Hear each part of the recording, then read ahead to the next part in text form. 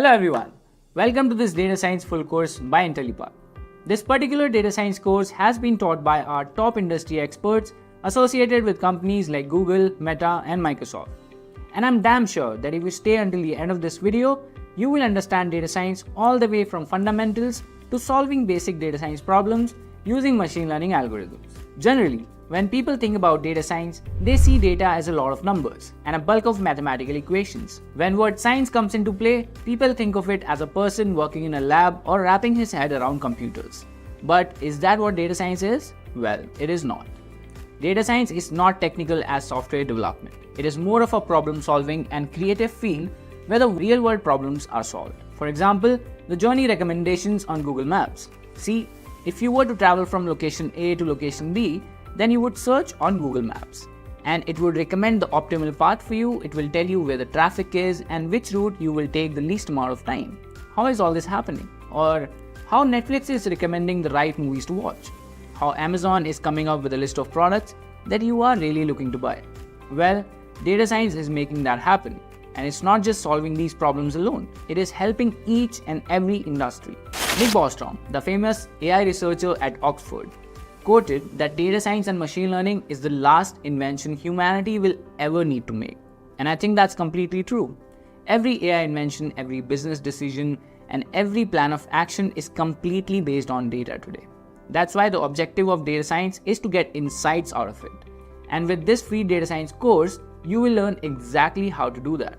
With this data science tutorial for beginners, we will give you the fundamental idea of what data science is, what datasets are all about, basic machine learning algorithms, and how you can solve real-world problems like heart disease detection using data science. We will also help you with the trending project ideas right now. That is, creating a chatbot of your own like ChatGPT using data science. We will also highlight some of the important data science interview questions. But before we begin with this Data Science Full Course 2024, hit both the subscribe button and bell icon for the Intellipaat YouTube channel. Data science. In a world that is increasingly becoming a digital space, organizations deal with zettabytes and yottabytes of structured and unstructured data every day. Evolving technologies have enabled cost savings and smarter storage spaces to store critical data. Now, organizations can analyze this data to understand global market trends and enable their business to thrive. Data science can also predict future events based on the present and past data. Data science is a field of computer science that involves creating algorithms and models to extract, process, visualize, and find hidden patterns from the raw information.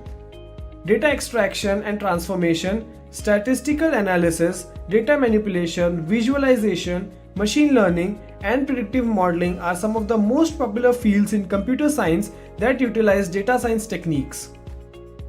Every day, 2.5 quintillion bytes of data are generated, and it is more accelerated with the growth of IoT. This data comes from all possible sources such as sensors used in shopping malls to gather shoppers' information, posts on social media platforms, digital pictures and videos captured on our phones, and purchase transactions made through e-commerce. Now this data is known as big data.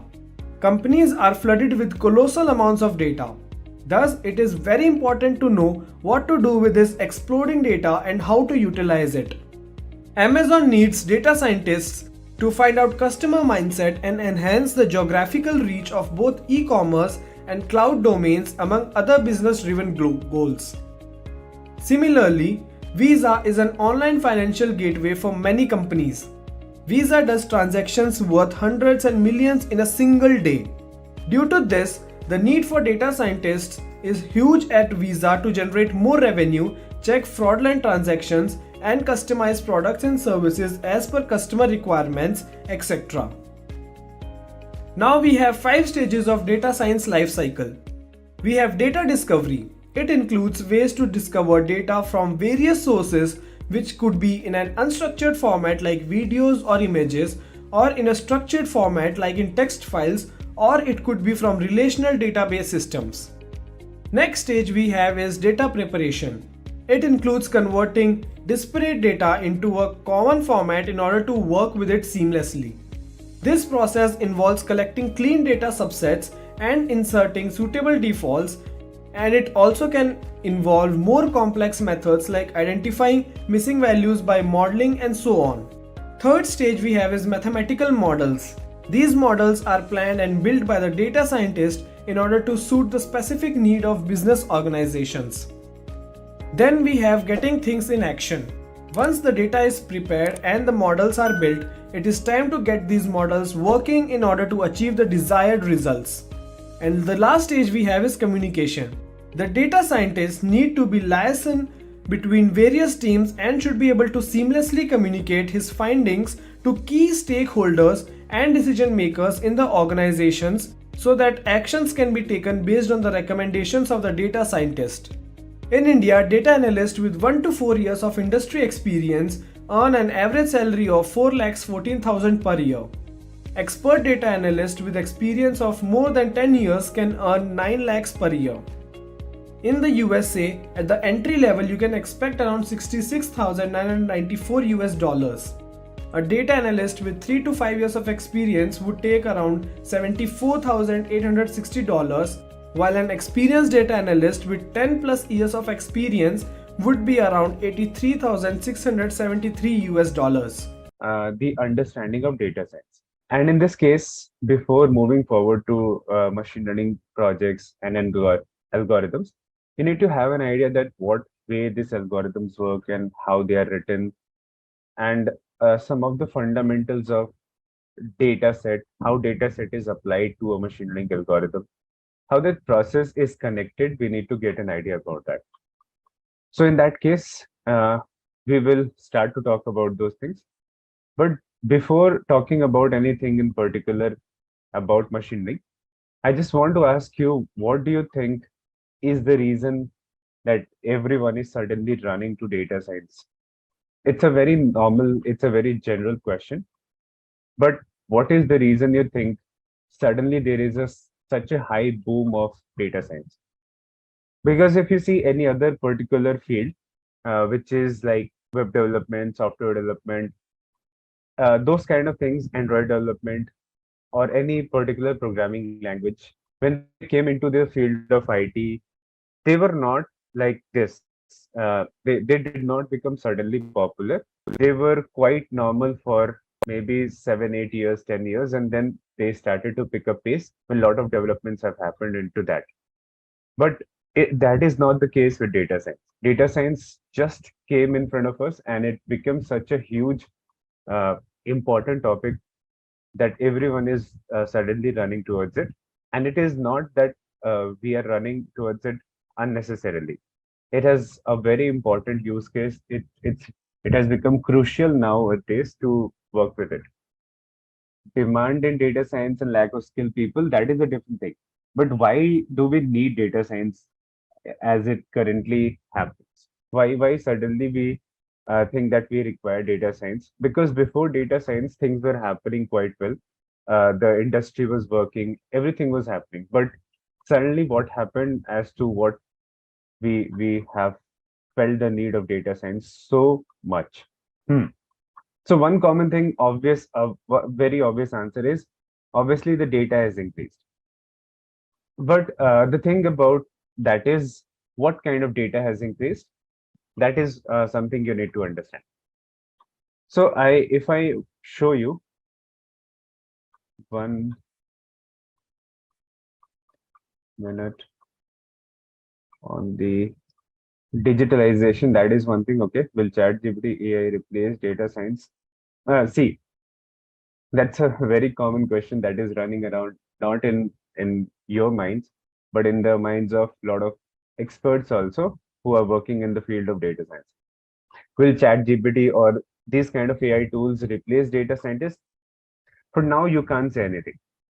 And if someone says that no, nothing will happen to data scientists or nothing will happen to developers, that is also not correct. Because no one has currently any idea about what is going to happen 4 years, 5 years down the line. No one can say that. But what we have to do is you should be doing your best about what is there in front of you. So in front of you, there is an opportunity to become a data scientist. You should focus on that. Once you have become data scientist, if the industry is moving in a different direction, your skills are changing. So you can adopt to that. So that is what your idea should be. You can't know what is going to happen. If you think developers are replaced, data scientists are replaced, so what will you do? Okay, are you going to open up just a repairing shop? That is the idea, right? So you can't do that. So you should not be worried about what is going to happen with AI, what it will replace, what it will not replace. See, when internet came into the picture, it was creating same kind of problem. When internet came into the picture in 2001, 2002, when it became so popular that every shop, every business which was offline started to think that we are going to go extinct, and all the online businesses who understand internet, they are going to uh, get a lot of profit out of that. That happened for quite some time. The people who were not following digitization, those who did not want to learn internet, they were left behind for some time. But again, when they started to pick up pace, when internet became very easy, very accessible, everyone grew. Not just one or two people, everyone grew. So very similar to that with AI also, that is what is going to happen. Let's have a quick quiz question, guys. What is the primary goal of explanatory data analysis in data science? Your options are A. Predicting future outcomes, B. Cleaning and organizing data, C. Communicating finds to stakeholders, and D. Identifying patterns and trends in data. Comment your answers in the comment section below, and now let's continue with our session. So when AI will come, it is not going to happen that it will just remove everything, every job from the market. It is going to modify the way things are happening. See, mainly it will modify all the normal tasks which people are doing, which does not require our intelligence. Okay, we are doing a lot of tasks in IT also. You would see day-to-day tasks, similar tasks we are repeating on everyday basis, and that we are doing very slow. So if that is handled by the AI, it can do much faster, and we will be left with, or we will be forced to uh, put our effort to something where our intelligence is applied, where our critical thinking, where our decision making is applied properly. Okay, so that is going to happen, and it is not going to be bad as everyone is thinking. Something good will come out of it, because obviously everyone is not going to lose their job. Everyone is not going to be jobless. That will create a very bad structure, right? That cannot happen. Yes, it will increase different kind of job. It will just make some jobs which you can't think for now that might exist, but it's not going to happen that there will not be jobs or something like that. You should make the best out of what you have in front of you, and let's see what happens in the future. Now, so we were talking about data science. So starting with the topic that why suddenly there is a requirement of data science is because of this. See, there are mainly two type of data in today's time. If you understand, there is a types of data. And what are the types of data? One is structured data and one is unstructured data. Okay, unstructured data. These are two types of data which we have currently in the market, which we deal with. Now, what is unstructured data? Structured data and unstructured data. That is mainly the two type of data we have. Now, in the case of structured data, what we have, the data in tabular format. Tabular form of data. What do we have in unstructured case?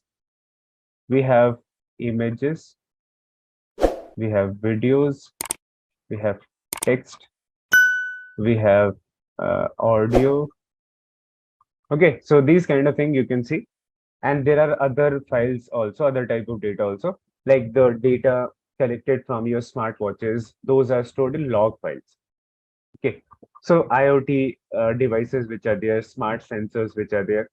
So they all collect some data which are collected in format which is not structured. So now, when you take a look at this type of data, there are two structured and unstructured. See, for a very long time, this type of data was there in the market. And to work on this type of data, one very powerful tool was Excel, Microsoft Excel. And a lot of information could be gathered by working on this structured data. And also this structured data was in the format of databases. SQL databases you have already studied, you might have. So that is a form of structured data because it is in tabular format, rows and columns, everything like that. So that was being handled for quite some time. But suddenly what happened after the year 2010 when Instagram was launched? Okay, Facebook was launched quite long ago, and there were other social networking websites in different part of the world. So when this Instagram launched, then what happened? Suddenly, it was such a easy to use, you can say, application, which gained popularity very fast. So when Instagram started to gain popularity, the other social networking websites or applications like Facebook, Orkut, and Reddit, all the other applications which were there, they also started to take a boom. They also started to increase their number of users and the platform, and sharing of the images, sharing of the videos, like, dislikes, following each other. Those kind of information started to flow on the company server. So now what Instagram was collecting, Instagram was collecting a lot of images, videos, text, audio, those kind of information about every other people. Okay. Just a quick info, guys. Intellipaat offers a data science course which will help you master Python, SQL, machine learning, AI, and Power BI. Get a data science certification from IIT Empowertak and Innovation Hub of IIT Madras. With this course, we have already helped thousands of professionals in successful career transition. You can check out their testimonials on our Achievers channel, whose link is given in the description below. Without a doubt, this course can set your careers to new height.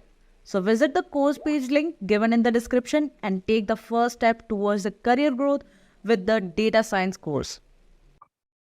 Now, we have this 2010, this thing started to happen, and a lot of unstructured data started to came into the picture. Just take a look at this. Just take a look at this image for now. What is this image talking about is what happens in 1 minute in 2021. Okay, 2021, what happened in just one single minute on the internet. If you take a look at any of these images, what we are talking about is the amount of information, amount of activity that happened for different websites and applications. So if you look at it, Twitter users post 575k tweets. Now, what are tweets? Tweets are in the format of a text. Okay, 575k tweets. That is what happened on Twitter in just one single minute in 2021. Now you can think how many minutes were there in a whole year. In Instagram, in just 1 minute, 65,000 photos were shared.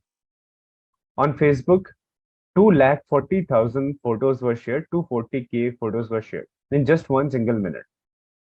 So very similar to that, TikTok users watch this much video, Facebook got this much live views. So very similar to that, different platforms, if you look at them, how much of a data is traveling, how much activity is happening in just one single minute. So now when you talk about such kind of data, which is in image format, audio format, text format, video format, these are all under unstructured data, because videos are not having any structure. Structure means they should have rows, column, proper structure to that, a tabular format. So this is obviously the audio does not have any structure, or the video does not have any structure, text does not have any structure. So this is mainly the unstructured data.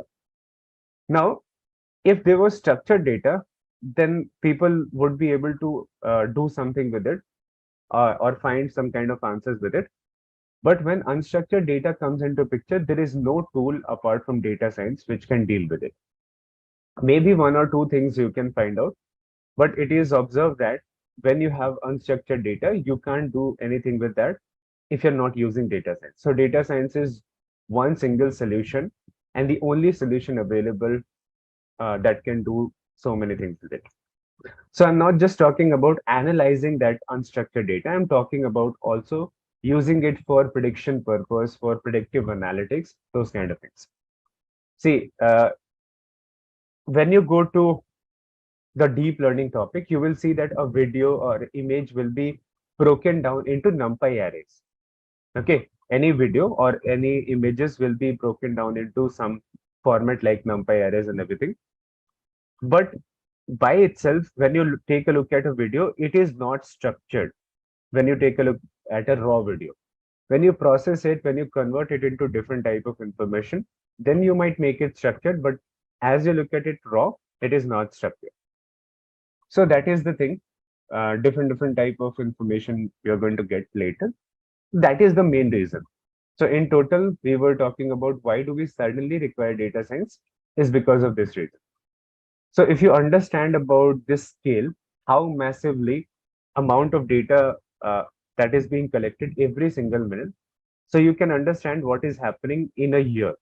If this much videos, if this much photos were shared in just one single minute, so a lot of data. Now, what companies have to do? The companies have to find a way to utilize this information to understand the information from a text, from a video, from an image, to be able to serve the customers better, to be able to bring new products which can increase the engagement on their platform. Otherwise, they will lose the market, they will lose the customer to any other new platform. That is the main issue about it. Also, when we talk about unstructured data, you know how much is the scale of unstructured data in today's time? It is around 80%. Okay. Out of all the data which a company is collecting on their server, 80% of the data is in unstructured format in for most of the companies. 80%. So you think that if the company started to neglect the unstructured data, if they don't find a way to work with this unstructured data, they just have the option to work with 20% of the remaining data, and that also they might not utilize properly the complete 20%. So that is the reason why suddenly there is a requirement of data science, and that too very critically. Every company has to find a way to implement data science into their product, into their company culture, so that they can properly take advantage of all of these things which are flowing through, all the data which is unstructured. Correct? Because when they study this data, they find out a proper information about what kind of product should be created, what users are liking, what they are not liking. So, informed decision, a proper decision they can make when they study data. And when data tells something, it is in most of the cases, it is correct because data does not lie. Data is what it is simply telling you the behavior of the customer. Okay. So that is the thing.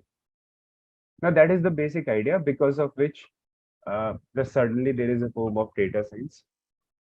Now let's move forward into the technical details of it. Okay, technical details of it.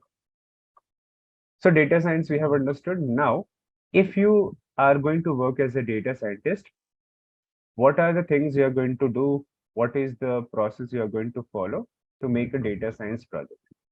Components of a data. Anyone else is feeling my voice is low? I'm speaking at the similar pace, similar loudness. Now, so let's see the components of a data science project. So when you go to industry, you will be making data science projects. And what it is? So data science project is nothing but a process of few steps combined. Okay, it's a process. What happens in that process is this. If you take a look at the first step in the data science project, you know what happens? What is the first step that you will perform when you're trying to solve a data science problem? Where will you start? What is the first thing you should know before starting a data science project? Okay, I got one answer. purpose, then data, and cleaning the data, importing the data. Bala, are you going to do cleaning of the data directly? You should first import it, right? Before that, obviously. Read the data, objective of the study, collecting the data. Okay.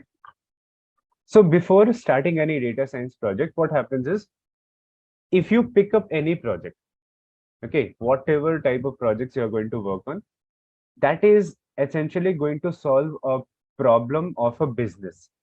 Okay, you don't randomly make a data science project. It will be created specifically to solve a problem that a company is facing. And they want to find out whether we are going in the correct direction or wrong direction, or what should we do that will be correct.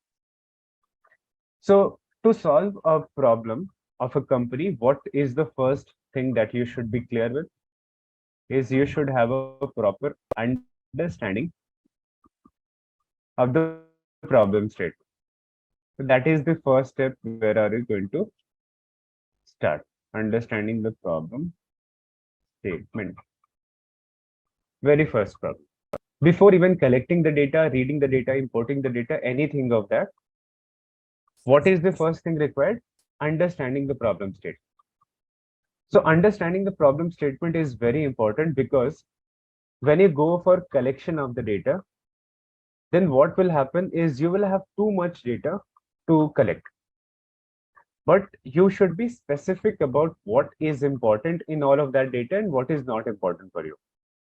If you unnecessarily collect a lot of data, or you're wasting a lot of time to collect the data which is not necessary in the further approaches, so you're wasting time. And when will you be clear what type of data should I collect and how much data should I collect? You will be clear about that once you are clear with the problem statement, that what exactly is the problem faced by the company that we are trying to solve. So before starting anything, this is the most important step that you as a data scientist have to follow. Most important.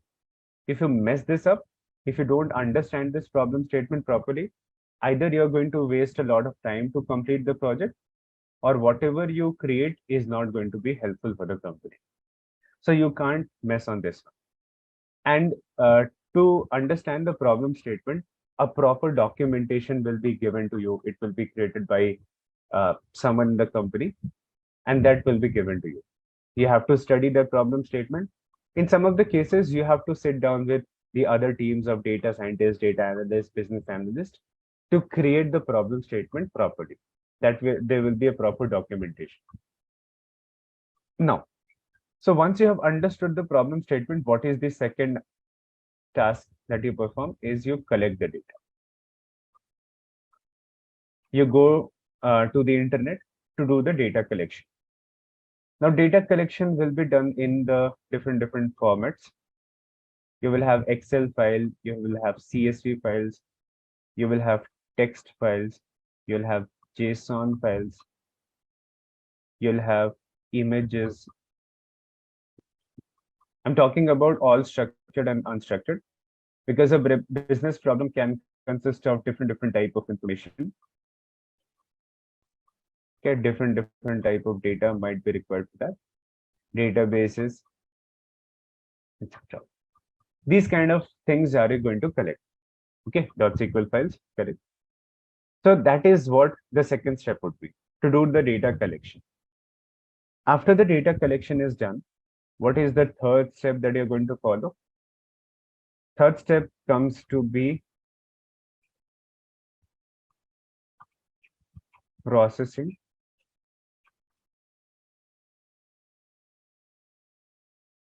and cleaning the data.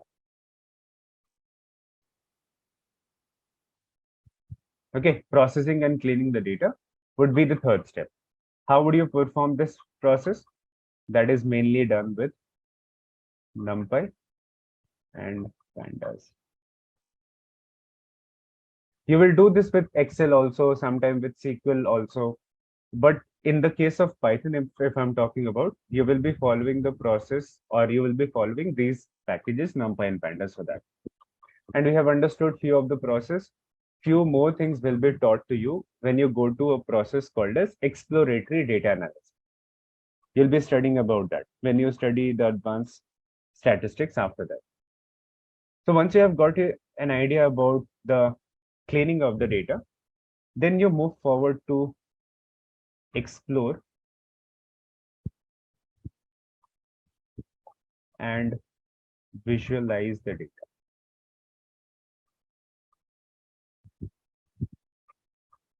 Okay. After cleaning the data, your main exploration of this process starts. In exploration, what you do, you try to understand the relationships. Okay, relationships in the data. Then the next thing you would have is relationships in the data and can say behavior of the data. Behavior of the data means the distribution and outlier kind of things you will try to find out.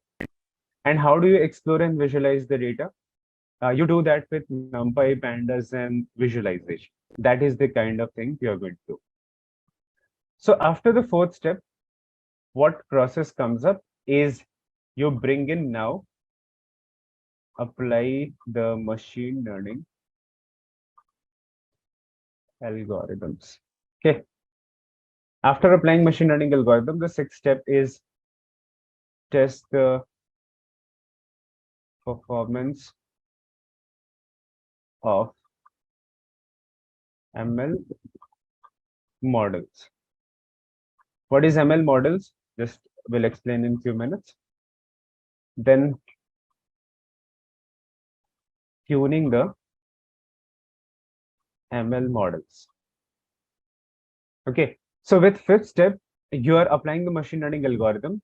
Then you test the performance of that machine learning model that you have created. So what is machine learning model is nothing but when you apply data set with a machine learning algorithm. Data set plus machine learning algorithm. When you combine that, when the learning has happened, that is called a machine learning model. So when you create a machine learning model, you have to test the performance, you have to test the accuracy of it. Because whatever ML model you create, it will not be 100% accurate. It is not going to happen in the real world. Never. So the main thing is what you can do. You can achieve the best you can get. That is what your task is to do. Okay. Machine learning algorithm, I'll talk about it. These are mathematical algorithms, the machine learning algorithms. There is some mathematical formula which is going to work through something and it is going to give the prediction on a data set. Okay. So we will talk about it. What is this algorithm all about? Just I'm coming to that. And then the last step is present the result. Okay. So these are few steps which you are going to perform. Understanding the problem statement, collect the data, process and clean the data, explore and visualize the data. And after that, you bring in the predictive part where you apply the machine learning algorithm, test the performance, tune the performance, and present the result. Now, when you talk about this machine learning algorithm, these algorithms are nothing but some mathematical formula, which is going to help us do future predictions on a data set. So when you apply data set plus machine learning algorithm, you get ML models. And the performance of ML models or the prediction capability of any ML model will not be 100%. Okay. What is the work of ML? Machine learning, you all will know, must have heard about it, that it predicts the future outcome for you. So it is not going to be 100% accurate. So how can we make it 100% accurate? We first need to check the performance. How accurate is it when I have applied it to my data set? Let's say it is 80%, but you want that it should be at least 93%, at least 92%. So what you will do in that case, you will tune the performance of the ML model. You will try to increase it somehow. Processes, we will be talking about that. See, I'm going to come with it. It is not something I'm going to explain. I'm just talking about overview. I'm just giving you overview. that how do we test the performance of the model? Those are technical terms. We will see when we come to that. Then we will present the results. After we have tuned the model, after we have got a very good prediction capability, so we will predict the future outcome, and then we have to present the results. Present the result of what? Presenting the result of what is the problem we are trying to solve. Okay. So a problem was given to me at the start. We worked on that problem, and at the end, we are going to get something which is going to be a solution to that problem. So once we have reached that solution, we need to present it, because the people who asked for this, they may be the CEOs, they may be the managers who don't have technical knowledge. So you can't show them the Jupyter notebook directly and say them to study this. So you should have created dashboards, you should have created presentations, you should have created the visualizations to show them in most of the visual way what you have found out and what is your suggestion about this problem. How can we solve it? So you will have to present it by creating presentations and dashboards of whatever you were creating. So that is the basic of it. Now, how ML, data science, and these kind of things are related, let's see an example of that also.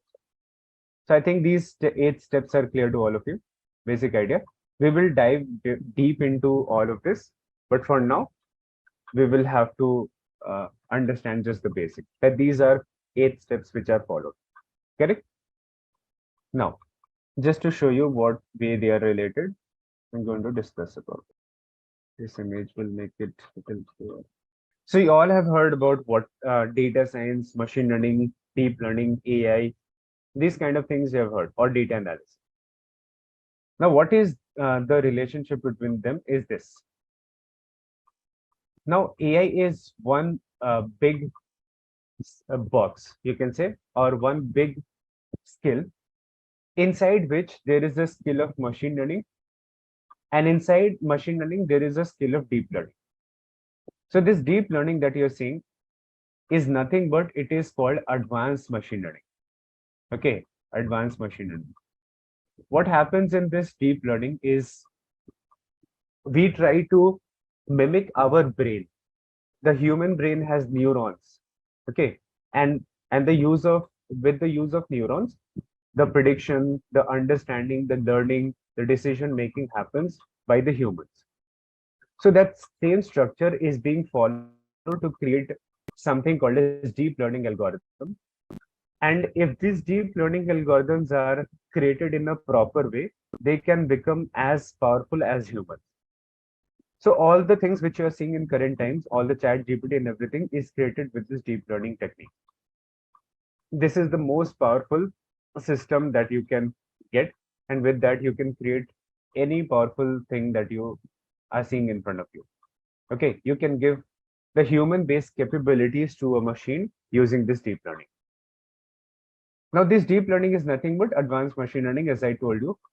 So deep learning, ML are a part of AI.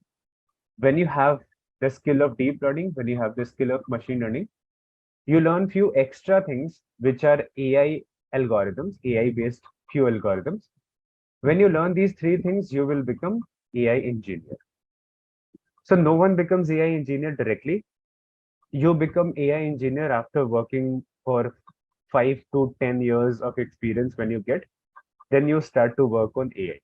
AI is a very, very complicated or a very advanced system which you can't understand as a fresher at all. A lot of mathematical knowledge is required, a lot of research knowledge is required. You should be able to understand and read the research papers which are created by the PhD candidates. Then only you will be able to understand what AI can do. But you can learn the fundamentals of machine learning, you can learn the fundamentals of deep learning. You start working, you get the industry experience, then after quite some time, you move into AI. And also, not every company will give you a chance to work on AI. Very few companies are there, okay, which are working on this. And there comes data science. So data science is nothing but it is a combination of data analysis. Okay, It's a combination of data analysis plus machine learning. So when you take data analysis and when you apply machine learning together on it, both the things together, then you create something called as data science. So what data science has done, actually this data analysis part was very separate, and this machine learning field, this machine learning world was very different. They were completely separated from each other. So data science has somehow found a tool, it has somehow found a process through which the data analysis and the machine learning, two different and two very powerful fields, could be combined together to get a very powerful result. That is what data science is all about. With the advent of data science, the use of mathematics, the use of statistics, which were quite neglected in the IT field, they started to come in the picture. It was not completely neglected, but when you work on software development, as a software engineer, when you become, you have to understand a lot of math to understand data structures, algorithm, and proper coding techniques. You have to have a knowledge of maths. So, but it was not very in depth, and also statistics was not something which was used at all. Okay, maybe very few people who were specifically the statistical developers, researchers, they were working with it. But a lot of people, a lot of developers were not even talking about statistics. But it was found to be very powerful because it can give a lot of information from the data in a very easy to use manner without even going through the effort of making projects and everything. You can just look at the data, apply the statistical knowledge to it, and on the theoretical basis itself, you can get a lot of information. So these two things were combined, and you got what you know as a data science. So when you learn data science, you can become a ML engineer also, and you can become data analysis analyst also. You can become business analyst also. You can become deep learning engineer also. There are multiple aspects to it. Okay. So what you're going to use out of them, ML or DL more? It depends upon company to company. Whatever task a company is doing, according to that task, you will be either using machine learning more or you will be using deep learning more. But actually, in most of the cases, you will be using machine learning. Deep learning is a very specific and it's a very advanced task, which is not required in most of the cases which a company is trying to do. That is the whole structure. So we have got some idea. Let's try to understand a little bit more about it. Yes, let's see a little bit more. So when you take a look at it, wait for a few minutes and I'm going to talk about a lot of things. Data analysis plus machine learning. Now, what is this data analysis? When you talk about data analysis, it is nothing but a study of past data. Data analysis is nothing but study of past data. All the past data which was collected by the company, you study that to find out the trend, to find out the behavior of the customers in the past. That is what data analysis is all about. And for working with data analysis, what are the tools required? Currently, if you go to industry, you will be using Python, you'll be using SQL, you'll be using Excel, you'll be using W slash Power BI. These are the main tools of data analysis, these things. And what we do with machine learning, when we have studied the past data, and now we want to predict the future outcome. See, whenever something happens, whenever prediction capabilities are to be applied, how do you predict the future? If you are a human and you have to predict the future outcome, then what happens is you should know about past. If you were just born, if you were born and you are just of the age of 5 years, 6 years, 7 years, 8 years, can you predict something of the future? No, you don't predict at that time. But when you become adult, when you are 14 years of age, 15 years, 18 years, 20 years, so in that case, what happens is you understand a lot about the past. Okay, you have been through a lot of things, you have understood a lot of things. So when you have understood the past world, past scenarios of the world, then you can make a prediction about the future. that this is going to happen, this is going to happen. And in that case also, maybe you are correct, maybe you're not correct. But what are you doing? You are making a prediction based on the best of your knowledge. That same thing happens with the data science also. That when you talk about these two things, this data science, data analysis plus machine learning is what create data science. And in data science, you have both the things, study of the past data and predicting the future out. Okay, predicting the future out. That is the next step. Now, that is the whole thing happening. Now, if you go to industry, you will see these things happen. First, they will study the past data. That will be done by data analyst, business analyst. They will work on these things. And then there will be prediction of the future outcomes to be done. But that is also not every time. See, there will be many projects. If you're a data scientist, you will have to do most of the tasks of data analysis. Just data analysis you did, and there was no requirement of applying machine learning to that, so you did not apply. It is not going to happen that if you are a data scientist, every time you will work with machine learning, every time you will work with deep learning. It may not happen. So just with statistical analysis, you might solve a problem. Just with proper use of SQL and Excel, you solve a problem. So it depends upon problem to problem. It depends upon the task at hand, which is required. You take the certain steps. That is what happens in this. Now the Hadoop and R you are talking about, R is a different, yeah, you can say that R is alternative of Python. But R is not being used a lot in the industry. Python is used by 95 to 96% of the companies. And R is used by 4 to 5% of the companies. So if you want, if your company requires R, you can learn that later. But as a proper bet, you should be learning Python, because mostly you're going to work for a company which is going to use Python in most of the cases. Why Python is so popular that it has taken 95% market share is because of the availability of the packages. The NumPy, Pandas, the visualization libraries that we see, these are what gives advantage to Python. These things are not there in R. So in R, you will have to write a big code, a lot of code that is done easily in 1 or 2 lines in Python. That is why Python has taken such a big shape. So what we do as a machine learning engineer, we understood that when I'm creating a machine learning model, when I'm trying to apply a predictive capability to something, what I'm doing in that case, I am going to teach that machine the past data. That this thing happened in the past. Now predict the future for me. Let us understand that with an example to get an idea about it, proper idea. Then we will talk about the other things. So I'll talk about example. And this example, let's see heart disease. But to understand ML algorithms, we should have an idea about what actually happens in machine learning field. What are the steps you take? What are the processes you perform?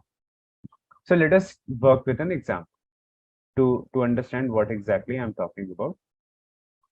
So let us say I have to predict heart disease of patient. Which patient has heart disease? Which patient does not have heart disease? That I have to predict. Now I don't know. These are very new patients that have come to me, and I have to just look at the conditions of the patient, and I have to find out whether this patient is going to have heart disease or not. So in that case, what will happen? I'm going to talk about that. Let's say these are some of the medical conditions. I have age, I have chest pain level, I have sugar level, and I have info about blood pressure. And let's say I have info about cholesterol. And then what I have is the output column. Okay, output. Now, what are these things? These are medical conditions of the patient. that you're going to collect. And once you have collected these medical conditions, you are going to see the output of it. Which patient has heart disease, which patient does not have heart disease. Yes, you can take obesity, weight, lot of things are there. I'm just showing you an example. That when you do data collection, how do you know what is required, what is not required? So let us suppose this is the data you're going to collect from the past patient. How do you predict the future patient, which patient is going to have heart disease or which patient is not going to have heart disease? You will study the past patient. So when you study few past patients, what you know is that there's a patient of age 32, patient of age 35, patient of age, let's say 27, 45, 38. These are the age of the patient. Let's say chest pain level I'm talking about. So let's say a person has chest pain of level 5. Someone has level 1. Someone has level 3. Someone has level 2. Someone has level 4. Let's say sugar level. I don't know what is the number of diabetes, what is good, what is bad. But let us just assume there are some numbers which talk about severity. The higher the number, the higher the sugar level in that patient. The lower it is, the better it is. So blood pressure, let's say low, high, low, high. And cholesterol level of the patient was 45, 65, 78, 44, and 15. What is this? I'm talking about past patient. So this patient with age 32, chest pain level 5, sugar level this, blood pressure level low, and cholesterol of 45 was found to be having heart disease. Just as an example, don't go into technicals of it, that it should be yes, it shouldn't be no. I'm just saying that this patient was found to be yes, this patient was found to be no, patient was found to be yes, and this patient was found to be yes. This is the past data. So once you have studied past data, you will study very similar like that. You will study 5,000 patients, 10,000 patients in the past who had heart disease. In different hospitals, these data are collected. So you're going to study that data. Once you have studied that data, what are you trying to understand? That if a person has this around an age of 32, if that person has chest pain around a 4 or 5, sugar level of around this much, blood pressure low, cholesterol level of 45 to 50, then what is going to happen with that patient? Was he suffering from heart disease or not? That we are going to understand from the past patient. So this is the data set, and this is the data set about the past patient. We have understood it. Let's say our machine learning has learned the pattern, understood the pattern. After that, what is going to happen? You will apply that machine learning for future prediction. So let's say you take a new patient and you collect the data about that. So a new patient comes up whose age is 33, chest pain level is 4, and this sugar level is 125, and then the blood pressure level is high, and the cholesterol level is, let's say, 72. This is about a new patient I'm talking about. So is this patient going to have heart disease and not heart disease? Then what is the case? So from the past data, my machine learning has learned that it is yes or it is no. Only these two answers my machine learning is going to give. So let us suppose for these medical conditions, for these conditions of the patient, we found out that it is yes. That this person whose medical condition currently is this is going to have heart disease in the future. Once you have identified it, what you can do, you can now put that patient into proper treatment. You can suggest proper medicines, proper treatment to them so that they are not going to face this problem in the future. What can happen in this case? Let us say you are collecting the same data for 100 patients. Okay, same data you're collecting for 100 patients. So out of 100 patients, what your machine learning will do? Somewhere it will classify or it will predict correct, somewhere it will not predict correct. So let us say out of 100 patients, 80 patients it has predicted correctly. Predicted correctly means the person who was supposed to uh, happen or supposed to suffer from heart disease, it predicted them to have heart disease correctly. But in the second case, 20 patients, they were found to have heart disease later, but my machine learning has predicted them to not have heart disease. So that is incorrect predictions. Okay, predicted incorrect. Also, what way you can predict incorrectly? So if a person is having heart disease, the opposite of that. A person was not supposed to have heart disease, but you predicted that this person is going to have heart disease, and they go undergo uh, the medical treatment unnecessarily. It was not required. So it is the case that around out of 100 patients which I taken in the future, 80 were predicted correctly and 20 were predicted incorrectly. Correct. So whenever you do incorrect predictions, then what happens? This is going to be the performance of the model. Okay. How many times it is accurate in how many cases, that becomes performance of the ML model. ML model. And it is going to be 80%. Why 80%? Because it is able to correctly predict 80% of the times, and it is not able to predict 20% of the time. So that will become the performance of the model. Now you tell me, taking a look at this scenario, taking a look at this problem that we are trying to solve, is 80% good performance or good accuracy, or is it very bad and we should be improving it definitely? What do you think? Is it good? Will you take that as a good prediction or bad prediction? Taking a look at this question, I'm not talking about in general 80% is good or not. I'm talking about specifically this question, which is talking about medical conditions. It is terrible for healthcare. That is the correct answer. When you take a look at 80%, you would think that it is good. Okay, 80% feels to be a very good number. But when you talk about such a critical case where healthcare is being discussed about, so when you go to industry, you will see that in healthcare, in most of the cases, at least 95% accuracy is required. At least I'm saying that is also a very bad accuracy. You would be aiming to achieve 99% accuracy, 99.5% accuracy. These are the kind of accuracy you have to achieve, because this is human life you're talking about. This is healthcare you're talking about. You're not talking about a general prediction scenario.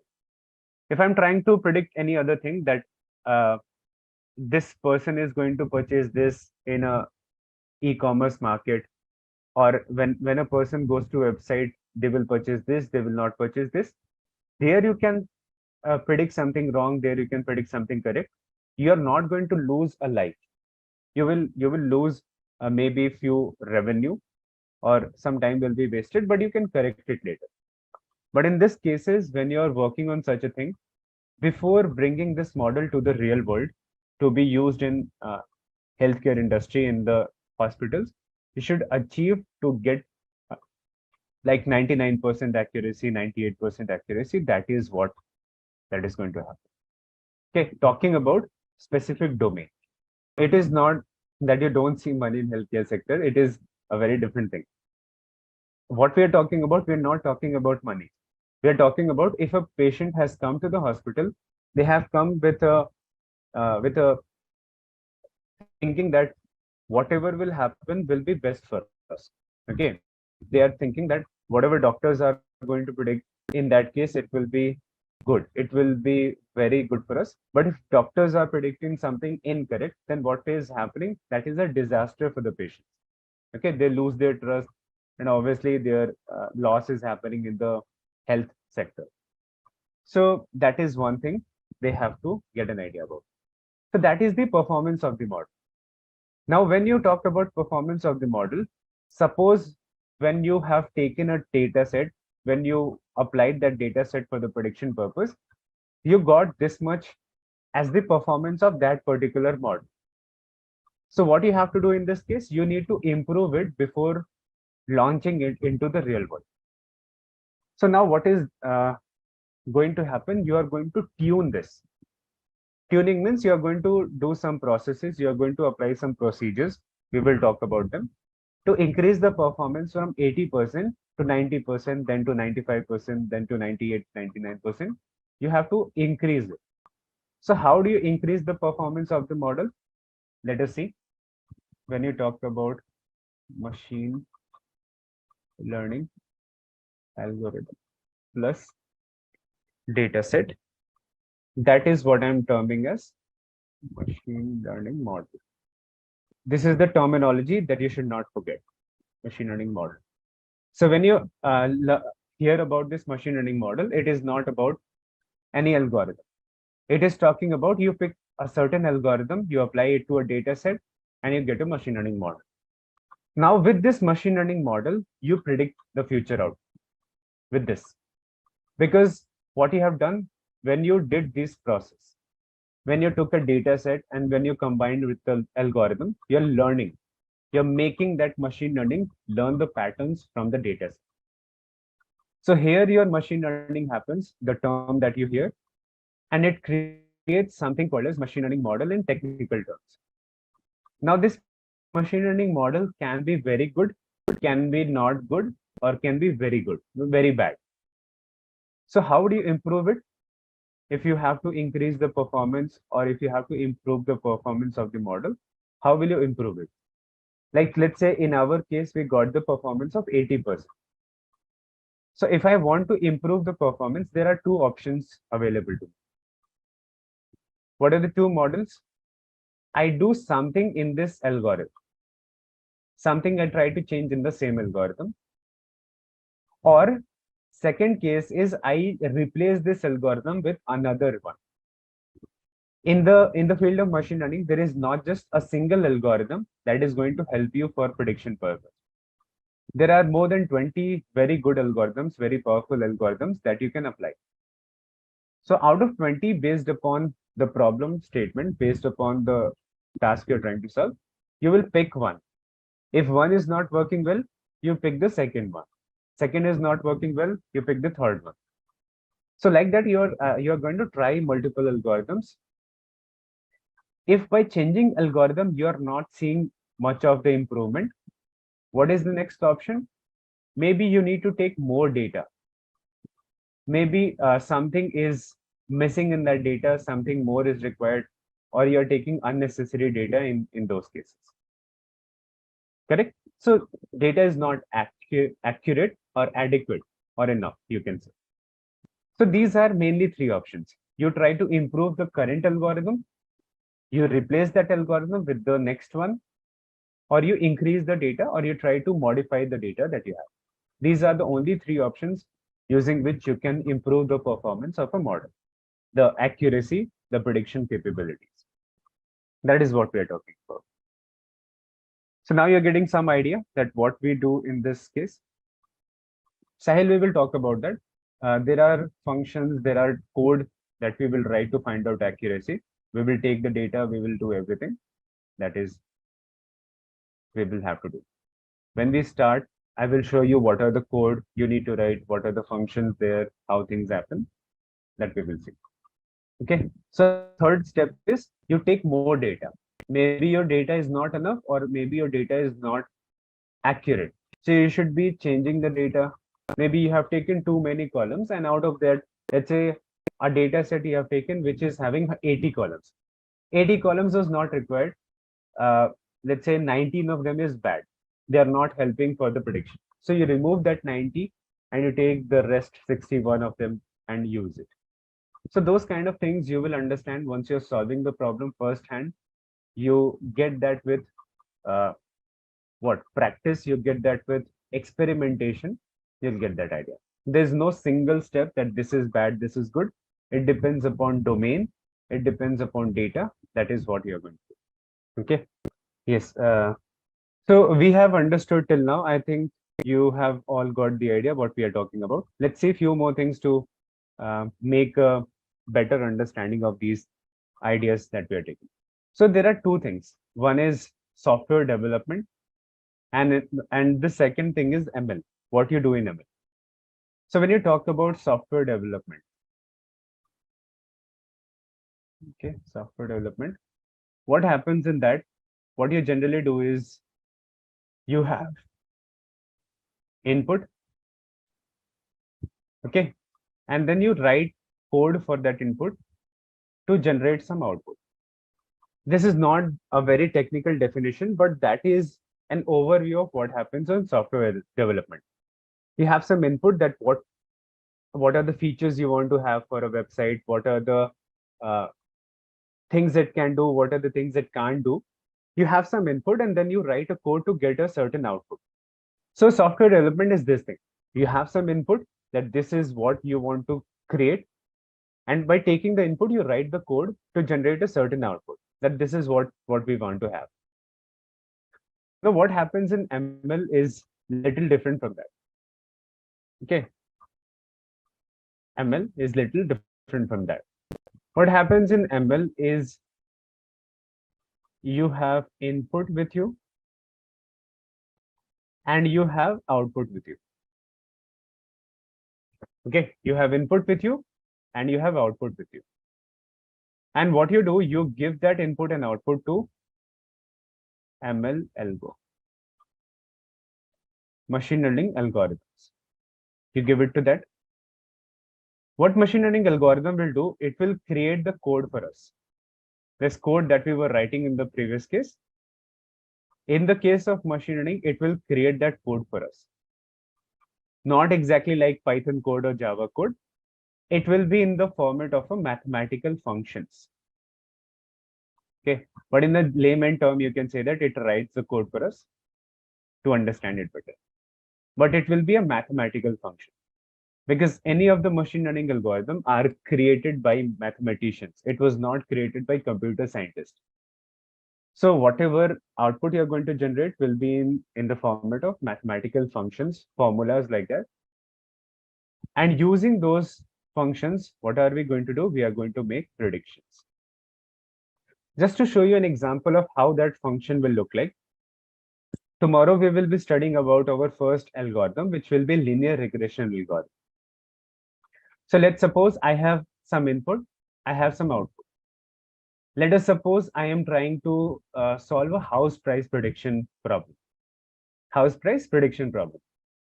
So now in this case, let us say I have the input, the past input, I have the past output, that these are the features of the house, and then this is the price of the house.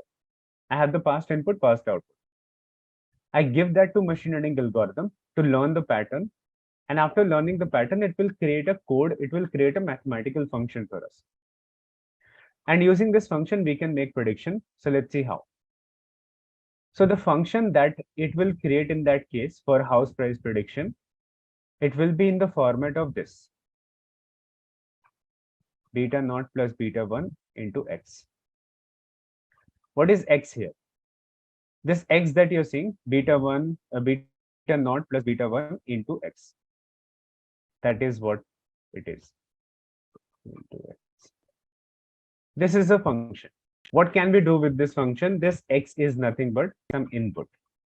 What input? Future input, not the past input. So we have given past input and we have given past output for our machine learning to learn that by having this, there are 3 floors, 4 bedroom, 1 bathroom, and this much is the land size, this much is the you can say area given to it. So does it have balcony, does it have terrace? Different inputs are there, particular features about the house, and then you know the output of the house, means the price of the past houses. Then you give it to ML algo, then you will give it to code and function. It will create code and function for you, and it will be in this form: beta naught plus beta 1 into x.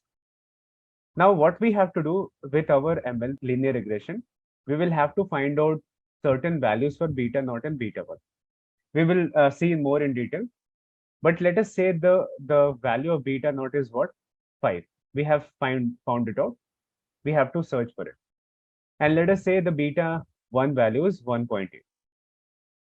Now, what we have to do with it is, once we have got the answer of beta naught and beta 1, and then there is a x. X is what? Future input. Let us say I take a new house for which I'm just considering one input. Let us say the floors of the house. So there is a new house which has 4 floors. According to 4 floors, what I will do, I will just put it into this equation. Okay. 5 plus 1.8 into 4. See, these are nothing but these are, there is a function, there is a function will be created by ML algorithm, will be in this format, beta naught plus beta 1 into x format. But we need to find out what will be the value of beta naught and beta 1, that we will see tomorrow. I'm just giving you overview. So once we have found out the value of beta naught and beta 1, beta naught we have found out as 5, beta 1 we have found out as 1.8. I'm just taking an example that how do you solve, how do you predict something. So let us say you take a new house which has 4 floors. That is an input. So input is mentioned by what? X. So you put x is equal to 4, and then you know beta naught and beta 1. Now you understand why knowing the value of beta naught and beta 1 is important, because you have to do this calculation. So let us say 5 plus 1.8 into 4, how much it will be? 52 plus, I think 10.2 it will be, right? 10.2. Okay. So suppose this is 10.2. And how have I got it 10.2? 5 plus 5.2, it will be 10.2. Now, in this case, this 10.2 that I'm getting, it is, let's say, $10.2 million. Okay, $10.2 million. This is the house price that our model is predicting. This is the house price that our model is predicting. Now, what you think is this in this case? See, 5 that I've written here is the base price of any house in a certain area. If the house is being created, if the house is being constructed in a certain area, let us say its base price is $5 million. It's a very, you can say, expensive locality. Okay, 5 million. Then I have a multiplier. 1.8 is a multiplier that I'm multiplying 4 with to get a house price that is $10.2 million. So that is how the prediction of your model is going to be done. Prediction about the future is going to be done. I'm not talking about the functions in detail. This we will understand tomorrow. But now you get the idea, right? That you take input, output, you have ML algo, you have a function. No, beta naught and beta 1 is not fixed. The whole process is to find what will be the beta naught and beta 1. Because if I change beta naught and beta 1, our prediction will change. So it can't be fixed. It is always going to change in that case.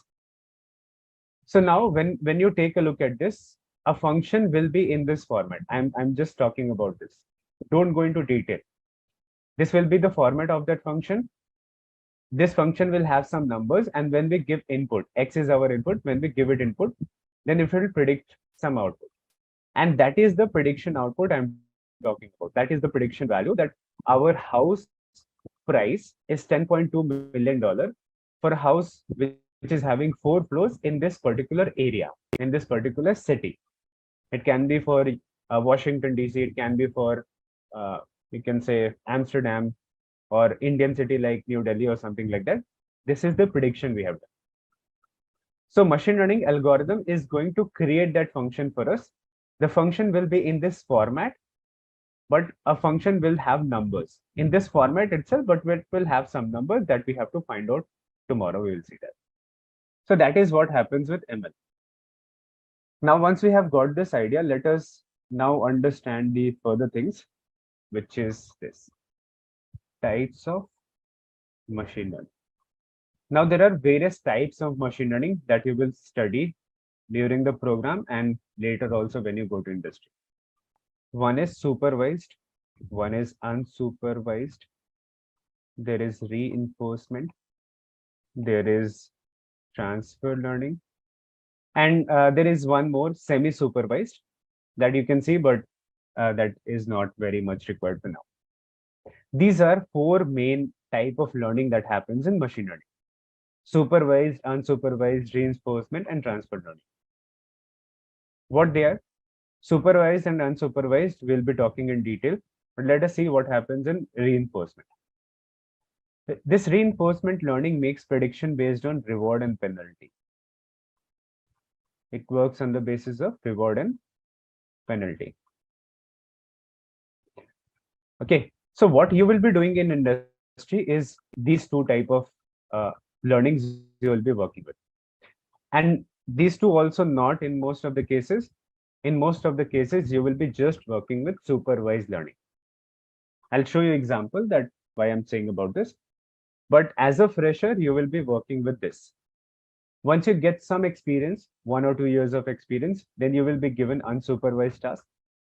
When you get 4 or 5 years of experience, then you will move to reinforcement learning. And little more than that, you will then study transfer learning. Because these are way too advanced algorithms. These are way too advanced processes that you can't understand as a fresher. So when I talk about transfer learning, what happens is that in transfer learning, let us say one machine learning model you have created. And you want to create a second machine learning model very similar to this. So instead of creating the second ML model from scratch, what you do? You transfer the learning from first model to the second model and then improve upon that. So let us say one model you have created, which has got 85% accuracy. So you take whatever learning it has done, you pass it to the second ML algorithm, ML model, and then you make it even better. That's a transfer learning. Okay, you transfer the learning from one model to second, second to third, and you keep improving it to make it better and better. But that is a very advanced part of the system. You are going to study supervised and unsupervised in most of the cases. Let us see what supervised and unsupervised is. This reinforcement learning works on reward and penalty. What happens in this case is some data will be given to some algorithm, and that algorithm has to make prediction. Okay, that algorithm has to make prediction. If that algorithm makes wrong prediction, it will be penalized. Some penalty will be given. If it is making good predictions, then it will be rewarded. It has been taken actually from the cat, that mouse experiment that is done in the labs. So mouse is kept into some container. He is supposed to do some task. If he is doing the task which has to be done, he is rewarded with cheese. If he does a wrong task, which is not, he should not be doing, he is penalized. That cat is penalized. So then in that case, with the reward and penalty, your machine learning algorithms learns the process. No, obviously it will not be monetary. It is just machine learning algorithm. It's a mathematical function. So reward and penalty is in a mathematical form. You'll see about that.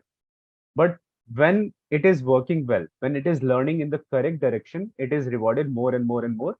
So your algorithm will know that I have to improve in this direction. When it goes to a wrong direction, it is penalized. So your ML knows that I should not be going in this direction. I should try something else. So with this reward and penalty, this reinforcement learning will work and try to improve over time. In this reinforcement learning, a data which is given is a dynamic data, is a live data, which is connected to the internet. Every minute, every second, live data is flowing through it, and it is learning upon that. So it's a very advanced process to handle. As a fresher, you won't be able to handle it. That's a basic idea I've just given. Now let us see what is this supervised and unsupervised learning. That is what our main agenda is. During this course also, you will be studying supervised and unsupervised in detail, and you will be seeing reinforcement as a introduction part of it, because that is not required now. So if I talk about first, which is supervised, any learning that you know is decided upon input and output. Okay, according to input, according to output, your learning changes. So let's say in the case of supervised learning, you will take a data where input is also known and output is also known. So I've just shown you an example. This heart disease prediction we were talking about. The age, the chest pain, the sugar level, the blood pressure, and cholesterol. What are these? Input. The medical conditions, these are input for a patient, of a patient. Then you have output. That person has heart disease, does not have heart disease. Very similar to that, if you're doing, let's say, loan prediction, which person should be given loan. So what you study the background of the person. You study the qualification, you study the job, different things. That is input. Then you decide whether that person should be given loan or not, or you study whether in the past that person was given a loan or not. So that is output. Yes or no, that is output. The features related to that person, the features related to a house for which you are predicting the price of the house, those are input. So a supervised learning is a learning where you take a data set where input and output both is given. So let me just wait for a few minutes, you'll get that answer. Input and output is known in that data set. Now inside this supervised learning, there are two types of supervised learning inside this. One is called classification task. Okay, classification task. In classification task, what happens? Your output is categorical. Okay, categorical output. Categorical output means yes or no kind of output. So whenever you take a data set where the output is supposed to be yes or no, 0 or 1, like credit card fraud detection, those kind of things, then it becomes a classification task. Here also output is given, but the output is categorical. So it will be in the format of yes or no, 0 or 1, fraud or not fraud.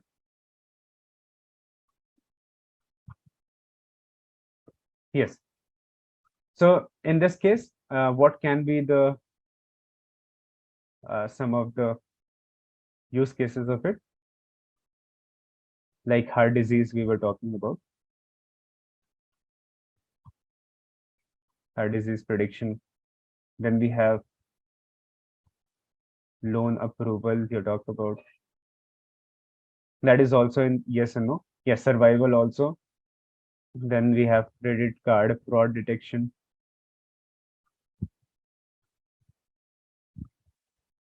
Credit card fraud detection. Okay. These are all classification.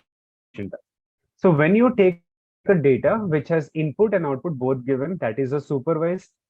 In supervised, if your data has output in the format of categories, yes and no, fraud or not fraud, so then it becomes a classification task. The algorithms which are going to be used for this classification task are, let's see, the classification algorithms. So there are certain algorithms that you use for these cases. And these algorithms have, I'm going to write the name of these algorithms. It's called logistic regression. Second is called decision tree. You have random forest. Then you have naive Bayes. And then there is a support vector machine. See, I could have shown you this thing pre-written, but I'm writing in front of you so that you understand it more properly. Because when we write, that's become important. You are able to remember it properly. Then you have the last one, which are something called as boosting algorithms. You'll be taught about all of these algorithms, how they work, in what scenario they perform well. So these are some of these things are there, which are, I'm trying to show you what are all the algorithms which are present, XGBoost and AdaBoost. So there are logistic regression, decision tree, random forest, k nearest neighbor, naive Bayes, support vector machine, and few boosting algorithms like XGBoost, AdaBoost, gradient boost. These are all algorithms which are going to be used in the data set which has categorical output. Second case, let me show you the second case also.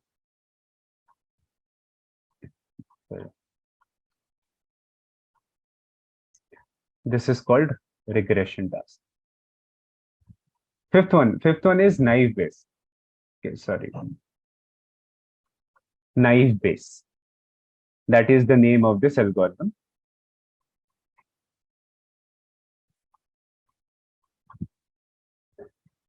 In regression task, what you have is you will have continuous output. Can anyone say what will be the use case of that? Continuous output. So continuous output like any floating point number. So in that case, what are the problems we solve? That is like house price prediction. Any price prediction, house price, land price, stock price prediction, those kind of things. Then you have sales prediction. Yes, temperature, weather, those kind of things. Then you have stock price. These are all continuous values. Continuous means it can be anything. House price can be anything from $0 to, you can say, $1 billion. The houses are of any amount around the world. If you take a look at it, the house price can be starting from $100 to whatever, you can say. Suddenly you'll say where it is $100. Currently there was a bank sold for $100, if you've heard about that, Silicon Valley Bank in Britain. That bank just collapsed and one another bank purchased that. If I followed the news of it, it's a very recent operation that happened. Yeah. Right, a Silicon Valley bank that has fallen. It was doing a lot of scams which it could not keep up, and then it failed. So there was a lot of startup that they have put money into that bank. So they were not able to take out the money, and because of that, many of the startups just closed in single day. Okay, in a single day. And because of that, in Britain, around 10,000 people were fired in a single day. That happened. Okay, so currently it's a very bad time going on. A lot of things have come together. Now, so what are the algorithms for regression? We have linear regression. It will pass. It is not going to be there for a very long time. You know why these layoffs are happening? Have you known the reason of that?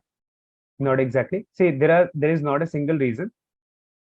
The first reason is that inflation has reached to a very high. So it all started mainly from US and UK. Okay, mainly it started from US and UK.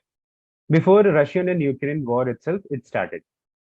So what has happened is that US has taken debt. Okay, every country takes debt to run its country. They take debt from different countries and then they repay with a certain interest. Now, US has been taking a lot of debt from a very long time.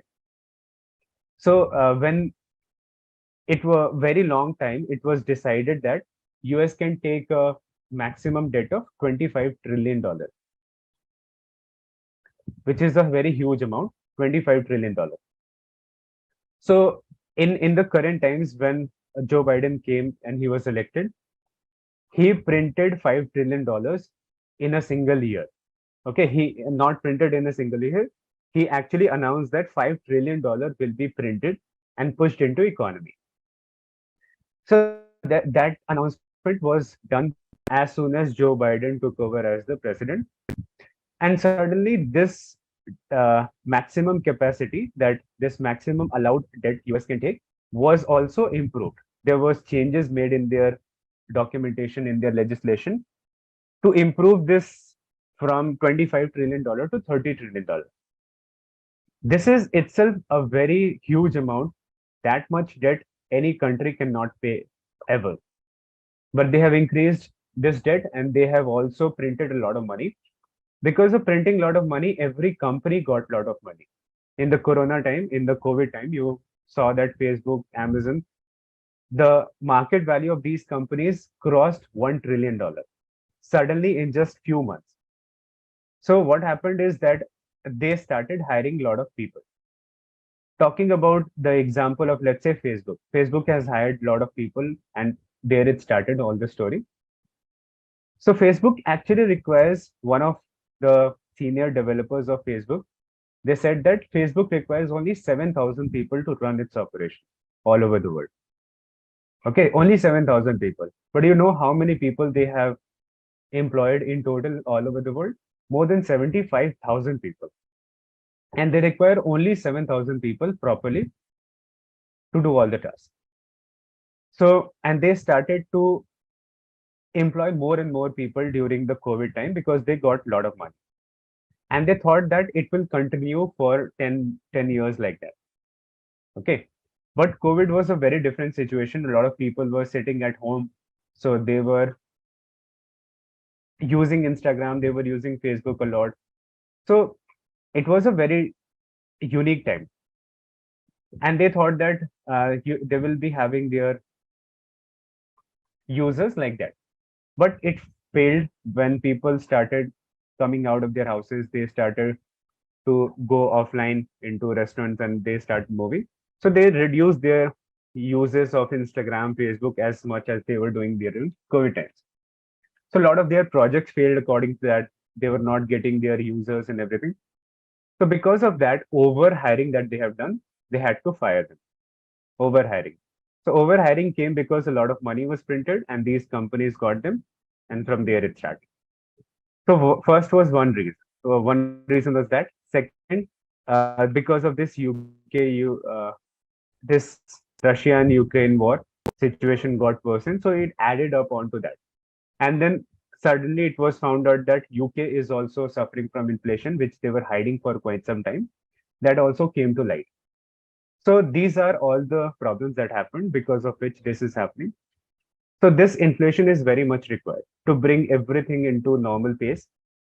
Because of this inflation, because of a lot of money that came into economy, many companies which were very bad, okay, they should not have got fundings. They have got funding in this COVID time. So this money flew into wrong hands, which should not have happened. In India also it happened. In US also it happened. So all the companies which got funding unnecessarily, they were not able to sustain it because they did not have a proper background. They did not have a solid product to sustain over a long time. They all closed. Now slowly and slowly the slowly and slowly all the things will come back to normal. And now the companies will hire only the people which are actually important to them, and they will be giving good amount of money because in the COVID time they have given lot of money to freshers itself. In India itself, you if you see the freshers got 35 LPA, 40 LPA, 45 LPA as a fresher. Okay, that's a lot of money. Okay, considering Indian markets, considering developing markets. So those kind of things will normalize. They will be given what they actually deserve. Okay, if there is a good talent, we understand that they should be given good money, but 40, 45, 35 is quite a huge amount of money as a starter. So let's talk about that later little. So talking about this algorithm for regression. When you talk about regression problem is what? Here also input and output is given, but the output in this case will be continued. So if you're having a data set which is talking about house price prediction, sales prediction, stock price prediction, any continuous value prediction, then that becomes a case of regression task.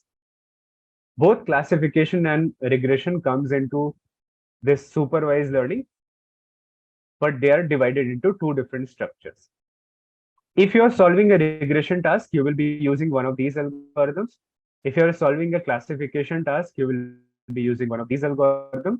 So there are multiple options available to you. So let's say you're solving a credit card fraud detection and you use this. If you use this, you will get a performance. How better you are able to predict a fraud is a credit card transaction is a fraud or not, how better you are able to predict it.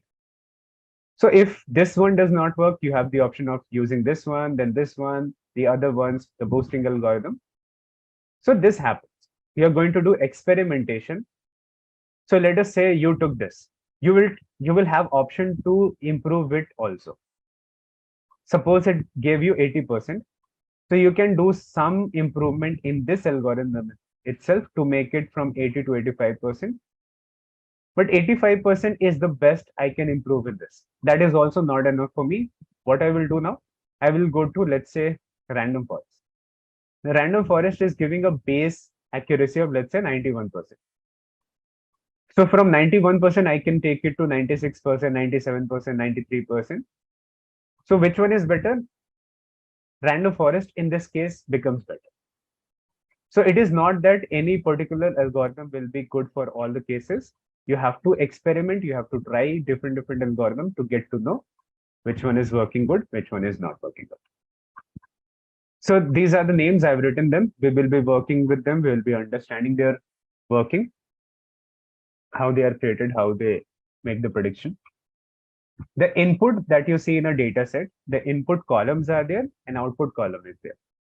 There are multiple input columns and only one output column, always. So there are few names given to input column. So input column is also called independent column or independent variable, it is called. We'll talk about that, mathematics. Features, and your output column is called dependent variable or target. Okay, dependent variable or target. This neural network, it is called neural network. It is a deep learning algorithm which will help you for regression tasks. These are just the names of the algorithm. Correct? Now, so if you take a look at it, input and output columns are there. Input column is also called independent variable or features. Output column is also called dependent variable and a target. These are different names. So if you hear this independent variable, don't get confused. It is talking about input columns. If you hear features, features mean input columns. These are the terminologies used for that. So if you take a look at this example itself, there are multiple input columns: age, chest pain, sugar level, blood pressure, cholesterol. These are called features. These are called independent variables, and these are input. All in white color, all the columns. Why they are called independent? Because age is not dependent upon chest pain is not dependent upon sugar level is not dependent upon blood pressure. They are called independent variables. Okay, but output column is called dependent variable. Why it is called dependent variable? Because a certain output is dependent upon this, and this. Okay, any output is dependent upon the input of the data. If I change input here from chest pain from 5 to 1 and sugar level from 110 to 65, your output will change. Maybe it becomes from yes to no.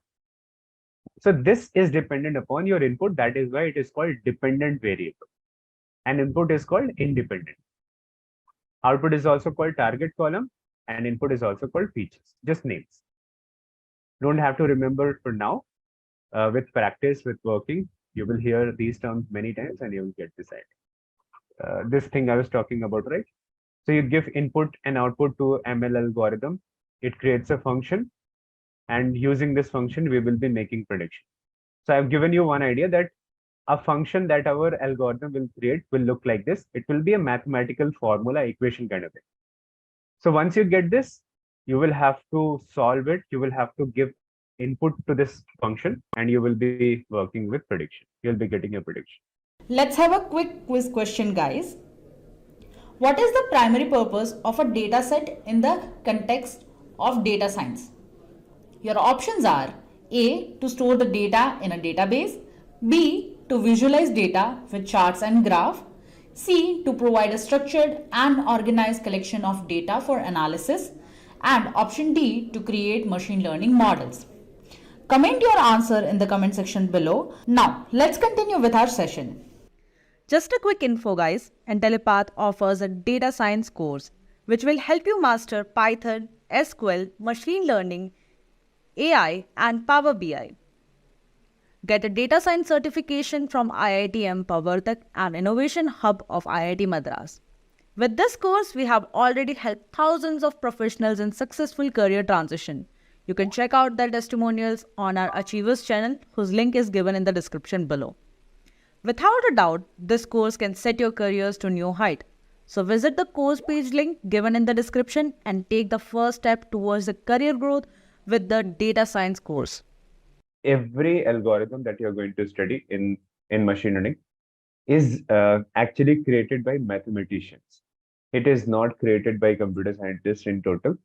Maybe if they have created any one of that, they have got help from mathematicians to create that algorithm. So in the background, every algorithm is just maths. Okay. And to understand them properly, you should have a little bit of knowledge about linear algebra and little bit about calculus. Okay. These are the two things required for you. But for now, whatever is required, I will just give you an idea about it, that this is what happened and this is what this is telling you. Okay. So you need to know the basic of math as linear algebra, little bit of algebra, and little bit of calculus. In calculus, there is a concept of differentiation, and that is what you have to know. Okay. So now, if possible, if you can go through it, you can go through little bit of maths on YouTube. You can watch few videos to understand the maths required for machine learning. You can search for these video, maths required for machine learning. You'll get to see few videos, and 15-20 minutes if you give, you will get some idea. That will help you. But again, I'm going to touch upon that. You're not going to miss anything if you don't know calculus or algebra at all. So that is the task we are going to do. Let's get started and let us understand our first algorithm. Now, how many of you have heard about this linear regression? And this linear regression is the algorithm of regression task. Okay, regression task means house price prediction, sales prediction, those kind of things. For one of those tasks, you're going to use linear regression algorithm. So let's understand. Now, this linear regression, as the name suggests, something linear is going to happen. A model will be created, which will be a linear model, which will help us do the prediction task. The whole concept of machine learning is to help you do future predictions, the prediction of future outcomes. Now, how do we do prediction of the future outcomes? Goes something like this. So let us understand it with a simple example that I'm going to take now is this. So let us say,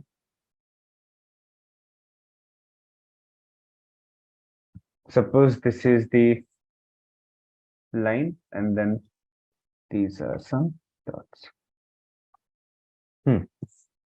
Suppose these are some dots. And what are these dots? This is your past data. Now, what are we trying to do? We are trying to make a prediction between two of the data, one input and one output. So as I told you that whenever you are going to work with machine learning, you will have an input data and then you will have output of that. So according to some input, what output is going to happen? First, you study the past of that, the past results, that according to this input, what output was there in the past. Once you have understood the past, accordingly, you're going to predict the future outcomes.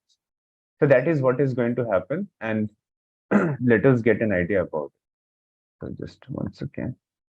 So I'm trying to, let's say, I'm taking a very simple example for now, where I have marketing budget as my input. This is my input. And let us get to see the sales. Okay, let us get to see the sales. Now, what we did, in this case, if you understand, why am I making a scatter plot?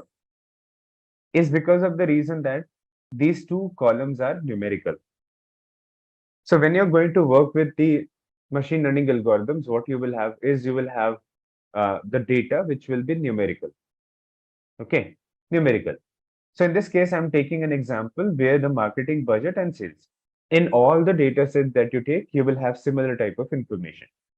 You'll have numerical columns And according to numerical columns, you are going to make a scatter plot.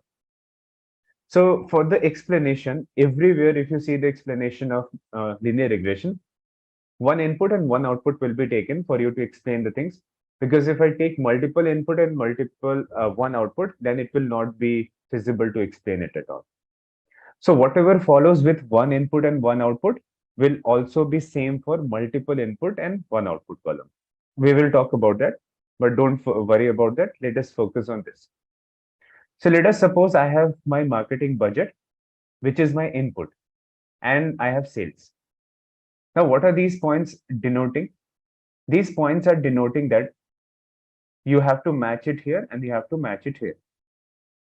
So any particular point, if you remember, is a data point, which is representing that if a company has spent this much marketing budget, whatever that amount is, they have got this much of sales. That is what every point is denoting. According to some marketing budget, how much sales this company has got. Now, this is a scatter plot. This is a visualization plot. And what we do with visualization, if you remember, we study the past data. We try to get the information from the past data. That is what visualization is all about. But using the scatter plot, I can make predictions. That is what I'm going to do. So what I should do in this case, how will I make a prediction from this, out of this? So what I'm going to do is I'm going to pass a line through it. Okay, I am going to pass a line through it. That is what happens in linear regression. This is what happens in linear regression, that you take input, you take output, there will be a plot of it, a scatter plot, and then you pass a line through that. What is this line going to do for us? This line is going to help us to make a future prediction. How it is making a future prediction, how it is helping for that, let's see. So when you take a look at it, this line is actually called a best fit line. Okay, best fit line. Why it is called best fit line, we'll understand. But the task of this line is to help us do a future prediction. Future prediction in what sense? Let us understand. That let's suppose a company spends this much marketing budget in the future. Okay, which company has not spent till now? Or let us take here. So you can see here the final or the maximum amount that has been spent by this company for marketing is represented by this dot, which is somewhere here, if you look at it. So let us suppose now the company wants to spend little more amount of money, which is this much. Whatever this is, let us suppose they have spent 300K. Okay. Till now they have spent 300K for marketing budget. And now they want to, let's suppose, spend 350K now. So if the company is going to spend this much money, what they will want that I should have some idea how much sales we are going to generate. They want to have some idea. So what they do, they take the help of this best fit line, this linear regression line, to make a prediction, to make the future prediction. Now, what happens in this case? How will they make the future prediction? Is they have to just touch this line. Let's suppose, okay, first they are going to touch this line from here. And once they have touched this line, they are going to touch from here to here. Okay, we're just going to touch from here to here. That is what. Now, so let us see, when we look at this value, what is this value?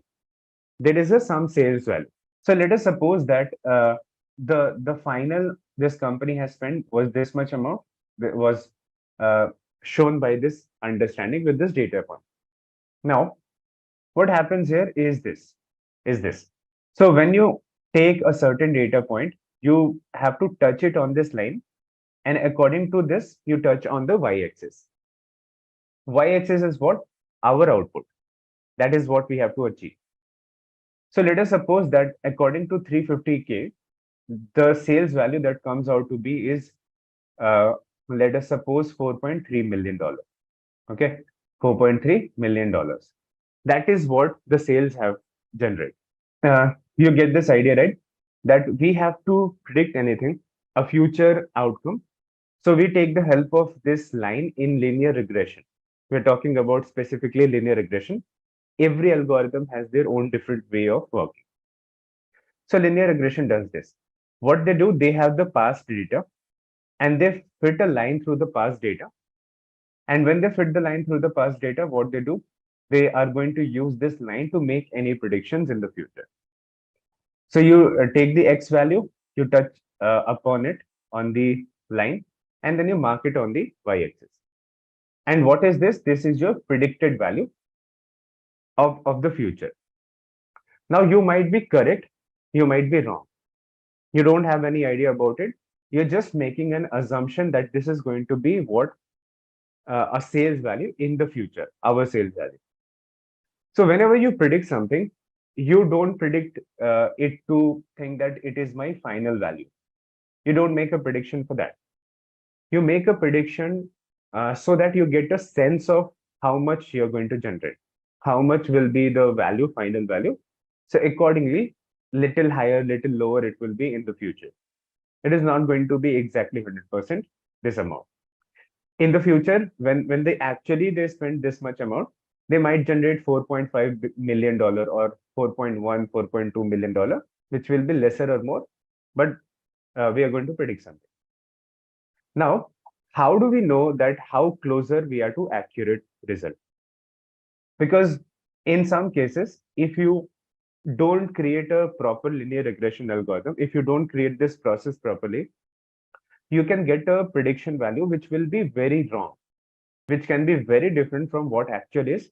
That is also going to happen. If this learning, this is a learning that is happening, machine learning that you say. So according to linear regression, this is the learning that is happening. So how do you know my assumption about the final value is close to accurate? How do you know about that?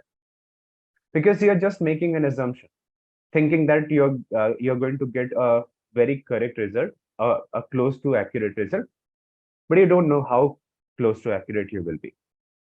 Let us suppose you have predicted $4.3 million, but you get $5 million, or you have supposed created or predicted $4.3 million, but you get just $3 million.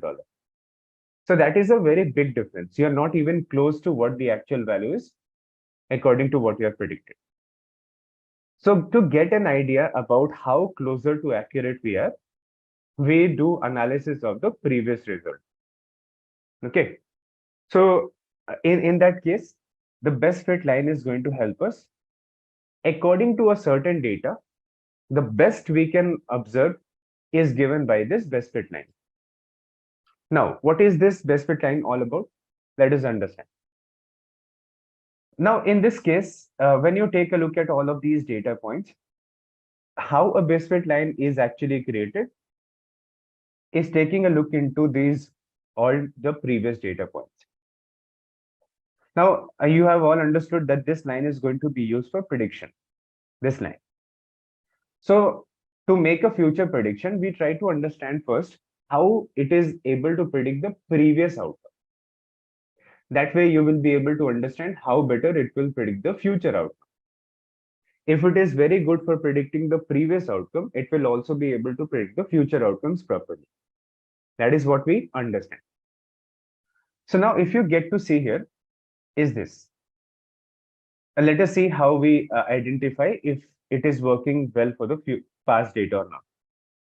So all the white dots that you see, these are your actual data points, the actual result that has happened.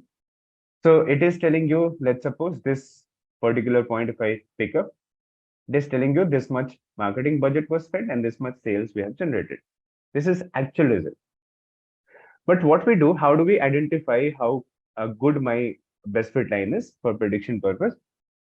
Is we try to predict, let's say for this dot, this is the marketing budget spent. Okay. So what we do in this case now, for this particular data point, what we will do, we will first mark it on the line. Okay. For this data point, I will mark on a line. So what is this mark telling me? This red dot that I have given you, what is this telling you? Can you say what is this telling you? For this is my X value. That company has spent this much marketing budget in the past. So what is this telling you? It is telling you the sales of the, according to this X value, according to my line. For this sales value, according to my line. This dot is what my line is predicting. But what is the actual value? This is the actual value for this X. This is my X, this is my input. So if company has spent this much amount in the past, they have generated actually this much, according to this white line, white dot. But what our line is predicting, if we are using it for that, it is predicting this much. Now, is my answer correct in this case? My answer is not exactly correct. And if you take a look here, there is a difference. Okay, there is a difference of this much between my actual line, actual dot, and the red dot. Actual dot is my actual sales value, and red dot is my predicted sales according to the line that I've created, the best fit line that I've created. So how do I identify our best fit line? We are looking for why I'm saying this is the best fit line and can be used for prediction or not. We are trying to understand that. So for that purpose, we are looking at how better it is able to identify the past data. If it is able to identify the past data properly, then it is an assumption that it will identify the future also properly. So what I'm doing is this. You see, I'm taking an X value and actual is this white dot and my predicted is this red dot. Now there is a difference in this. What is this difference here? This is the distance between 2 points. That is one thing.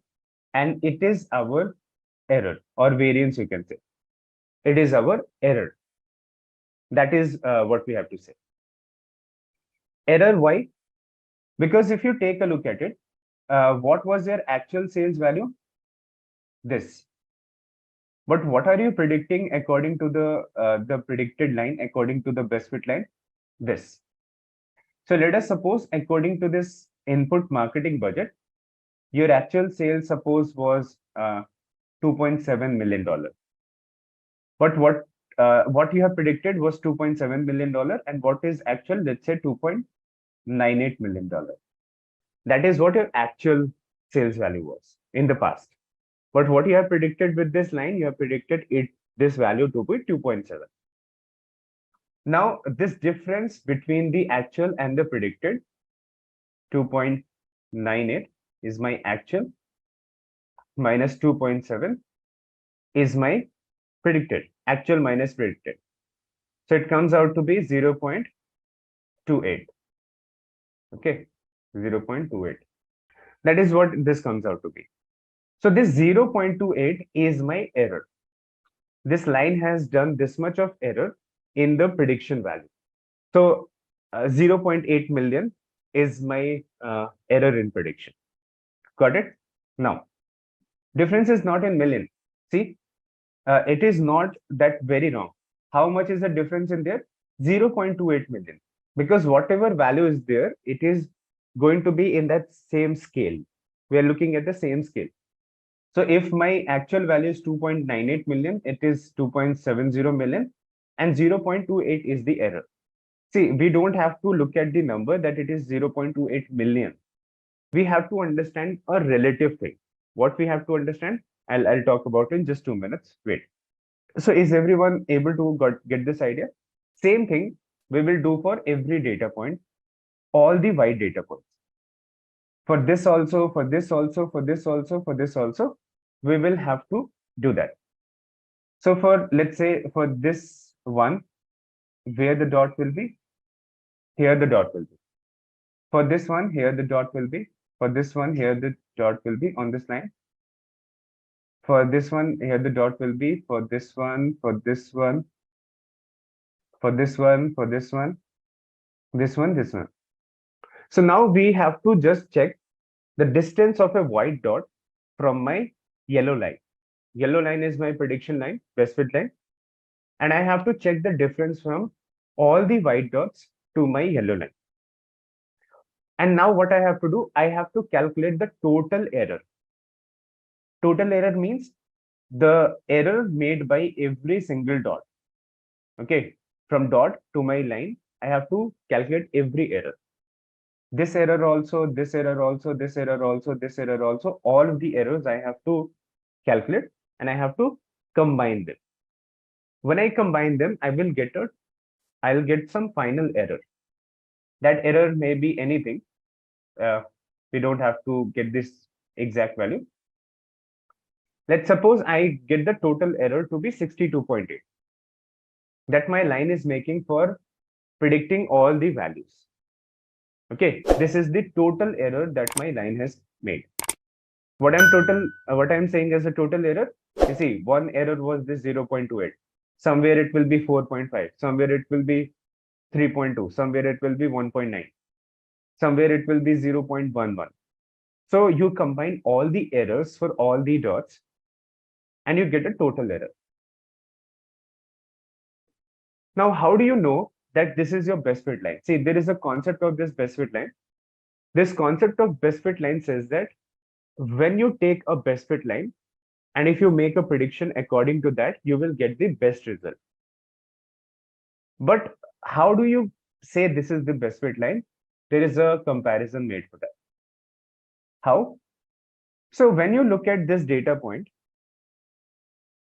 okay, when you it is going to be sum of all the data points, sum of all the errors. So now, how do you say this is the best fit line? Let's see about that. Now, when you look at these dots, when you're seeing these dots visually, you can say that, okay, pass a line through this, and that will be your best fit line. And here I have given you very few data points, 7-8 data points are there. And what are these data points representing? Your data set. Now, suppose if in a data set there are 10,000 data points, if I give you, okay, if I give you 10,000 data points, will you be able to tell me which should be the best line? You will not be able to tell which should be my best line. Similarly, your algorithm does not know that this is the best line. Your algorithm does not know, or algorithm can't look at the data and tell that it should make a line like this. It does not work visually. Algorithm or anything which is working on your system, on your computer, everything takes help of some mathematics to do these kind of tasks. So my linear regression is also going to take the help of a mathematics to find out whether it is my best fit line or not. So how does it tell me that this is the best fit line? Is it makes comparison with other lines. So let's say I make this yellow line, I make this yellow line, I make this yellow line. Now it is line number 1, line number 2, line number 3, and line number 4. Correct. So how can I tell, or can you tell me which is the best one according to you? When you take a look at them visually, which one feels to you the best? Line 1, line 2, line 3, or line 4? Which one feels to you the best? According to the concept that if I let's suppose take the line number 4. So how do I find out line number 4? I have to check the total error with line number 4. So all the data points which are there, checking for the line number 4 will be very far away.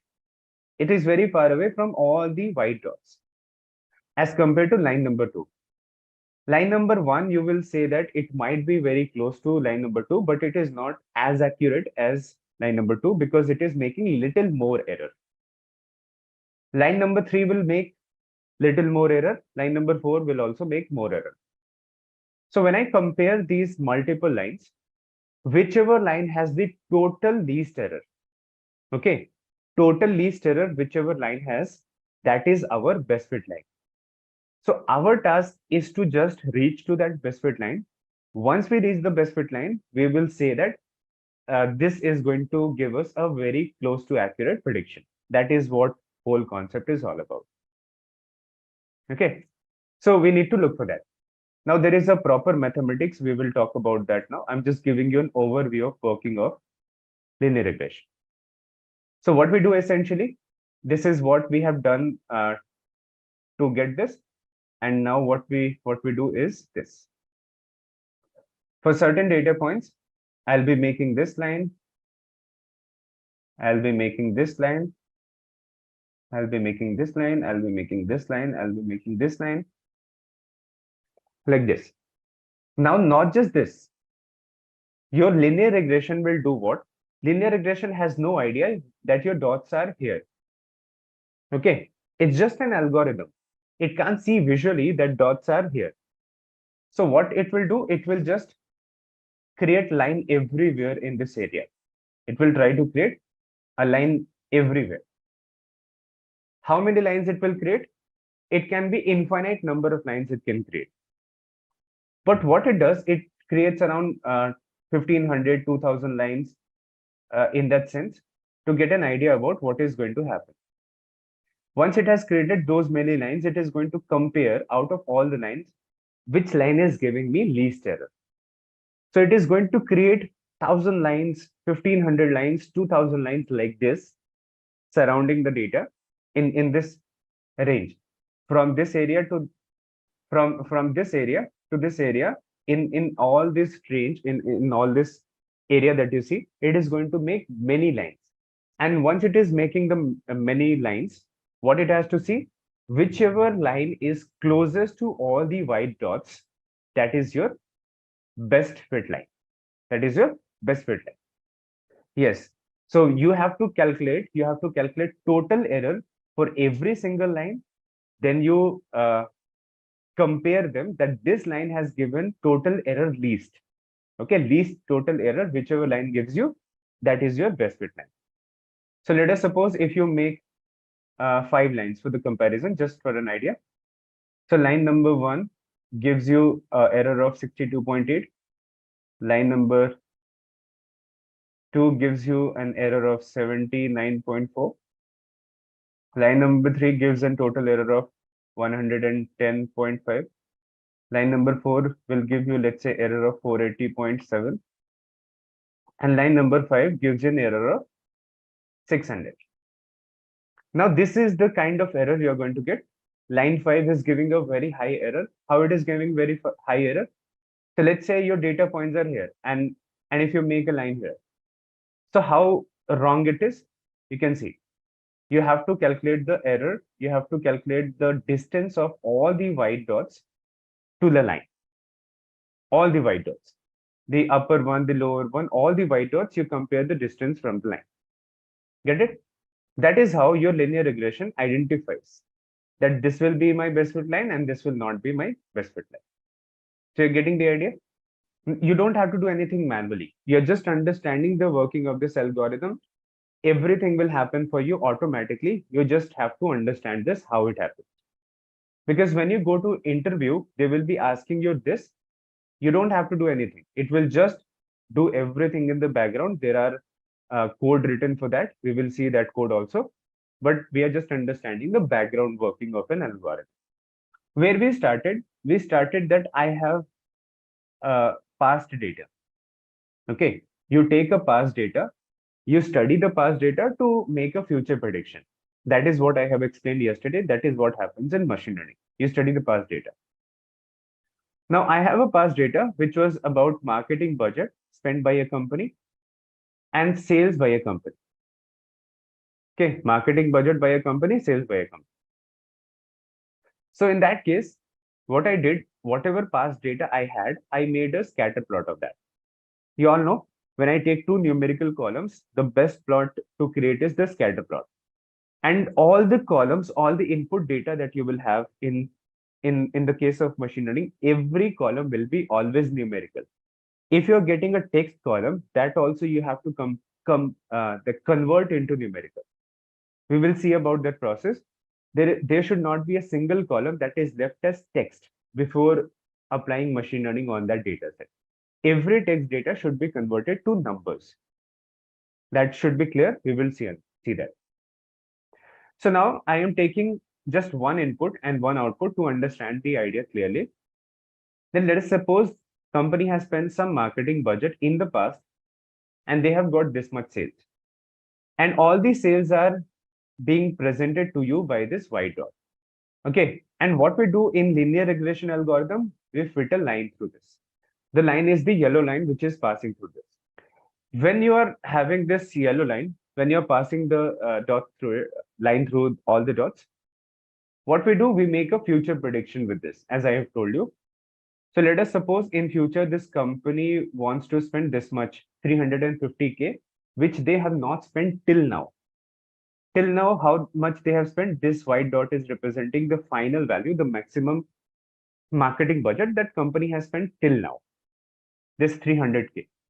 But now company wants to spend 350K and they want to have an assumption or some idea that what can they expect, what is the sales they can expect in the future. So for that purpose, we use this line.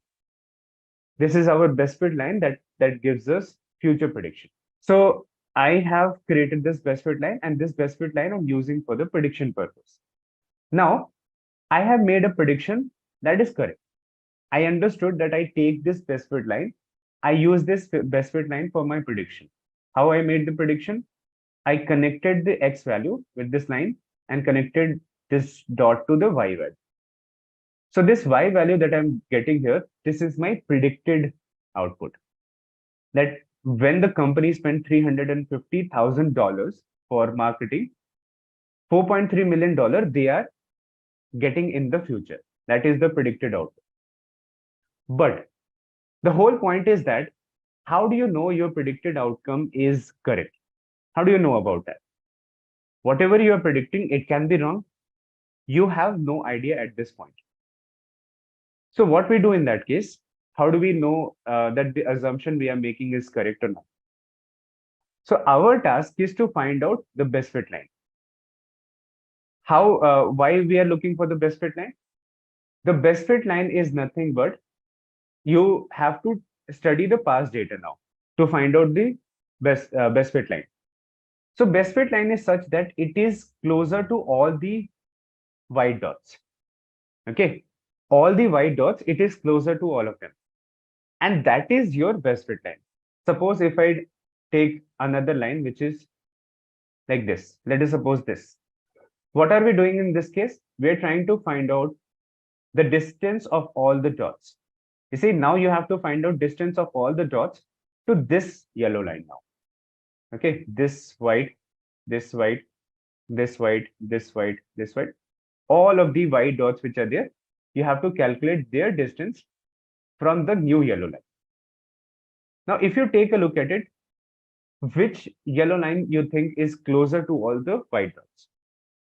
The closer it is to the white dots, the lesser the error is.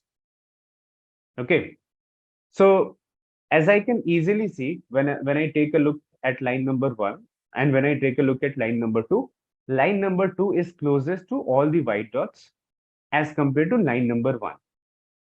Line number 1 is also a regression line. You can also use this for prediction.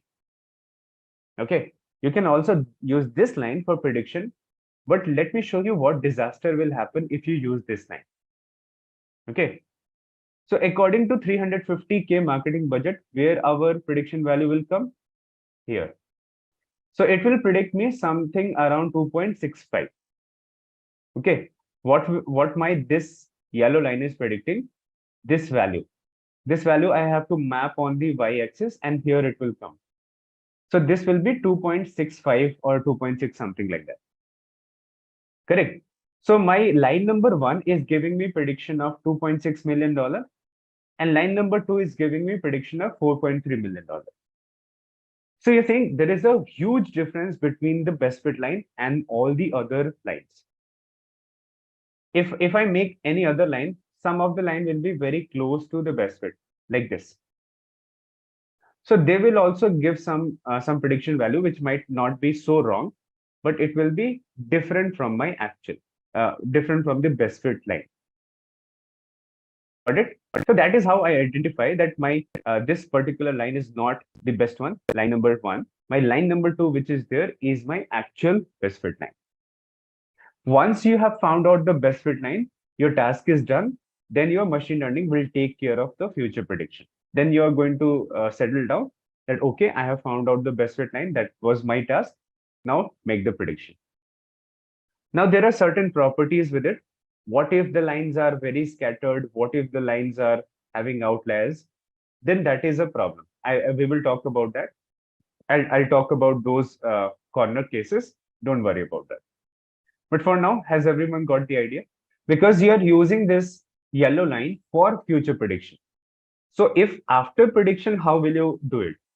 If you don't have the line, you can't make a future prediction. That is the whole concept of it. So you should have a past. First, you create a line, then you use that line for any future prediction. So first, you create the line. How do you create your line?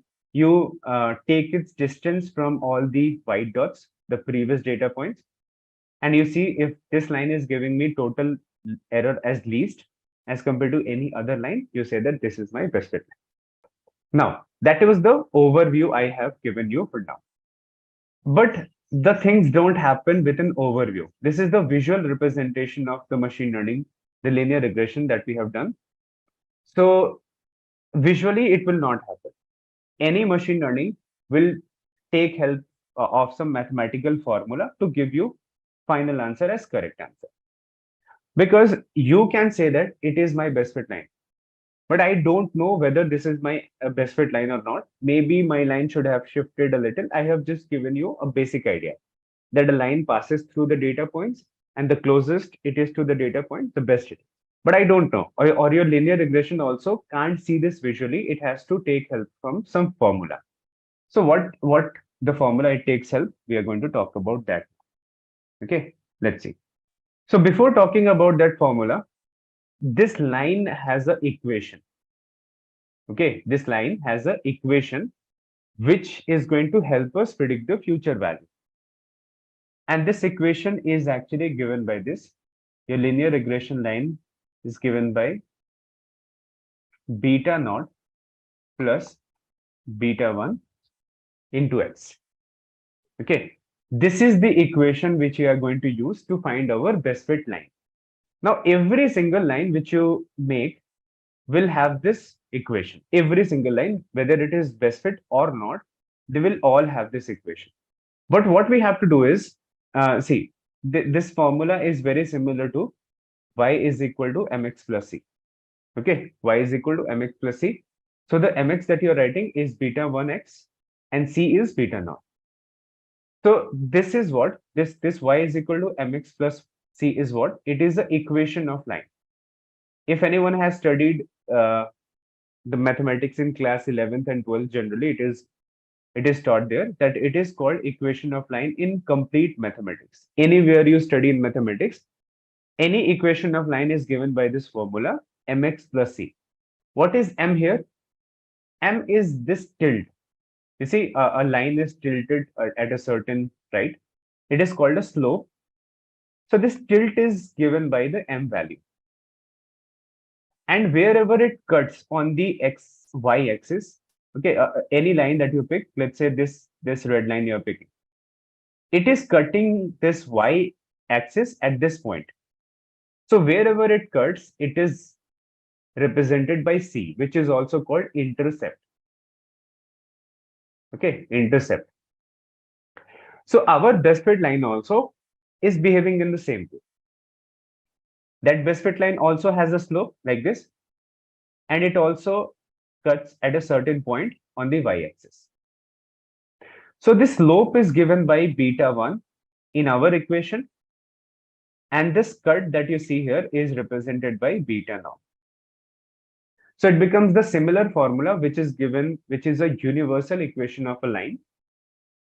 In universal equation of the line is this: y is equal to mx plus c. What are we making? We are also making a line.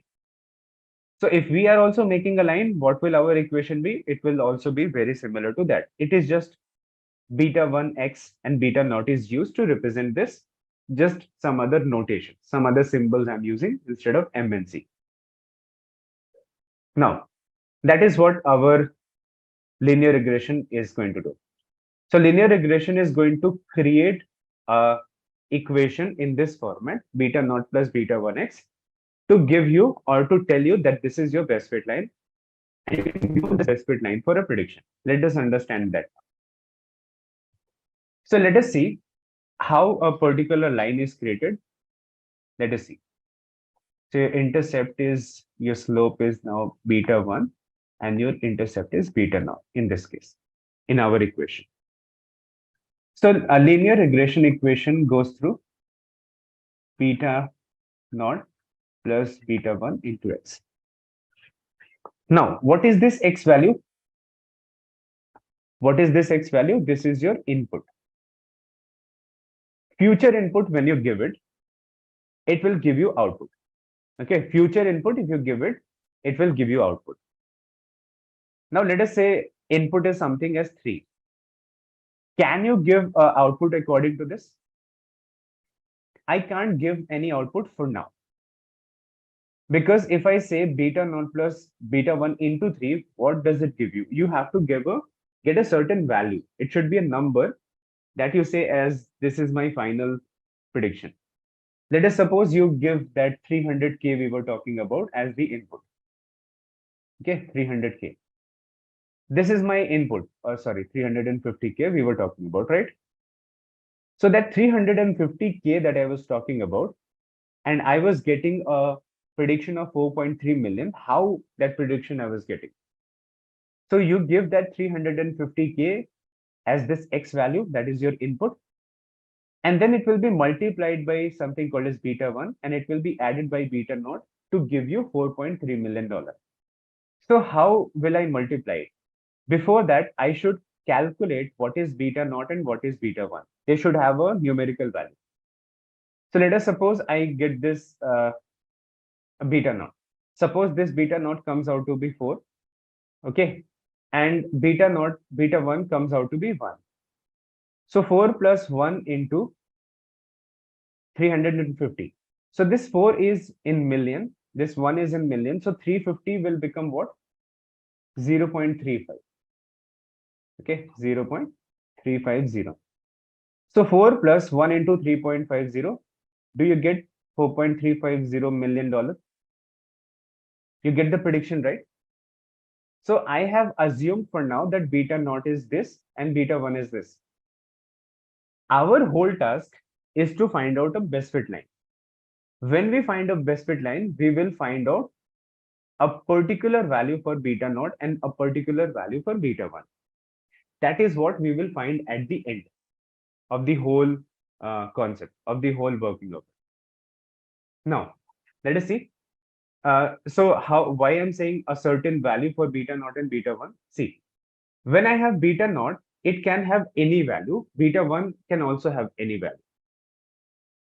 So when I take, let's say, line number 1, this is line number 1, this is line number 2, this is line number 3, this is line number 4. Every line that I'm getting will have a certain beta naught value, will have a certain beta 1 value. Make sense? Every line, if you take a look at line number 1, line number 2, line number 3, line number 4. So as I told you, line number 3 is tilted. You see it is tilted in certain way. So it is called slope. So if line number is tilted in a certain way, it will have a different beta 1 value. And line number 2 will have a different beta 1 value. Line number 3 will have different beta 1 value. And line number 4 will have different beta 1 value. And they will also cut the y-axis at different places. Got it? Now, don't worry about the calculation. I'll try to understand this first. I'll show you the calculation. Correct? That is a very big concept. We are just touching upon basics. So it makes sense to all of you that if I'm changing the line, my beta will also change, my beta 1 will change, and beta 0 will change. Is it clear to all of you? When I change my line from line 1 to line 2 to line 3. Correct? That is the concept. That is the whole concept. So let us suppose my beta 1 is 0. Or let's say 1.9. And beta 0 is here, let's say 4. So when I say a certain beta value, in any particular beta value, if I take randomly, what will happen to it? According to this beta naught and according to this beta 1, it will make a line. According to this, I'm making a certain line. If I take, let's say, another beta, and I say beta 1 is equal to 1.2, and beta naught is equal to, let's suppose something. So according to beta 1, which is 1.2, beta 1 is the slope. So according to this, what will happen? A line will be created like this. So the lesser the slope, the flatter the line. The more the slope, the more upward it will go. Basic idea. So for this particular thing, I'm making this line. And for this particular value, let's suppose this is also, beta naught is also, let's say 4.2. So for this beta value, I have this line. Similarly, if I change beta 1 to anything, line will change. If I change beta 0, line will change. So you don't change them one by one, you change them both to get a different line. You change them both to get different line. So if I keep changing these beta naught, beta 1, I'll keep making different lines, because a line depends upon these parameters. Got it? A line depends upon these parameters, beta naught and beta 1. By changing beta naught and beta 1, we get a different line. So let us suppose I have created 3 lines here. And let us suppose this is my best fit line. This 1, 2, and 3. Line number 1 is my best fit line, suppose. So for line number 1, there is a certain beta value attached. Certain beta 1, certain beta 0 value attached. For line number 3, also certain beta value will be there. Okay. And let's say for this, the beta 1 may be 2.6 and beta 0 is, let's say, 4.1. Correct. This is the different beta values. Now, what I'm saying is my best fit line is this one, suppose. So according to my best fit line, what I have got certain beta values, which is beta naught plus beta 1. Now let's use this for our equation. I was saying that whenever you find out linear regression, you use linear regression, you get the answer in this format. Okay, beta 1, sorry, beta 0 plus beta 1 into x. Now, what is our task? I said that a linear regression line, when you use this linear regression, you get the equation in this format, beta naught plus beta 1x. But what is our task? To get the best fit line, I should find out proper beta naught and proper beta 1 value. When I have found out proper beta naught and proper beta 1, I automatically get my best fit line, automatically. So in that case, what I'm trying to do now, I'm trying to show you a mathematics. According to that, you can find out the best fit line and not make any assumption that here my best fit line should be, here my best fit line should be. You don't make it visually. If beta 0, beta naught cannot be same for all the lines. Can never be. Okay. Why it can never be same? See, I'll discuss about that. But I was saying that whenever you have to get a certain line, your best fit line, you should have a certain beta naught and certain beta 1 values. Now, in this case, what will happen? Let's see here, our best fit line is this. Beta 1 is 1.9 and beta 0 is 4. So 4 plus 1.9 into x.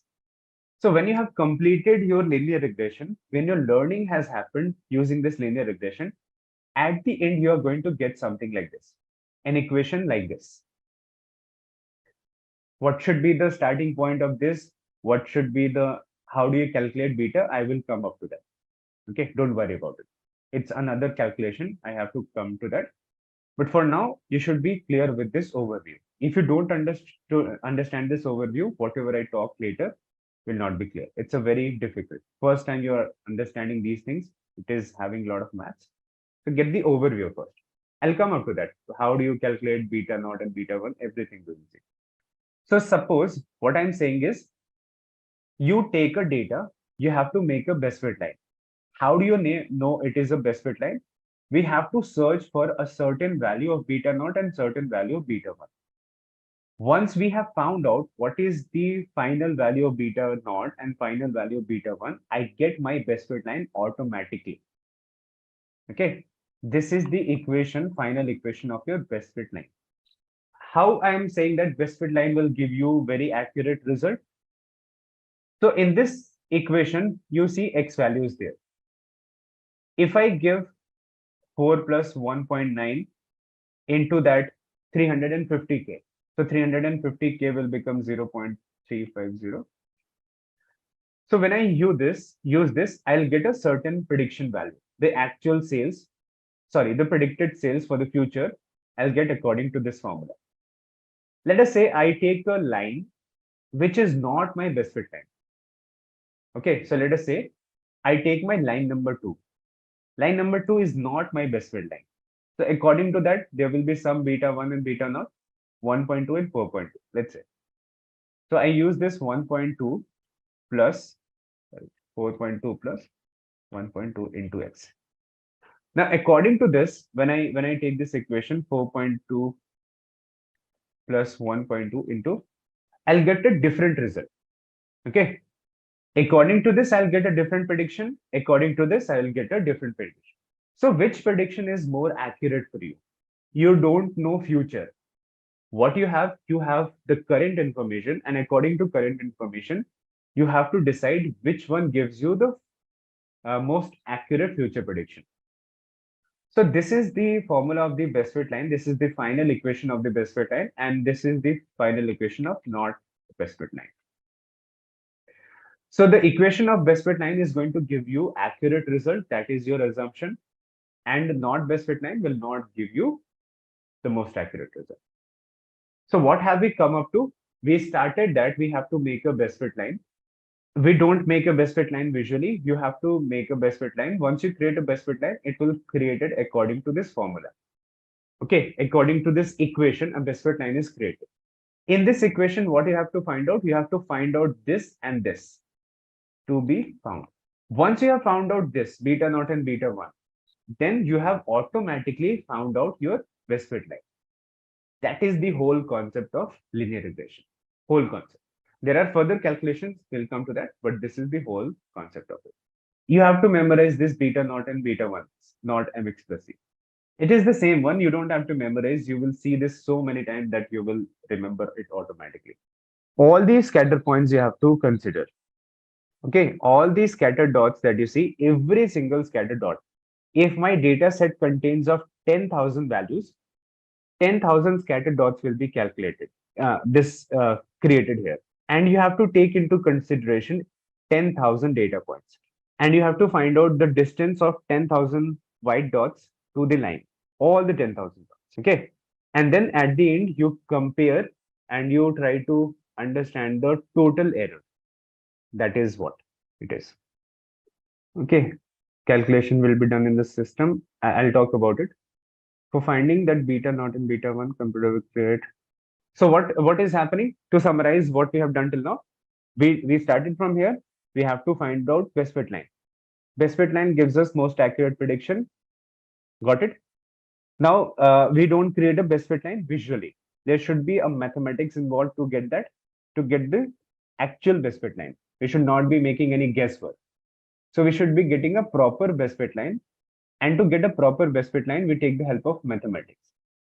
And the mathematics says that the mathematics of linear regression, which is created by some mathematicians in the past, they said that the equation of my best fit line will look like this. It will not be exactly this. It will look like this equation. Look like this equation means it will, the equation will be in the format of beta naught and beta 1x. Any line. So if I take a look here, if I make line number 1, line number 2, line number 3, line number 4, they all have different beta naught. They all have different beta 1. All of the lines. So when I have shown you, let's say 3 lines are there.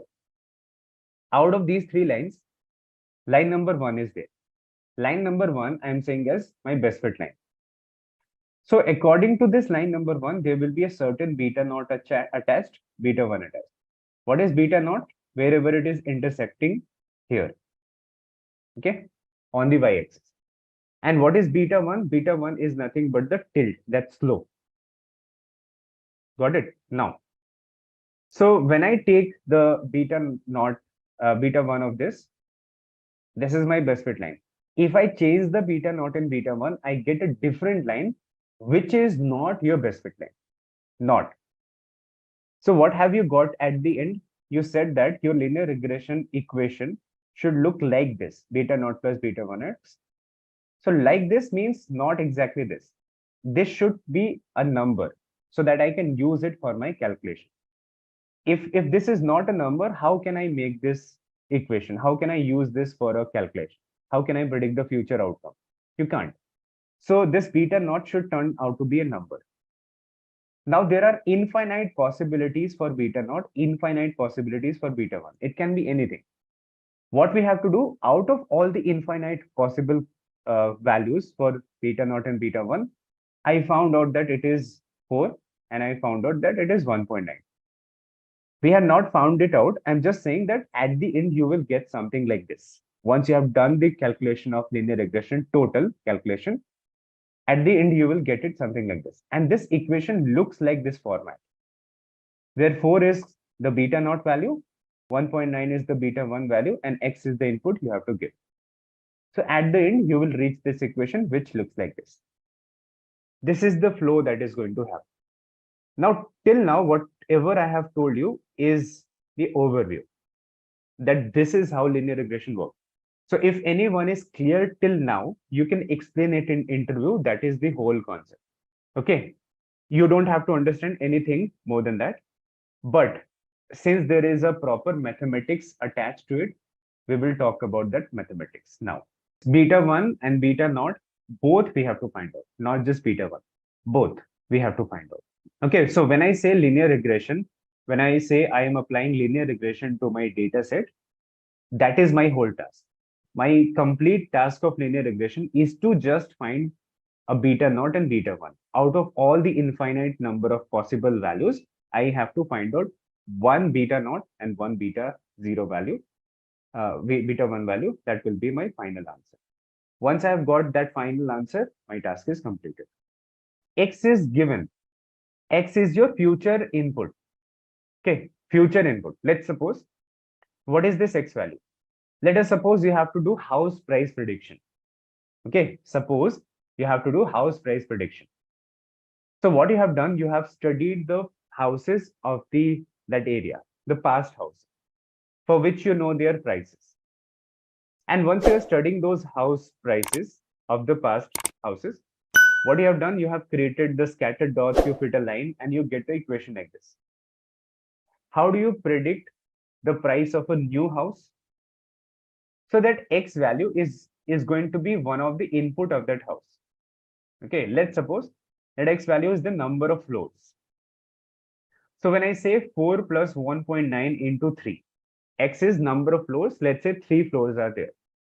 So X is that input, a particular input for that, whatever you're trying to calculate. So when you put that input into this equation, you will be able to calculate it. Similarly, if you're trying to find out anything, any regression sales value or stock price prediction, so you will give those kind of input. You give that input into X, you do that calculation, you will get your final value. So X will be your future input that you are going to take. So if you have calculated beta naught and beta 1, there is going to be a lot of beta naught and beta 1. So you have to find out one beta naught and one beta 1 that will be for best fit line. So when you have got that one beta naught and beta 1 that is for best fit line, you get your best fit line automatically according to that beta naught and beta 1. So you have to calculate the error for all the beta naught and beta 1. Exactly. X value is nothing. See, X value is not a thing to be considered here. X value is the future input. Okay. What I have told you, this X value is the future input. So I told you that when you bring in future input is after making the best fit line. Okay. After making the best fit line, then you give the future input. What your main task is to make first beta naught and beta 1. This will not change. Once you have got the best fit line, so for a best fit line, you will get a certain beta naught and beta 1. Whatever that is, you will get that. Then it will not change at all. You can keep changing x value. X is your input. For one house, there may be 3 floors. For another house, there may be 2 floors. For third house, there may be 4 floors. So x value will keep changing, but beta naught and beta 1, once you have found it out, it will be constant. It will never change once you have found out the final beta naught and beta 1. They will never change. What we have to do, we have to keep changing this till we reach our best fit line. Once we have reached our best fit line, then it is never going to change. All of you must be clear about it. Now, at this point, still a lot of things are to be discussed. That if I'm saying my final value is 4 and 1.9, there should be a starting value, right? From somewhere we are starting, then we reach to the point where we got our best fit. The beta naught is 4 and beta 1 is 1.9. I should have a starting point. Somewhere we are starting with some value we are starting, maybe from 0, maybe from 5, maybe from 10. Somewhere we are starting and then we are improving it to get to this. That is what I will discuss, but don't worry about it. Now, so when I have understood this, if all of you are clear till here, you have understood most of the part. Now, what are we going to talk about? The main mathematics. Whatever I've explained in here, I'm going to write it down so you can use it for studying later. Okay, so before writing down the further mathematics of it, what we discussed is you have a training data. Training data means you take a data and you use it for training a machine learning algorithm for future prediction. That is called a training data. You give a training data to a machine learning algorithm. So I'm just trying to put it to you that what we have done till now. Okay. And what does it create for us? We saw that yesterday. What does it create for us? A function. Okay. It creates a function. Sorry. And what does it create for it? It creates for us a function. Okay. Function. Yeah. So diagram is nothing. We have seen this diagram. There is a training data. You give that training data to machine learning algorithm. I discussed about that. Whenever you use machine learning, what you do, you give a data set to a machine learning algorithm. It creates a model. Okay, it creates a machine learning model. So that model is created like a function. At the end, that model is what? It is nothing but a function. So you use this function for what? You give a future input through this function to get a predicted output. That is what we have seen. Now, what is this function in our case? For every algorithm, this function will be different. They all have their own way of working with it. What is the function in the linear regression? That function is beta naught plus beta 1x. So this function is also called hypothesis function. This function is also called hypothesis function, which is our beta naught, which is in the format of beta naught and beta 1x. This is the whole concept. I have to reach this. What will be my final value? My final value will look something like this, that there will be an equation in the format of this. See, if I just take beta naught, if I just take beta 1, and if I take this input, x is what? X is my input. Explaining once again, you take input in x. What is your task? Before taking your future input, you should have found out beta naught and beta 1 before giving any input, future input. With the past data that you have, you find it out, beta naught and beta 1. Once you have found that out, then you never change it. Okay. Let us suppose what we were talking about, let's say 4 plus 1.9 into x. That is the final thing we have to reach. Once I have reached to this point where I know a particular value for beta naught and I know particular value for beta 1, when I get to this point, then I should never change this beta naught and beta 1. All the future inputs that I'm going to take will be done on this equation only. only these will change, only this X value will change. 4 and 1.9 will not change after this because this is my best fit line. Do you change your best fit line? You never change your best fit line. So that is why you can never change beta naught and beta 1. Because if you change this beta naught and beta 1, you're changing your best fit line to something else. So you should never change it. First you find this out, then you multiply X with it. So this was our whole idea. Now you must be asking that how do I know? Till that we have not discussed how do I know that beta naught is going to be 4 and how do I know beta 1 is going to be 1.9? I have not discussed that for now. I'm going to talk about that. There is some other concept I have to touch upon, but I'm giving you an overview that here I have to reach by the end of the linear regression. I have to reach here where I get a certain beta naught and beta 1. That is the whole concept of linear regression. Find the best fit line. Once I found the best fit line, I'll automatically get this beta naught and beta 0. That is the whole idea. Let's see this hypothesis equation. So this hypothesis function that we have written is to be created. Okay. So it is a very common problem in machine learning. Whenever advanced statistics starts, people start to run away because they think that data science is supposed to be easy. We were supposed to create recommendation engines, AI engines, and the voice assistants, all of those things. Everything will come. But obviously, if it was so easy that all the things would be just simple, then how are you going to get to this? If it was easy, everyone would have learned it, and then there was no concept of data scientist and everything. Because someone can make a software if it is so easy that it would do the task and there would be no requirement of data scientist. It is complex, but what your task is to understand it, give it time, will be clear. So don't run from it. Anything should not be running. Because once you have taken your decision to get into this field, then stay in it. Whatever time it takes, whatever effort it takes, stay in it. So hypothesis function is beta naught and beta 1. And what does it give?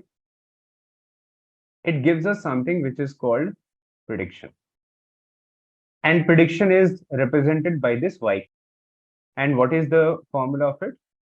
Beta naught plus beta 1x. Sometime you will see that instead of beta naught and beta 1x, someone will use theta naught plus theta 1x. Yes, it is y cap. It is just a representation, y cap, as a prediction.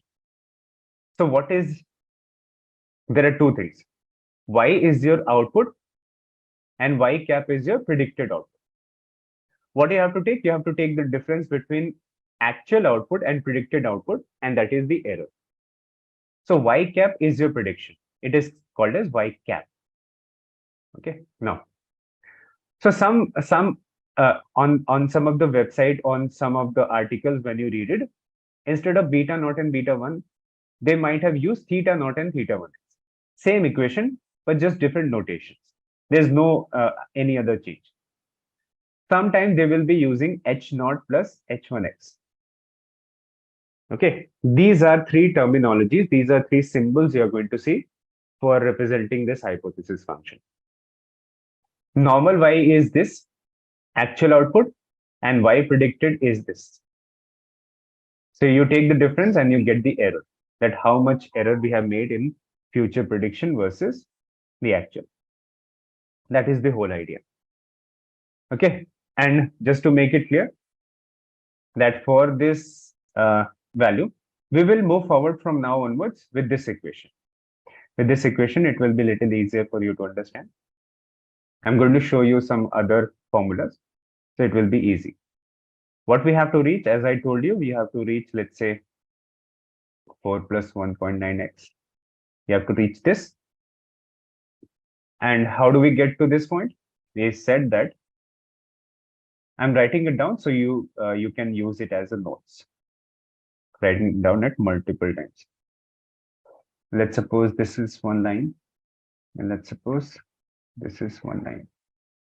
Both will have different beta 1 values. Let's say for this, the beta 1 is equal to 1 or 0.6. and it will have a beta naught as something. Let us say this is your best fit line. So it might be 1.2 and it might be 0.8, and where it cuts on the y-axis, it can be 4.2 here, and it can be, let's suppose, 2.8 here. It's a comparison that whenever you change beta naught and beta 1, your line changes and how it is going to look like. So for line number 1 and line number 2. Line number 1, you're saying 1.2 is the beta 1 and 2.8 is the beta naught. Beta naught is very easy to find out because wherever it cuts on the y-axis, that will be given. You don't have to calculate it, just you should know that this happens. Everything your ML will do. Then your beta 1, 0.8 is going to be slope of this line, and 4.2 because it cuts here. So here 4.2 value was there on y-axis, automatically you'll get it. So with this, you understand that if you change theta naught, if you change this beta naught and beta 1, you change your line. So for a best fit line, there will be only one single value of beta naught and beta 1 that will be final. There cannot be multiple value of beta naught and beta 1 because there is only one best fit line. So obviously only one pair of beta naught and beta 1, only one that. To find our best fit line, we use a mathematical concept which is called this. To find our, we use something called as cost function. Okay, this cost function is an equation which will help us find out the best fit. Okay, so this cost function is one very popular term that you will hear multiple times in different equations. So now what I'm going to show you is whatever we have seen as a visual, I'm going to put that into some formula, whatever visually we have seen. So to find our best fit line, we use a cost function. Cost function is nothing but whichever line gives you the cost function as least will be our best fit line, and other lines which give you cost function as higher, they will have higher error. So cost function is a formula which will tell us that this is the best fit line, because for a best fit line, cost function will be least, minimum. So how do we get a best fit line? To get a best fit line, we basically have to update and find what? Find what? Theta naught, or let me write. Should I use theta naught, right? There's no problem with it. At just the place of beta naught and beta 1, I'm using theta naught and theta 1. Okay, same thing. Just you can understand. It is going to be easier for you to see. To find theta naught and theta 1, for which what? The y predicted, y cap or predicted, is close to y.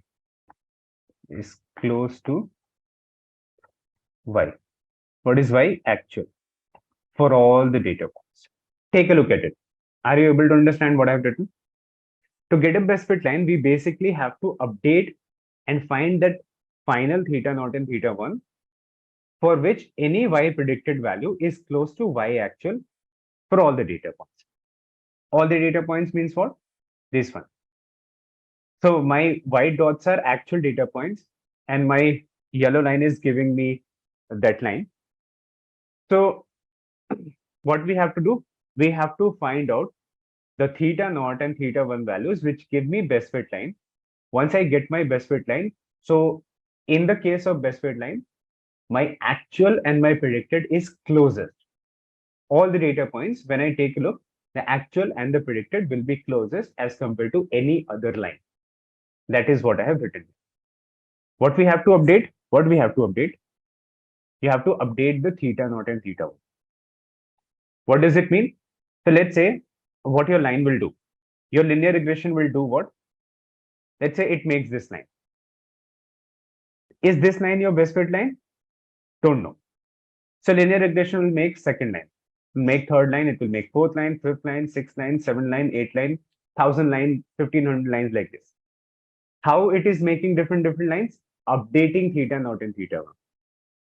Once it has created a certain number of lines, 1,500, 2,000, then it will start comparing them. After comparing them, it will get that this particular line is giving me least error total. That is my best fit line. That is how it works. But now there is a problem, right? Can you tell me the problem? What is the problem with this approach? Everything is fine. The approach is fine. At the end, we will get our best fit line also. But what is the problem here? Can you see something should be optimized? Something can be optimized? What do you think can be optimized in this process? Not the other thing, like outliers and everything. That is other thing. But in this process, what can be optimized? So we can optimize that. Instead of finding out, or instead of making 1,500 lines, then comparing that, can we do something? Can we do some optimization that only after making 200, 300 lines, I get my best fit line? Can we optimize that? Because the lesser number of lines it makes, the lesser time it will make, and our comparison will be done fast, and our best fit line will be find out fast. So that process will become faster if I can optimize that. I should not be making 1,500, 2,000 lines. I should optimize in such a way that I should only make 200, 300, 400 lines, then compare it, get my answer.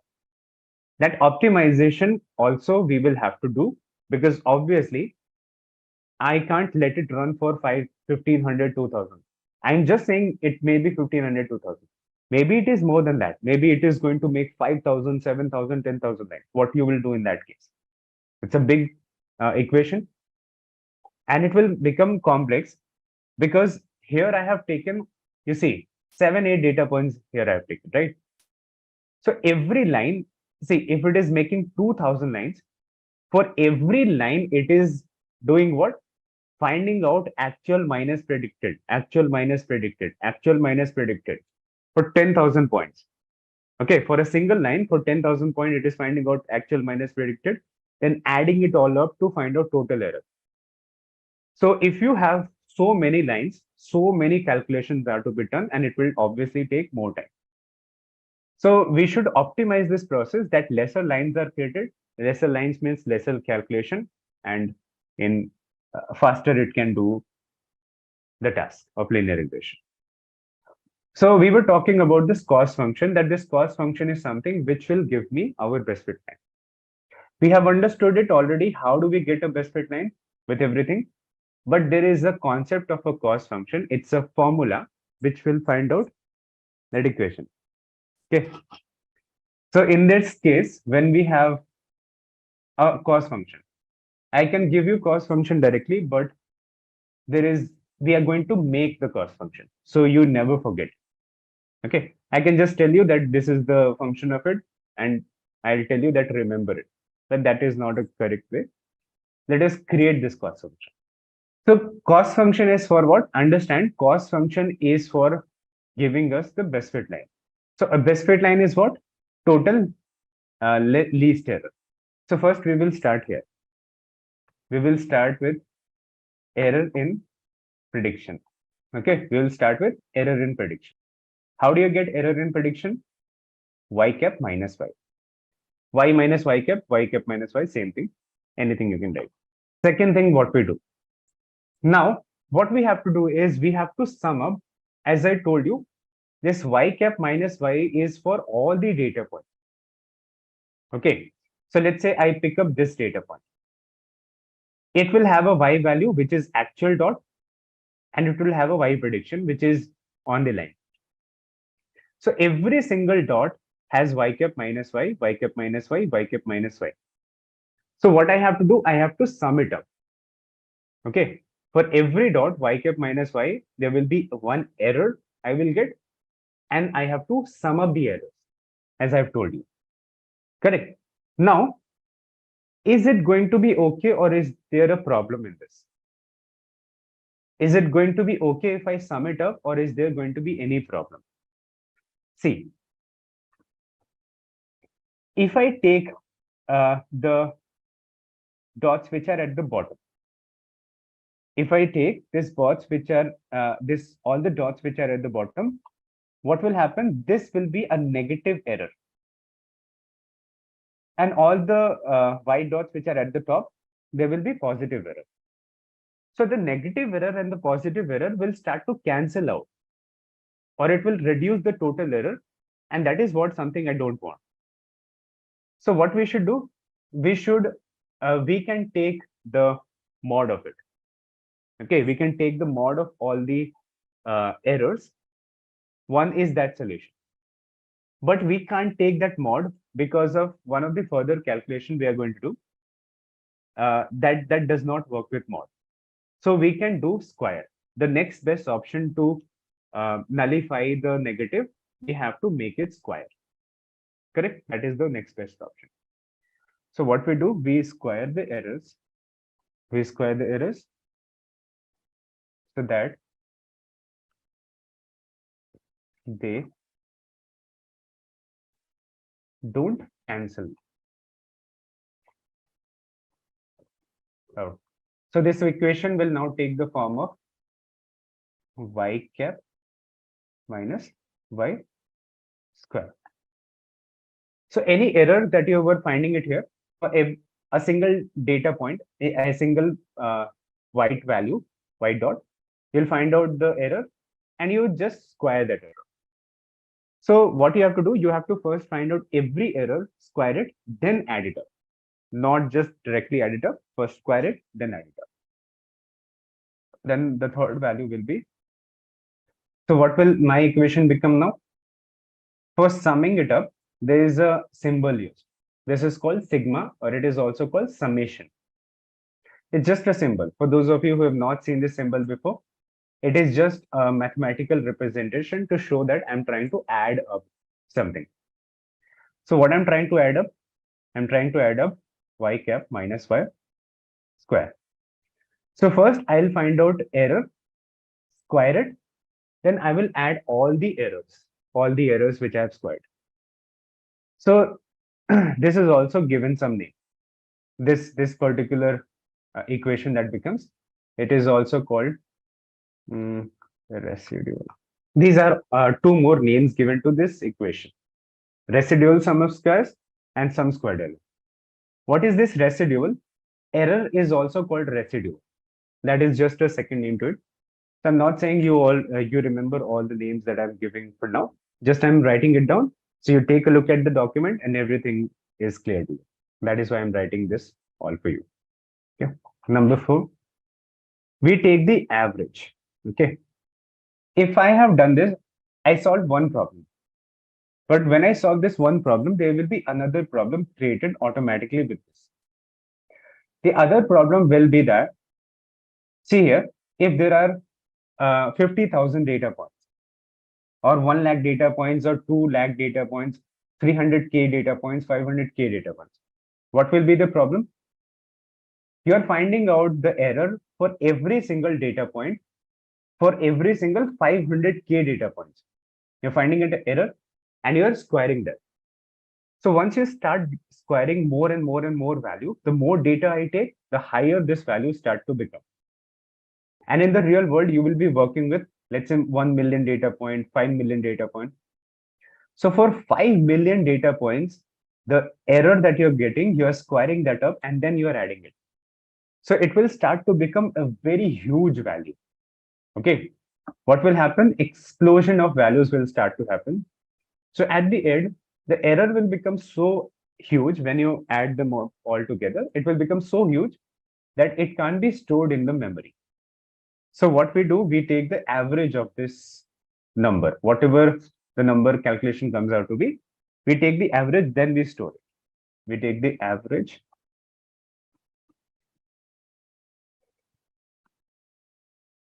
of sum squared error, because if the value of SSE will explode and can't be saved in the memory. can't be saved in the memory. So what we do, we reach our final equation, which will be 1 by n sigma of y cap minus y square. Okay, and now this particular equation is called mean squared error. Mean squared error. Because we are taking the mean of the squared error, right? We have almost reached our cost function. So final cost function becomes, you see, we have created the cost function. I did not tell you that just take up this formula and remember that this is the formula for cost function. Now, whenever you look at the cost function, you can easily tell anyone because we have created it. You started with y cap minus y, and then we have got to this certain point. Now, when we create this cost function, we take this equation and we just attach a 2 here. But this 2 will not do anything. If you're dividing by 1 by n, you divide by 1 by 2n, does not make any difference. N is what? N is the number of data points. So if your training data has 1 million data points, you first find out their sum squared error and you divide by 1 million. So that higher value, that huge value that you have got will reduce a little. Okay, so that is one step we take. And then if I multiply by 2n, multiply by 3n, it does not make any difference. But it will be used in the optimization process. Okay, so I is equal to 1 to n and y cap minus y and square. This is what? This is our final cost. Average error is what? Once you have found out the total error, you have just taken the average of the total error. Why we have done it? Just because whenever your data is huge, your total error becomes high. Then you take the average of the total error. It is obviously in the end also, you can say that it is also the total error. But again, yeah, in more technical terms, you can say it is a mean error. See, what is this I is equal to 1 to n? I is equal to 1 to n means if you have 10,000 data points, okay, sorry. If you have, let's say, 10,000 data points, so what happens? You're doing a summation of for all the 10,000 data points. I is like nothing, that for I is equal to 1 to, for I in range 10,000, you write that loop. So what happens? Loop runs from 10,000 times, for 10,000 times. So now this is the same thing. A loop is running for 10,000 times from I is equal to 1 to 10,000. And then what will happen? This calculation is happening. What calculation? You find out the predicted value, you square the predicted value, then sum it up for 10,000 data points. Got it? So this I is equal to 1 to n is that. The fourth step. Now, what is this cost function? Let me just give you the final answer. What is this cost function? So this cost function will give us, this is the equation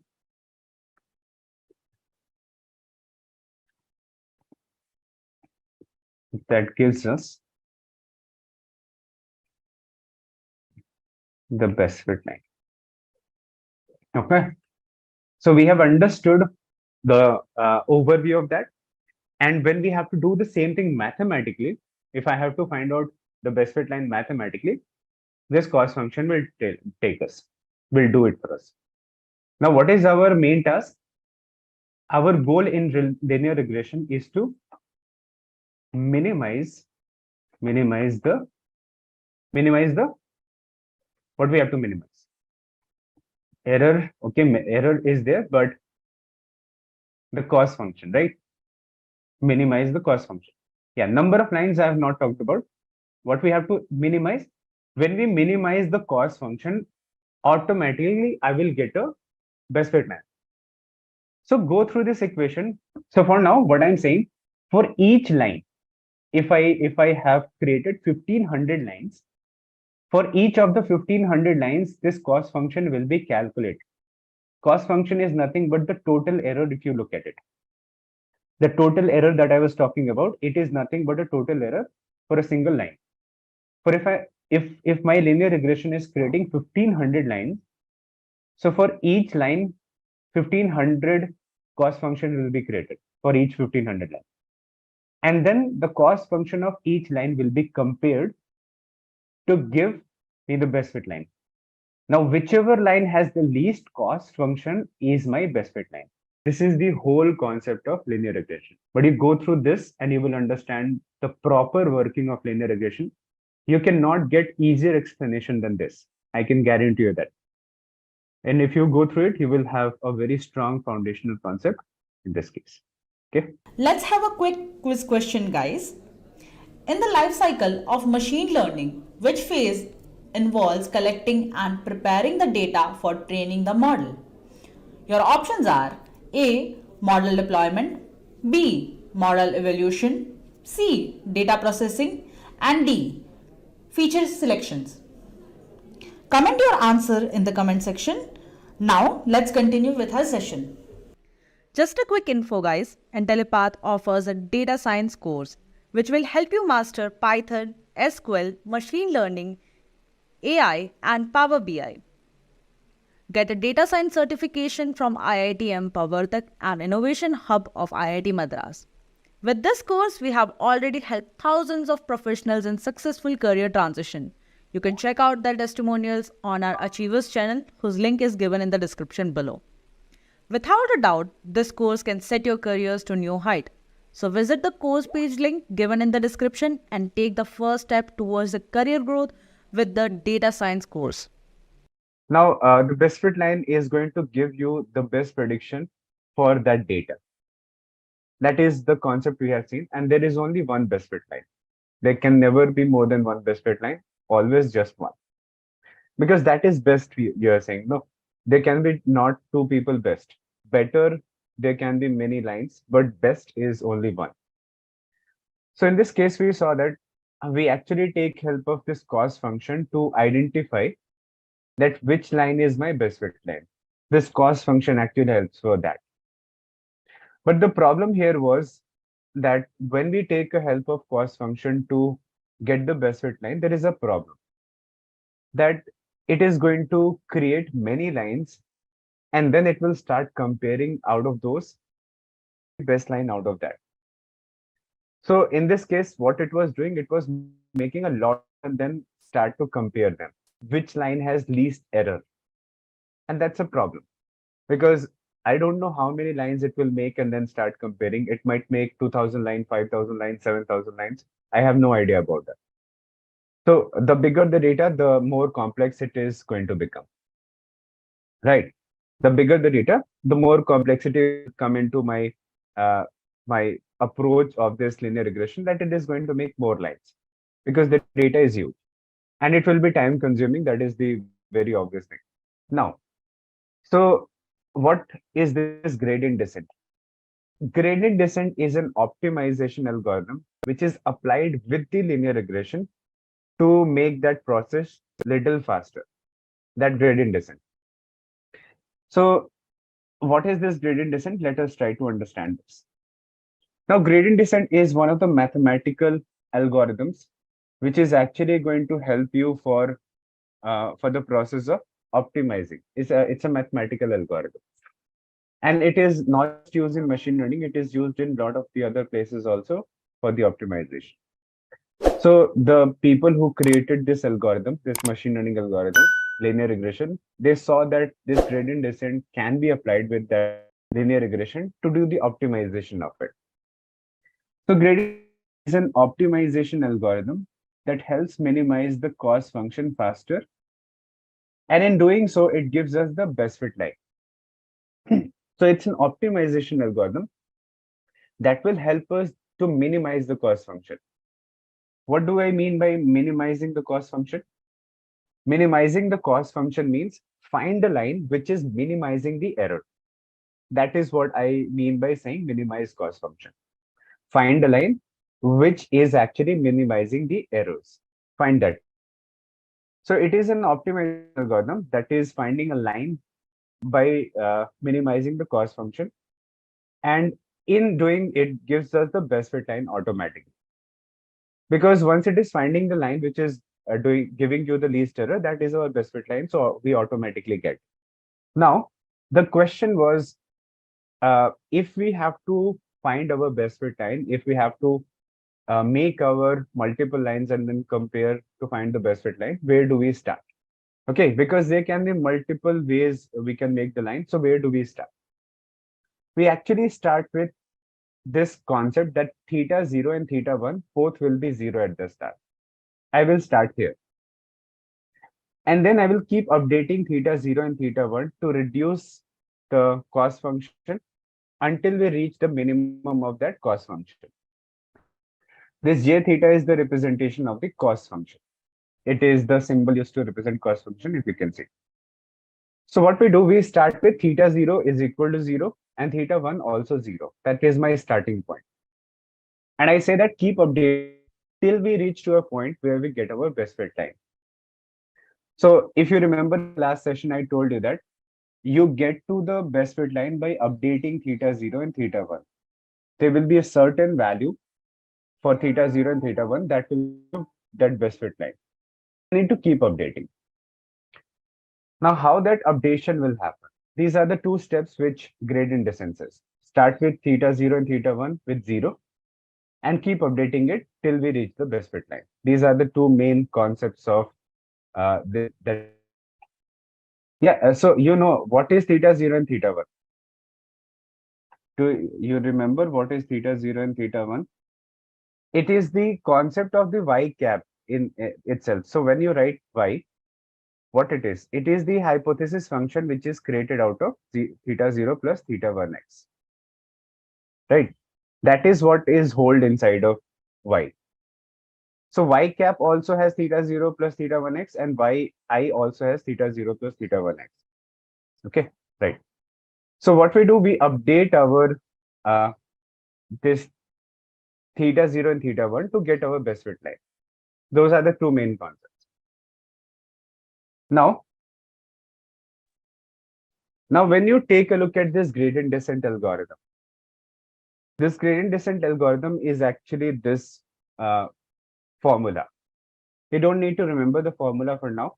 Automatically, by working on it, you will be able to remember.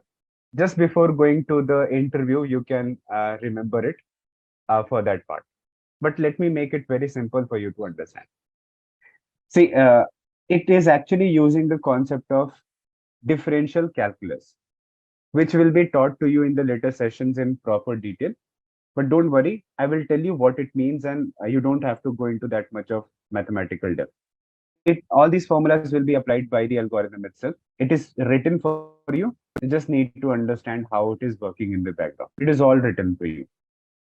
So what we have in this gradient descent algorithm, we saw that we have to update this theta 0 and theta 1 till we reach a point where we get the best fit line, which has the least or the best theta naught and theta 1. So how that updation happens? That updation happens with this formula. We are saying that take theta j. Theta is nothing but a common representation of theta 0 and theta 1. Okay, both. So how theta 0 and theta 1 will be updated? You say theta 0 is equal to theta 0 minus alpha, this derivative of theta with the j theta. Don't need to go into the complexities. Just understand what this formula is doing and how it is finding the best fit line for you. This I have written, this is an alpha. Alpha is actually going to give the speed to the process of finding the best fit line. And this whole box that you're seeing, this is going to give direction to you to find your best fit line. So gradient descent has two very important things, it does. First, it gives a direction to my approach. Second, it gives a speed to my approach so that I can find the best fit line very easily. So let us understand what is this all about. So suppose I have this as my best fit line. This is my best fit. Now, without gradient descent, what cost function will actually do? it will randomly make lines. It will make this line, this line, this line, this line, this line, this line, this line. It will randomly make multiple lines. And by making randomly many lines, there will automatically be one line which will overlap on the best fit line at the position of the best fit line. That is how cost function will work in itself alone. It will just randomly make the lines. But what gradient descent says that don't make the lines randomly. You're not going to get to your best fit line in a proper time. You will take a lot of time because you are making just lines randomly. So what gradient descent says to the cost function that, okay, don't jump randomly. Start from 0 and 0. Start from theta 0 is equal to 0 and theta 1 is equal to 0. So theta is 0 is equal to 0 means the line passing from the origin. Origin is a point which is actually this point. Okay. At this point, if a line is passing through, that is called that theta 0 is 0 there. Okay. When you plot the lines, you will see that here it is 0. So that is also 0 and theta 1 is also given 0, which is the slope is 0. So when the slope is 0, then a line is created properly flat. Okay. A line is created properly flat. So the first line that gradient descent will create with theta 0 and theta 1 will be a line on the just the x-axis, properly on the x-axis, a very flat line. Then from there, what it will do, it will start to move in this upward direction. Yes, not parallel to x-axis, just on the x-axis. It will be on the x-axis. So now the x-axis is that you will not be able to see. It will be on the x-axis. So what gradient descent tells them? First thing it has told that start from this point. That is your starting point. Then suppose this yellow line is your best fit line. Okay, yellow line is your best fit line. And you are starting where? You are starting here. This is your first line that is created. And you have to reach the yellow line. So what gradient descent will tell to this line that you have to move in this direction. In this direction, when you move, you will find your line. Okay, you will find your line. How will it then? Both are 0 then. Yes, it is x-axis. That is what I'm saying. Yes. Okay. So gradient descent says that we start from theta 0 is 0 and theta 1 is 1. So in this case, what are you seeing? First, it has given the starting point. Second, it will give the direction. That if the first line is this, where you have to move, you have to move in this direction and you will reach your best fit line, because yellow line, which is your best fit line, is available in that direction somewhere. It does not know that that is the best fit line, but it will reach in that direction. And by reaching in that direction, just in few minutes, I will tell you how does it know that this yellow is the best fit line. At the start, it does not know, but it will know that in which direction my best fit line is. That direction it will know. Once it knows this direction, then there is a speed it will give to my approach. Speed means, see, if I just take plot here and my best fit line is at this point, suppose, and where do I am starting at this point, and I have to move in this direction, this much gradient descent will know. It will not know that exactly here your best fit line is, but it will know that I have to go in this direction. That much idea it will have. And then what it does, once the direction is given and once the starting point is given, then it will give a speed to it. What will happen with the speed? See, if I keep the speed less, speed is actually given by this alpha value. If the speed is very less, then what will happen? A very small changes to the line will be happening, a very small updation in my theta. And with very small updations, I will start to move upward. small updations. But if I keep the that speed higher, little higher, then what will happen? One line will be created like this, one line like this, one line like this, one line like this, like this, like this. And after a few iterations only, it may reach my best fit line. But can you think of any problem that will happen if I keep my speed too fast? Yes. So what problem might happen if I go faster? Because if I say I can go faster, then you will say that that is the best thing. If I can go faster, I can reach it uh, very soon. But in that process, it can miss the best fit line. It can miss the best fit line because the speed is too fast. So suppose the best fit line was here, but it will jump the best fit line. And then it will keep moving in this direction where my best fit line is not present. So it will be wasting the time. But that also does not happen with gradient descent. Suppose in a certain this speed, I'll tell you how speed is also something you can play with. But let's say we have taken a speed and my line jumps the best fit line. It misses the best fit line and then jumps beyond it. Then also gradient descent will do what? It it is going to ask this white line to come back in this direction. Okay, it will change the direction of approach and it will tell it to come in the backward direction. How gradient descent is telling everything, just in few minutes, I'll explain you that. But gradient descent will tell this white line to come in the backward direction. There your best fit line is. What we have said with the gradient descent, three things. It gives a starting point that start with theta 0 as 0, start with theta 1 as 0. And you have to reach to certain theta 0 and certain theta 1 values. I don't know what it will be, but it will be some value.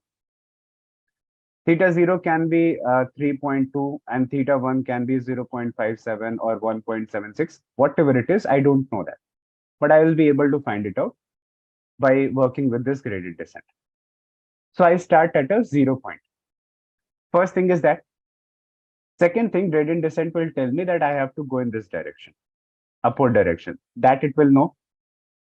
When you're moving in upward direction, then third thing that gradient descent will give it will be a particular speed. Move with a certain speed. Now that speed cannot be too high, it cannot be too low. So we have to play with it. So this alpha value that you see here, its range is from 0.001 to actually 1.0. Okay, the general range of alpha ranges from 0.001 to 1.0.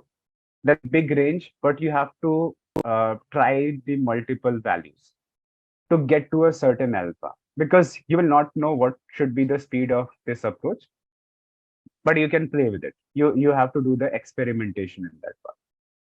So starting point, the direction and the speed, and by chance if it misses, my line misses the best fit line, it goes beyond it, that gradient descent will tell it to come back also. All of that happens with this formula, the gradient descent, the direction and the speed part. Take a look at it. So suppose my line has jumped past the best fit line. And when the gradient descent will tell it to come back, will that be with the same speed or it will be reduced? What all of you think? Will that be the same speed or will it reduce the speed? It will reduce the speed, correct? Because if it come back with the same speed, then it will just jump from here to here. And then it will jump from here to here. Then it will jump from here to here. Keep jumping between those lines. So it is obviously going to reduce the speed because it knows that I have taken a too much speed and I have to update that speed to come back in a reduced manner. That also will happen. Okay, so now, when I'm saying that speed is faster, then it is making less lines. Are you all able to? Okay, so why it is making lesser lines here? You should be able to understand. It's a very simple thing. Because let's say I tell you to go 100 meters.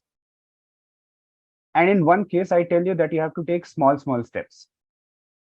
Okay, small steps you have to take to reach 100 meters. So you'll take extra.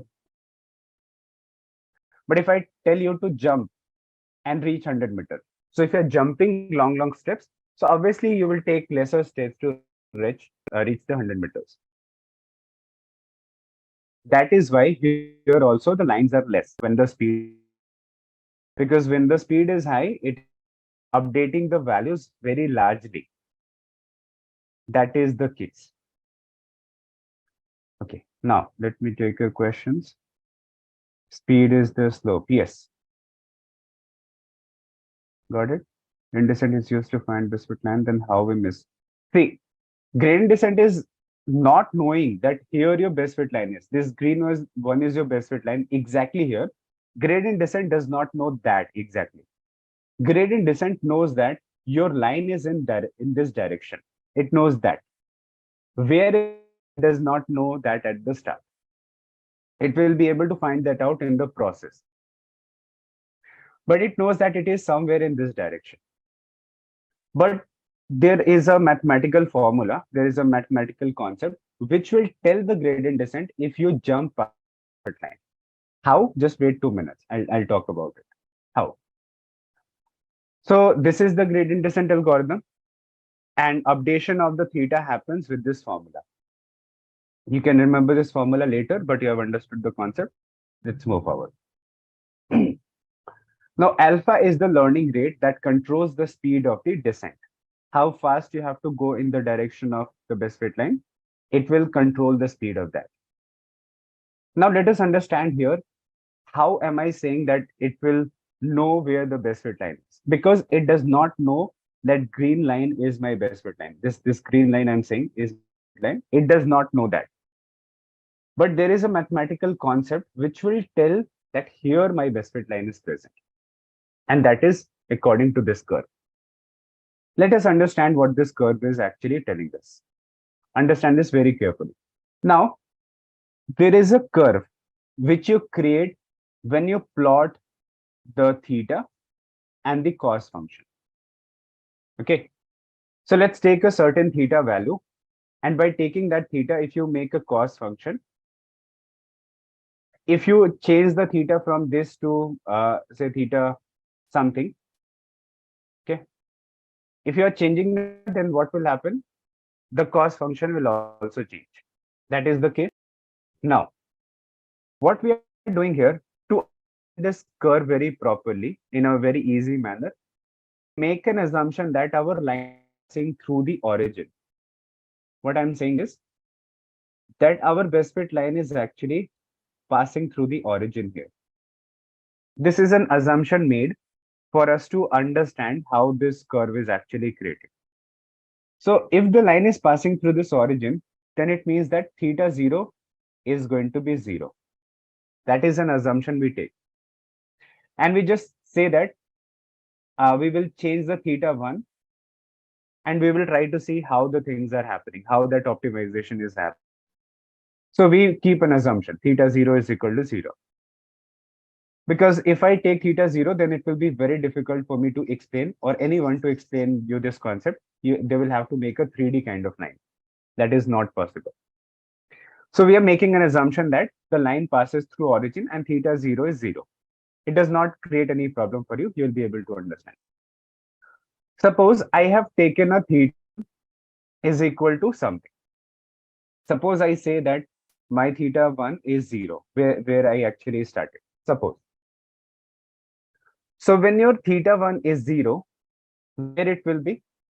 Your theta is being plotted on this line, on the x-axis.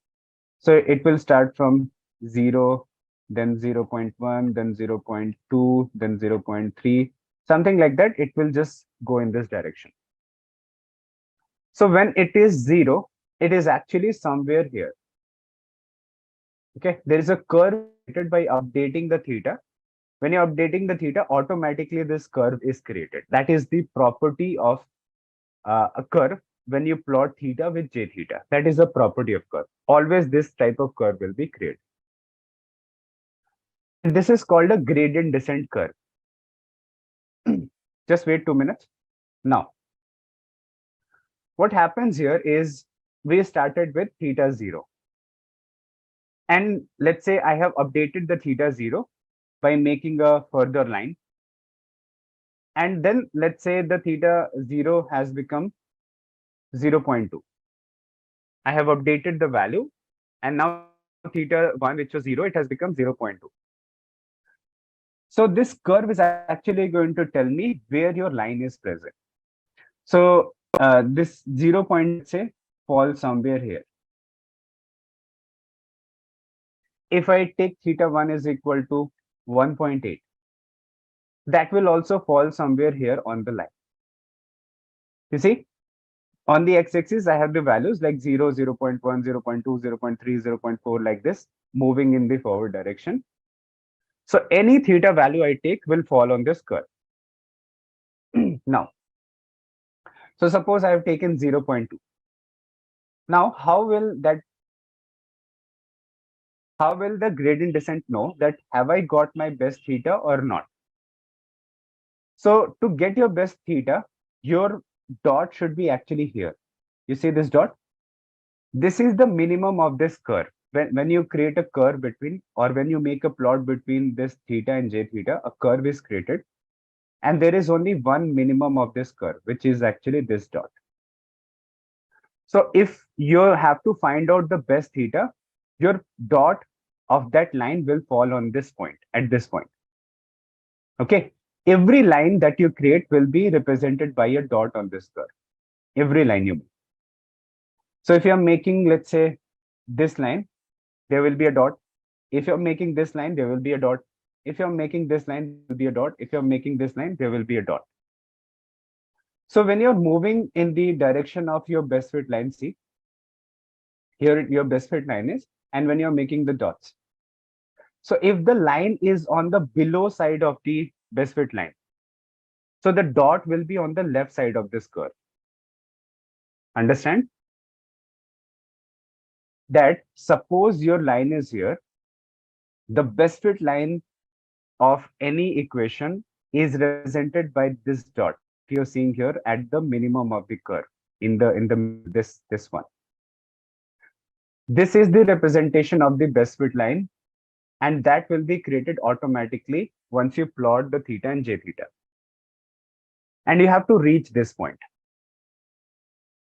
Now, so what happens here is you started from theta 0, then you updated theta to something, then you updated it again.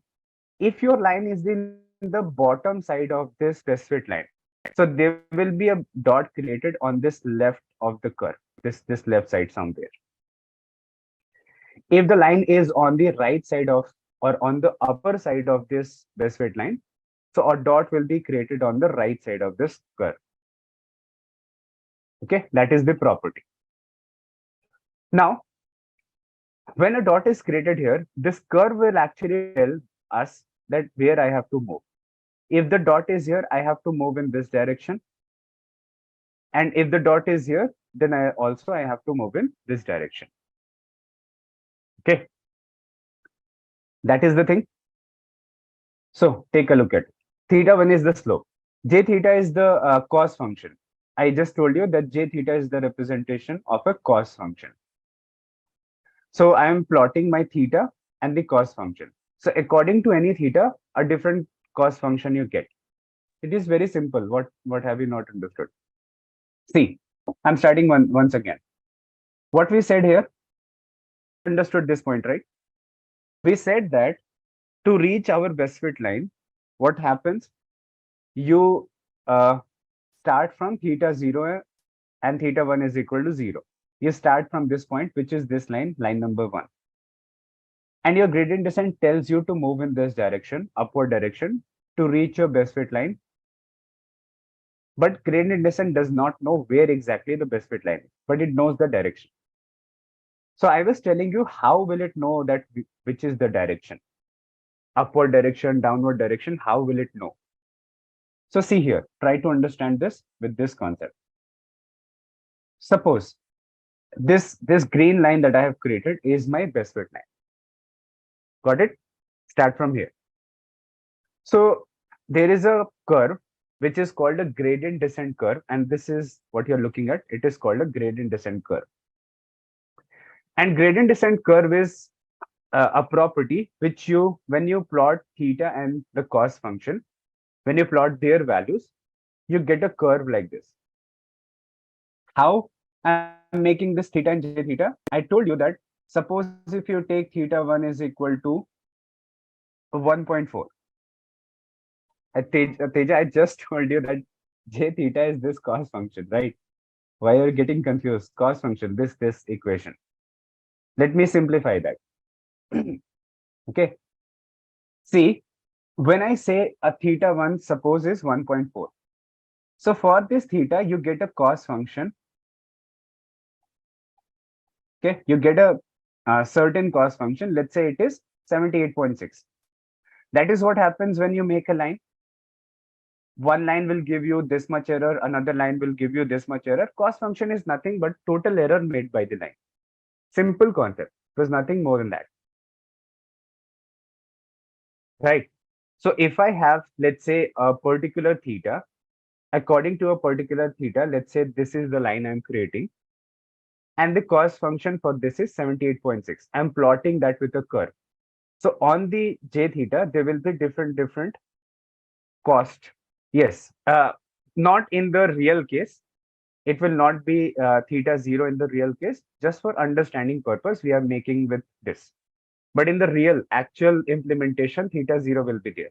But I can't show you because it's a 3D curve and you will not be able to understand the concept. That is why I started with an assumption that let's keep theta 0 as 0. So when you said that when you change a theta, let's say when you have taken a theta 1 is equal to 1.4, you got the cos function as this. So with theta 0, theta 1, you have got this line. Suppose I change theta. Let's say I make this theta as 0.8. So what happens? Another line will be created for another theta. And suppose the cos function for this one is 98.4. Suppose. So which one seems to you better? This 1.4 is better because the cos function, the total error. Cos function is what? Total error made by a line. That is what cos function is. It is nothing. So when you take a certain theta, the cos function is this much. When you change the theta, cos function increases. It means that out of these two, which one is the best? The theta 1 is where 1.4 is the value. It is better because it has least cos function compared to 2. So that is the concept. I'm saying that when you change the theta values, when you try theta is equal to 0.1, 0.2, 0.3, 0.4, 0.5, when you're updating the theta from 0.1, let's say when I said that theta 1 is equal to 0, your line will be here. If I say theta 1 is equal to 0.1, your line will be like this. When I say theta 1 is equal to 0.3, your line will be like this. Increasing the theta, it is going in the forward direction. Makes sense? That you should remember because we talked about this. So here, let's say we have created, you have started, I just said very simply, you started with theta 1 is equal to 0. So when theta 1 is equal to 0, what is the slope of the line? I just told you that it is flat. There is no slope of the line. It's a very flat line, completely flat. So where it will be, this line will be on the x-axis. There I'm starting. Then I updated this theta 1 to 0.2, suppose. I updated it. And now, when I updated it, then in this case, what will happen? If you updated the theta, then your line will be updated. For a different theta, a different line will be created in this concept, in this direction. Now, once it is moving in this direction, if I update it even more, let's say I make 0.2 to 0.3, then the line will be created according to 0.3 in the above direction. If I make it, let's say 0.5, then what will happen? The line will be increasing. The more you increase the slope, the line goes in the upward direction. That is the concept of the slope. A higher slope means the upward going slope. Now, so when we start updating, our gradient descent does not know that my best fit line is present here. It does not know, but it certainly knows the direction of this approach. How does it know? That is what I was telling you. That when you make a plot of theta and j theta, how I'm making a plot of theta and j theta is this. So suppose I have taken theta 1 is equal to 0. The cost function of this is, suppose, let's say 240. When I took theta 1 is equal to 0.1, the cost function reduced to from 140 into, let's say, 203. When I update the theta 0.2, the cost function reduced again to, let's say, 195. Similarly, I keep increasing it. You see, till a certain point, the cost function will keep reducing. What does this mean, the cost function reducing? That we are moving in the direction of best fit line. That is why cost function is reducing when I'm moving in this direction, when I'm updating the theta. So on this curve, if you take a look, if I say like this, 10, 20, 30, 40, 50, suppose by taking theta is equal to 0.2, the cost function is 98, 98.6. So somewhere here 90 will be there, and here a dot will be created representing this 0.2 and 98.6, right? A dot will be created here according to a theta, and be a cost function. And when you take a theta and that cost function, you plot a dot here. So very similar to that, when you make multiple thetas and when you make multiple cost functions, if you start to just plot them and when you connect them together, this curve is created. That is how this curve is created. And now, when this curve is created, this is the property of the gradient, that when you update the theta, there is a certain j theta attached, and when you start plotting them, theta 1 is equal to 0.1, theta 1 is equal to 0.2, 0.3. When you start putting the dots, it will be in this direction, and then you connect them. You get this curve. But I did not want to go into that. Basically, you understand simply that there is a curve of gradient descent, which is having the value of j theta on the y-axis and theta on the x-axis. Now, what happens? How my gradient descent knows where my best fit line is? Our whole agenda was to understand that. How does it know where it is present? So I told that there is a curve created and there is only one minimum of that curve. It is called minima of the curve. That's a mathematical concept, but you just understand the now. Minima of the curve. Always there will be just minimum. There cannot be multiple minimums, just one minimum. And this dot here at the minimum point tells us about the location of best fit line. This green line, it tells us about the location of that. Suppose my best fit line has theta 1 of 0.76. Suppose. I don't know.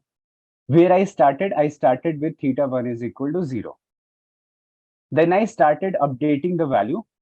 In the first case, this was my value. In the second, I updated it little. Let's say make it 0.1. In the third time, I updated to make it, let's say 0.18. In the fourth time, I made it, let's say 0.24. So slowly I'm moving in this direction. And when I reach this point where theta 1 becomes 0.76, my curve will automatically tell me, you need to stop here. You have got the best fit line. It will tell me. How does it tell me? Suppose I have taken a theta 1 is equal to 0.1. A point will be created at this, somewhere here. You see, theta is the values on this, 0.1, 0.2, like this. The values are on this side. So suppose you have taken theta zeros, you started from here, you made a small updation. You made the small updation, that point will fall here. So it tells us that the line you have created, let's say this is that line number 2, which is with theta 1 is equal to 0.1. This is my line number 1. Are we close to that line? No, we still have to do updation. So my curve, this curve will actually tell me to move in this direction. Moving in this direction means move in this direction. You have taken a very high speed and you jumped past. You have jumped it. So this jump line, there will be a dot on the right side somewhere here. When you jump the best fit line and when you move the upward of that, the dot will be on the right side of this minima dot, on the right side. So how did I tell you that it will tell my line to come in the backward direction? Is that a dot will be created on this curve on the right side, and your gradient descent will tell that no, don't go in the forward direction, come in the backward direction from here. So from here, my lines start to come in the backward direction. Correct? That is the concept. Got it? That is the concept. So this is the concept of gradient descent. If your theta is, suppose if your line is on the left side, if your line is at the bottom of the best fit line, understand this. See, I told you, if your line is at the bottom of the best fit line, understand this. Then what will happen? For this bottom line, for this line, a dot will be created on the left of this dot, left of this minima dot. If my line jump past the best fit line, so a dot will be created somewhere on the right of the minima curve. That is the basic concept. So how will gradient descent tell this to come backward? Because gradient descent is backward, because a dot will be created on the right side, and where your dot is, it has to come in this direction to come to the minima point. My line has to come to the minima point. Any dot I'm making is representing a line. I told you that there are multiple lines are created in linear regression. A dot is representing one line.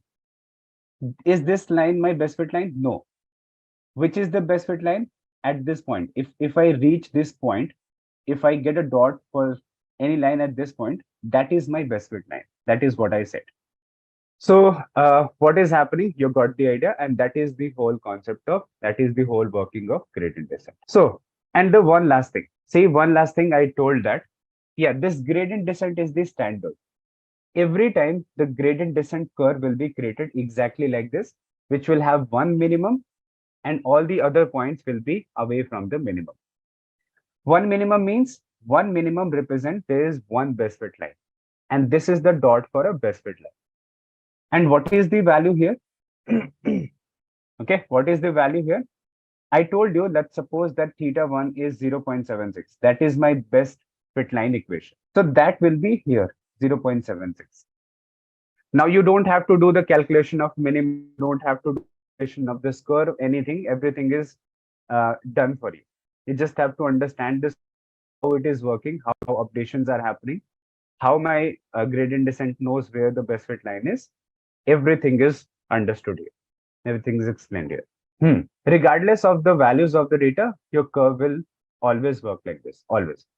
Just as a last explanation, as the very last explanation, how this curve is created, let me explain you that. If anyone has that doubt, how is that actually created? So j theta is nothing but my cos function. Understand this. How am I saying that a curve will always be like this? Why? So I said that you take a certain theta. Okay, you take a certain theta. Let's say, where do we start? We started at theta 0. And let's say this is my theta 1. You started with theta 1, 0. Then what we have to do, we have to update it. Let's say I made it 0.1. Then let's say I made it 0.2. So I made it 0.3. I made it 0.4. Made it 0.44, something like this. I made it 0.56. So it does not update like this, 0.1, 0.2. 0.1 will be there, and then 0.14, 0.22, 0.23. Random updations will be there. After that, let's say you started making all of these lines and you reach to a point where theta 1 is equal to 0.76. This is my best fit theta. I did not know that. Where did I start? I started here. Then suppose I take the other theta values also 0.84, then 0.96. Okay, I'm just going multiple values. If I take multiple values, see, I got some numbers, right? I have theta values, and according to every theta value, there will be a cost function, different cost function. What is this cost function? Total error made by the line. Cost function is nothing but the total error made by the line. Total error is what? It is the number. It can be any number. Let's suppose when you have created theta 0, the cost function is somewhere around 240. I said that. Then for 0.1, the cost function reduced. It became from 2 into this. Then for this, the cost function reduced a little more, 197. For this, the cost function reduced even more. And at this point, let's say it is 187. Similarly, for all of them, there will be a cost function. But what I'm saying here is when you get to this theta 1, the cost function for this will be minimum. And you can say that, let's say 57.9. There will be no other theta value for which the cost function will be lesser than this. No any other theta value. So how do you get that curve? You take the theta values, and theta values are plotted here, 0.1, 0.2, 0.3, like this. Theta values are plotted here. And the cost function, which is like 10, 30, 50, like that, it is here. So suppose I take theta 0 is equal to this, and cost function is 240. There will be a curve here. There will be a dot representing cost function is this, and the theta is suppose 0. I'm just saying that. So this will not be here actually. This will be on the line because the theta 0 is 0. So the first dot will be here. Second dot for theta 1, it is 203. So it has reduced a little. It will be somewhere here. Cost function and the theta value. Then a line will be like this. Then a dot will be like this. A dot will be like this. A dot will be like this. A dot will be like this. For all the theta values, a dot will be created, and they will be always plotted like this, always. And how did I get that curve? We are doing nothing, but we are just connecting these dots. That is how that curve is created. Now, after this, there should be no doubt. That is how the curve is created. And I know that there is a theta value, which is 0.76, theta 1 value, which is giving me the best fit line. How it is giving me the best fit line?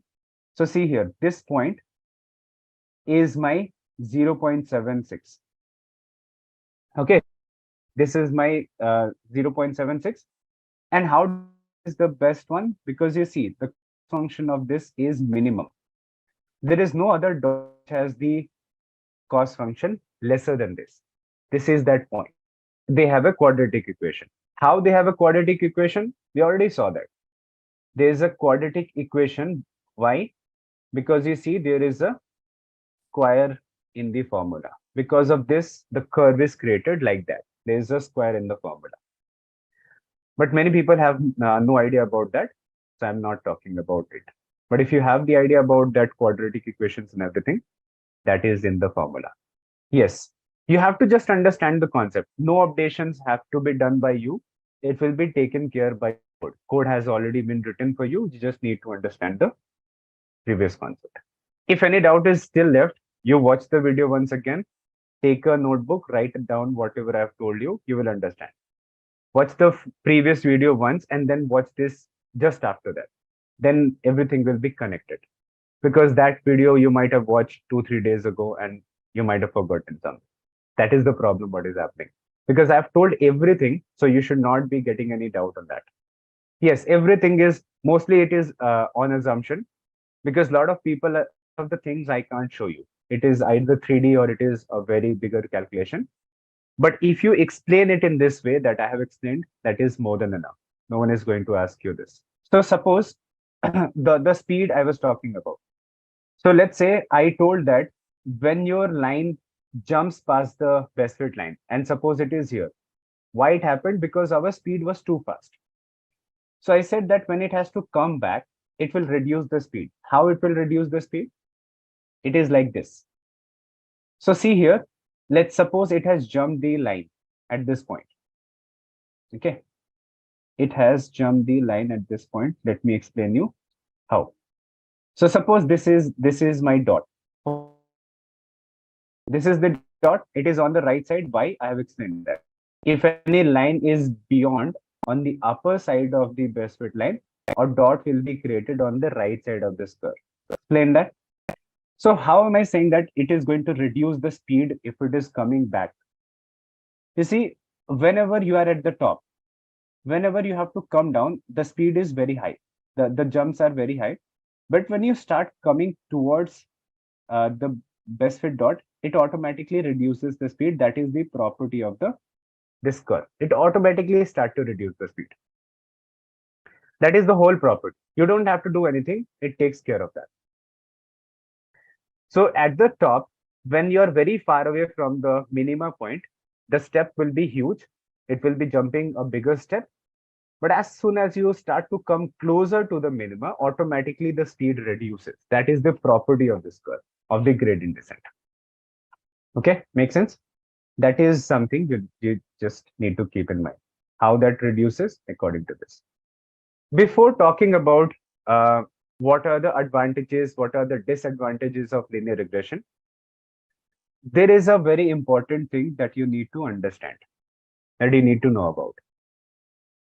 So you see here, when you talk about linear regression, you have two types of linear regression. One is called simple linear regression. One is called multiple linear regression. So simple linear regression is actually a very old concept. When it was created for the first time, it was created format. So simple linear regression says that there is one input and one output. That is simple linear regression. But if you take multiple input and one output, it becomes multiple linear regression. Input is what? The input column I'm talking about. So suppose you are doing the house price prediction. Suppose. And for the house price prediction, if you just take a look at number of rooms and the price, then it becomes the case of simple linear regression because you are taking only one input into consideration for the output. But if you take the number of rooms, number of bedrooms, number of bathrooms, number of floors, how much is the land area, what is the location, how much it is far away from the railway station or airport. When you take multiple inputs into consideration, then you get multiple linear regression. So in the real world, actually, you will be using multiple linear regression. Simple linear regression, you are not going to use. But we have to understand this because with this, we will be able to understand the concept of all the working of linear regression. With multiple, no one can explain you that working of linear regression. Now, what changes? Everything we have understood now was according to the simple linear regression.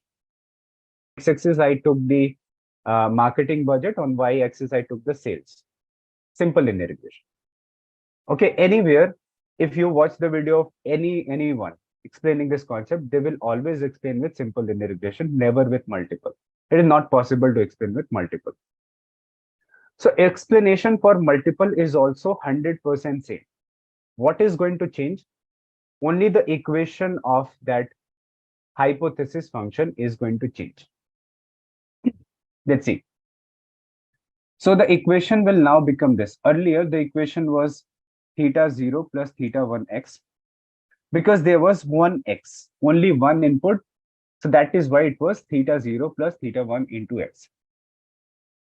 Now suppose instead of just one input, which is my x value, I take 4 input columns. The first input column I express as x1, x2, x3, and x4. x3 may be number of rooms, number of bathrooms, number of floors, and the land size. These are the 4 inputs I'm taking. So every input column is represented by the X value. X1 is my first input column, X2 second input column, X3 third input column, X4 fourth input column. So when you take multiple linear regression, the formula changes like this. Theta 0 plus theta 1 into X1, theta 2 into X2, theta 3 into X3, theta 4 into X4.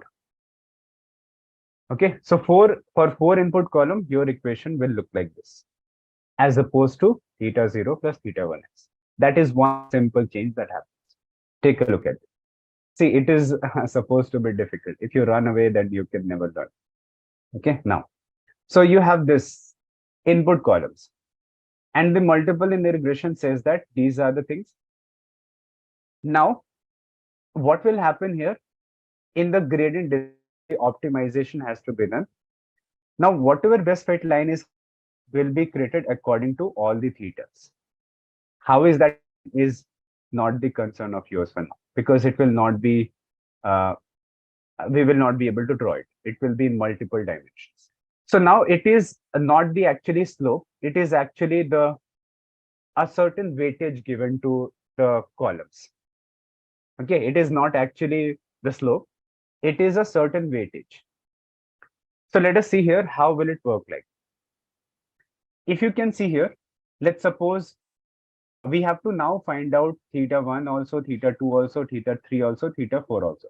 Earlier, what we were finding, theta 0 and theta 1, because only these two things were there. We started with theta 0 is equal to 0, theta 1 is equal to 0. But now I will start this with 0, this with 0, this with 0, this with 0, this with 0. Okay, don't go into technicals. Just the way they were updated, in a similar way, this will also be updated. If you try to visualize it, it will be very difficult to visualize. That is why that explanation we are not doing. So we will start every theta with 0, then we will update the values. So now these are not actually the slopes, because you can't have multiple slopes. These are weightage given to input columns, different weightage. So see here, let's suppose I have taken theta 1 is equal to 0.1. Theta 2 I have taken 4, theta 3 I have taken 10, and theta 4 I have taken -2. So these are different weightages I am giving on the basis of this to understand. Now, when you take a look at these theta values, that is just the explanation, example to help you understand. Now, what we do with it? The weightage will be decided by the algorithm. Who decides these weightages? The gradient descent. The way it has found out the theta 0 and theta 1 for us, the same way it will find out these weightages for us. We don't have to do anything. Okay, don't have to do anything. So now what we do, we have this equation, and the equation will now look like this. Take a look at the equation. Now what we will do here, I told you that you use the linear regression line.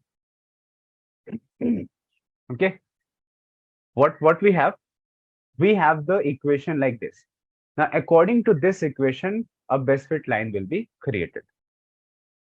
So best fit line will be impacted by these weightages. X1 has how much weightage, X2 is how much weightage, X3 is how much weightage, and X4 has how much weightage according to theta. There will be just one line created, not multiple lines. These are not slopes. There will only be one slope. Don't have to go into that. There will be only one line created, like a best fit line. Exactly like how we have seen in the past, same way it will happen. These are just weightages given to multiple inputs. Got it? Now, don't try to visualize that according to it. I told you, you will never be able to visualize it. It's very complex. It's a multi-dimensional thing. So now when you have this concept, what we do with this concept, we will use it for making a prediction. Suppose I'm doing a house price prediction. So what these weightages actually mean? These weightages have a lot of importance. See, I have given this theta 3 10 value. So higher the theta, higher the weightage. It means that when you go to a certain area, and when you look at different house prices, you found a pattern that the number of floors actually affect the prices a lot, the most. The size of the house does not affect it a lot. The number of bedrooms does not affect it a lot. How old it is not going to affect it a lot. But it is actually affecting a lot when you look at the number of floors. It's a very positive, strong indicator. And why I have given -2 to this years? Because the older the house is, the less important it becomes. So it is negatively important for us. The more the year of a house, the lesser importance it will be given. So if I have to, let's say, determine the house price of a house which is 50 years old, so the price will go automatically very down because you are multiplying -2 into 50, that will go down. Okay, so certain advantages are now what you have to do to find the house price, any house price, you take a look at the size of the house. Let's say you just took one house for which you don't know the price. You have to predict the price.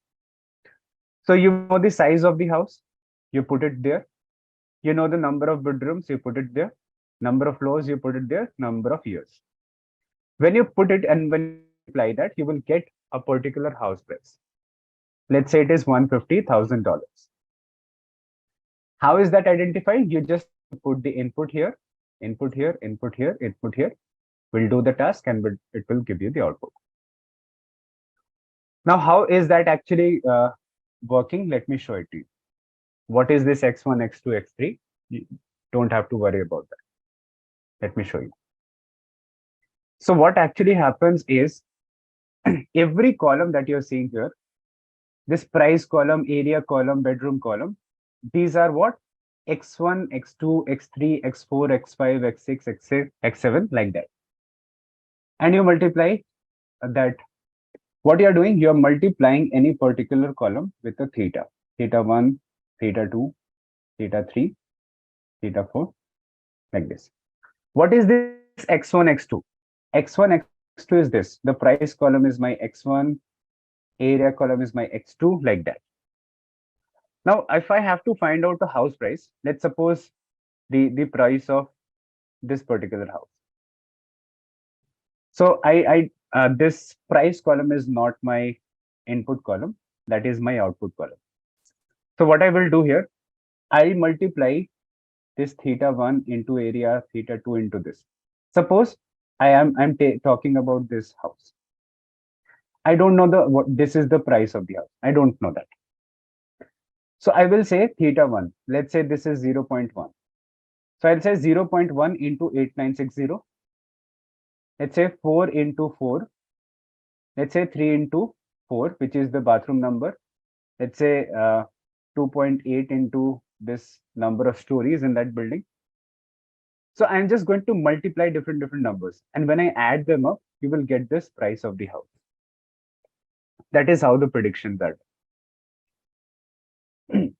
Okay. So just you have to for now understand that the equation of multiple linear regression changes like this. And every column now is attached with a theta value. And you multiply that theta with that input to get the output. That is how prediction is done. Make sense? Okay. No, you don't know the base price. You don't know anything. You will start the linear regression. When the learning happens, it will create the best fit line.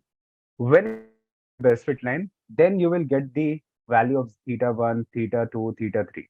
When you created that best fit line, that gives you the value of theta. That is what we have seen in the previous example, right? You don't know at the start. Line will be created. It tells you what is theta 0, theta 1, everything. Let me show that with the practical example. Let's see the code. You will understand. Yes, all the variables will decide best fit line. All the variables combined will decide the best fit line instead of just single value. That is what it is. Let's move forward to our code. Let's do some practical. So a lot of things will be clear to us.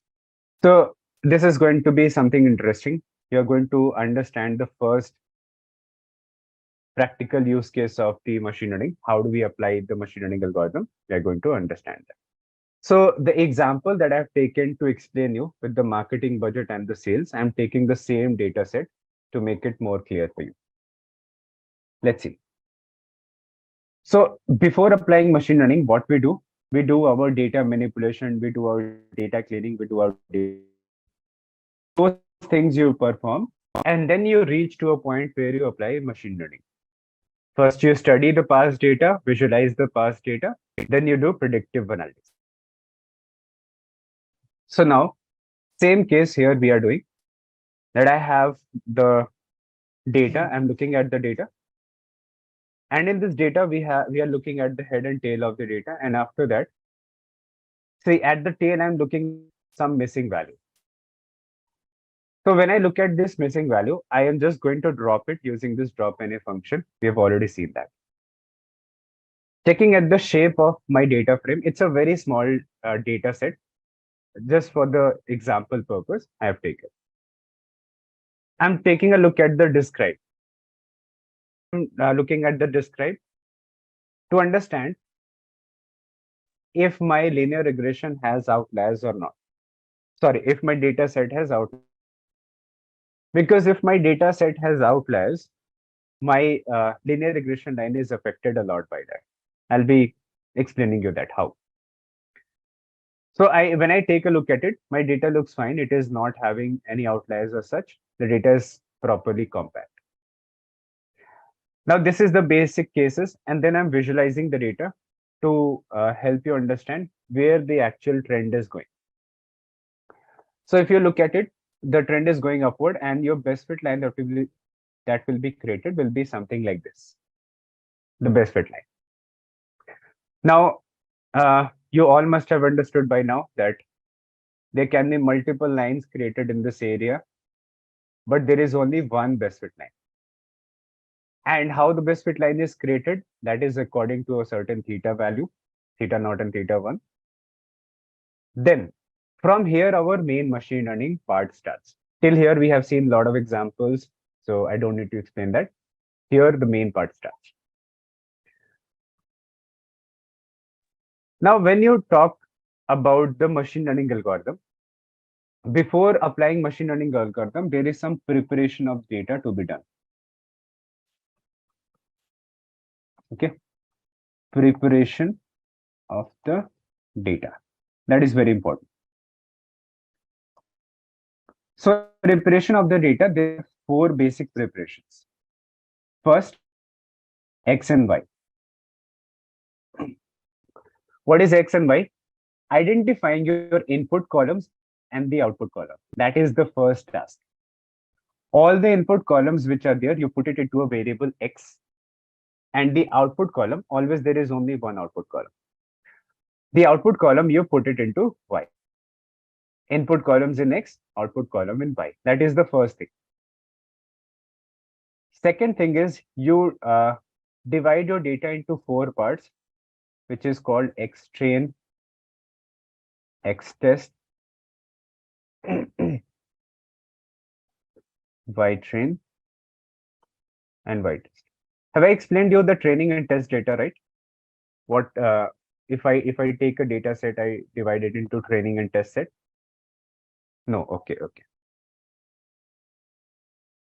I'll explain that. So first your data and input and output column. Then you divide into four parts. What are these four parts? We'll understand properly. Yes, 80-20 ratio I told. Then there is a process called as standardization of the data. Okay. And after standardization of the data, you convert categorical text values to numeric. These are the four basic preparations of the data you have to do. Then you apply, in step number 5, you apply ML algorithm. Now, what is this X and Y? Let's see. All the input columns, basically you just select. How do you select input columns? With the indexing and slicing we have seen.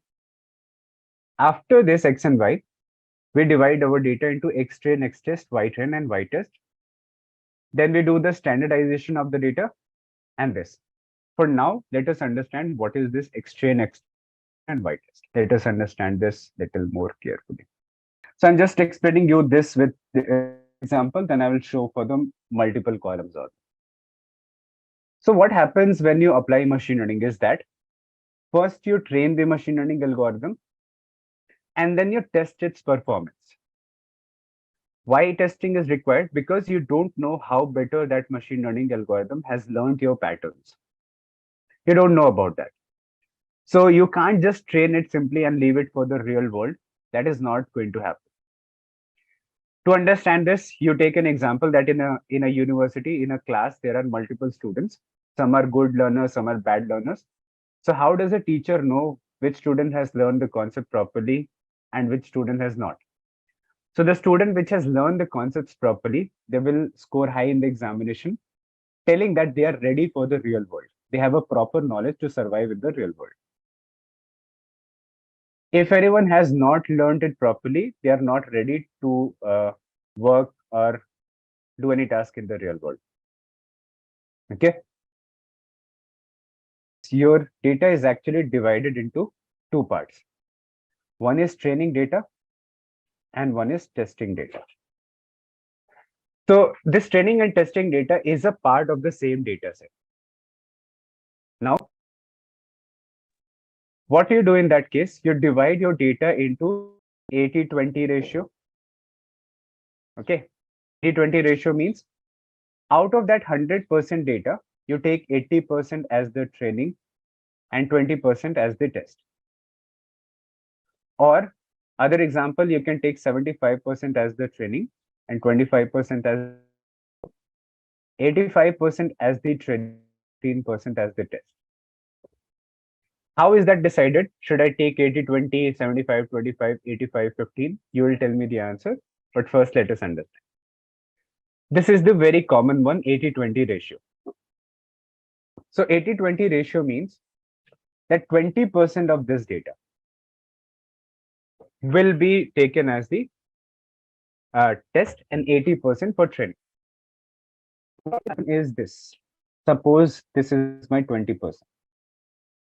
It is not exactly from the end.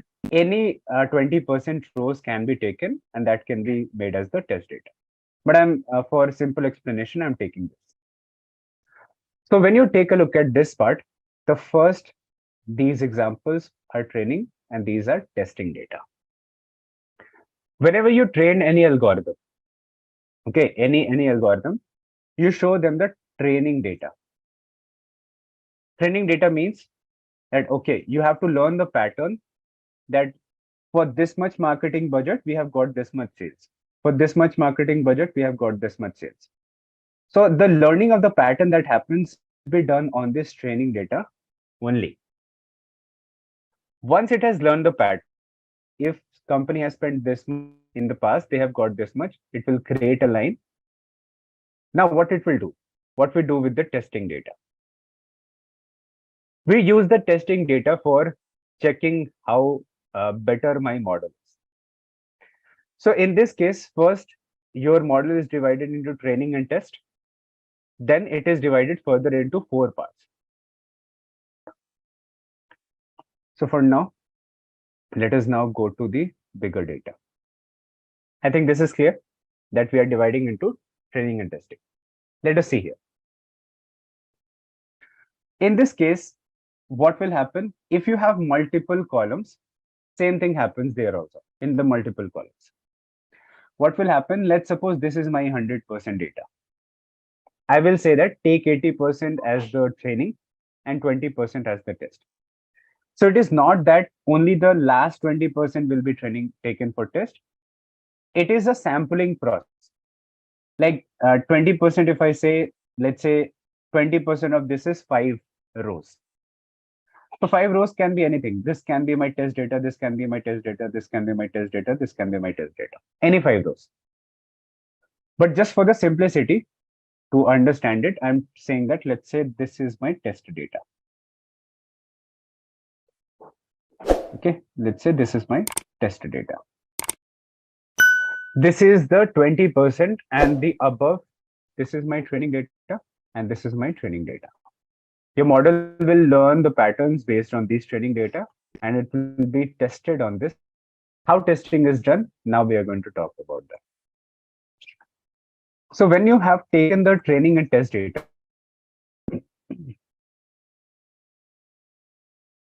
okay, when we have taken this, then what happens? This price column is my output column.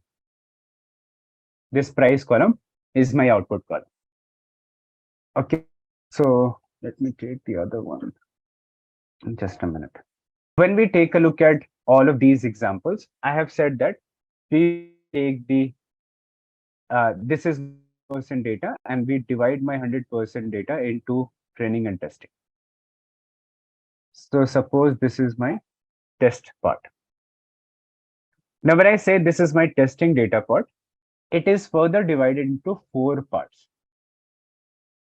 First into training and test, 2 parts, then further divided into 4 parts, which is, this is called X train. This is called your X train. This is both training data. And this is called Y train. This is called Y train. And this is called X test. And this is called Y test. Don't get confused. I'm not taking 2 times Y train. It is the same data. I'm just taking middle part into the testing. So don't get confused about it. This whole thing, this part and this part is all one training data. Now, what do you think is the X train? It is the input training data. Okay, input training data. And what is this Y train? Y train is your output of the training data. Output of the training data, and it is the input of the training data. What is this X test? It is the input of the test data, and it is the output of the test data. How I'm saying that? Because X is your input. Whatever input columns are there, you save that into a variable called X. All the one output column is only there. So output column, you save that into variable Y. So when I say X train, it is input training data. And when I say Y train, it is output training data. X test, input test data, output test data. So we talked about that we train the model, then we check the performance. How performance is actually test, we are talking about that now. So understand this, it is a very interesting process. See it. So what we do, we give the input training and output training for the machine learning to learn the patterns. That for these input, this was the output. For these input, this was the output. Learn the patterns. Once it has learned the pattern, then what we do? After learning the patterns, it will create the machine learning algorithm. It will create the machine learning model.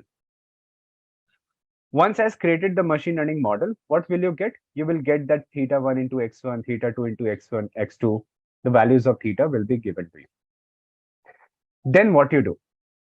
After the training has been done and you have to find out the performance of the model, you give this X test value to that learned pattern. It has learned, it has created the hypothesis function. Then you give this test input. And then what our model does, it will give me Y predicted. Okay, predicted output it will give me. And what you have to do with this predicted output, you have to do it like this. So you can see here, this is my Y test. I'm deleting for now. It will give me a predicted value. See, the actual value that it should have predicted for my first training input is 20.4. But my model, let's say, has predicted 19.3. For 18.2, it has predicted 15.7. For 19.9, it has predicted 19. You can say 8. For 23.1, it has predicted, let's say, 25.0. And for 17. It has predicted 11.2. So this is the input of the test data. I only show the input of the test data. I never show the output of the test data to my machine learning model. You will never show this, never. This is kept reserved. But what happens is you will show the input And once you have shown the input, it has to predict the output according to that, according to these inputs, because it has learned the pattern on the training data. It has understood that according to this training, what is the output? According to this input, what is the output? Pattern has been learned. Now what it does, it takes this new inputs, which is the test input. It is going to predict the value which it thinks that for this house, this should be the price. For second house, this should be the price. It is predicting that according to whatever it has learned the patterns. Now what happens is you compare these values. Okay, you compare these values. The closer they are to actual, this numbers, these are my actual information, actual prices that it should have predicted. And these are my predicted prices. So the lesser the variance between them, the lesser the difference between them, the higher the accuracy of my model is. The far away they are, the more mistakes my model has done, the better it is giving me a worst accuracy. So what it should do, according to this data, it should predict something which is closer to that. Okay, makes sense? That is the whole working of testing part. See, if you don't show the output, how will it work? If you don't show the output, how will it work? I'm telling that when, let's say this is the house price prediction. When you have to train your model, what will you related to these features of the house? This was the house prices of the past houses, which I'm using for the training purpose. So this X-train is the input of the house. That these many rooms are there, bathrooms are there, floors are there. These are input. And you're telling that for this house, these were the prices. Learn the pattern. Once it has learned the pattern, then you give the training, testing data, and you never show this value, which is Y test. You never show Y test. According to this X test value, it will do Y prediction, and then it compares the Y test with Y prediction. The closer they are, the better my model has learned. The far away they are, the worse my model is. So this is the explanation. Let's move forward to the code. The input column, that input column is supposed to be as a data frame. And the output column, which is there, it is supposed to be as a series. Because output column only has one column always. And input column has multiple columns, input data. So X is my input data. Since there is only one input column, so I have to forcefully convert it to a data frame. Okay, in this case, when I'm talking about linear regression. So this marketing budget is my input column. Since it is just one input column, this is actually being treated as a series. So when it is a series, and then you have to convert it to a data frame. Once you have converted it to a data frame, then you can move forward. The output column is going to be just one column. So you don't have to convert that to a data frame. You see here, don't look at the shape. After taking this, what we have done, we have divided our data into 4 parts. X train, X test, Y train, Y test. If you take a look at this, you have to divide your data into 4 parts, and you don't have to do it manually. There is a function in one of the modules which is called train test split. Okay, there is a function train test split. So what you have to do into the train test split? So this is the case here. What is this sklearn.model selection? It is one of the module from which you are importing this function. Like pandas is there, right? So when you say import pandas, it means that you are asking the Python to give you every function from this pandas library. But if you say that from pandas, import one of the functions. What can be one of the functions? Let's say group by is one of the function. No, group by, sort values. Okay, sort values. So sort value was one of the function, right? That is the case. So this is the sklearn.model selection is a very big library from which you are actually just calling one function. The other ones are not required. That is the case. So why I have called this function? Because this function will actually help me split the data into 4 parts so that I don't have to do the selection of the data. It will do it in the best manner possible. So you just use this function, and in this you have to give some parameters: your input, your output, and the testing size. Test size means 0.15, means 15% you want as the test data, and rest 85% you want as the training data. Percent test, 85% training. Once you have done this, automatically your data will be divided into 4 parts: X-train, X-test, Y-train, and Y-test. You will do this process. And after doing this process, you can check the shape and everything, but let's move forward to the main part, which is training the model. So in our case, only these two preparations were required: input and output, and then now here comes the main part where you actually train the model. So don't write it down, just understand for now. There is again a module inside of which there is a linear regression function. This linear regression function has the code written to implement that linear regression, which we have understood theoretically. If you want to write this code yourself, it will be very difficult for you because it's a complex code. It's a very big code. So the code is written for you, and it is this function which is present inside this module. So we simply import this function and we do our task. So how do we use this? Is linear regression is the name of the function. And using this linear regression, what we do, we apply it on a training data. So we say take linear regression dot fit, and what do we give here? We give X train and we give Y train. That apply the linear regression algorithm to my training data. My input and output training data, apply linear regression to that. And then we save it into my one of the variables, linreg. My training has been done. So once your training has been done, you actually just break it down into two processes.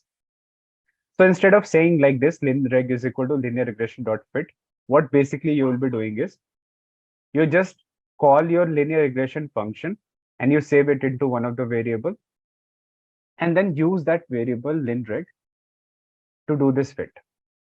That is just a basic process which you're going to do.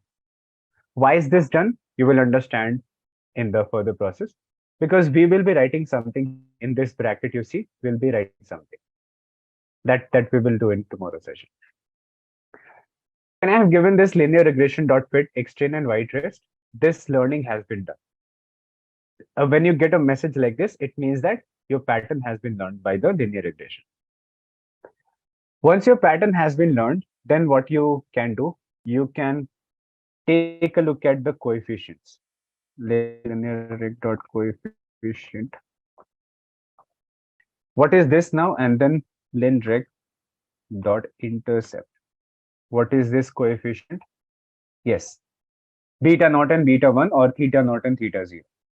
So this coefficient is your theta 0, theta 1, and the intercept is your theta 0. So now theta 0 plus theta 1x. When we started linear regression, we understood that our equation of the best fit line looks like this. But value to theta 0, so it is here, the theta 0 is 3.77 plus 0.05 into x. Theta 1 is this 0.05. That is the coefficient. And intercept is theta 0 always. And that here our equation is ready. How it has found it out? The gradient descent is working in the background. It has found the best fit line. Once it has found the best fit line, it has automatically found the theta naught and theta 1 for us. That's the case. So once it has found this out, it will be used for the prediction purpose, this equation. So when the training has been done, what is the next task we do? We take the trained model. This linreg is the trained model. Okay, you can see here in this variable, we have saved the linear regression algorithm, then we use this variable to train it.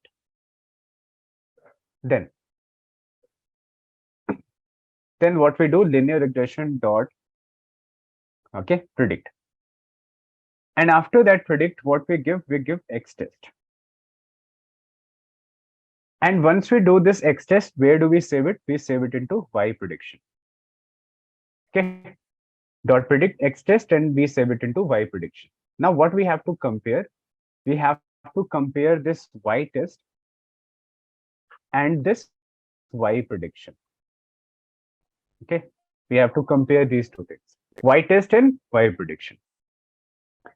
Now what we need to compare? How do we know that our model has learned properly? That is according to this. So these are my actual values and these are my predicted values. So for 15.5, my model has predicted 15.30. For 12.5, it has predicted 14.11, and for 12.5, it has predicted 14.11. So it is not very bad. It is not very good also. Let's see how better it has performed. So there is a measure, okay, that will help us find out the performance of the model. There's a very famous measure called as R2 score. So R2 score again is a function. And what you do, you give Y test and Y prediction to this R2 score, and it tells us how better your model has performed. R2 score, why it is giving so bad? Yes. So R2 score is the actual performance of the model. And the performance of the model is 83, 0.83. So R2 score is a value whose range is from 0 to 1. 0 to 1. So to get a better performance of the model, you should be getting a value closer to 1. If you're far away from 1, like 0 or 0 point something, then you are having a bad accuracy. It should be going near to 1 to get a good accuracy. So this is actually telling me the performance of the model, which my machine learning algorithm has given on this data. Just I have given you an overview of what is happening. Everyone will get a different number. This R2 score will be different for everyone. Why? Because as I told you, when you take input and that training and test, it is a sampling process. Okay, so I explained you that this is my data. So in this case, divided into 80 and 20 or 85 into 15. So for me, let's say the training data is this, this and this testing data for me.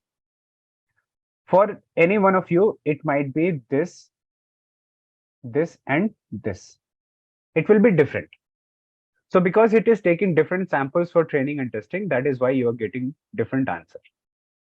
But don't worry, you will be able to understand how to get the correct answer, same answer for everyone. We will talk about that. Let's have a quick quiz question, guys. What is the primary goal of supervised learning in machine learning? Your options are A. Minimize loss, B. Discover hidden patterns, C. Uncover anomalies, D. Reduce dimensionalities. Comment your answer in the comment section below. Now let's continue with our session. Just a quick info, guys. Intellipaat offers a data science course which will help you master Python, SQL, machine learning, AI, and Power BI. Get a data science certification from IIT Pavatak and Innovation Hub of IIT Madras. With this course, we have already helped thousands of professionals in successful career transition. You can check out their testimonials on our Achievers channel, whose link is given in the description below. Without a doubt, this course can set your careers to new height. So visit the course page link given in the description and take the first step towards the career growth with the data science course. So the theoretical part was over. We will talk more about this. But before talking about that, let me just discuss about advantages, disadvantages of the linear regression. Okay, so just focus on this now. Let's see what is this. So when we use linear regression, it has a few benefits, it has few disadvantages. And talking about the advantages of linear regression, it is preferred in many cases because it is very simple to implement.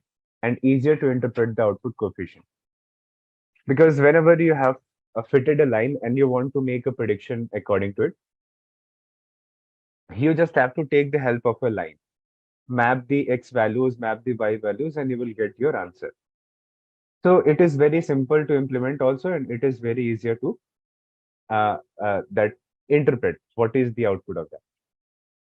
Now, the second case is that when you know the relationship between the input and output is linear, this algorithm is the best to use because it is less complex as compared to other algorithms. Okay, so when you know that the relationship is linear, but if the relationship is not linear, then you are not going to use this linear regression there. Only when you can see the scatter plot is kind of going in the upward direction, downward direction in a proper linear fashion, then you're going to use this linear regression. I'll show you example. It works very well irrespective of data size. So it is created in such a way that if you give 10,000 data points or 1 million data points, it is going to perform well in both the cases. Okay, it is able to learn the pattern very easily. These are the few advantages. Having linear behavior, you understand by visualization. Okay, by visualization. Now, you'll get to see the example of that. Also, when we talk about the limitations, how do we understand the limitations of linear regression and what basically they are? So outliers can have a very huge effect on the regression line. That is one of the biggest, you can say, problem with linear regression, which it suffers from in most of the cases. Because if you remember in the previous sessions I have discussed with you, that outlier is one of the data point which is extreme value, and it is going to be present in most of your data sets. So suppose in this case, suppose your most of the data points are like this, and your this best fit line is created in such a way. Now, in let's say some days after, in that data set, some updation is done. And when someone updated the data, they have added a that you can say an outlier point. Okay. So most of the data points were like this. So according to this, your best fit line was created in such a way. Now suddenly an outlier has come, and outlier is some data point which will be like this. Okay, far away from all the data points, or it is like this. So what will happen in this case? Your linear regression line has to be close to these data points also. So it will try to shift itself in the direction of the outlier. That same thing happens with the normal distribution also, if you have seen that when you have skewed data. So in the case of skewed data, the mean is you can say pulled towards the outlier value. Okay, as if you remember, if I have these data points 7, 10, 13, 12, so there will be some mean. But as soon as you give an outlier point, let's say 200, so mean value starts to go towards this 200. Not very close to, but it will start to be pulled towards the this outlier. So outlier has this main big property that it is going to pull a lot of things towards itself. So similarly here also, the outlier is going to pull this line towards themselves, and now line which should have been like that, it will start to be something like this, or maybe something like this. Just because it has to accommodate these two outliers also. So in this case, what happens now, if your best fit line should have looked like this line number 1, but it is shifting towards the outlier and it is making line number 2 or line number 3, then it is going to give a bad result. Okay, because it is not the optimal one. The optimal one we can see is this, and it is being affected by the outlier. So every value which is going to be predicted by this line will have a biasness kind of thing. So it will not be correct. That is one very big problem with linear regression. So in most of the cases, yes, there are two cases. In some of the data sets, you can remove the outlier and then work with it. But see, when you're making the linear regression, there is not possibility of neglecting directly. Okay, it is created to work in such a way that it has to accommodate all the data points which are there. It does not know that it is outlier, it is not outlier, does not know about that. It just has to pass through all the data points which are there, minimizing the total error. So the second limitations of linear regression is that first is this first problem that it is affected by outliers a lot. That problem is going to stop you from using linear regression in many cases. So then you will have to prefer using the advanced algorithms for regression, which is like decision tree regression, random forest regression in that case, because it is very easily affected by outliers and most of the data will have outliers. Now, linear regression assumes a relationship between dependent and independent variables, which is not the case in the real world. So what it assumes that the data that you're taking is having a linear relationship, which is not the case in most of the data in today's time. So the relationship will be like this in many cases. Okay, it might be completely circle kind of thing. It might be kind of this zigzag spiral kind of thing, and then it can be a little bit curved. These are the different type of relationships you are going to notice.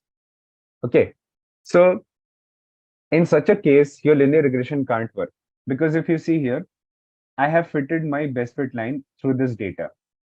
I fitted my best fit line through this data, and I fitted my best fit line through this data.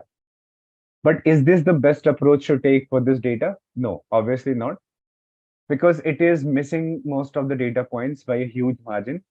Here also same thing. So for such cases of data, what should be happening? There should be another algorithm to be used, which creates maybe kind of a circle to identify the data points. So it will be done by the advanced algorithms which are there. You will be studying about them.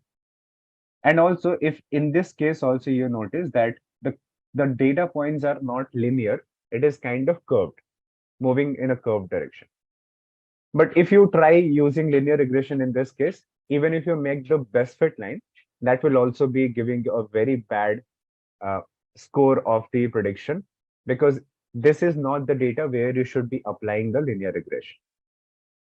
So that is a very big limitation, that rarely in today's time, the data is such that which is having linear relationship. It has a very complex relationship. The data points are very zigzag, sometimes spiral, sometimes zigzag curved. A lot of things are there. You will see about them. Now, the third very big limitation is that it is prone to underfitting. So underfitting and overfitting are these two very big problems that you're going to see a lot of time. Underfitting and overfitting. Now, we will try to understand them in little bit more detail in the further sessions. But for now, if you have to summarize the underfitting and overfitting, it is very simple. Underfitting is not being able to learn enough, not being able to learn the patterns properly because of being too simplistic. So in this case, what is underfitting? Underfitting is a problem faced by the simple algorithms. Okay, in machine learning, there are some simple algorithms and there are some complex algorithms. The simple algorithm is this linear regression. And after linear regression, I'm going to explain you logistic regression. Then there are some complex algorithms. So there is problem with simple this algorithms that they suffer from underfitting a lot. Underfitting is just the inability of an algorithm to be able to learn the pattern because it is too simple. Too simple in what sense? Let's say that if I don't take a very complex example of a data, if I just take a data which is curved, as you can see here, this curved data. Now, in this case of curved data, if I'm trying to fit a linear line, it is always going to be a linear line. It can't curve itself. It will be a linear straight line. That is very simplistic approach to follow on a data. So because of this simplistic approach, there are some advantages, but there are disadvantages also, that it cannot learn the pattern properly. A curve that can learn the pattern properly should be this kind of quadratic kind of curve. Okay, that should be created for this data. But linear regression, being too simplistic, follows the problem or faces the problem of underfitting, not being able to learn properly. Now, very similar to that, the complex algorithms are there. They have a problem of overfitting, that they become too complex after training them again and again and again. They become too complex that they start to mug up the data instead of learning the patterns of the data. Okay, they start to remember the training data. I'll explain more about it, which are the algorithms which suffer from overfitting. But these are two very big problems which you have to take care, which you have to keep in mind before applying any algorithm. So how do you know underfitting is happening? When your score is very bad, okay, when you check the R2 score, as I told you yesterday, the performance measure. So when you have low R2 score, that tells you that you have underfitting problem. It is not being able to learn the pattern properly. Okay. And if you have the very high R2 score, like 0.99 it is going, that much accuracy also can't be there. So that tells you about the overfitting problem. We'll see more about underfitting. So these are three limitations. When you have to go to interview, you just have to go through the advantages and limitations. The three basic, simple to implement. It assumes the linear relationship and it works very well irrespective of data sets. Small and big, both, it will work very well. Now, the main thing, they might not ask the advantages and disadvantages because they are too simple, but they always ask if there is any question to be asked on linear regression very frequently. This is the assumption of linear regression. Because if you're not clear about the assumption of linear regression, you're going to make a lot of mistakes while implementing linear regression. So let us understand these assumptions are very simple. See, you will be studying more about that in the further sessions when the professors explain you the building of the major projects kind of thing. You will be understanding how do you treat these assumptions, how do you work around them. But I'm trying to give you some basic idea as of now, fundamental idea. So first assumption of linear regression line is that the relationship between dependent and independent variable should be almost linear. That it assumes. And I have told you that it is the one of the biggest disadvantages of linear regression, that it assumes the relation to be linear, where it is not linear. Okay, in most of the cases in today's time, it is not linear, but it assumes the relation to be linear. It does not even try to see that is the pattern different than linear, and then I should take another approach. I should modify something maybe, but it just assumes and fit a line through it, whatever data you give. Second is the mean of residuals should be zero or close to zero as much as possible. It is done to check whether our line is actually the line of best fit. What is this actually saying is you have to check the mean of residuals, and that mean should be zero or close to zero. This is done to check whether if you're making a best fit line is what? In the current scenario, in the current data, this is the best I can make out of all the lines. But that best fit line is actually the best in that case. We have to understand what I mean by this is, let's see, taking this example, suppose this example. Now I have taken a data in which I should not be fitting a line. Okay, I should not be fitting a best fit line. It's a very bad approach to do here. But I have fit a best fit line. This best fit line tells me that on this data, this is the best I can do. But even if I'm making my best fit line with the proper understanding, proper, you can say care and everything, then also is this going to be helpful for me? No, it is not going to be helpful for me. So it is not that if you make a best fit line, it is just going to give you the best accuracy every time. The data should be as such where you can fit the best fit line. It is not that you just forcefully try to fit a best fit line everywhere in every type of data. It's not something to be done. Now, what is this assumption telling you? How do you know that best fit line is actually best fit line, or I should have created the best fit line in this case or not? How do you know that? So what you have to do is, we have understood that for every data point, Okay, let me show you. What we will do is, I was talking about the error, right? Error is the difference between the line and this data point. Okay, this white one is my actual data point, this white one. And if I match it onto this line, this is my predicted data point. We have discussed about it, actual, predicted.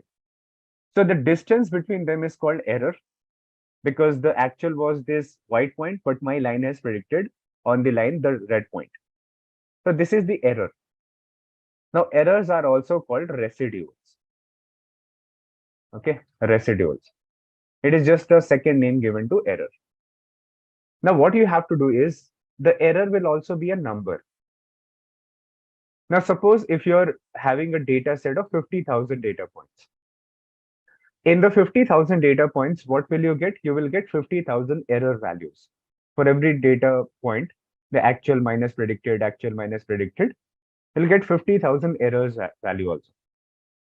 So you have to take that 50,000 error values and you have to make a distribution plot of that. Okay, distribution plot of that. We have already seen sms.kd plot, give the data, it will make it. You'll see again the example of that when you are working on project.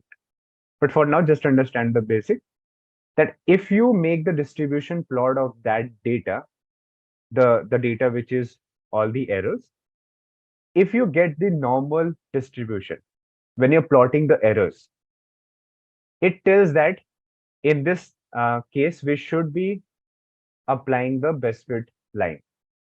Okay, in this data, for which the errors are giving a normal distribution, here I should be applying my best fit line.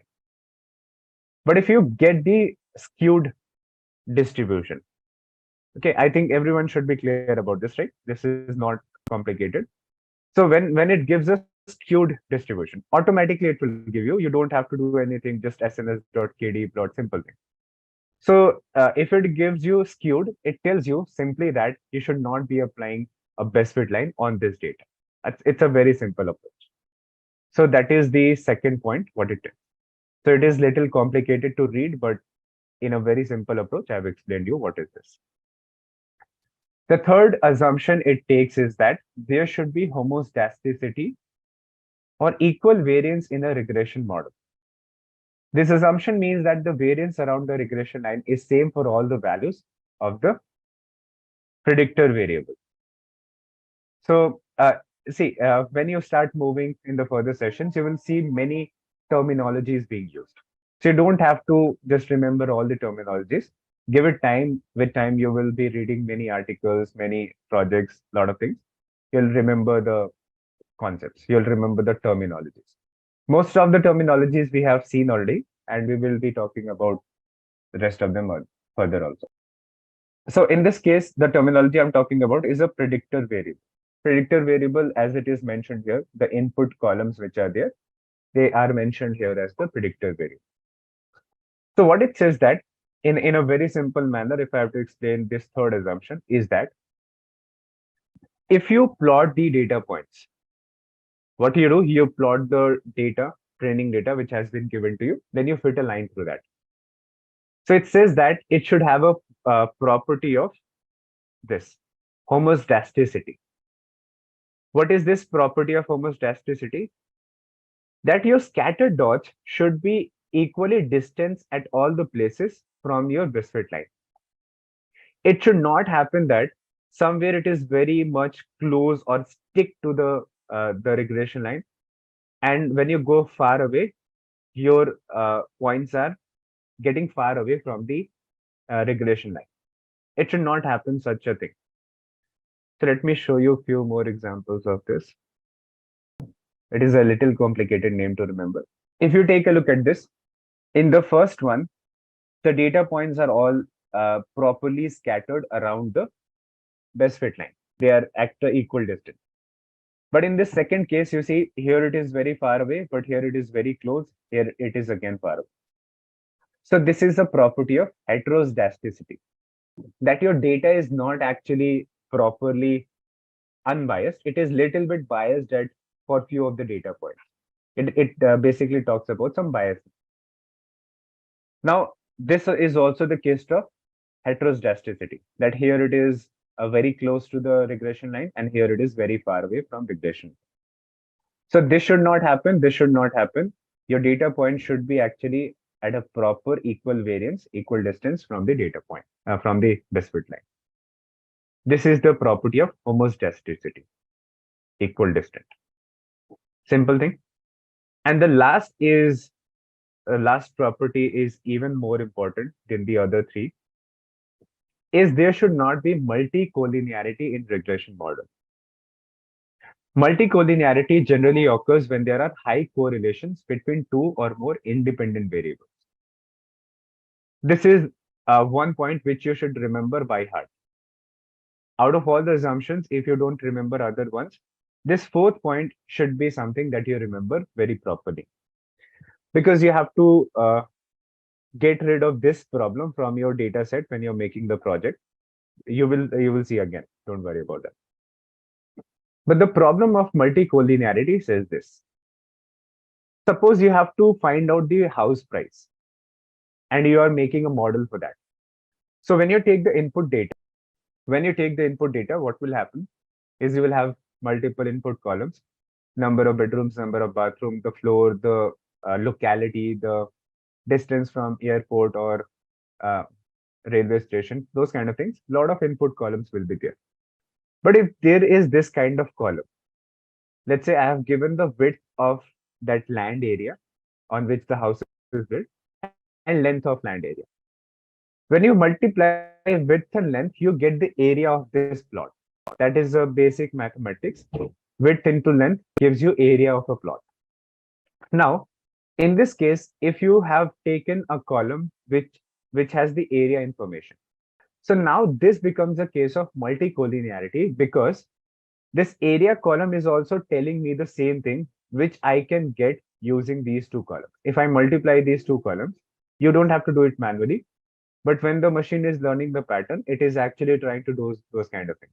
So if you can get the area information with this width and length column, why is there a requirement of area column? It is the same redundant information. Same information twice. So multicollinearity says that the input columns should not be highly correlated with each other.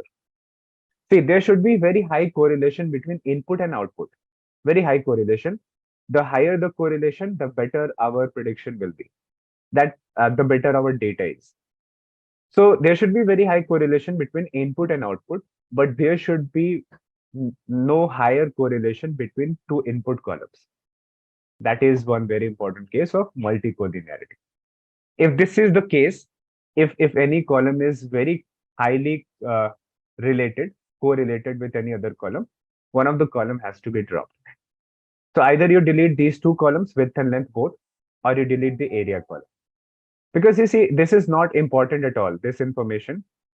What would you do of the same information twice? It's just the wastage of the resources. That is multicollinearity. And how do we find out multicollinearity? There is you will again see, but I'm telling you the name of that. There is a concept of variance inflation factor. Okay, this is just a function in sklearn. So you will be using this variance inflation factor, VIF, it is called. So VIF will tell you whether your data has multicollinearity or not, and which column is highly correlated to each other. This variance inflation factor tells you that. So variance inflation factor is basically some numbers like 0, 1, 2, 3, 4, 5, something like that. If any column has a value more than 5, you will get to know that that column is very highly correlated with other columns, and you have to delete that. You'll get to see everything. Because to understand this variance inflation factor, you have to understand about the other things also, which we have not covered for now. Isn't the correlation grid also? Yes, correlation grid is also you can do, but what happens is when you have a bigger data, which has too many input columns, then it becomes little difficult to find out the correlation. So this variation inflation factor is a very small thing. In one single line, you can easily get the answer. which columns are related highly or not. Okay, so if you are checking the correlation grid, that matrix between the other columns, all the columns, so you can take that also, but there you have to identify that from what point I am taking it as a higher correlation. More than 0.6 or more than 0.7, more than 0.65, more than 0.8, where are you actually drawing that line? So there is not a single answer that above 0.7 correlation, you should say that this is having multicollinearity. So this variance inflation factor will give you some number to the column. Let's say to which column it has given number 2, number 3. If, for this area column, it has given, let's say 5.8. So this number is more than 5 for VIF, and VIF will tell you that you should be deleting this area column very easily, just in a single line. You don't have to do anything at all. This will be done. Again, I'm not going into depth because it will be covered properly. Don't worry about that. It will be covered properly when you're making the projects. But I think you should, you are very clear about the assumptions of linear regression, all the data points. You don't need to compare. You just need to use the VIF. That's a function. You use the VIF, you give your data set, it will give you the scores automatically. That this column is related to this column, this is related to this, or this column has higher VIF score, that will tell you. Okay, multicollinearity is something, just as a brief. If there are two input columns which are very highly correlated. Correlated means what? You have seen that correlation value goes from the -1 to +1. Correlation value. So if any correlation value is very closer to -1 or it is very closer to +1, it is highly correlated. So if there are two input columns, okay, two input columns, remember this. If there are any two input columns which are very highly correlated with each other, either negatively correlated or positively, if they're highly correlated, one of them has to be dropped. So we saw that these two columns tell me the same thing which area is telling me. So this area is multi-correlated with this. Okay. So then what you do, you delete the area column, or you can delete the width and length, both the columns. It depends upon you. Whatever you want, there is no single correct answer kind of thing. Now, the last thing for this case is the regression model evaluation metric. Yesterday, when I was showing you the practical, I just very briefly have shown you the R2 score. So R2 score is, yes, kind of duplicate, you can say, in a very layman term, that they are telling me the same information. Not exactly duplicate, but giving me the same information. That is what it means. So regression model evaluation matrix is something which you are going to use at the end of the model to check the performance of the model. So the metrics which I'm showing you here, this is different for regression model, and the metrics will be different for classification model. You don't use the same metric for both of the cases. So let us see what it is. The regression model evaluation metrics are, you have mean squared error. Then we have root mean squared error. Then you have mean absolute error, R2, and adjusted R2. So what is this mean squared error? Mean squared error we have already seen. When we were creating the cost function, during that time, we got this mean squared error. Now, mean squared error is not something, okay, so this mean squared error is not something which tells me the performance of the model directly. Okay, what it is actually something which compares different lines to tell me this is the better one, this is not the better one. Okay, so it is used for comparing. Whichever line has a lower mean squared error, that is better. That is the thing. Now, very similar to that, there is RMSE. RMSE is nothing but when you take the root of mean squared error, you get the RMSE. This mean absolute error is nothing but you take the absolute of the mean error. You'll get to see that. But most of the time, what are you going to use is these two metrics, because they tell you exactly about the performance of the model. The other three are comparing with each other. That this model is better, this model is better. You compare their MSE, RMSE, So whichever has lesser value of these three is a better model. So suppose if you're taking a data set, and in that data set, one, you're applying linear regression, okay, linear regressor, and second, there is a decision tree regressor. We will understand about that also. Now, let's say this is a better model. How would you know about that? You can first compare the mean squared error for linear regression and mean squared error for that. Whichever has less value of MSE is a better model. So use them for comparing the models. But the R2 and adjusted R2 actually give you the score between 0 to 1. So what this R2 score gives you is it should be the more closer to 1 it is, the better your model is performing. Again, so what do you consider as better? It depends upon domain to domain, problem to problem. In some cases, what can happen is when you get 0.78 also, that is very good for you. Some cases. But again, there are some critical cases where you have to get something of a very high score like this. So it is not that you are always going to look for a very high accuracy. When you're making the projects for the learning process during this course or anywhere, just for the learning process, you will be aiming to achieve a very higher R2 score. Okay, that will be your aim. But when you go to industry, nothing like this happens in most of the cases. Okay, you will think that you have to achieve this accuracy, this much score, but sometime you will have to just satisfy yourself with this much score also, or 0.7 score also. That depends upon problem to problem, the best you can do on a data that you will get to see once you experience those kind of things. Now, the R2 score is simply that score. That it gives you a number between 0 to 1. The closer to 1, the better the model. What is this adjusted R2? This is very important to remember because a lot of people forget this. Adjusted R2 is nothing but it is the, you can say, modified version of R2 score, which gives us a lot of good information. What?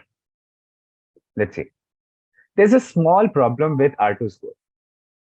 The small problem is that, let's say I have taken 20 input columns in the data. And for 20 input columns, I suppose get the R2 score of 0.83, telling me that my model has performed this much. I get this much of score. But in this case, suppose I increase 3 more input columns. So what R2 score will do, it will always give a higher score if you're increasing the input column. Okay, so what will happen?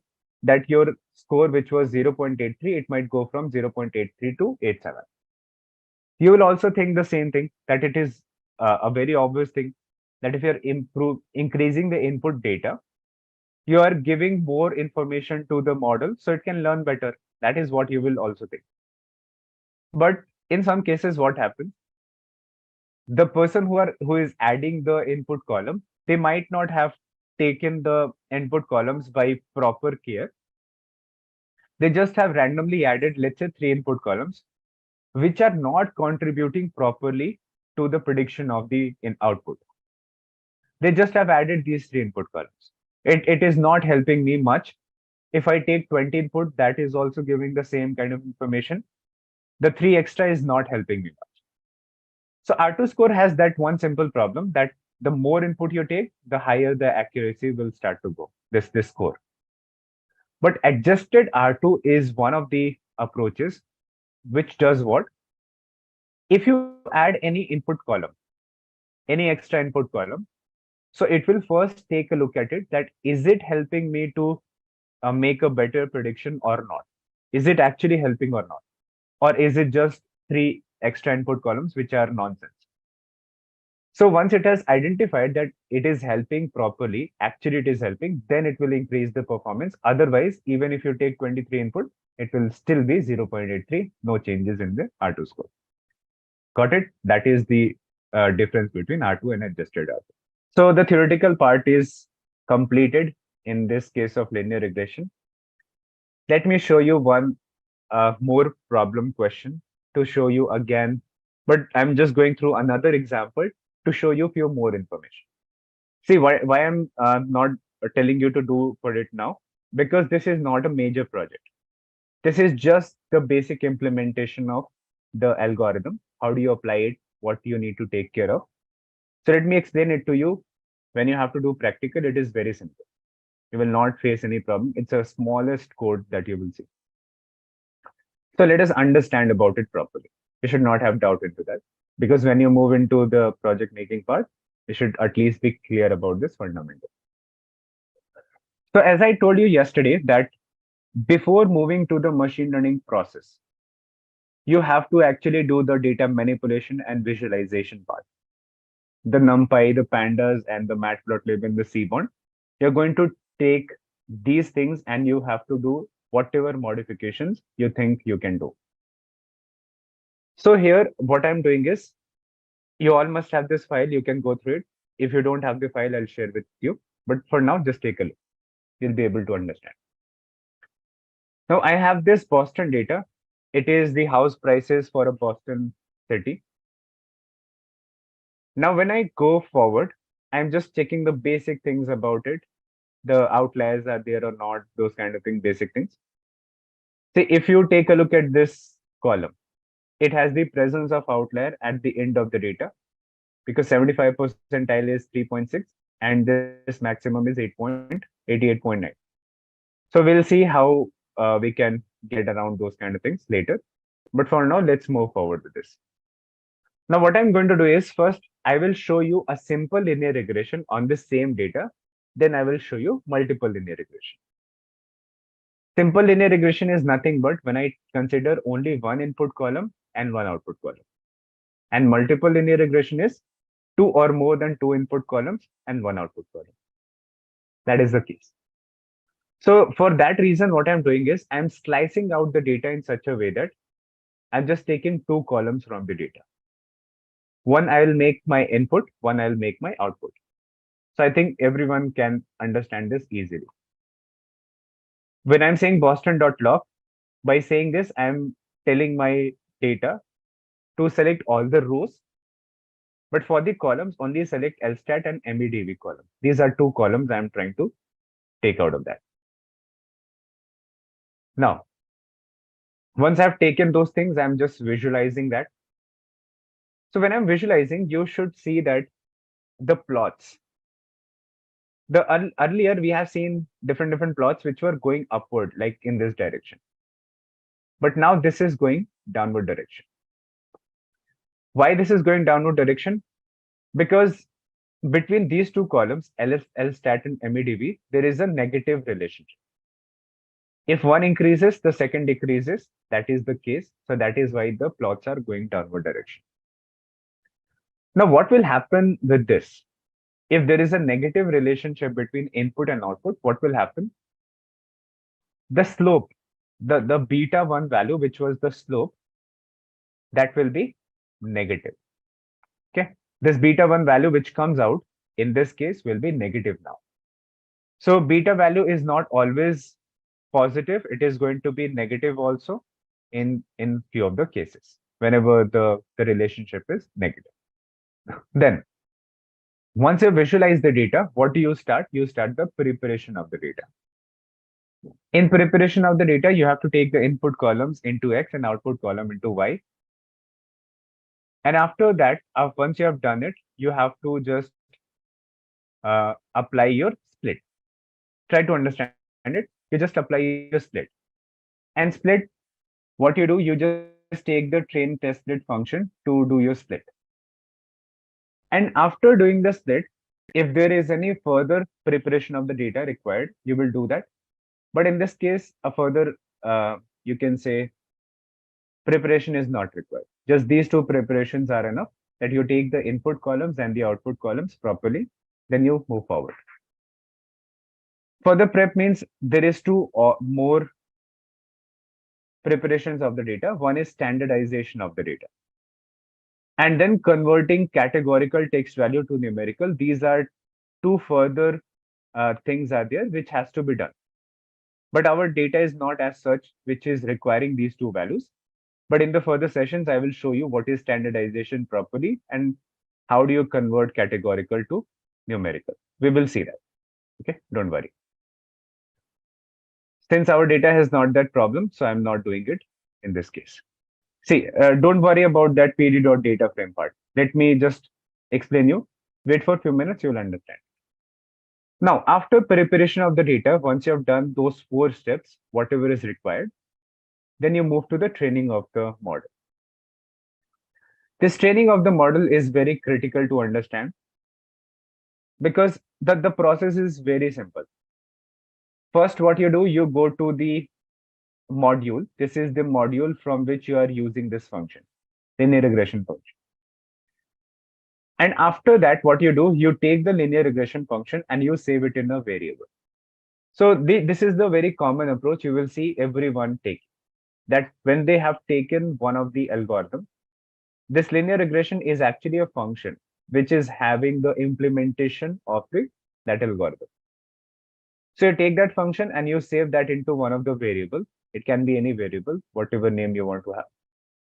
And then you use this variable and then you say dot fit, extend and widen. This is the code where you're applying the algorithm on the data. Dot fit means you're applying the algorithm on the data. This is what dot fit means. So once you apply that, what will happen? Your model will be created. Okay, the process of learning the pattern, the creation of the model, the creation of hypothesis function, everything is done at this point. This is dot fit. So once you get an output like this, it is telling you that the learning has been done since it's a very small data. So it has learned the pattern very fast. Once it has done it, the training has been done. If you want to check the intercept and everything, that you can do, but it is not required again. The intercept is this, the coefficient is this. So I was talking about that beta 1 value will be negative here, and you can see this. The beta 1 is what? Minus 0.977. This is the beta 1 here. And beta naught, which is the intercept, which is 35.013. So you automatically get the beta values. You don't have to do anything. Once you have understood the background concept, you will be able to get the idea what is happening, how you're getting these things. But again, remember that when you go to interview, first they will ask always the mathematical part of any algorithm, then they will move forward to the implementation of that. In many cases, you might not have to do the implementation at all. Just the projects that you have created during the learning process, they will ask 1 or 2 things from that project, that why you have implemented this, why not this. But mainly their focus on machine learning will be the mathematics behind this. So that is why I have explained you very properly the linear regression. If you understood the explanation, you will be better with it. You don't need to know anything more than that, whatever I have explained. The cost function part is also clear. The optimization of cost function also we have seen. Both the things are clear to you. Now, once you have fit this model, taken the algorithm dot fit, extend and widen, then what you do the prediction. You take the same variable in which you have loaded your machine learning algorithm. Then you say linear dot predict and you give the x test value. I've explained that thing yesterday also. Once you give the x test value, it will do some predictions. What does it think? What it has learned, on the basis of that, it will make a prediction. And that you save it into this variable ypred. This is a very common name. Everyone understands this, so you can use this one. So once I've done this, it is going to give me some predicted value, some predicted sum. Once it has predicted this, what it has to do, it has to compare with the y-test. So y-test is the actual data and y-predicted is what it has predicted on the line. So once you get this y-test and y-prediction, the last step is to take the R2 score and check the performance of the model. So if you observe here, when I have compared the y-test and y-predicted, means the actual and the predicted, you're getting a very bad score. What might be the reason of getting such a bad score in this case? The 0.44. What might be the reason? Outlier is not that big a problem in this case. It is not that difficult. It is a very simple problem. The first problem is you have not enough inputs. Okay. Less examples of the input data. Sorry, of the training data. What is these 2 points? What is this case? If you take a look here, in this data set, there is just 506 rows. Means only 506 examples are there on the basis of which my model has to learn. And also this complete 506 my model is not seeing because it is going to be divided between the training and test. So maybe around 450 examples our model is getting to learn the patterns, which is not enough at all. So first we have very less data. Second, we have just one input column. So what can you predict with one input column? If I just tell you that predict the house price by seeing the number of floors, can you do that? Not possible for any. So it is actually lacking in two things, that you have very less examples of training, means lesser data, and you have very less input, just one input column is there. These are the two main problems because of which it is actually underfitting, not able to learn the patterns properly. This is one thing. Now let me show you that if you take more data, will it fix this problem? Will the performance increase? It is a very obvious thing, but I'm going to prove that to you now by taking multiple linear regression on the same data. So everything will be same, just one place I'll make a change where I'm taking input and output. So let me run through it. And in this case, you see what is the change I'm doing? Only one simple change. In the X, I'm taking now all the input columns from here to here. Total 13 input columns I'm taking.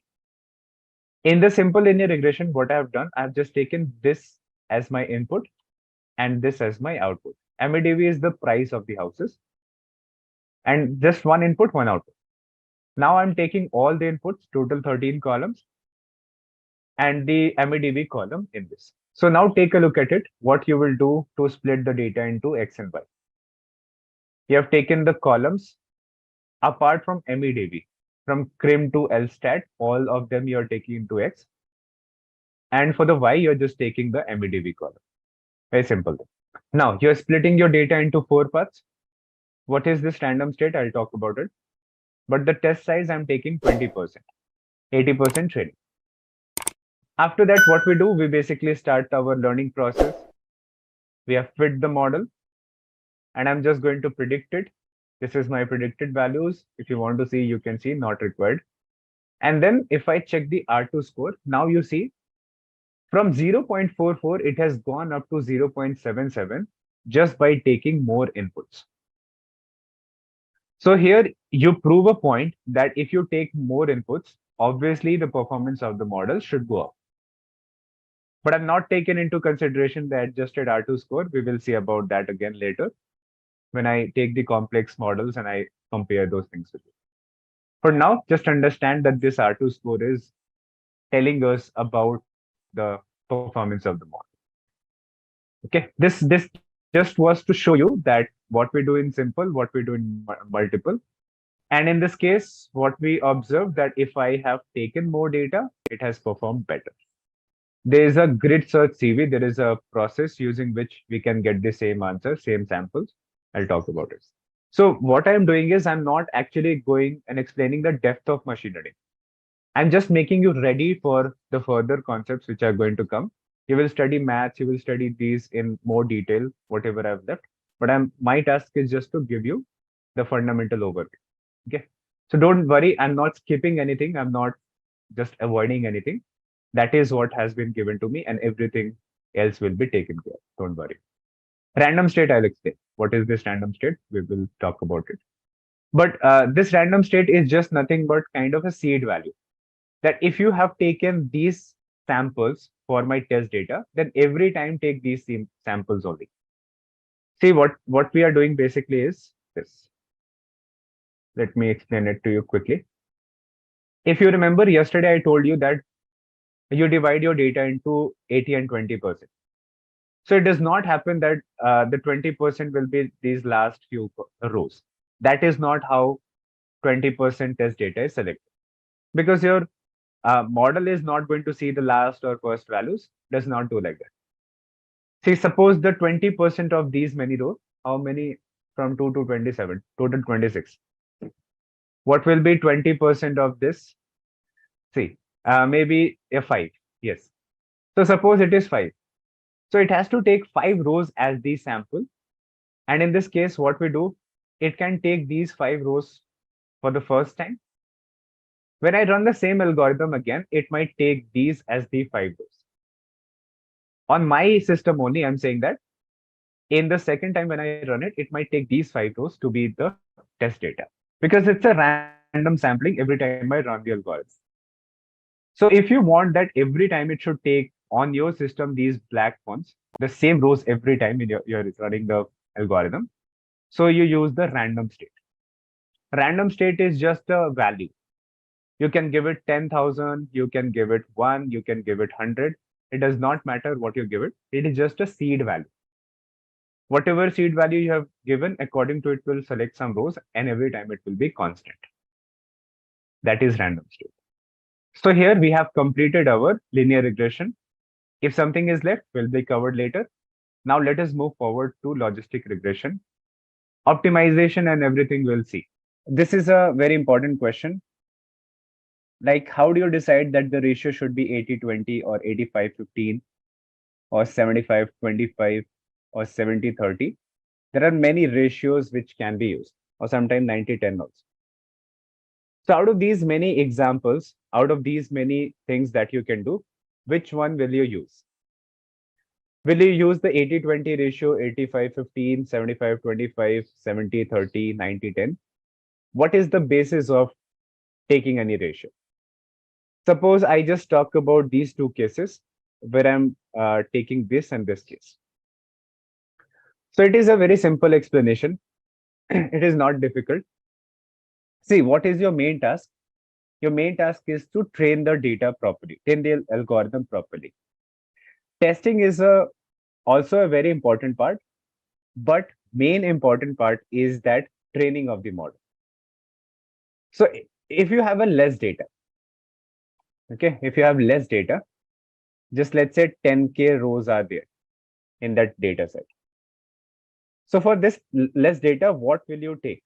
What are the splits you are going to do out of these options? Yes. So you would prefer first the 90-10 the approach, 90-10.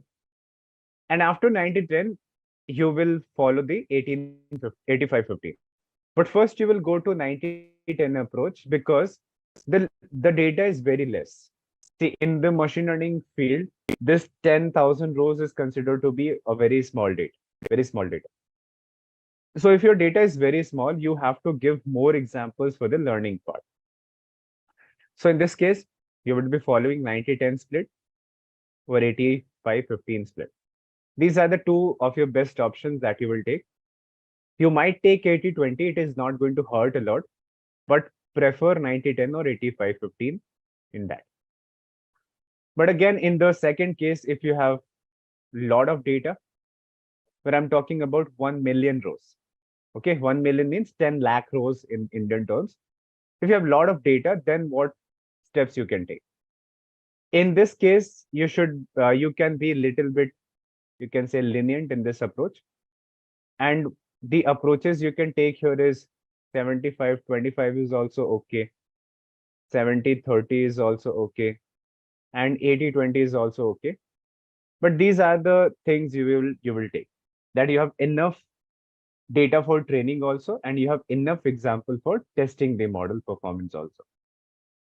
So it depends upon how less data, how more data you have, and on the basis of you decide. If you have anything in the middle of that, let's say 100K rows. So the common one which everyone uses is 80-20. If you are somewhere in the middle of you don't have less data, you have too much data also, you can go with this. Right? This is the answer. So what we are going to start now, is we are going to see our first classification algorithm, which is called logistic regression. Now, it is a classification algorithm. So why it does have a name of logistic regression? Why it has a name regression in this?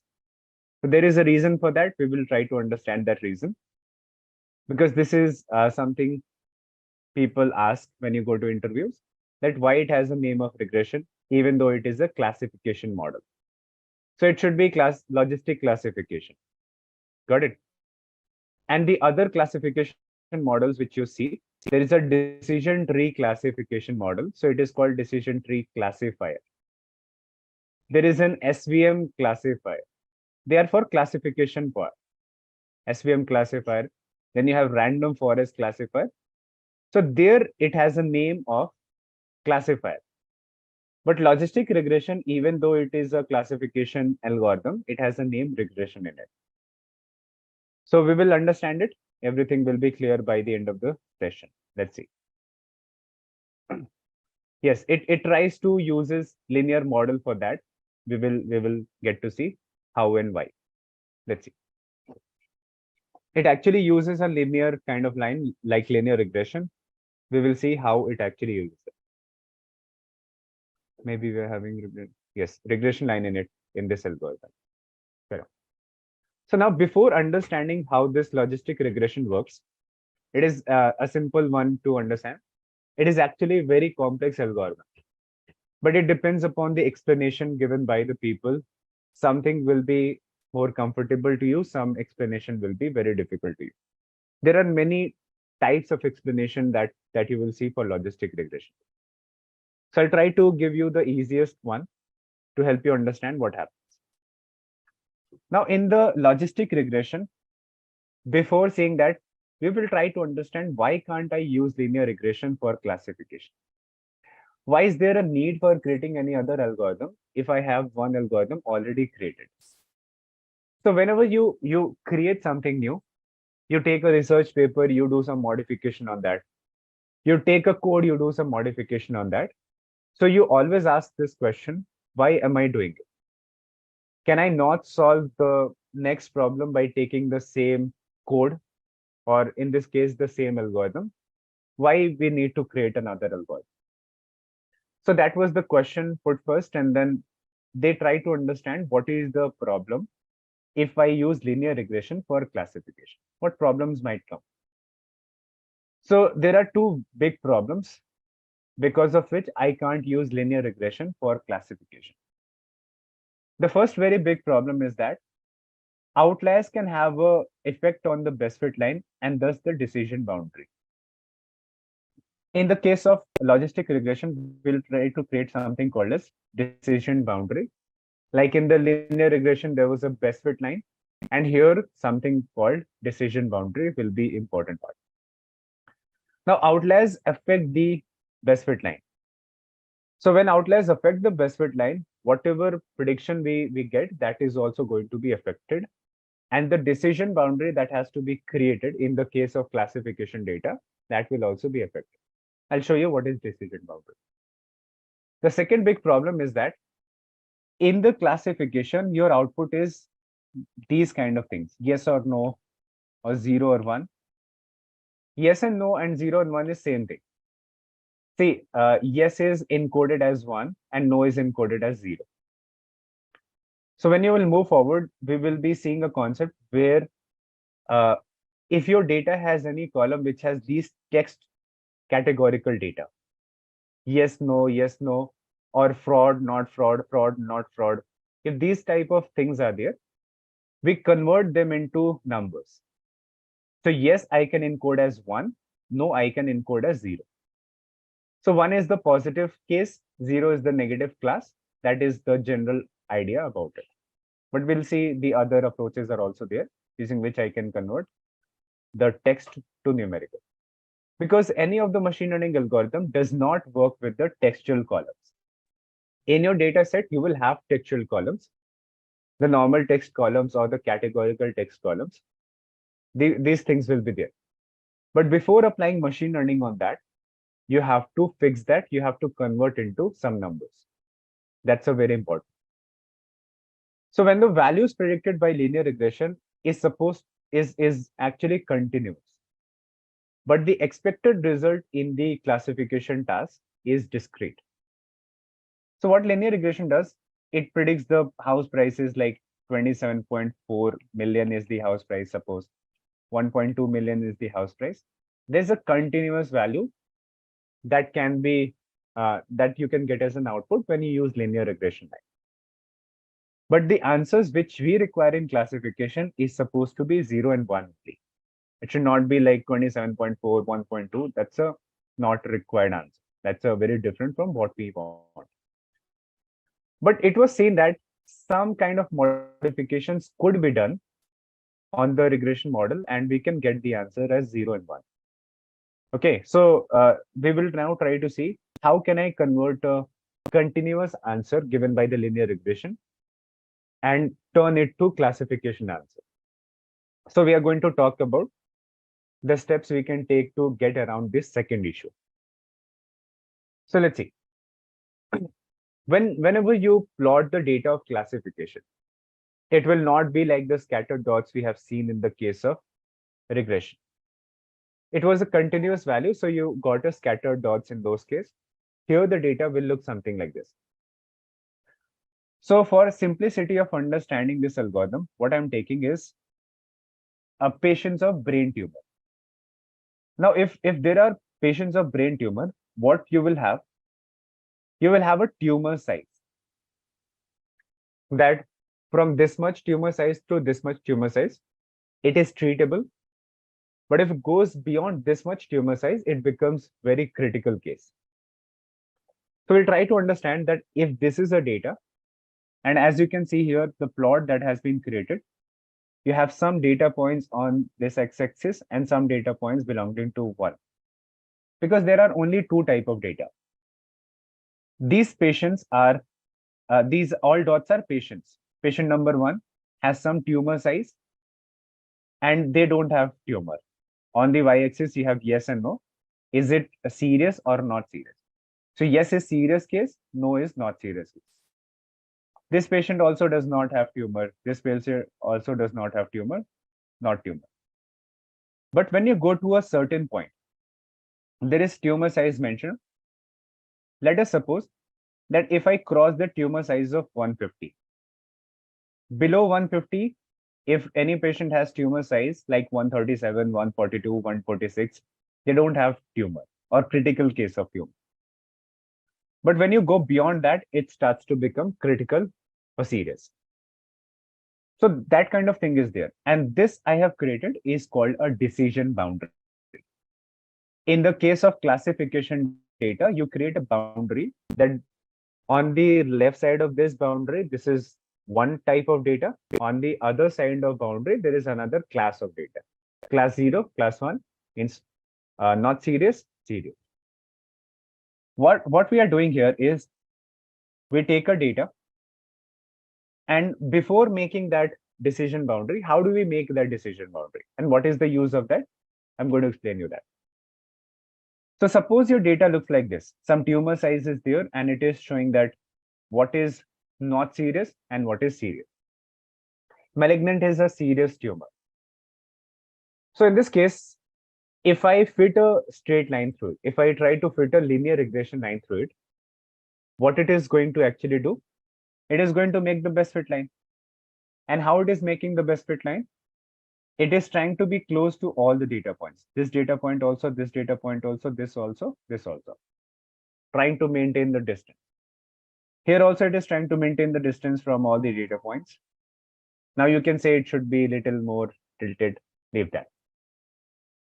This is the best fit line it is trying to create. The problem with this best fit line is that it gives you continuous value. See, you have the one value here, and your linear regression line is crossing that one value, which means that the output it will give may be more than 1. And here also you see it is crossing the line of 0. Means in some cases, the output it gives is the negative value. What I'm saying is, let's see. Suppose that for this data point, What will be the predicted value? Just above on the line. This will be the predicted value. Is it crossing 1? Is it more than 1? Yes, it is more than 1. Similarly, if there is a data point here, okay, what my linear regression line will tell me, you just map it on this line. It will tell you this is the value. What is this value? Less than 0, it is something negative. So the prediction for this dot is negative, which is lesser than 0. Prediction for this data point is more than 1 in a continuous manner. So if I just use a linear regression line to get the output, I should be just getting an answer as 0 or 1, but I am getting an answer more than 1, less than 0, that too in continuous format. So I won't be able to use it properly. How can I say that this person belongs to negative, this number? It does not make sense. I won't be able to interpret the results. So that is a problem. But the people who were studying this, they said that let's do something, let's add few things so that we can solve the problem of this. We should not be getting an answer more than 1, less than 0. Let's do something on this. So what they did to solve the problem using the linear line only is they created a 0.5 point here. In the middle, they said 0.5. And what we have to do with this 0.5 line is just make a linear regression line and then connect this. Start a line from here and connect the line just to this point so that it matches to this line, just touches the line. And once you have touched the line, what you will do is you will make a decision boundary straight according to it. So we don't randomly make a decision boundary. We have taken a 0.5 point. That is a common one. You can take 0.6 also, you can take 0.3 also. We'll understand about that. But the basic one given by the people, the people who created this, is you take a 0.5 point, touch it on the linear regression line, and make a decision boundary according to that. Now, what is the purpose of decision boundary? Let's suppose this is the value of 150. You take this 150 and you say that if any patient is having tumor size less than this 150, you say they are not having the tumor, brain tumor, or not critical in brain tumor. And beyond 150, you can say critical. So what we have done, we just took the linear regression line and not taking its output, we just took the 0.5, we touched this line, and I'm now just using this decision boundary point to say that don't look at the output of this. Don't take a look at the output which is given by the linear regression line. Just see the tumor. If the tumor size is less than this, say the patient has not critical case. And if it is beyond 150, say it is critical. So you solve the problem that below this class of 0, above this class of 1. That is one way they have thought they could solve this problem. Make sense? But there is a problem. The problem with this approach is the first limitations. I took a linear regression line. I have said that the linear regression line gives a continuous output, but we want the output to be 0 or 1. So we touched a line to the linear regression line. We made a decision boundary supporting through it. And then we said that take that as the boundary. Below the boundary, class of 0. Above the boundary, class of 1. So in linear regression, not using linear regression, we are creating that boundary. That is what it is. So once we have done that, it feels like it is going to be good for most of the cases, because once I have trained my model according to this, once I have found this 150 as the decision boundary, let's say a new patient comes tomorrow and I have to predict whether this patient is going to have tumor or not. So I checked the patient and I found out that the patient has tumor size of 167. Where this patient falls? On the right side of the decision boundary, and I'll say that this patient has critical case of brain tumor. I can easily do this. And if I take any patient who has 135, it is less than 150, which is falling on the left side of it somewhere. So I can say that it is not having critical case. So it feels like I have got a easier solution and I'm able to use linear regression line for the prediction of the classification data also. Feels like that. But again, the first problem which is there, the outliers can have an effect on the best fit line, thus the decision boundary. This is very interesting. Now let's understand this. Okay, so you were happy that I have found the solution and I'm able to use the linear regression for this also. Yes, so I'm now going to show you the outlier problem. So outlier problem is this. Let's suppose you take a data or you updated the training data and now it has an outlier. So when the outlier is there, then what will happen if in any data has outlier? So in this case, first you are making the linear regression line, then we use the linear regression line to make the prediction. Now you see, just because a patient came into the hospital, this patient actually came into the last stages of their brain tumor. He or she can't be saved because they have done too late to come to the hospital. And nothing could be done. They are not very highly critical. So just because of this one data point, you can see which is very higher tumor size value, my linear regression line, which should have been actually something like this, it is now shifting from here to here. Same property of linear regression, that it draws itself towards the outlier. So the problem is this. The important point becomes that if I take the same approach of 0.5 here, if I take that approach, what will happen is I was doing this, and previously I made the decision boundary somewhere here. But now what is happening is I am going to use this 0.5, and the decision boundary now will be created somewhere here. So you see, now the decision boundary has shifted from here to here. And just by looking at the decision boundary, you can understand how dangerous this is. For this type of classification I'm doing, the patient into critical and not critical, you can see how dangerous it is. Because now, according to this line, these 3 dots you see is on the left side of this newer decision boundary. And you'll say that if a patient has, earlier, let's say it was 150, now you're saying, let's say it is 175. Decision boundary. So I'm saying if any person has less than 175, they are not critical. But is this the actual case? Obviously not. The actual is 150 is the proper boundary. But because of shift in the regression line, the approach we have taken is going to be destroyed.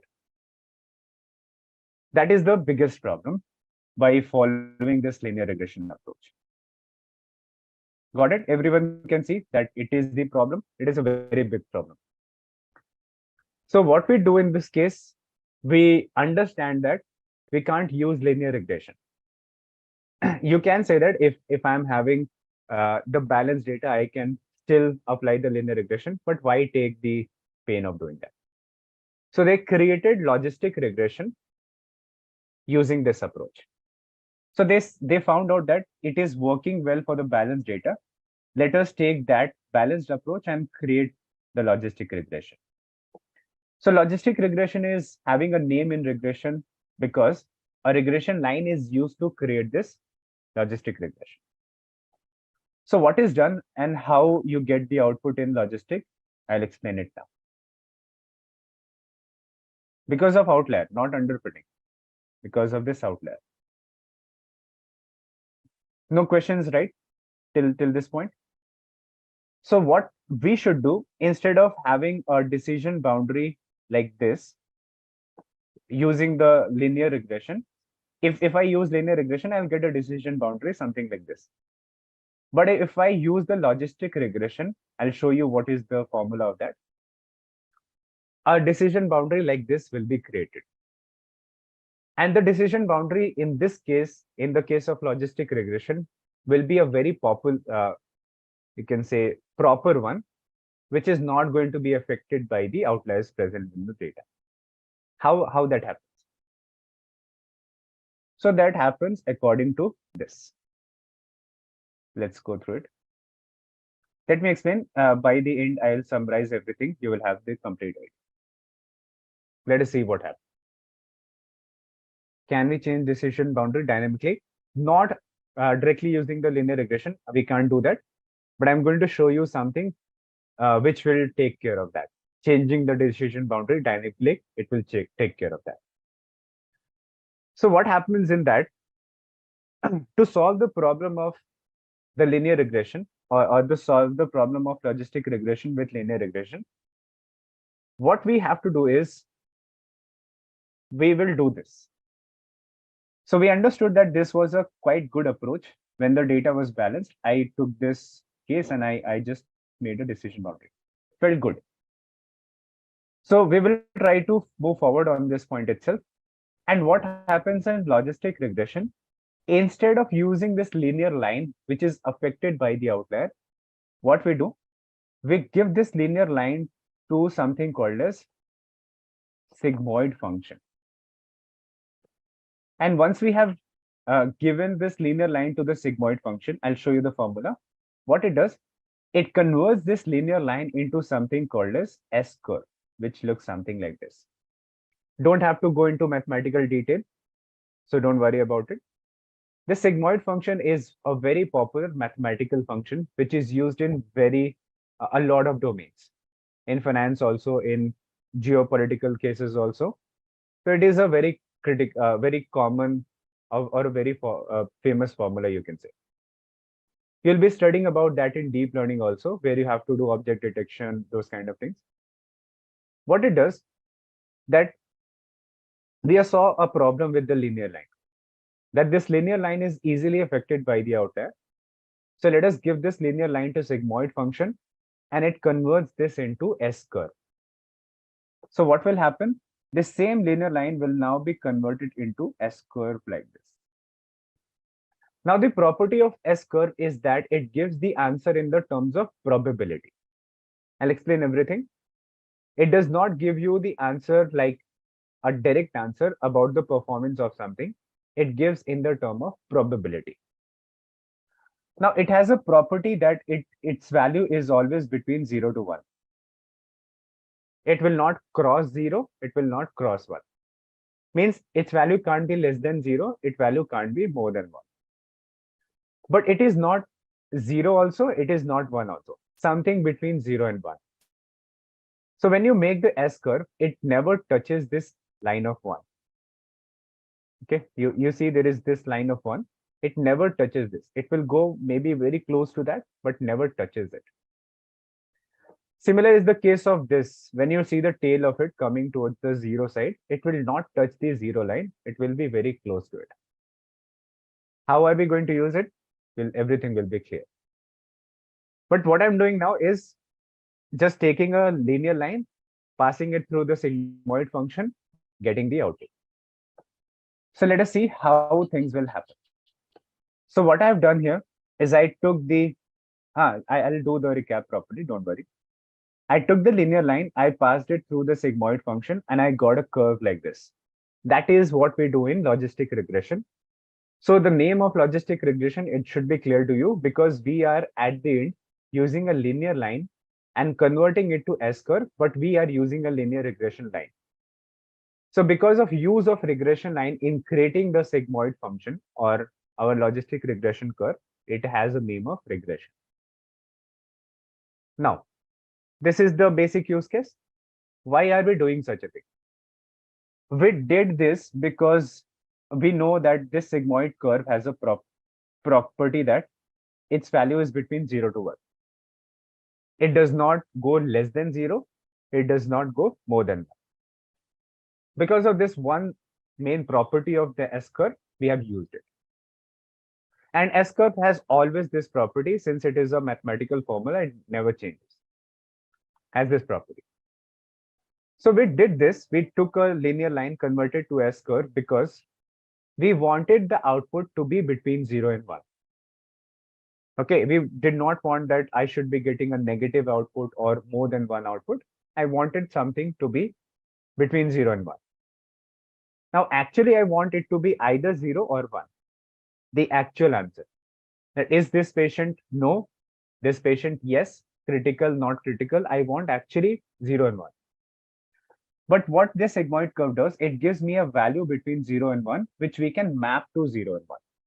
You'll understand. So if I want the output to be between 0 and 1, not crossing less than 0, more than 1. We use S-curve for this. And how do we get S-curve? We use sigmoid function for this. Now, sigmoid function has this formula. It is called 1 upon 1 plus e to the power of minus z. Now, this e is what? It is an exponential term. It is a mathematical term, exponential. Again, you don't have to worry about it. This is just the formula. The interesting thing about this formula is, how do you actually convert a line to a S-curve using this formula? How that is done? So take a look at this. This is the interview question. This whole thing. Sorry. From here to here. So I've just represented that as g of z. This is a mathematical way of representing things. Again, no need to worry. So when I have taken this formula, I'm saying that the value of this formula is always between 0 to 1. I've written 0 greater less than 1. I'm not written is equal to, which means that the value given by this sigmoid function is never exactly 0, never exactly 1, but something between 0 and 1. Maybe it can be 0.001, but it is not exactly 0. That is the property. Now what we do? Now this z that you see here, this z is actually going to take the equation of a linear line. So this formula now becomes like this. 1 upon 1 plus e to the power of minus z. This formula is now going to take the form of 1 upon 1 plus e to the power of minus beta naught plus beta 1 into x. This is what it is. So this z that you see here we give the linear line. So we are taking a linear line passing through this equation and it gives me S-curve. This is phi. So in the formula of the sigmoid function, I've taken the equation of the linear line, regression line. And once this equation has the formula of linear line, it will take that linear line, convert to S-curve. So this formula will take care of that. Let's move forward. Let's understand this. What are we going to do? So what are we going to do is, we will talk about the first case that I said I will be able to convert my answer into 0 and 1. Let us see how. So why are we converting that linear line to S-curve is because of this reason. Let's see. So suppose I have used this here and I have to convert it to S-curve. How we are doing it is this. So see here, suppose there is a data point here. And this data point belongs to class 1 or class 0. I don't know about that. Okay, this data point. I should put it here or I should put it into the class of 0. I don't know that. So suppose that this is belonging to class 1. Suppose this is belonging to class 1. And what will be the predicted value of this according to my line? This will be the predicted value. And what it will be? Suppose it is something more than 1. Suppose it is 10.8. Got it? So this is what my linear line will do. It will give me a prediction value more than 1. According to this data point, it is telling me it is 10.8. Just I'm using the same property of linear regression, nothing else. So I get a 10.8. What I do about this 10.8? So I do this. Let me go ahead. And using this equation, what I will do, I will write the formula again, 1 upon 1 plus e to the power of minus 10.8. What it will give me? It will give me some number. Let's suppose it gives me a number like 0.2. Suppose, not going into exact. There's a calculator using which you can calculate the value of e to the power of minus 10 to the power 8. See why I'm telling it to be this 0.2? Because when you have this e to the power of minus 10.8, it will become a small negative number, and 1 minus negative number, it will be something. And if you divide 1 by that small number, sorry, if you divide this by a bigger number, it actually will give you a bigger number. I'll show that calculation. So just think of it like some division is happening. It is going to be giving you some number and you're adding with this. Now, once you get that, what will happen? 1 upon some bigger number, you will get 0.2. What do we do with this 0.2? What do we do with this 0.2? Before understanding this 0.2, how has that 10.8 come? I think you understand. I took one of the data points, I mapped it on the linear regression line, I got a linear output. That is what linear regression does. I gave the output of the linear regression line into this formula, sigmoid function, and it gave me a value between 0 to 1. It can be any value, but it has given me this. Now, what do we know about the concept of decision boundary? We have understood that we take a decision boundary of 0.5 in many cases. That's a general one. You can change the decision boundary also. So suppose following the common approach, I have taken the boundary to be 0.5. Now, if I get the 0.2 value, where it is going to be in the case of left side or right side. Actually, I've taken a value this. Sorry.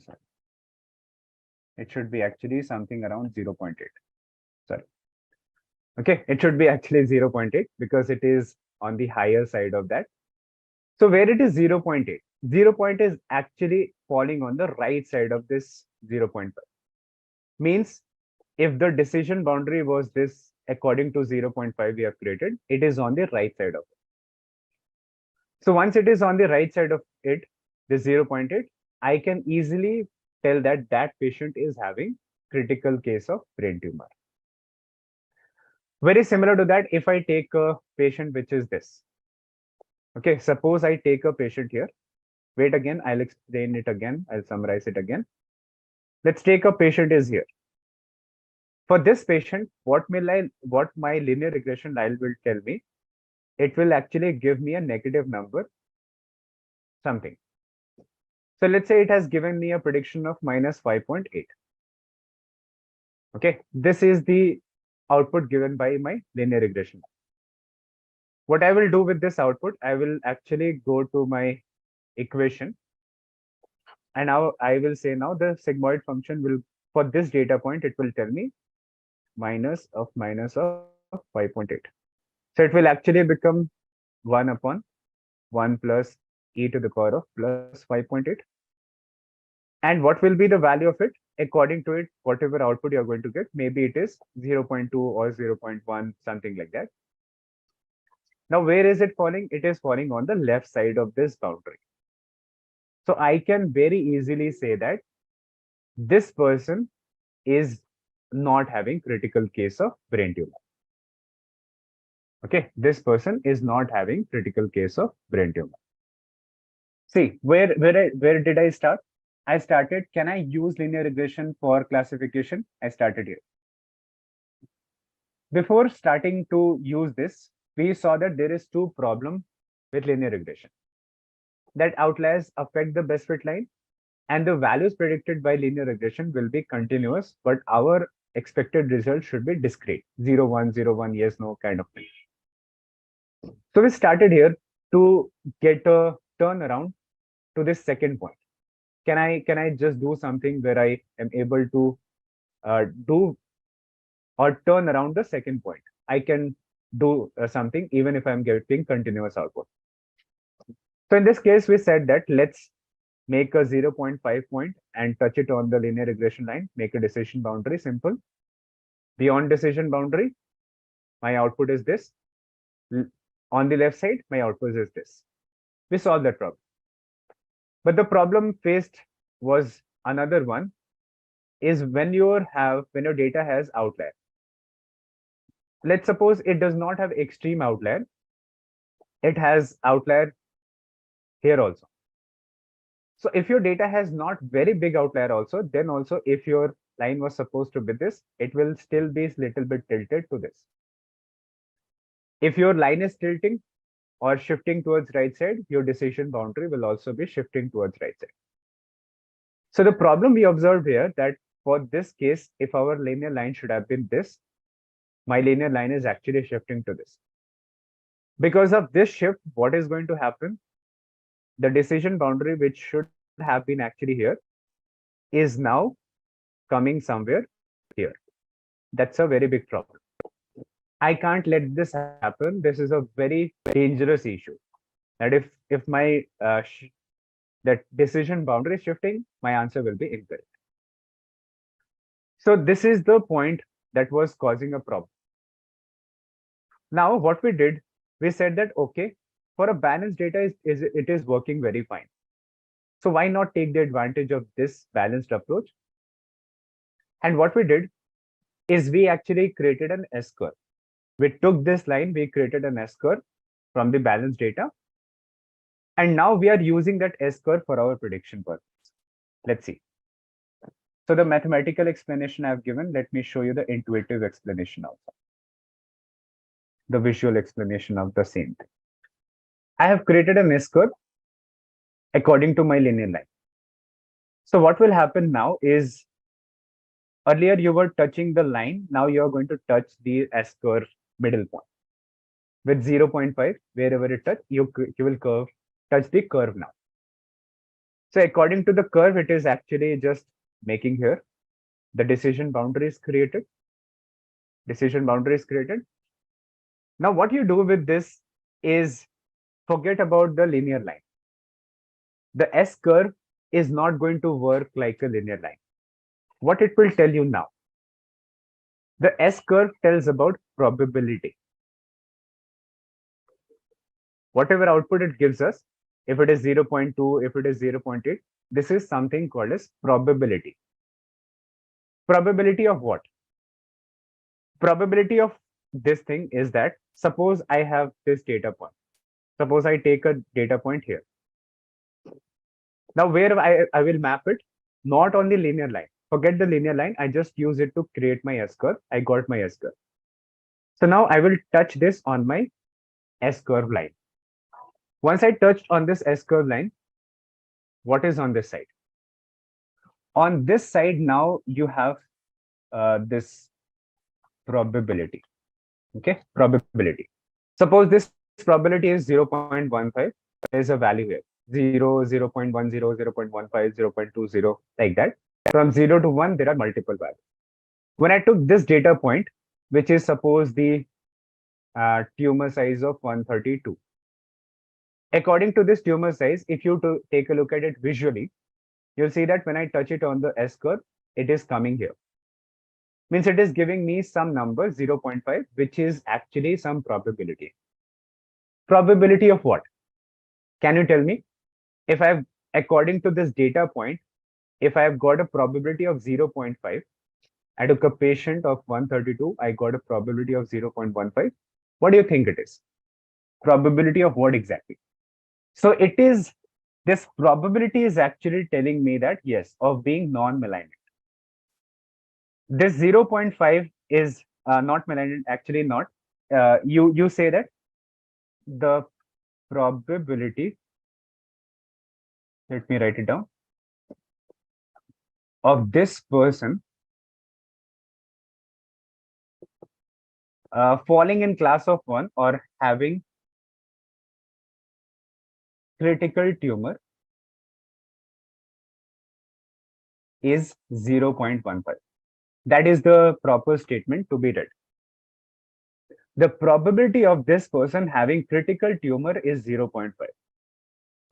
So you can see this person has a very less probability of having a critical tumor. That is what we represent in this case. Now, once I've trained my data, then I will be creating the S curve and I'm checking for a further future data, making a prediction. Suppose I take this data point. Okay, I take this data point and I don't know I should put it into class of 0 or class of 1. I have to classify this data point. I've got a patient who has got 163 of the tumor size or something like that. So what I will do, I will just map this on the S curve.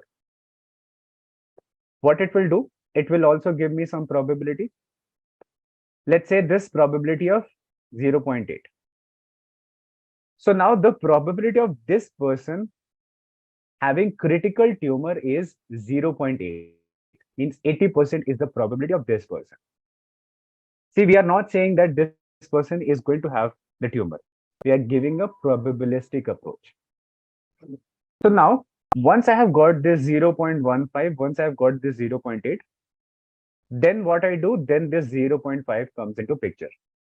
That if any patient has more than 50% probability of having a critical tumor, we mark them as critical case. If any person has less than 50% probability or less than 0.5 probability of having a critical tumor, we mark them as not critical. With this, everything should be clear that what we do in logistic regression, you have seen visually also, and you have seen with that case of sigmoid function also. So if I have to show you the sigmoid function approach, what we have done is, if I took a patient of 163 here. So for 163, I would have got a regression value of 10.8 for this person if I use the regression approach. So I should have got a regression value of this. Then I give this regression value into this model and it gives me a value. When I take this value, what is this? This is now the probability. Let's have a quick quiz question, guys. What is the primary objective of linear regression? Your options are A. Minimize the sum of squared residuals. B. Maximize the correlation coefficient. Option C. Minimize the absolute deviation. And option D. Maximize the R squared value. You can comment your answers in the comment section. Now we will continue with our session. Just a quick info, guys. Intellipaat offers a data science course which will help you master Python, SQL, machine learning, AI, and Power BI. Get a data science certification from IIT Empowertak, an innovation hub of IIT Madras. With this course, we have already helped thousands of professionals in successful career transition. You can check out their testimonials on our Achievers channel, whose link is given in the description below. Without a doubt, this course can set your careers to new height. So visit the course page link given in the description and take the first step towards the career growth with the data science course. When people have created logistic regression, they have tried it also. So that can we take the advantage of linear regression for the classification purpose also. So when they tried it, they actually found these two problems, which was outliers affect the best fit line and thus the decision boundary and the continuous value, right? Continuous output, correct. These are the two problems. And you should remember that these are the basic problem because of which we were not able to use linear regression. But what we said, we started with the second point that if my linear regression line is giving continuous output, let us see, can I map it to one or zeros by doing something? So in this case, we went to an example. And in this example, as you can see, we have the tumor size. We have on the left side, on y-axis, we have either it is critical or not critical. So yes is all the example of critical cases, and no is all the example of non-critical patient. So in this case, what we said that the linear regression, as you can see, it is crossing the 1 boundary and it is crossing the 0 boundary. So that should not happen. We expect the output to be 0 and 1, but the output we get with linear regression is more than 1, less than 0. That's a small problem. So we said that take a 0.5 line, make a decision boundary. And once you have decision boundary, you say that right side of it is the patient for critical case and left side is not critical case. That was a very simple solution that we found to it. But the problem happened here. Okay, so we found a turnaround. We found a way to use linear regression even after having the second problem. But then came the first problem and it destroyed everything. So when we found a solution to the second problem, it felt like it is a very good approach.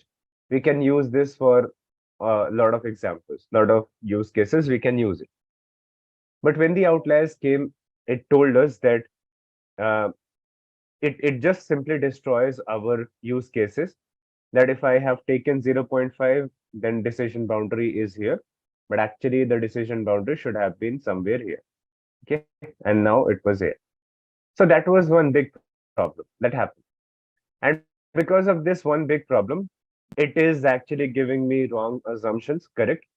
Now this new line will tell that after this number, after this point, actually the cases are critical. But what is correct? That after this point only, the cases are critical, the patients are critical. So just because of outliers present, my line shifted, and because my line shifted, my decision boundary. As I told, this is a decision boundary. So my decision boundary also shifted. So what we do in that case, we were trying to understand that. So we said that, okay, these two problems are there, and to find a solution to these problems, there is a concept of sigmoid function. So sigmoid function says that take any data. If that data has outlier, no outlier, take it. But we will start with a balanced data to understand what we do. So we said that let's create a S curve. Now I told that S curve is actually a type of curve which is going to be like this. So first you create a line. Okay, you create a line for yourself. You give it through the sigmoid function, and then you get an S curve. That is what we saw. Now this S curve that is created, that can also be of different types. One can be this, one can be this, and one can be this very flat. There can be different S curve. And what we have to do, we have to optimize this in such a way that we get the best S curve. Out of multiple types of S curve which is possible here, we need to get the best type of S curve. That is also very critical in this case. Like we were looking for best fit line. Is this my best fit line, or is this my best fit line, or is this my best fit line? Very similar to that, there will be different type of S curve. And we have to find that out, that which is the best S curve. I will show you an example of that, what we actually do. Yes, just like the best fit line. So now you need to understand one thing, that the creation of S curve that you're making is dependent upon this line. First, we are making a linear line, the regression line. Then we are converting that to S curve. So that is actually dependent upon my line. If line changes, the S curve changes. If the line is this one, suppose the S curve is actually created like this. If my line changes from here to here, then S curve might be more flatter kind of this. Okay, changes. So if the S curve changes, then the output will also be affected, the probabilities that we were getting. So we'll understand what we do in that case. But here we took the example of a line, and then we did what? We converted this line into S curve. And I told that this S curve is such that it is created in the area of like this, zeros and one. And the very famous property of this S curve is that the first property, its output is between 0 and 1. Output between 0 and 1. That is the first characteristic of this S curve. And second characteristic of this S curve is that not affected by outliers.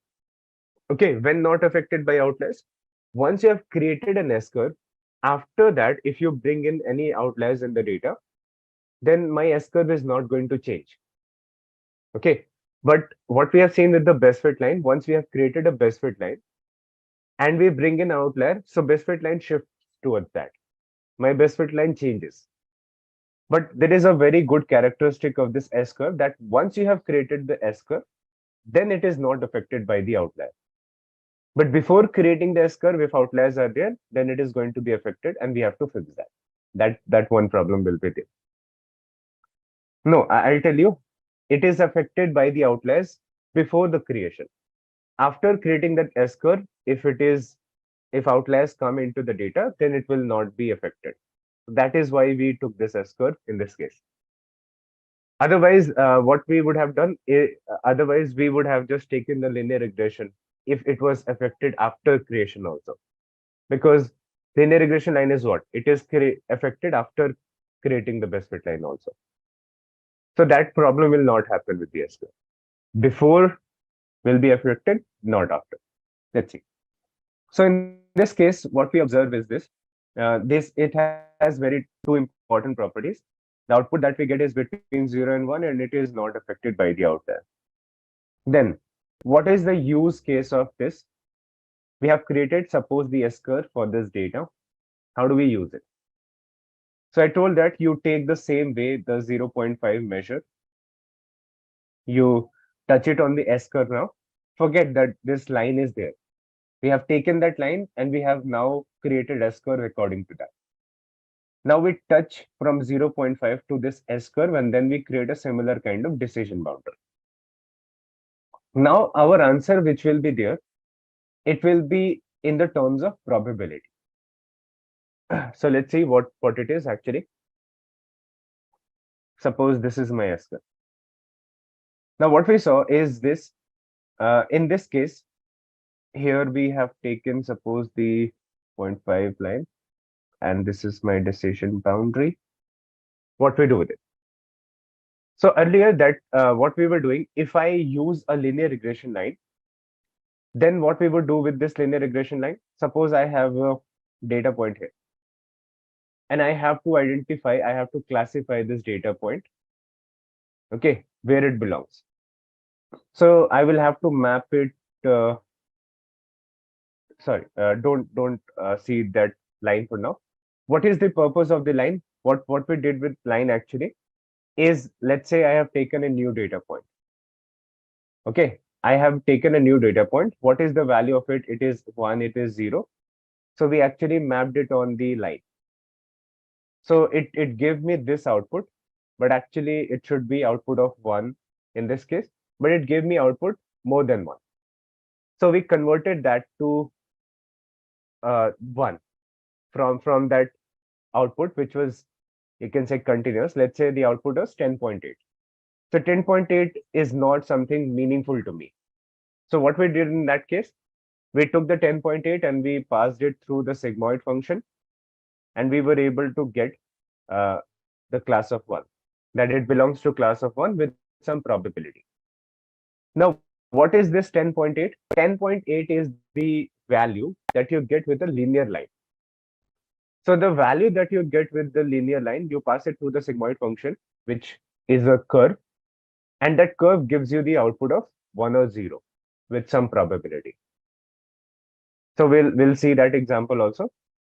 But for now, once we have created the S-curve, then what we do, suppose a new point comes up and I have to find out what will be this S-curve. So in this case, suppose if this curve is here. So I have to map it on the S-curve now. After creating that S-curve, how do we do the prediction with this? I'm talking about that.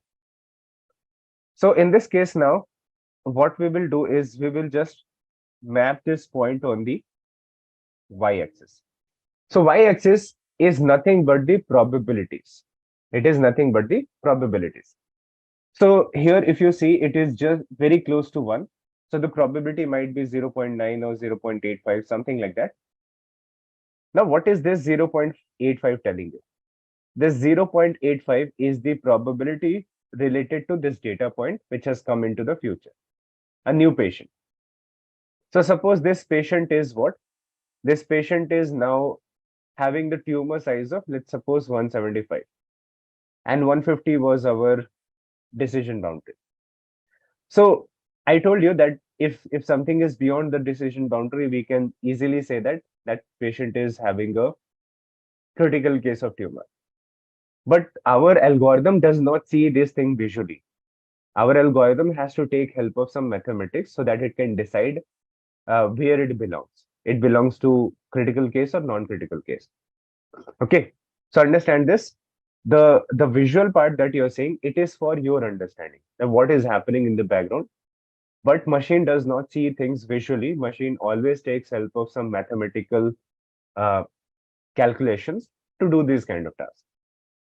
So machine does what? Machine takes a data point, it finds the probability of it. How does it find the probability? So suppose the data point started from here. Okay, this data point started from here. We first found out the number. What number? The linear regression line, what output it will give. So it will say, let's say it gives us 27.2. Okay, mapping it on the line, it gives us some continuous output, let's say 27.2. But that 27.2 does not help us. So what we did, we give this to our sigmoid function, which is 1 plus e to the power of minus 27.2. That was the formula. Let me show you. 1 plus 1 upon 1 plus e to the power of minus z. That is the thing here. Now, so what I was saying is I have the 175. So I took the output which was given by the linear line. So I took the output given by the linear line because I don't understand this. And then what I did, I actually applied this formula. So what it will do, it will give me some probability which will be closer to 1. Okay, which will be closer to 1. So let's say it has given me a probability of 0.9. So this 0.9 is not actually 1 for now. We wanted output to be either 0 or 1, but this is not 0 also, this is not 1 also. It is between 0 and 1. So we started with a data point, we get an output with the linear regression line, but this output is not helpful for me. What we did, we passed this output through the sigmoid function, and it converts that between a value of 0 to 1. Then we take a value. Now this 0.9 is what? This 0.9 is the probability attached with this data point. What probability? So this patient has a 90% probability of having a critical case of tumor, this patient. If this value was 0.8, then we would have said that this patient have 80% probability of having a critical case of tumor. So the number that you get is the probability. Now, what we do with this number, still it is not clear that it is 0 or 1. Should this fall into the class of critical patient or should it fall into the class of non-critical patient? Still, it is not 100% clear to me. So then the last point comes up, which is the 0.5 I have taken here, this 0.5, the decision boundary part. I first explained you through visually. Now I'm showing you through mathematics, how things happen. So in mathematics, you take a data point, you take the linear line, you convert it, you get the number, then you bring in your decision boundary point. Now beyond decision boundary point, if you get on the right side some number, that is a critical patient. On the left side, non-critical patient. So where does this number fall? This number falls on the right side, 0.9. So we will say that this person belongs to class of 1. Means yes, this person has a you can say malignant tumor, critical tumor. So what we have done now, we have just taken a condition of a patient, not knowing whether that patient is going to have tumor or not in the future. We just took the conditions. We just did a test, we got some results, and then we passed it to our machine learning algorithm, which has created this S-curve. And using that machine learning algorithm, we are getting an output. And that output is now classified into class of 1, or you can say class of ES. And this, any person here on the left side of the decision boundary will have a value less than 0.5. Now you will say that if I get a value of 0.5, then what? Should it fall into the class 0, class 1? That is upon you to decide. There's no correct answer, there is no wrong answer. If you want that 0.5 also you want to put into the non-critical, you can put it. If you want to put that into critical, you can put that. This is the easiest explanation you are going to get. That is the thing. So always you need to remember that what we need to remember is this. The interpretation of the value that you get in logistic regression is in the terms of probability. That should be clear to you. So what we have seen here, that if my linear line gives me a value like this continuous value, then we convert it, it gives me some probability. So always that is a probability. It is not the final output, that is a probability. And you take that probability and then you interpret that. So suppose I have got the value. So the output as the probability that the class of the data is 0 or 1. That probability is the main thing to remember here. Okay, so that is the main point. It is common and post that we will pass to the y signal. Now, I was talking about that how do we get that best S curve? Because if you see here, we have understood the working of that. First, you have created the S curve by converting linear line to S curve. System understand, you give that decision boundary point. Whether it is going to be 0.5, 0.6, 0.4, you have to decide that. But in most of the cases, a very popular decision boundary is taken with the 0.5. It will do that. The code has been written. I explained you visually what happens. So by default, we take the value as the 0.5 and it touches the line. That way it understands. Don't have to go into that technical because it will be too much mathematical. But again, you don't always take 0.5. You can take lesser also, like 0.4, you can put the decision boundary, or you can go higher also, 0.6, 0.7 also. It depends upon how critical problem you are trying to solve. That way you increase it. So critical problem means, suppose you are trying to have cancer patients, you're trying to classify a cancer patient, whether a patient is critical, not critical. So you want that, I don't want 50% probability or higher than 50% probability. I actually want higher than 65% probability. So you put the data point as 0.65. Now, whatever probability comes up, that should be at least 0.65 or more than that for that patient to be classified as cancer patient. Before that, you will say that non-cancerous, or you can just, in some cases, go below 0.45, 0.4. Depends upon criticality of the case, what type of problem you are trying to solve. But if it is a very normal kind of business case study, then 0.5 works well in most of the cases. Okay, so you will get to see this when you're making the project. You will be changing it some places. Okay. The last thing to understand is, suppose if this is my data point, let's suppose, and this data point has no outlier, then what we do, our curve is created like this. Make sense? Curve is like this. Now, suppose my data point is like this. My data point has some outlier, the data set that I've taken. And now for this one, I have to create a S curve. Now, if you look at this, you will say that obviously the S curve that is going to be created with this line is not going to be correct. Because if my linear line is not correct, if it is shifted towards the outlier, so the S curve that this line is going to give obviously will have that fault. That will also not be correct. So how do we make sure that our S curve becomes better over time and it is not affected by the outlier? So we are trying to understand that. Okay. So what I said is, before showing anything, let me show you this. Just the formula. See, the formula works like this. You have beta naught plus beta 1x. I'm not taking multiple linear regression for now, just this simple case. So first, what we take, this equation. This equation is the equation of what? A linear line.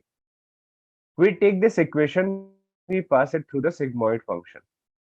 And then what happens? Sigmoid function is this, 1 plus e to the power of minus z.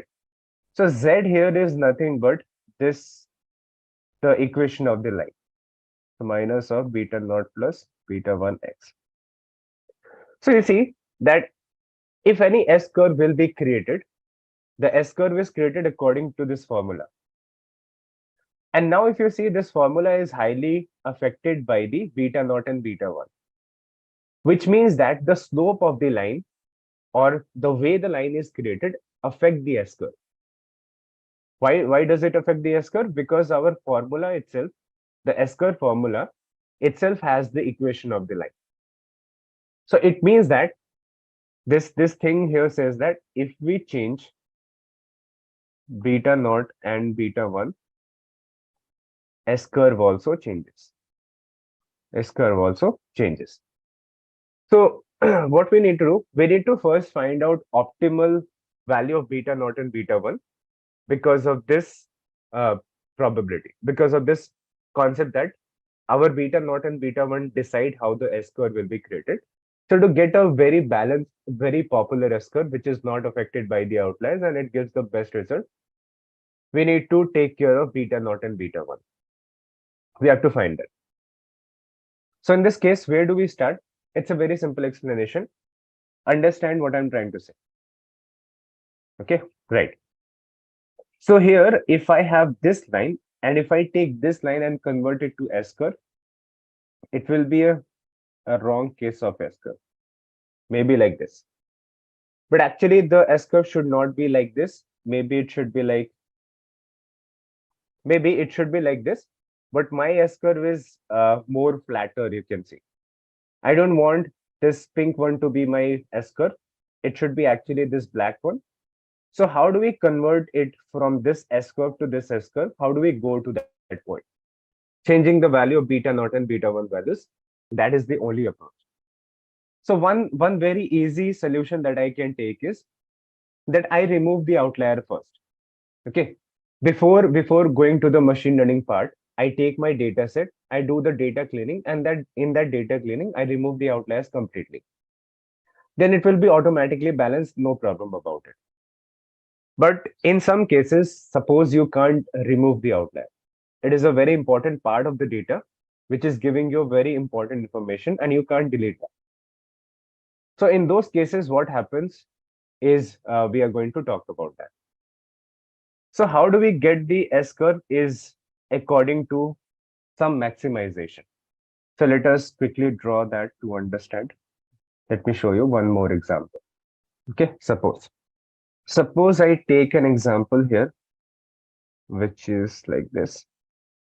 And in this, I'm going to take an example of the blood sugar level. We have blood sugar level. And on this side, what we have, the probability of diabetes. That is my y-axis value, and x-axis value, I'm taking a blood sugar level. Now, in this case, let's say I have some data points. Okay. And for that data points, first, let me take the 0 point here. 0.00. And here I have, let's say, 0.25. I have 0.50, 0.75, 1.0. These are the probabilities. Now, if these are the probabilities, let's say we have 150 blood sugar level, then we have 200 blood sugar level, then we have 250, then we have 300, these kind of cases. To understand it better. Now, suppose I have a line here, and there are some data points which are, let's say, critical. Suppose from this point. And here I have a line.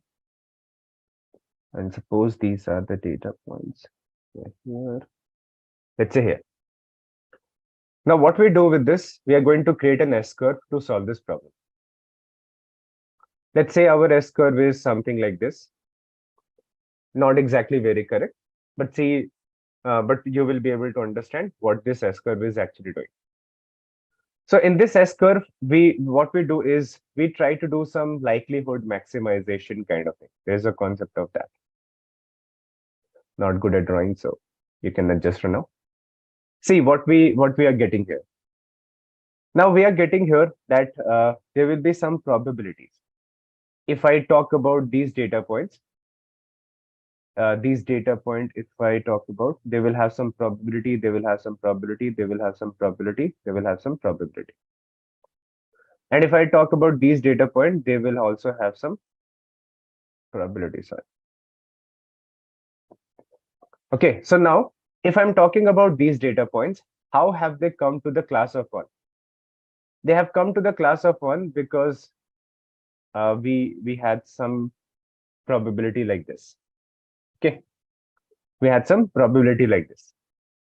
So let me explain it to you in a very little more simple manner. Just 1 minute.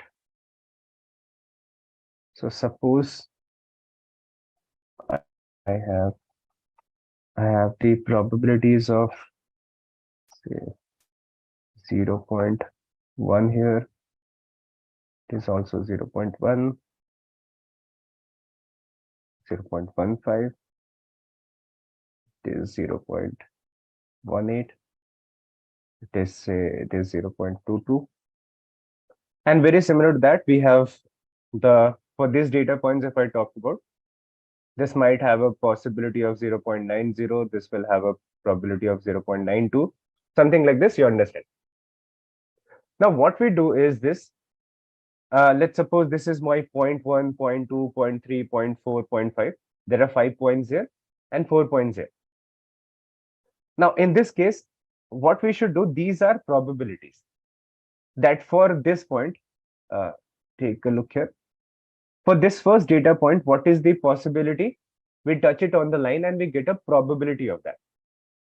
That for this patient, which has been actually classified by this data point, which is actually represented by this data point, the probability of this patient having diabetes is 0.1. So if any patient has a probability of 0.1 of having diabetes, is it going to be critical case? No. It is very simple that this person is not going to have diabetes. The second patient also, third patient also, fourth also, fifth also, they are not going to have diabetes because their probabilities are very low. So with low probabilities for non-diabetic patients, we are able to identify very properly. So what will be a very good S-curve? A very good S-curve will do what? It will create the S-curve in such a way that the probability of these data points are very low. Okay. The patients who are non-diabetic, their probabilities should be very low. That is how you have to create a S-curve. And the probability of these data points, this one, this one, this one, this one, it should be as high as possible. Because they are all belonging to class of one. If I have a very high possibility, so it is very easy for me to decide that this patient is a diabetic patient. And if they have a very low probability, it is very easy for me to identify that this patient does not have does not have the case of diabetes. So what we do basically is we do this maximization. What maximization? Let me draw this thing. You will be 100% clear after this point what we do. Okay, how do we get the best S-curve is represented by this, is given by this. So what I just told you, what will be considered to be a best S-curve, a very good S-curve for us. A very good S-curve will have a very higher probabilities for these data points, which are telling me that the person is diabetic, and very low possibilities, very low probabilities for the patient who are non-diabetic. If I'm able to achieve that, I get my best S-curve. If it has outlier, no outlier, does not matter. So suppose for creation of this one, I have taken, let's say, beta naught was minus 15, suppose, and beta 1 was, suppose, 0.065. I started with this. It was a line. Now, why I have said beta naught is minus 15? Because if you see here, whenever your line is created, linear regression line, into this case, they always cross the one part, and they go beyond that. They go into negative direction. That is why the beta naught that you're going to get Okay, that is what the beta naught you're going to get will be negative. So suppose I started with this point. I started with a line, and in my line there was some outlier. Suppose. So I created this, and it will give me a very bad line. Suppose my line should be like this. Okay, my line should be like this, but my line is like this. So with this line number two and line number two, what will happen to the S curve?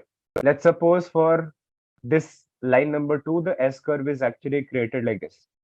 But if I change it to my line number one, if I'm able to change the beta naught and beta one values to come back to line number one by changing it, if I'm able to do this, then what will happen? The S curve, which actually look like this, then it will start to look much better, and it will start to take a proper form of this thing. This is the S curve of line number two, and this is the S curve of line number one. And you can see out of these two, which one feels better. The one that feels a little better is the line number one. And this is all visual. You can make it little better also. To just show you much better comparison, let's say the S curve that is created is something like this.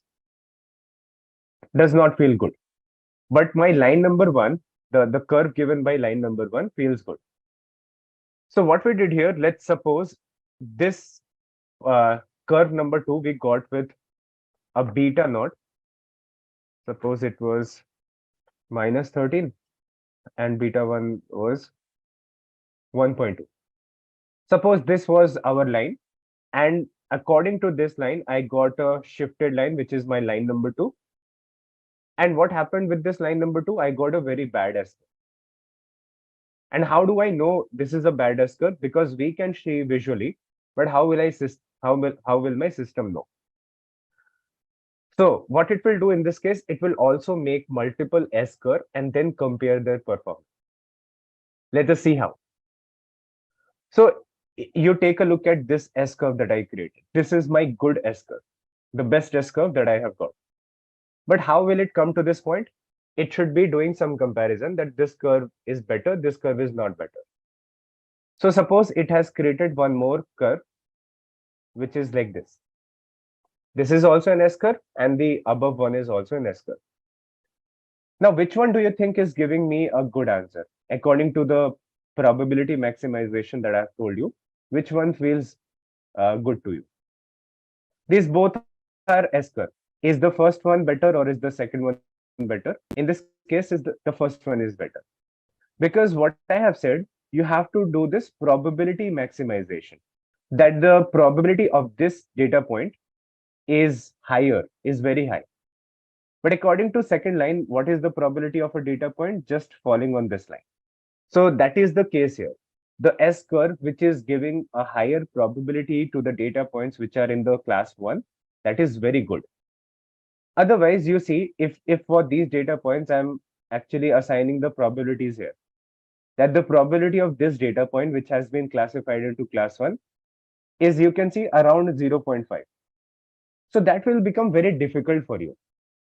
Okay, the probabilities are around 0.5. So you will be in a confusion. Should it be in the class of non-diabetes or should it be in the class of diabetic patient? You'll get confused. But if you see the probabilities are 0.9, 0.92, 0.95 like that, you will be able to easily decide that, okay, these patients belong to class 1. Okay, these green lines are C. I have classified this data point, right, into class 1. the blue ones. Everyone understand this carefully? That these 4 data points I have in my class 1. Class 1 means diabetic patient. So all of these patients are diabetic. What I have done with this, I have given a probability. When I said to my machine learning algorithm, to my logistic regression, that you learn the pattern. What pattern it is actually learning? That the patient who had diabetes, they had the higher probabilities according to the curve. So it will create such a curve that gives higher probability to these data points. Okay, these data points, which are actually the patients of diabetes, it will give them higher probabilities. So if it gives them higher probability, if I get tomorrow a new data point I will map on this curve, I'll be able to get a better answer. See, if suppose a new patient comes tomorrow, a new patient is here. I don't know whether this patient is non-diabetic or diabetic. I don't know that. So there are two S curve for me. This is the second S curve. This is the first S curve. Where do you think you will be more confident to classify? One, I will map it on this line because this is the S curve I have created by learning the patterns. And one, this is the S curve I have created. Now, in the line number one, in the curve number two, if you see, it is giving me a probability around 0.5, 0.52, 0.53, around that. But here, according to this S curve, I'm getting a probability around 0.9. So where you will be very confident and you can easily say that this person is diabetic. Using the curve number one, you will be very confident. So how did we get this first curve? This is happening during the learning.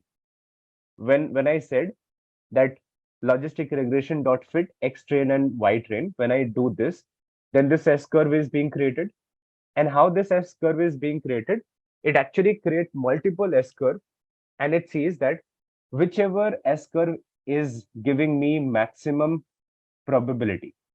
Okay, whichever is giving me the maximum probability of this. Let's see, just 1 minute.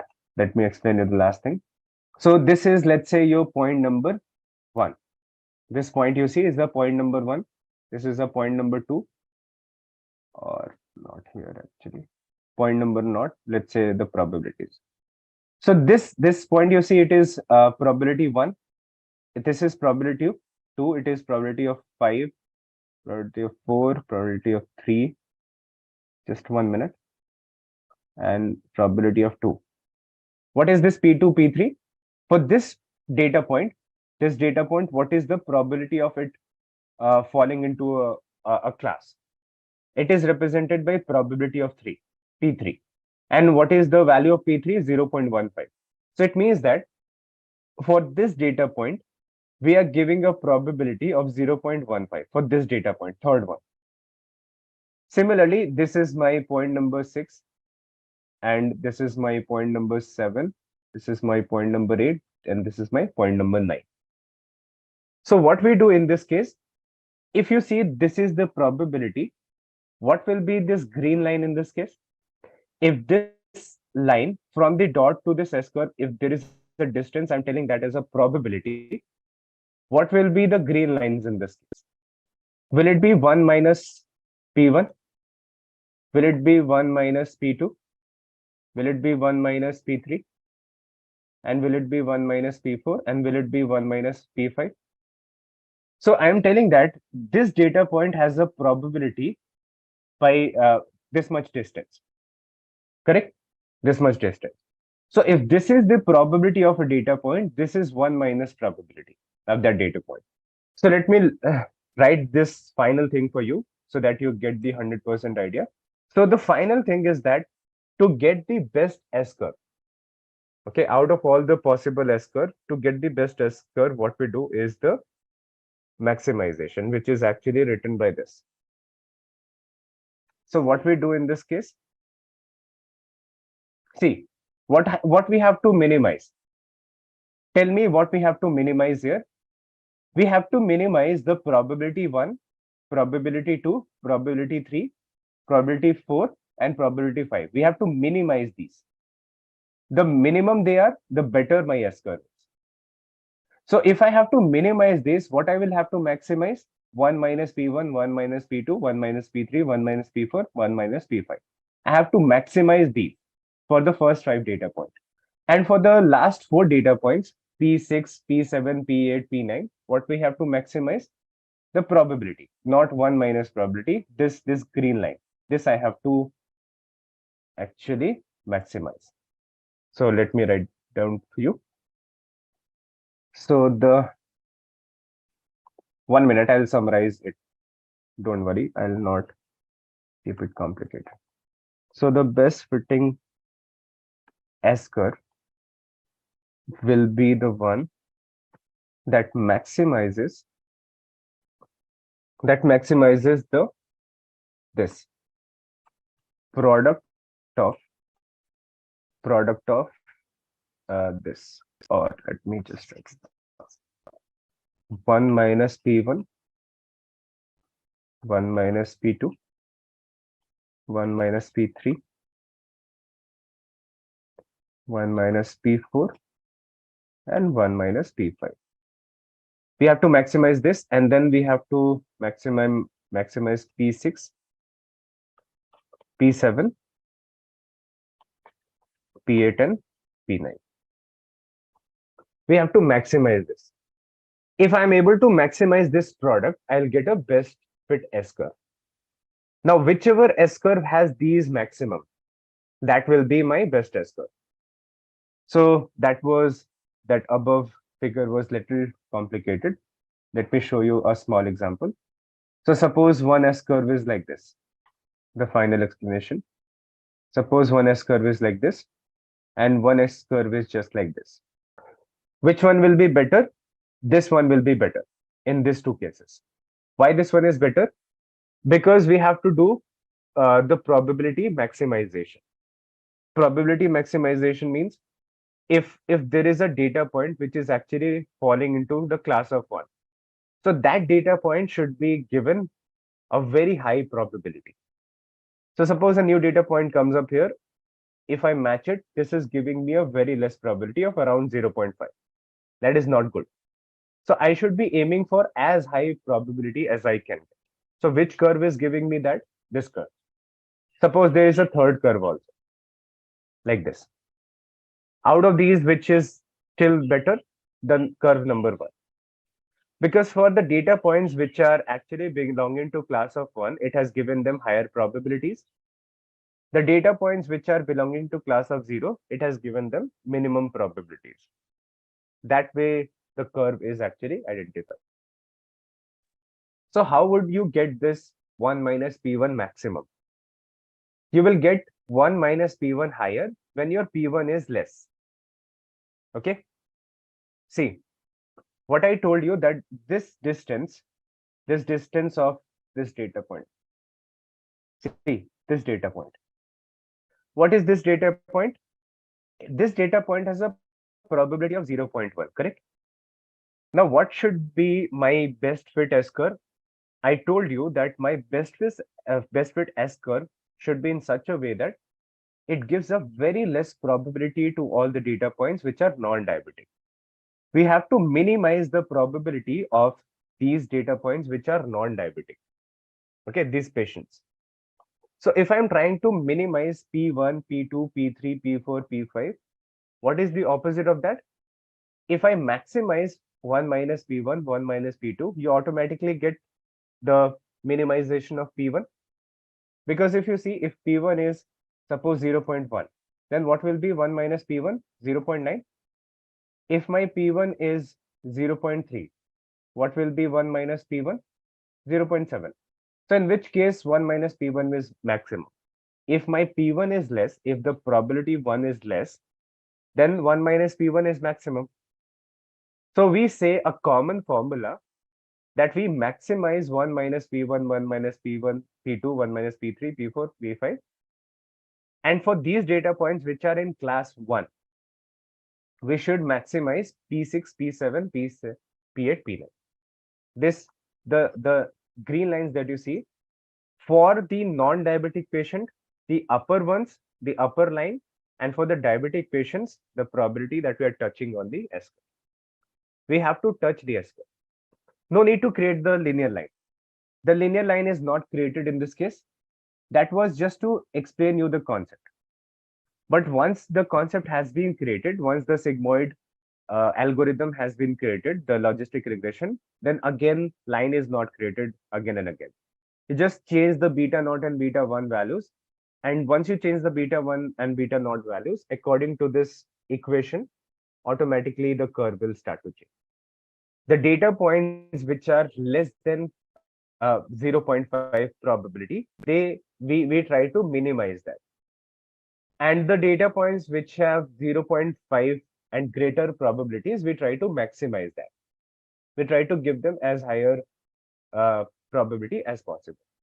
So just look at it. Just look at this curve. You will be clear that the green lines I have created, I'm trying to maximize those green lines, all the green lines.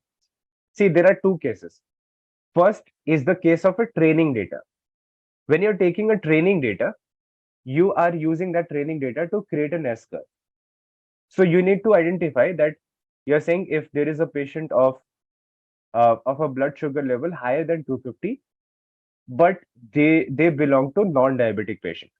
See, sometime it can happen that a person is not having uh, diabetes. Suppose there can be one case of this data point also. Okay, this data point also. Now, what is this data point actually telling you? This data point is telling us that there is a patient who is uh, what diabetic. Okay, this patient is diabetic, but they have a very actually lower blood sugar as compared to other diabetic patients. This patient is diabetic, but they have a lower blood sugar level. This happens. See, if a patient came to the hospital for checking that does this patient have diabetes or not. So maybe they were doing exercise, they were not eating anything which is having sugar. So their sugar level went little down, but still they have diabetes. So there can be some cases like that also, but that is going to make the explanation little difficult for now. Leave that for now. Yes, so how are we actually solving the case of outlier? That is one thing to understand. How do we solve the problem of outlier is still might not be clear. So the case of outlier is that suppose I took a line which was having outlier. Okay, understand this. If I had a line which is having outlier and I'm converting that line into S curve, that S curve will not be good. So suppose according to this S curve, we have got, sorry, according to that line which was affected by the outlier. So I get an S curve like this, which is not a good one. S curve like this. So what will happen? My linear, the logistic regression which algorithm which is there, what logistic regression will do? It will not just create this one line. One line it will create, one S curve it will create for the line which was there. But what it will do, it will change the line also. That let us see if I change the line from best fit to this direction and this direction, how curve changes. If this is my line and this line has the outlier problem. If this line is there, the first curve that will be created, suppose it is like this, does not look like S curve. It is very bad. Why it is happening? Because outlier are there. So I took this green line and I created this curve. Then what my logistic regression will do, it will not stop here. It has to do optimization of the process also. That it will change the line. It will change the line in what way? First line is this, so it will try to shift it in this direction and it will see. It will create an S curve for this line also. It will create an S curve for this line also. It will create an S curve for this line also. It will create an S curve for this line also. So it is going to create multiple S curves. You don't have to visualize that, but this is what is going to happen. So for multiple lines, it will create multiple S curve. And then it will see the S curve for which line is actually giving you best result. What best result? What is the best result we are trying to see? This maximization. Which line or which S curve is actually giving me this maximization? The product of these things is maximized by whichever curve that is my best fit S curve. S curve is not dependent upon best fit line. It is actually dependent upon linear regression normal line. Okay. If I say this is my linear regression line and this is also my linear regression line, but only one will be best fit line. So my S curve is not dependent upon best fit line. Best fit line is the concept of linear regression. Here I am just using a linear regression line. It can be best fit, it cannot be best fit. But what I have to find out is I have to find out a line which is giving me best sigmoid curve, best S curve. I don't have to find best fit line. Got it? So what I said in this, that if you take a data point, obviously according to this data point, first line will be created like this.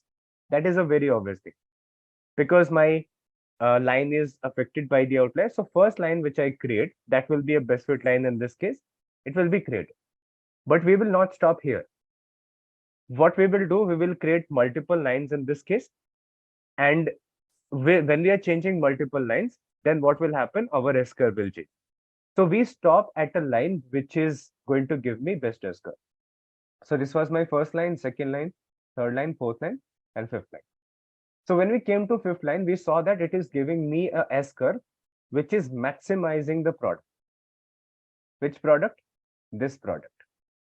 That fifth curve. So we will take that fifth curve is the best S curve. And whatever is the beta naught and beta 1 attached to that, that is what your final answer is for that equation, for that beta naught and beta 1. Now makes sense to everyone? Got it? Selection of curve you see is according to this. I told you that this selection of best fitting S curve will be the one that maximizes this product. Remember this. How do we take which is my best fit S curve? Like this or this or this? Is whichever maximizes this product. Remember, this is the answer you will be giving in interview to tell that how do you identify this is the best fit S curve or this is the best fit S curve. If you take a look at this example, is my line number 1 best fit or sorry, curve number 1 or curve number 2 or curve number 3, which is best fit? How do you decide that? You can see it visually, but machine does not see it visually. So to decide it that the curve 1 is better or curve 2 is better or curve 3 is better, this product has to be maximized. The product will obviously give a number. Probability 1 will be, let's say it is 0.1. So what will be 1 minus 0.1? 0.9. So very similar to that, you will have just some numbers between 0 to 1. And you will be getting some probabilities, some cases like 0.003. Okay, in some cases, see, all the probabilities that you're going to get will be between 0 to 1. So you're not going to get a higher value. It will be lesser than 0. Okay, so the maximum it is, the better it is.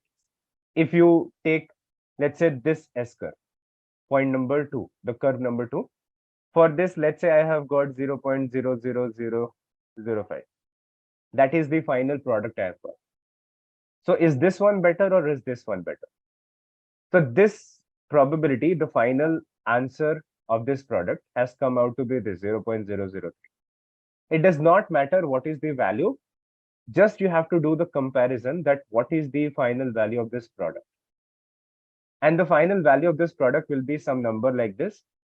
And whichever curve has the higher probability, whichever maximizes the probability of this or the product of these probabilities is the best fit S curve, which in this case, suppose is curve number 1. That is the final answer.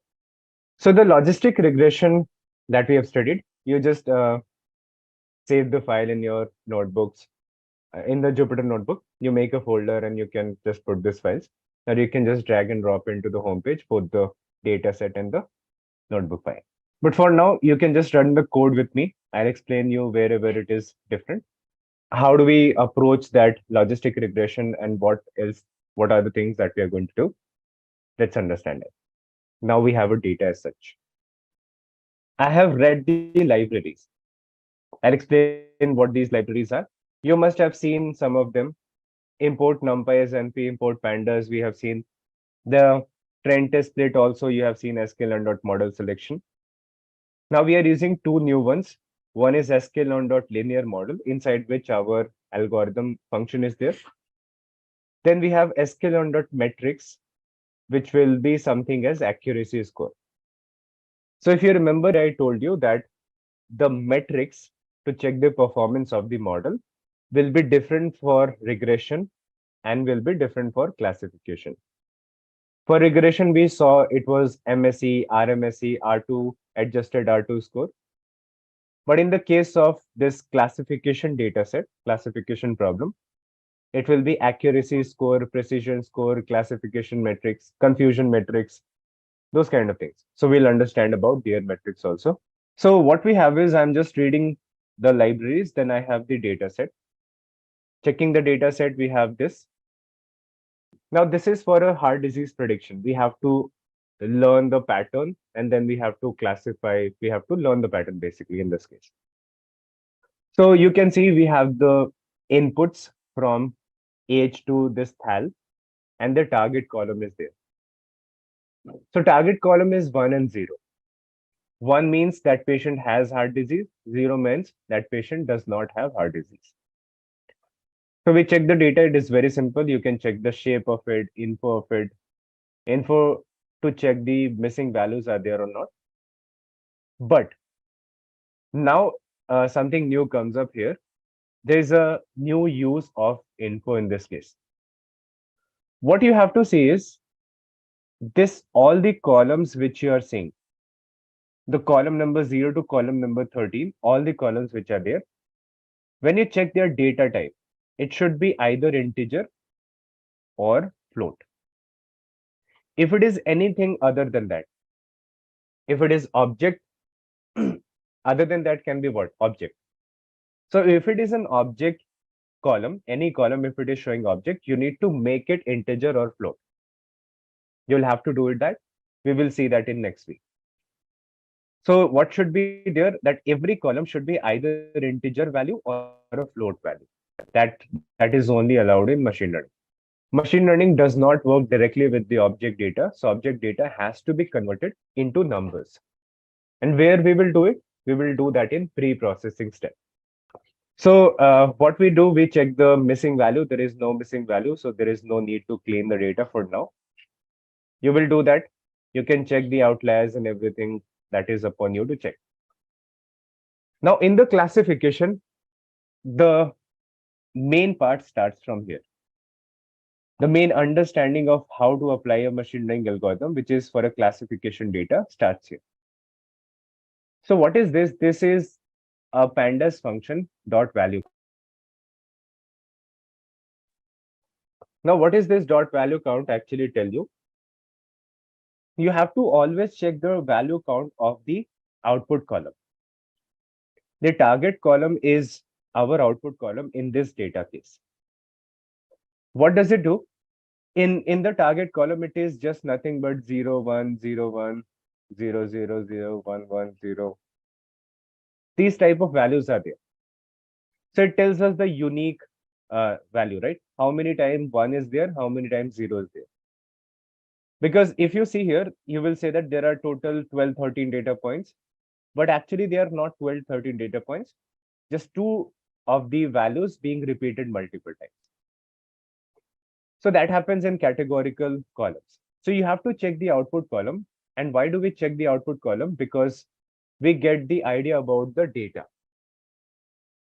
So what idea? If you see here, there is 1 written 165 times and 0 is written 138 times. Total 303 rows are there in our data set. The example that we're taking, out of which 165 times 1 is written, 138 times 0. Now this tells that 1 means defective heart, the person who has a heart disease, patient. So we have information about 165 patients who have heart disease, and we have information about 138 patients who don't have heart disease. Now, why is this important to check? We check this to check whether the data is balanced or not. The data is balanced or not. This is what we need to check. Because if the data is balanced, we don't have to do a lot of things to take care of that. But if data is unbalanced, imbalanced, so we have to take some extra measures to solve that problem. Otherwise, it will give you a very bad result, very bad information. There are some problems attached with imbalanced data. I'll explain that also. So can you tell me any example where you get very highly imbalanced data? What kind of cases? Yes, the data to be balanced, these two should be closer to equal. Okay, these two should be closer to equal. The number of 1 and number of 0 should be equal, like 165 it is there, 0 might be 150, 160, 170, but not lesser than that. So this is kind of a balanced data, not exactly very balanced, but you can't say that it is very highly imbalanced. Customer analysis, yes. Churn analysis is one imbalanced data, or everyone can understand the fraud detection. Okay. Fraud detection is a very classic example of imbalanced data. See, suppose if I go to Amazon.com and if I ask Amazon.com that how many transactions were fraud.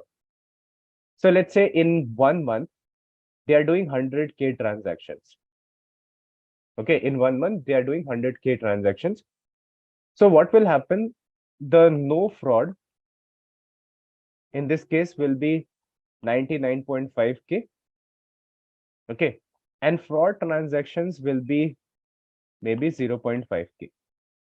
That is the kind of data always you will see if you're working on a fraud detection, credit card fraud detection kind of things. If you're studying, you'll always get this type of data. Always the fraud is very less in number, very less in proportion as compared to the non-fraud transactions which have happened.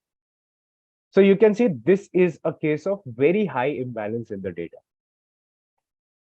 And when we have this kind of imbalance, we have to take some extra measures to do those things. We will talk about those measures. Okay. For now, I just told you that this value count tells us about the balance or imbalance of the data that you have to check for every classification problem. Every. So I have seen that it is not very imbalanced, not very balanced. So you can take both the approaches, considering it as non-balanced or considering it as a balance. It will not harm in both the cases. Let's see what we do. So I'll give you one example or one process that you will have to perform if your data is imbalanced. So once we have found that out, we start into the process of machine learning.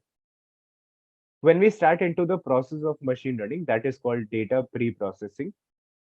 In that, the first pre-processing which we do is X and Y, identifying all the input columns into X and the output column into Y. That is the obvious thing. And after that, what we do, we divide our data or we split our data into 4 parts: X train, X test, Y train, and Y test. This is what we do. Now, in this case, what we are looking at the split, which is 20% test, 80%. Because if it is imbalanced, we need to take some extra measures. I have explained it many times. Okay, I have not shown you what measures, but I'm going to talk about that in further session. Yes, so that the result is not biased. That is why we have to check the imbalance. And also we need to do some extra processes, some extra things we will have to take care of to make that data balanced, or do some of the things which does not affect, which is not affected by the imbalance in the data. We'll see about that. But one of the thing is, if the data is imbalanced, in the case of train test split, you bring in stratify. What is this stratify? We will talk about this. But you have to now use this stratify, which you were not using earlier. If the data is balanced, you don't use this stratify parameter, but the data is imbalanced, you use this stratify parameter. And in stratify, you always have to give the y. Y is a variable which has the output column. You always give y. What does this mean? We will talk about that. So once this is clear, once the split of the data has been done, then you have the standardization of the data. What is this standardization of the data? It is very important to understand, but let me just wait for a few minutes and then explain it. That we divide our data into X and Y, and then we have a split. Okay, we do that in the linear regression also. Here I'm also doing the same thing, nothing changes. So till here, everyone should be clear. Himani, I said that if this is the data, you can see this data is not very balanced also, it is not very imbalanced also. So I said that in this case, you can treat it as both the ways, treating it as balanced, treating it as imbalanced. So I just took an extra measure that I took it as imbalanced and I applied that measure. It does not harm anything if you are treating as a It will just make it better anyway. What is this stratify? I'll explain about that. Then you do the standardization of the data, what it is, why it is important. Wait for 2 minutes, I'll talk about it. But after splitting your data into 4 parts, what we do? We do the model training. In model training, we have seen we bring in our machine learning algorithm and we apply that. So my machine learning algorithm is this logistic regression. And in this case, we have log reg. I'm saving into this variable. And then what we do, we take this log reg and we say dot fit. Very similar process to what we have seen in the linear regression examples. We give xtrain and ytrain. Now, as soon as I run it, you will all notice there will be a this kind of warning given to you. Now, why this warning comes is one very important thing to understand. Because here now you're going to understand the topic of hyperparameter tuning or making your model better. How do we do that? I explained when I was talking about the machine learning concept. I told you there is a concept of tuning your model to make that model better. So how do we tune that model? It is called hyperparameter tuning. Okay, that we will do. How do we do that? See, I use the logistic regression. It is nothing but a function. And whatever function is there, always function takes some parameters. So similar to that, this logistic regression is also a function and it also has some parameters. And because of this, one of the parameter only, you are getting this error. You see, the error is increase the number of iterations or scale the data. This is the problem because of which it is giving us this warning. It is saying that total number of iterations reached limit. What is this? Let's see. See it carefully. Don't write the code for now. Understand it. So when I go to the documentation page of this logistic regression, you'll notice one thing which is going to help you get rid of that warning. Now the logistic regression that I've written, I've just given an empty bracket. I've not written anything inside the bracket, but actually these are all the default values which are working in that bracket, which are there in that bracket we are not seeing, since these are default values. So in the pandas also, in NumPy also, in visualization also, we have seen that there are some default values which are there. We don't write the default values. But if I have to change the values, then I need to mention it. So we'll talk about them one by one, and a lot of things you will see in the further classes also. For now, I'm getting a warning, which is this. So this warning is telling me the total number of iterations reached limit and increase the number of iterations max item. It is guiding me also that what I should do, I should increase the number of iterations. What is this? What it is affecting? We'll explain. But if you see here, there is a max iter parameter here. And max iter parameter is 100 by default. Now, can anyone tell me what is this max iter 100? What does this mean? What it is doing? It is by default 100. And when we have this 100 value, it is telling me, it is giving me a warning that total number of iterations reach limit. So increase the number of iterations. What is iteration? Repetition of something. So now, can you identify what is this about? I'll tell you what is this about. What is this iteration? Iteration of what? So this max iteration 100 is talking about there are 100 S curve or 100 changes in or 100 pairs of beta naught and beta 1. 100 pairs of beta naught and beta 1 has been taken and 100 lines have been created. According to 100 lines, 100 S curve has been created.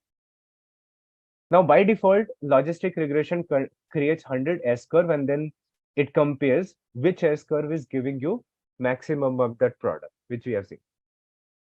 Now, what is this warning telling me? That 100 is not enough. I think I can do better. So some code has been written which is actually talking about this. So how does it know that 100 is not better? Because the only task it has to do, it has to compare how many S curve it is making So how does it know that 100 is not enough for this? For logistic regression also, there is a gradient descent concept working. What is this gradient descent? Gradient descent is an optimization algorithm.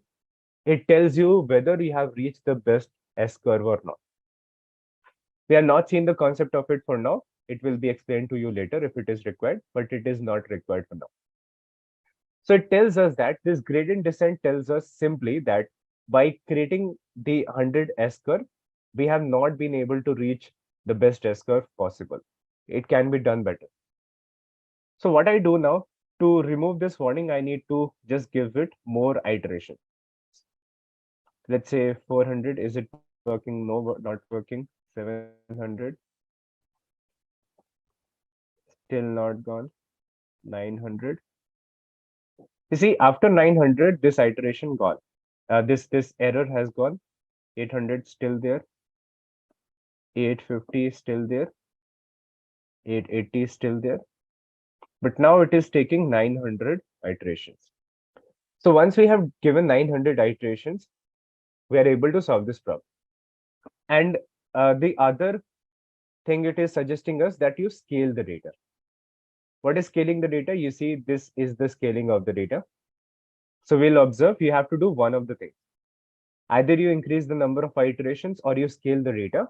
That way this warning will be gone. Now I have not done the scaling of the data. I'm just following the approach that I'm increasing the number of iterations. So this process that I have done is called what? This process is called. Now anything you write inside this bracket of the algorithm. Okay. Logistic regression is the algorithm. And in this logistic regression, if you see there is a bracket. And in this bracket, you see max iter. What is this? I have given on something now. In the linear regression, if you remember, we left this bracket as it is. We did not write anything. So whenever you write anything inside this bracket, this is called hyperparameters. And if you change the value to make it optimal, it is called hyperparameter tuning. Okay, when you are making it optimal, it is called tuning, but just this parameter is called hyperparameter. Okay, this thing you should remember. Now there are multiple hyperparameters you can change. It depends upon what type of data you have, what type of accuracy you require. Yes, for you, it might be 1000, it might be 800. For now, you can just see that it depends upon different samples it has taken for the training and test. That also defines the number of maximum iterations. So once you have trained the model, then what is the next process we follow? So for now, focus on this code. Try to understand this. Once we have done the training of our algorithm, what has happened? It has found that one best S-curve. Now we are using that best S-curve to predict the X-test value, the further values which comes. Anything that you write inside the bracket of this function, that is called hyperparameter. Okay, this max iter is called a hyperparameter. Now this 900 I have done some experimentation. I tried 100, then 200, then 300, then 400. When I reached to 900, I just tried a lot of things. So when you're trying a lot of things, that is called hyperparameter tuning. Tuning means optimizing that. But by itself, this max iter is called hyperparameter. To optimize this hyperparameter, it is called hyperparameter tuning. See, why are you confused about this max iter? It is just very simple thing. See, what is this max iter? I told you that I explained many times that what happens, my logistic regression does not create only one S-curve. I told you it will create many S-curve. So this max iter is telling me that for this data, we had to create 900 S-curve. Then we were able to find the best S-curve out of them. By default, this number was 100. So by default, logistic regression does what? If it takes any data, it makes 100 S-curve by default. But in our case, 100 of them was not enough. So what we did, we changed it to different numbers. It is not that always 900 will work. In some data set, 200, 300 will also work. We'll see about that. But this is according to data. This is all pure experimental. This is not a single number. Hyperparameters are never a final value. It is depending upon different data sets. If you're trying to do this data set, it will always be different from that. Okay. So this is purely experimental. If you're working on this thing, then you will have to keep changing it. Which is giving me how much accuracy, you will have to check. Increase it, decrease it, check the accuracy. Got it? So once we have done this dot predict x test, what we do, we save that into y prediction. And this is the value. And what we do with this y prediction, we have to compare. Now, in this case, I will not be using R2 score. There is something called as accuracy score. And in accuracy score, I just need to give the two same things, y test and y prediction. If you have gone through the code of the linear regression, you should have all gone through it. You will understand it is the whole same process. Just only two things I changed. I changed this and I changed this accuracy score. In the case of linear regression, this function name was linear regression. And here to check the performance of the model, it was R2 score, but now it is accuracy score. Just these two small changes we have done. Apart from that, everything is same. So I've not run this standardization of the data. I'll explain it in a few minutes. So we have got an accuracy of 0.85. That is good enough accuracy for the starting time. We have got that. Suppose I run this for 200 iterations. Now you see what is happening. If I have taken 200 iterations, what is happening to my accuracy score? It is being affected. Why it is being affected? Because I have taken only 200 S-curve and my logistic regression told me that 200 S-curve is not good. I am not able to get the best S-curve out of these 200 curves that you have created. You need to make more curves. So what we did, we increased this from 200. 900 was the optimal. Once we got it to 900, you see the accuracy automatically increased. So what we did hyperparameter tuning. When we did the hyperparameter tuning, what happened? The performance of the model boosted. Now it is not that every time if you change the value of this, your performance will be boosted. Maybe if I tried 1300, 1400, maybe it goes down. So you need to search, you need to try different values and you just search where it is doing best. So let us understand how we have got this accuracy score. Okay, it is not accuracy test, it is accuracy score. How have we got it? This is very important to understand. But for now, try to understand it. It is not a very difficult code. Most of the things you have already seen. We are trying to do something new. Now let us take this data.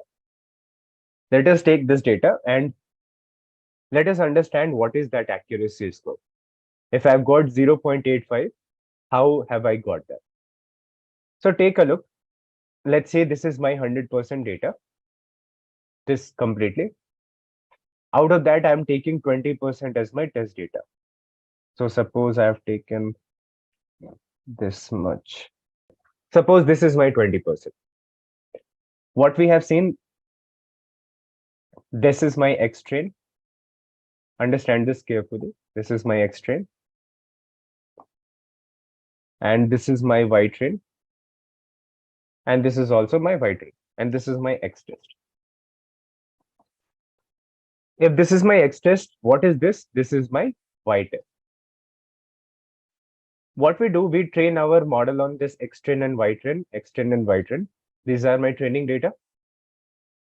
And what we do after training, dot fit, when I train the model. When I say dot predict, I give the X test value. When I give the X test value, what it does, it gives me some prediction result, which we save in this Y thread. Now you see, it is doing what? It is predicting the outcome for these data sets. What does it think about these patients? It will tell me about that, what it has learned. So let's say for this patient in row number 164, For this patient, it has said that 1. For second patient, it has said 0. For third patient, said 1, 0, 0, 1. Now, what we do? How do we get an accuracy? Accuracy is the performance of the model, that how better it has learned the pattern, how able it is able to predict. So now we compare these two things. We are comparing the results. This is the actual, and this is what my model has predicted. So we compare them. Now you see here how many mistakes I have done and how many times I have classified correctly. So one mistake I have done here and one mistake I have done here. 2 mistakes we have done. So what is the mistake here? The patient was actually having heart disease, but my model said that this patient does not have heart disease. This place, if you see this one, the patient did not have heart disease, but my model said that this patient had heart disease. So to get the accuracy of any of the model in the classification, we compare their results. So comparison will be like this always in the classification. So how many data points are there? 6. So we have made 4 out of 6 classification correctly. Okay. And what is this? Around 70%, you can say. Not exactly 70%, but you can say it comes to be 0.7. So accuracy score is also between 0 to 1. And this number tells me that the performance of the model, the accuracy of the model is 70%. This is what it is. Okay, 70% accuracy. See, as I told you, what happens here? In this case, it is making 900 curve. Why it is making 900 curve? It is dependent upon lot of reasons. First, we have very less amount of data. Since we have so less data, just 303 rows are there in our data. So because of that, it is causing a problem to my machine learning that it is not able to learn properly. Since it has a very less amount of data, so it is trying to create lot of S-curve to become confident, to be sure that it has learned it properly, since it has very less examples to learn. If I increase the amount of data, if instead of 300 rows, if I give it 300k rows, then you will need lesser iterations. Maybe 100, 150, that will be enough. That is the first problem, that we have a very less amount of data. In this case, we need to make a lot of curves because it is not confident, it has not learned properly since the data is very less. The second problem is the scaling of it. The scale is not good in the data and we have to, and that is causing one problem. I think everyone is clear about this accuracy score, right? How do I identify whether my model is underfitting, overfitting, good, not good? We have to see. One by one, everything will come. See, now what we did, we started our process of machine learning. And in the case of machine learning, what happened is that, what did we do? I explained you that there is a processing of the data. The processing of the data is nothing but you divide your data into X and Y, then you split it into 4 parts. And if you split your data into 4 parts, these are 2 basic things which is required in all the data. But there is this standardization of the data which will be required in some cases and not required in some cases. Where it is required, let's see. So if you come here to your main data set, for 1000 I'll show. Wait. See, what do you think is the standardization problem? What do you think is the scaling problem? Can you just tell me intuitively if you look at this data? I'm saying that I have to scale the data. And there is a problem because of which I need to scale the data. Why standardization needs to be done, why scaling needs to be done, we need to understand. Okay, order of the number or the scale of the number. See, if you observe this column or this column or this column, what they have a numbers which are very high. Okay, cholesterol level in this case. So we have the cholesterol level which are in the number of 200s, 100s, very high number. These are 3 columns. But in comparison, if you look at this column, which is old peak, This column has a data whose scale is very less. The numbers are like 0.6, 0.2, 0.5, 2.3. So if you observe here, this column, this column, this column has a very big scale of data, and this has a very small scale of data. These numbers are very small as compared to these number, these number, these number. Now, what problem happens with this? You might think that it is okay, the way the data is, that it should be like that itself. What is the problem here? The problem with most of the machine learning is that it will actually give this column, and this column more importance as compared to this column. By just looking at the data, since these values are higher number, these values are higher number, and these values are higher number, it will give these three columns more importance. Okay, without even checking the pattern, without even checking the data, are they even important or not? It will actually assign them higher importance. And it will be affecting the accuracy according to them. What it will do, the old peak, the slope column, the x-ang column, the CA column, TAL, CP, all of these columns, it will give lower priority, lower importance because of their scale in the data. So what we do, we take the complete data set and we give a common scale to every data, a common scale. And for that purpose, what we do, we use the standardization process. So for the standardization process, we'll see the code tomorrow since we are above the time. Some of you have to drop now. So we will see about that tomorrow. But that is the one problem. And if any data set has that kind of problem, the scales are different for different columns, you will have to take care of that. But it does not happen for every algorithm. Some algorithms are affected by the scales of the data. Some algorithms are not affected. So the linear regression, logistic regression, these are two algorithms which are lot affected by the scales.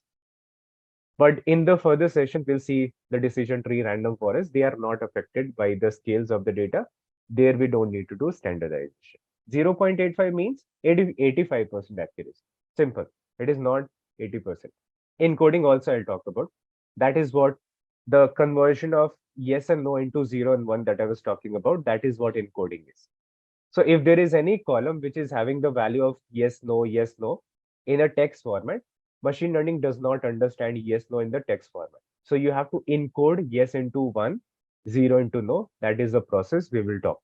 That data comes, we will talk about it. We can do it by mapping. There are two different processes. We can do it by simple mapping also, and we can just do it by a function also, which is one hot encoding. Both the processes are there. No, it is not that if I increase this from 900 to 1000, it is not always going to increase the accuracy. Because what is happening here, when I took 900 curves, it has actually found the optimal curve by running it for 900 times. So if I am taking 1000 iterations, 2000 iterations, it is not going to affect it. Since I've already got my best S curve, so if you can't get anything best than best, it is already the final maximum, the best one you have got. So even if you run for 1300 times, 1400 times, it is not going to affect. It will make sense when? Before reaching the optimal. So from 200, if I have taken, for 200, you see it is 0.81. But if I reach from 200 to 400, it might be little. So it was earlier 0.814 something, but it is now 0.8196. Little bit it has increased. So it will increase before reaching the optimal number of S curve here. But if I have got 900 is the maximum. After that, changing anything will not making any difference. Okay.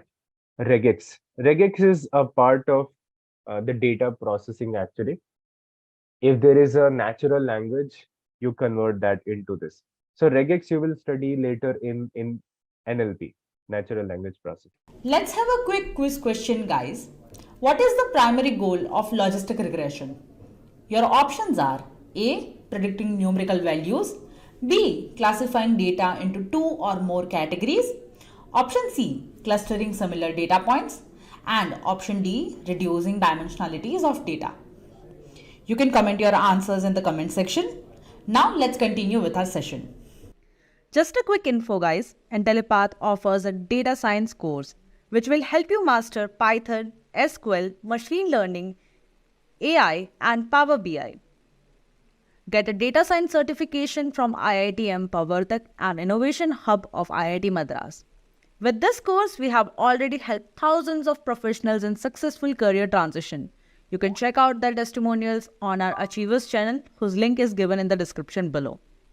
Without a doubt, this course can set your careers to new height. So visit the course page link given in the description and take the first step towards the career growth with the data science course. So in this case now, if you look at it, the standardization of the data, you can open up your code, you can run the code with me, but try to understand it for now. See, we were talking about that we started with the data. And when we started with the data, we have a data something like this. Now, in this case, what we see is there is a age column, thread BPS column, cholesterol column, phthalates column. These are 4 columns, which has actually the very higher values, very big values as compared to any other column which is there. So what we need to do, we need to bring these scales down. We need to reduce these numbers to come into this range of numbers, like 0, 1, 2 kind of numbers should be there in these columns. 4. So what we do for that case, we have to do the standardization of the data. Now remember, standardization of the data. Now in this case, what we require is we have to do this standardization during the data processing part. So where the data processing starts, the data processing starts here. When we take our input and output column and we save that into X and Y, there our data pre-processing starts. That is called data pre-processing. So once we have done this X and Y, then we split it into 4 parts. After splitting into 4 parts, then you are going to do the standardization of the data, not before splitting. Now in this case, only the that input data is actually scaled, not the output data. Output column you don't scale, just the input column. Now how do you scale the input column is this thing. So let me just run this. So very similar to that, linear regression function was there and logistic regression function was there in one of the modules. So there is a sklearn.preprocessing module, as you can see here. And this module is actually helping us to do the scaling of the data so that we don't have to do it manually. It will take care of that scale. We don't need to give what will be the scale. It will manage from its side. Now for that purpose, what it does is you write the standard scalar. It is a function. And very similar to the reading or loading of the machine learning algorithm, you just load that standard scalar, you load that into a variable called scalar. Then what we have to do is this main thing. What I'm doing here is I'm saying scalar.fit xtrain. So I'm saying that take the input training data. And from the input training data, try to understand what should be the scale of the data. There were actually 4 columns for which we have to change their scale. We have to bring down their scale to smaller numbers. So what we say that in this scalar variable, we have actually stored this standard scalar. So we are telling to the standard scalar that learn the pattern from the training input column. Okay, training input columns, learn the pattern. That is what it is doing here when I say scalar.fit xtrain. Once it has learned the pattern, then what we need to do, we need to transform the xtrain and xtest both. So while we are making it learn the pattern, we will just give xtrain, not ytrain. Ytrain, we don't do it. Y is the output column. We don't scale the output column, just the input column. So I'm saying take the standard scalar, apply it on the training data so that it can understand what should be the scale of the data. And then I say what xtrain is equal to scalar.transform xtrain, scalar.transform xtest. So what I'm doing now, instead of using the xtrain and xtest, original xtrain and xtest, What we are doing is we are transforming it, then we will use that X train and Y train into the further cases. Toby, you have forgotten standard D. In the standard spelling, you have written D. Okay, right. So what we have is scalar dot transform. So transform is transform the X train and save it back to the variable. Transform the X test and then we save it to the variable. We are scaling it here, right? Nikhil, I said that here we are just learning the pattern of scaling. Got it? Here we are saying that learn the scaling pattern, how much they should be scaled. Like if any column has 230, 221, 240. So I'm just taking the X train, input training data to help us understand what should be the scale. Once I have understood the scale, then I'm applying it to the training data and testing data to transform. For just the learning pattern, I don't need to learn it from the X train and X test. Both are the same. So X train I will take for understanding the pattern, what should be the scale, and then I'm transforming it here. Now, in some cases, if you watch some videos, you will see this kind of thing also. So you don't need to get confused what it is. So at some places, what they will do is they will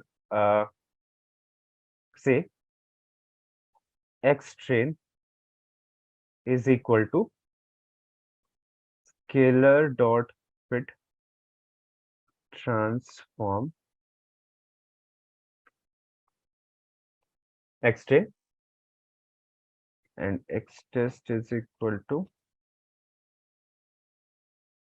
scalar dot transform X test. So in this case now, what will happen? See, we will not have to do this scalar dot fit and then scalar dot transform. What I'm doing here, I'm doing something in 2 lines. I'm learning the pattern of X train in one, and then I'm transforming it into another line. But if you write scalar dot fit transform X train, then what it will do? What you're doing is you're learning a pattern of scaling and applying it at the same time to the training data. So you're actually doing this line and this line in the one single line. So once you have done this, you will see this kind of thing also. Fit transform is nothing but the combination of fit and transform together. But if you want to do separately, fit separately, transform separately, that is also fine. Both the processes you can take. There's no issue about it. The next thing is that in this case, what we have seen is that we don't need to actually transform all the columns. There is only this trust BEPS and phthalates and this cholesterol. These are the 3 columns only we have to basically scale. The other columns which are there, they already have a very small values, and I don't need to transform all of the columns.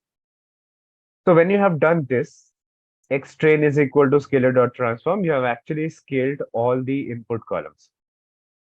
But what you can do is you can just say X train and you can select those particular columns. Say trust BPS, and then you have the cholesterol column, and then you have, so we have this thal, and we have cholesterol, we have trust BPS, and then age column also. We have the age column also. And then what I will do, I will just do scalar dot transform, and in this case, I will give it here. So I can do this thing. Okay. And in this case, I am just doing fit transform both the things together. So you can do something like this. You don't need to transform all the input columns which are there, because all the input columns are not into that scale. So you can transform these few columns also. And what you should be doing out of both, should you be modifying all the columns or just few columns? You should be actually taking this approach where you're only transforming the columns which are having bigger scales. Focus on that. So what is happening here? It is actually the process of, so why are we doing this? I explained yesterday that we are actually doing this so that the input columns which are having bigger numbers, they should not be given more priority by the algorithm. I don't know if they are important columns or not, but because of bigger values, what my logistic regression will think or what my linear regression will think is they are important columns because they have bigger numbers. And then it will just make a biasness out of that, that I have to give this more priority and I have to give other ones not that much of priority. Okay, importance. So it will be a very bad thing to assume about the data because we don't know that yet. So when we do this, then we use this X-train and X-test for the further machine learning process. So before applying the algorithm, you have to scale the data, then you move to this. And this is called input and that also when you have a lot of columns and lot of rows are there, then you will notice a little bit of difference, but not as such as big difference. So what is happening here when I'm doing the standard scaler? It is actually doing the standardization. And how it is doing the standardization, it is actually taking the data and it is passing it through the Z-score formula and scaled data. So we have studied about this Z-score formula, right? What was the Z-score formula? Does anyone remember? X minus mean upon standard deviation, right? So we have X minus mu. Mu is our mean upon standard deviation, which is actually given by sigma. So sigma is standard deviation and mu is mean and X is our data point. So if we have to scale the data, we take every data point in that row, sorry, in that column. We take a value, we subtract the mean from it and divide by standard deviation of that complete column. So what has been happening in standardization? This is the thing. Data is equal to Z-score formula, and then we get the scale data. So why we are taking the Z-score formula? Because this Z-score is also called standard score.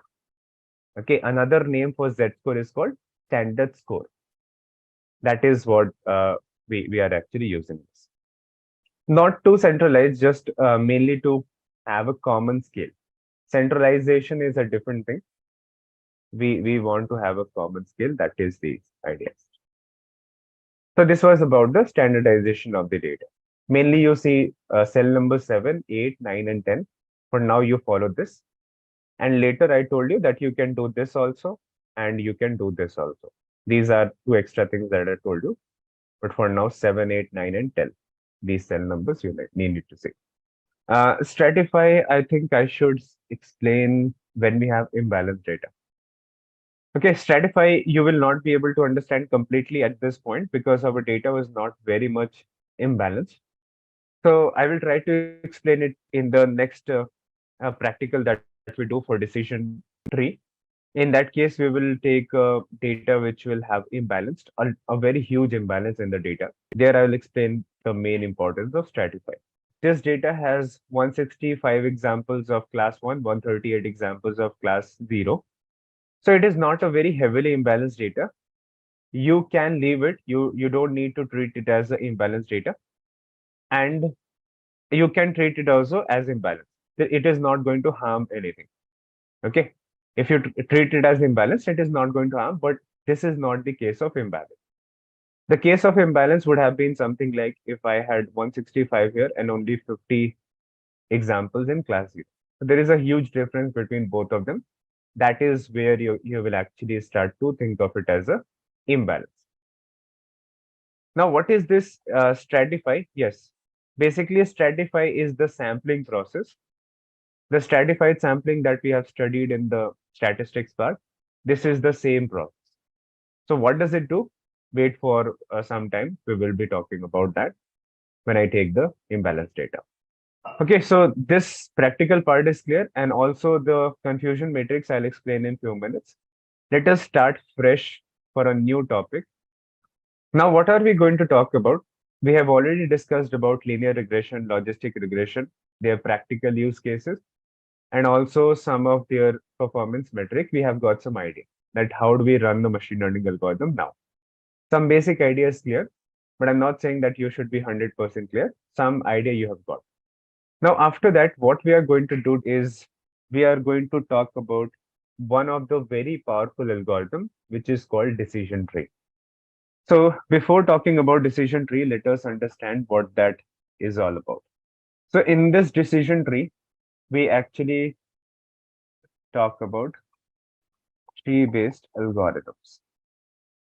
Okay. So in machine learning, there are some tree-based algorithms. Tree-based algorithm means the structure will be created like this.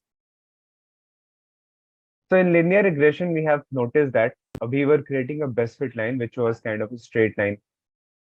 Then in logistic regression, we created an S-curve to do the classification of the data. And now for the tree-based algorithms, what you will be doing is you will be making a tree structure.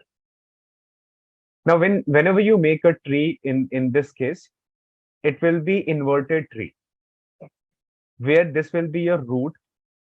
Okay, whenever you take a look at the root starts from the ground, and then the tree grows up, then it has a branches, it has a leaves. So these kind of thing will be same here also, but it will be inverted, that the roots start from the top, and then you see there are the branches, and these branches will again go out into another branches, and then we will have something. And these last circles you see, after which I'm not making any further branches, these will be called your leaf nodes. We will talk about the terminologies in few minutes. But leaf is what? If you take a look at a tree, leaf is the last thing. After leaf, there is nothing. When you have branches, from branches, there are another branches broken out. Then on the branches, you have the leaves.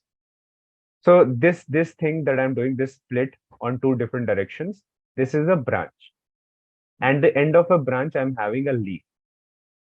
And using these leaves, we'll be making decisions and we will be making our predictions. That is what tree-based algorithms are all about. I'll explain more terminologies here. So when we talking about this tree-based algorithm, the tree is created something like this. We will talk about its terminologies, but there are a lot of very powerful algorithms, tree-based algorithms. The first one is decision tree. Second one is called random forest. Then we have uh, gradient boost. Okay, these are the five very famous or very powerful algorithms which are there in the tree-based algorithms. In all of these five cases, a tree-like structure will be created, not the linear line, not the S-curve, but a tree-like structure will be created. Tree-like structure means this. All of these five algorithms which I have written, they are created in such a way that they are very powerful. And because of them being so powerful, they are actually they work in most of the cases very well. So there is a platform called Kaggle.com, and when you go to Kaggle.com platform, you will see there are multiple competitions happening on global scale related to machine learning, data science, data analysis. Okay, a lot of competitions happen. So whatever data sets are given into those competitions and they have to perform their prediction, they have to do something. So if you use these algorithms, random forest, gradient boost, XGBoost, ADA boost, it is most likely that your model is going to give a very high accuracy automatically. Okay, automatically it is going to give you the answer very high. Because of the way they are created, they are very powerful as compared to the logistic regression, linear regression, they are very powerful. If you go to industry also, and if you have to perform the classification task, you will see that you are using one of these five algorithms very frequently in many cases. Logistic regression is also there, SVM is also there, naive Bayes algorithm is also there for classification, but you will be using them a lot, these five algorithms. Now we will understand why they are so powerful and everything. I will explain you these first two algorithms. Now, these algorithms which are there, this decision tree, random forest, these algorithms are created for both the purpose, for classification also and for regression also. We mainly use them for classification tasks since they were uh, actually created for classification. But now some modification has been done, and now you can use them both for the regression task also. So if there is a requirement, we'll be using them for regression also, but mainly for classification. This is a decision tree. Now, what is this all about? Let us see some of the terminologies before understanding the working of the tree. Okay. So tree-based models are said to be most used supervised learning algorithm. They can be used both for classification and regression problem. We can create highly accurate and stable predictive models with these tree-based algorithms. And tree-based models are decision tree, random forest, and the all others, the boosting also follows that. Now, talking about some of the basic terminologies, let us talk about them. So tree structure in our case will look something like this. Okay, see here. So suppose I have a data set, and using that data set, I have to create something which will help me do the prediction of the values. So from that data set, we will take the name of the columns, the input columns, and taking the name of the input columns, we put it into these nodes. Okay. Now what I have done here, I have created a tree which is asking few questions, and based on those questions, we are making a prediction. So when you have done making the decision tree, your final decision tree will look something like this. The actual one will be little difficult to understand, but for simplicity, for now, you take a look that this is what it will look like basically. So what we are doing here, we have taken a data set which has these three columns, age, weight, and smoker. Now we have to find out what the risk to prevent a heart attack. So which patient has high risk of heart disease and which patient has low risk of heart attack. We want to classify that. So we are taking an input data, and using that input data, we have created this decision tree. So we are starting with our first question, that age. What is the age of the patient? If the age of the patient is less than 18, we go in a certain direction. Age 18 to 30, we go in a certain direction. Age 30 and greater than 30. So we go in a certain direction. Now we have understood that from the training data that if the age is less than 18, then we need to talk about the weight of that patient when the age is less than 18. If the weight is less than 60 kilogram, then that patient has a lower risk of heart attack. If the weight of a patient less than 18 years of age is more than 60 kilogram, that patient have high risk of what? Heart attack. Very similar to that, if I have any patient of age 18 to 30, from my input data, we have found out that any patient from 18 to 30, they have a low risk of heart attack. Low risk means we might not have, suppose there are 300 patients input data have. Out of that 300 patients, I have, let's say, 56 patients who are of the age 18 to 30.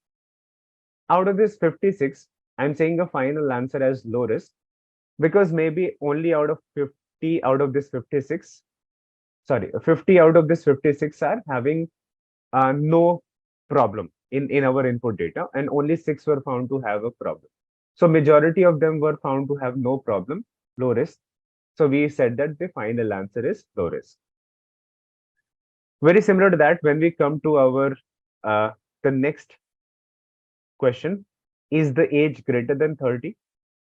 So if the age is greater than 30, then we go to the smoker attribute, smoker column, and we check whether that patient is a smoker whose age is more than 30. If it's not a smoker, there is a low risk. If he or she is a smoker, high risk. Now, once we have created this decision tree, this is created with the input data.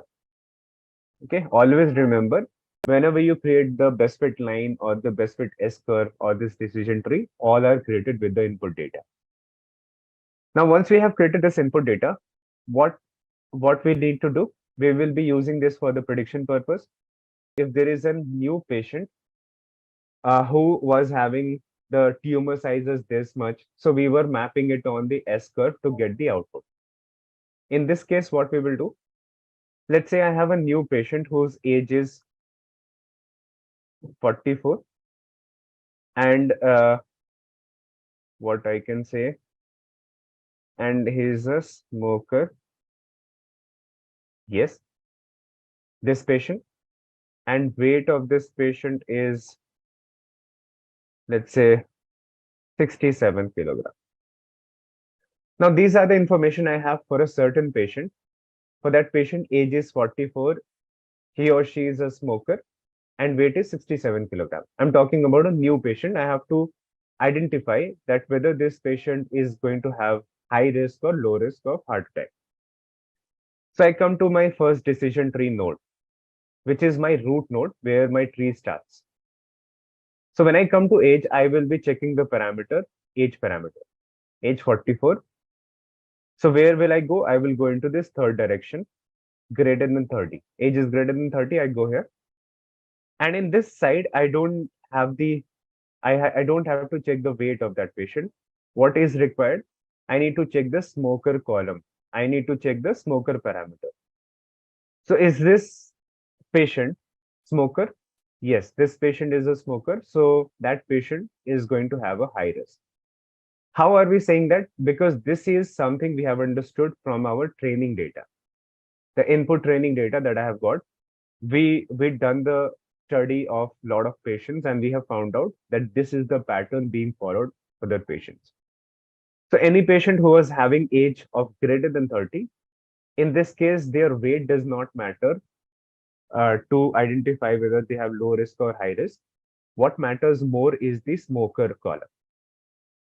So how do I know that if I have age greater than 30, I should be checking whether they are smoker or not? And why not we are checking weight here? Okay, why not we are checking weight here for more than 30? Why are we checking smoker? How do we know that? So this everything will be given by our input data, and we will try to see how. Everything has to be decided. And if you see here, I have started my tree with the age attribute. Why not I have started with the weight attribute? Why not I started with the smoker attribute? Is there a certain reason? How do we decide that? We will talk about that. So if you see anything that I have taken the age attribute here, not weight, not smoker, it has been decided by some mathematical process, by some mathematical formula. It has been decided that taking the age attribute is the best to start the root, to start the tree. Then how are we deciding that I should be checking less than 18, then 18 to 30, greater than 30? Why not less than 25? Why not 25 to 40? Why not greater than 40? Why not this? Why just less than 18, 18 to 30, and greater than 30? That also will be decided by the mathematical formula. Then here, if the age of the patient is less than 18, why did we check the weight with this? If a patient is younger than 18 years, then why are we checking the weight of that patient? Why are we not checking the smoker parameter? So that has to be also decided that with the age of less than 18, the weight parameter works very well, goes very well. So that also has to be decided. So when you're creating a decision tree, we don't randomly create a decision tree by taking anything at any place. We have to do a lot of proper calculations for doing that. I'll be explaining you those calculations. And once you have done the calculation, you will be getting a very optimal decision tree, which you can use to find your answers very properly. So I have given you just a basic idea of the decision tree. Now we will move forward to the technical details of it. Okay. If he is a smoker or not, age, no smoker, and weight is high in this case. This decision tree has been made. Now, if you're taking any patient who is of age greater than 30, that patient is not a smoker and weight is higher. Let's say weight is 75 kilograms. So this decision tree says that for that patient who is greater than 30 years old or older than 30 years, we just check the smoker, you can say, attribute of that patient, whether he or she is a smoker or not. we don't check the height information. We don't check the weight information for that patient. That is what this decision tree tells us. Why it is telling us that? Because it has studied from the past patient that if a patient is older than 30 years and he or she is a smoker, that gives us the whole information whether that patient is having low risk or high risk or not. We don't need to check the weight attribute for this patient. Not required at all. Because the answer that you're looking for, you get that using this age and smoker only. Weight you can ignore. So that is why I am saying that this is called what? See, you can create a tree in a different ways. How can you create a tree? You can create one of the trees where you can start with the smoker parameter here. And with the smoker parameter, you can check the age here. Then you can check the weight here. One can be like this also. And one is like age we are checking first, then weight we are checking, then smoker in different directions. So how do we decide that? This has to be decided, and there is only one optimal decision tree, but there can be many trees which can be created for a data. Now I'm showing you a tree which is very small because I'm just considering three columns. Three columns what? Three input columns. Now suppose I take a data set which has 70 columns. Now for a data set which has 70 columns, there can be a lot of possibilities how a tree is going to be created. Because for deciding what will be the root node, which input column will be taken at the root node, which input column will be taken here, which input column will be taken here, how will you decide? If you are trying to decide that manually, very randomly, then you are going to make a tree which will be very long and very inefficient. You will be asking random questions which will not lead to the proper results. But there is only one most efficient decision tree that you're going to make, which will be asking correct questions. And asking correct question, you need your answer very easily. So when you're making an optimal decision tree, it will be short and efficient. This is our main task. Short and efficient. Because if our tree becomes long, then what happens? Our tree will start to suffer from a problem of overfitting. Now, this decision tree is a very powerful algorithm, which will give us a very high accuracy for most of the data. But if you make your decision tree very long, we'll see what is very long, what is very short, and how do we cut down the tree. These kind of things we'll be talking about. But if you make a long decision tree, then what happens is decision tree very easily suffer from a problem of overfitting, overlearning the patterns. Overlearning the pattern means it is not trying to generalize the information. It is trying to remember the input data. So when it tries to remember the input data, then it becomes a very bad decision tree. It will start to suffer from overfitting. It should learn the general pattern, not learn the input data by heart. So this is the case. Now let us go into the technical details of that, and we will understand a lot of things about it. Everyone just leave anything else that you're doing, the practical and everything. Let us try to understand these technical things in this, and you will be clear what we do in a decision tree. A lot of things are there. So what I've done, I have actually created some information for you, using which we will be creating our decision tree. Now, how is the decision tree created? Decision tree, as I told you, will be obviously created with the input data, learning the patterns from the input data. So I just told you, I've just shown you this particular tree, how it has been created. Now we are going to see the background working of that. Because this was just an overview I was trying to give you, that when you take a decision tree, when you're going to make it, this is how it will look like. And how we can use that information from the decision tree, that also I have given you the idea. But now let us see the technical details of it. The technical details are going to be like this. Now, in this case, what I have taken a example where a person has to be given a loan or not, that a bank has to decide. So, whenever you go to any financial company, banking sector, non-banking financial sectors, companies are there. So they have to give loans to a lot of customers. They have to give loan to the individual customers also, small businesses also, bigger businesses also. But to decide which person has to be given loan, which person should not be given loan, which company should be given loan, which company should not be given loan, they have to decide. Now to decide that, what they can do, they can create a decision tree. They can take the data set and train a decision tree on that, using which they can decide that this person having this thing should be given a loan or not. We decide that. So for now, I'm just considering, for ease of understanding, two input parameters for a individual. So in the past data, what we have seen, we have some information about the past customers to whom we have given the loan. We know about the age of the customers, and we know about the annual income of those customers. You can take different information, like the education of the customer, is that customer married or not, and in the previous they have defaulted or not. A lot of things you are going to take. So what I have here is, I have taken the information about the past customers and I have plotted it. Now all the red dots you see are representing a customer who has defaulted in the past. Defaulted means they were not able to pay the loan back. Okay, they took the loan, but they spent it and they took so higher loan that they were not able to pay.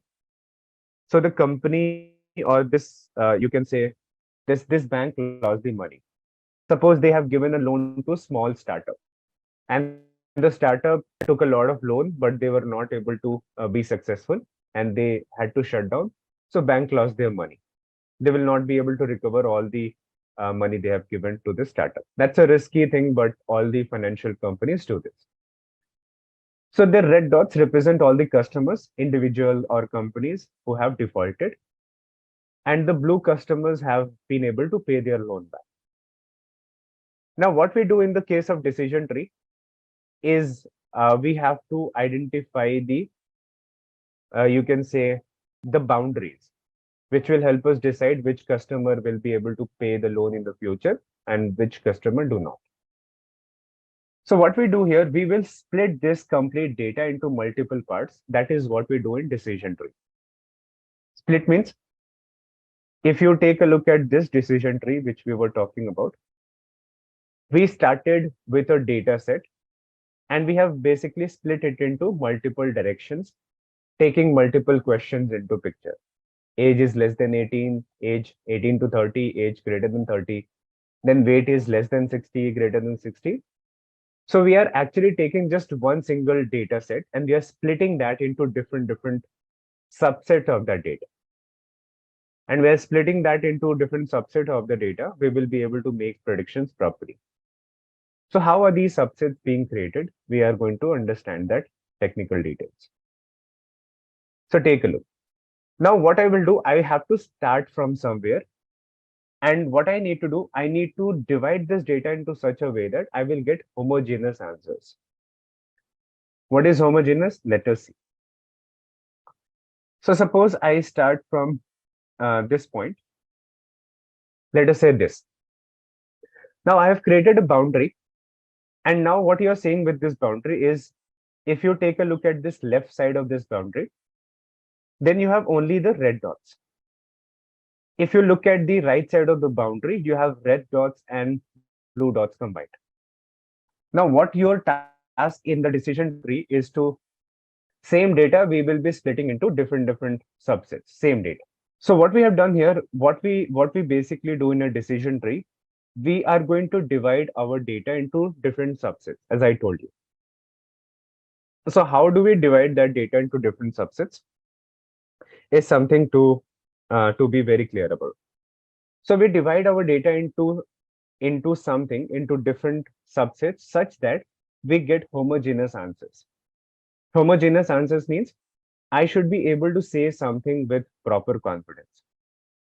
Now, if you take a look at this thing, what I have done here, I have taken a data, and in this data, I have the information of defaulted and non-defaulted customers combined. So I want to understand specifically which customer is going to default and which customer is not going to default. I want to identify that. So what I've done, I have made a line here. Why I did make a line here? Because if you take a look at this line, on the left side of this line, I have all the red dots, and on the right side of this line, I have red dots and blue dots combined. On the left side, according to this line, I have homogeneous information. What I can say with this, in a normal statement, if I show you this graph and you have to interpret something, what will you say? So we have identified that the customers who are having annual income of less than 23K. Okay, the annual income of less than 23K, then all the customers, they have defaulted. Correct? They have defaulted. So we have a very clear information on this side, and we can decide that very easily. So what we will do now, once I have just created this one boundary, I will start to make my tree. And in this tree, I will say that I have my all data, and I take my all data and I go into two different directions. One, I'm going into this direction where I take the income is what, less than 23K, and here is greater than 23K. Less than equal to I can say, and I can say greater than 23K. Now in this case, what will you get? You will get your two answers here. Okay. So one, we are going into this direction where the customer has less than 23K and greater than 23K. Take a look. I've created the first decision tree. I've started the decision tree in this case. Yes, Ajay, I have not said that I have made the complete homogeneous. I will have to do a lot of things still. I'm just coming to that. So for now, once I have to make a decision tree, I have to start somewhere, right? I started it. So let's say I started with the notion that let's make a boundary here. And with this boundary, I'm getting one homogeneous information and one non-homogeneous. This non-homogeneous part, we will be breaking it into further blocks. Don't worry. But in this case, I am actually clear on this side that the customers who are having less than 23K salary, they're actually going to default. Okay, so this patient, I can say no loan. If these customers who are there, I should not be giving them loan if they have salary of 23K or less than that. Clear? But on the right side of more than 23K, can I say something at this point? No, I can't say anything at this point because more than 23K people have defaulted also and not defaulted also. So the right side of this decision tree, I can't still make a proper decision about. Got it? So I have to do something more. So now what we will do, let us see. Wait, I'm adding that. We are going to add the age. So suppose here also I don't decide something. Let me keep that. I don't decide something here. I'm confused. Boundaries created. Is it imaginary or decided? Ajay, we are going to obviously decide it on some parameters. I told you, you don't decide anything randomly. I'm just saying to you that where do you start? So you actually started from this point. Why did you start from this point? Saying that because you can see easily that on one side, actually, I'm getting a confident answer. One side. Second side, I'm going to fix that. But at least one side, I'm getting a very proper answer that here the customers are all defaulting. Where the customers are defaulting, I can get an answer that easily annual income is less than this. So it is obviously going to be divided by a certain parameter. We are not deciding that randomly. Okay. Yes, Lakshman, no problem. Okay, no problem. Now, so we got this answer. If I have created that line, I would be creating a tree, something like this. On the left side, I can say no loan. And here we still have to decide. But that is also something you are saying that I can look at the data and I can decide. So let us go a little bit bad than this. We will not try to do that thing also. Let us start from here to get you a little bit more understanding. See, let me split that from the middle. We have 40, 30. Suppose I'm going to split my data from this point. Suppose here. I'm not talking that also. When I took that, you might think that I would have looked at the data. I am trying to do some biasness in that. But let's say when I'm starting to decide my data into homogeneous part, which customer is having default or which customer is not defaulting, I start from a very basic idea, split it from the half. Now, when I did split it in the half, what I'm looking at is left side also non-homogeneous and right side also non-homogeneous. So how a tree will be created according to this? A tree will be actually created according to this in such a way. You take your complete data, all data. And now what you do with this all data, you will just go into this side and you will go into this side.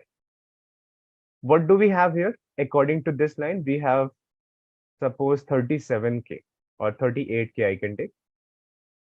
So if income is less than equal to 38K and if income is greater than 38K, I have made a line in such a way. Now you're splitting our data according to this and you come to a point. Now, can we decide according to this line here, which person will be given loan or which person will not be given loan? Still, we can't decide. Because the split that I have done here, on the left side also, if you see, it is non-homogeneous. Some customers have defaulted, some customers have non-defaulted. On the right side also, if you take a look, some customers have defaulted, non-defaulted. So I'm taking this as a different example. The previous one I took, for that a different tree was created where the income I took somewhere around less than 23K. But in this case, I'm taking another example, another way of splitting the tree according to this. Now, when you look at this, you are not clear about anything. So we will have to do the split even further. Let us see. Don't worry, you will be clear about everything in few minutes.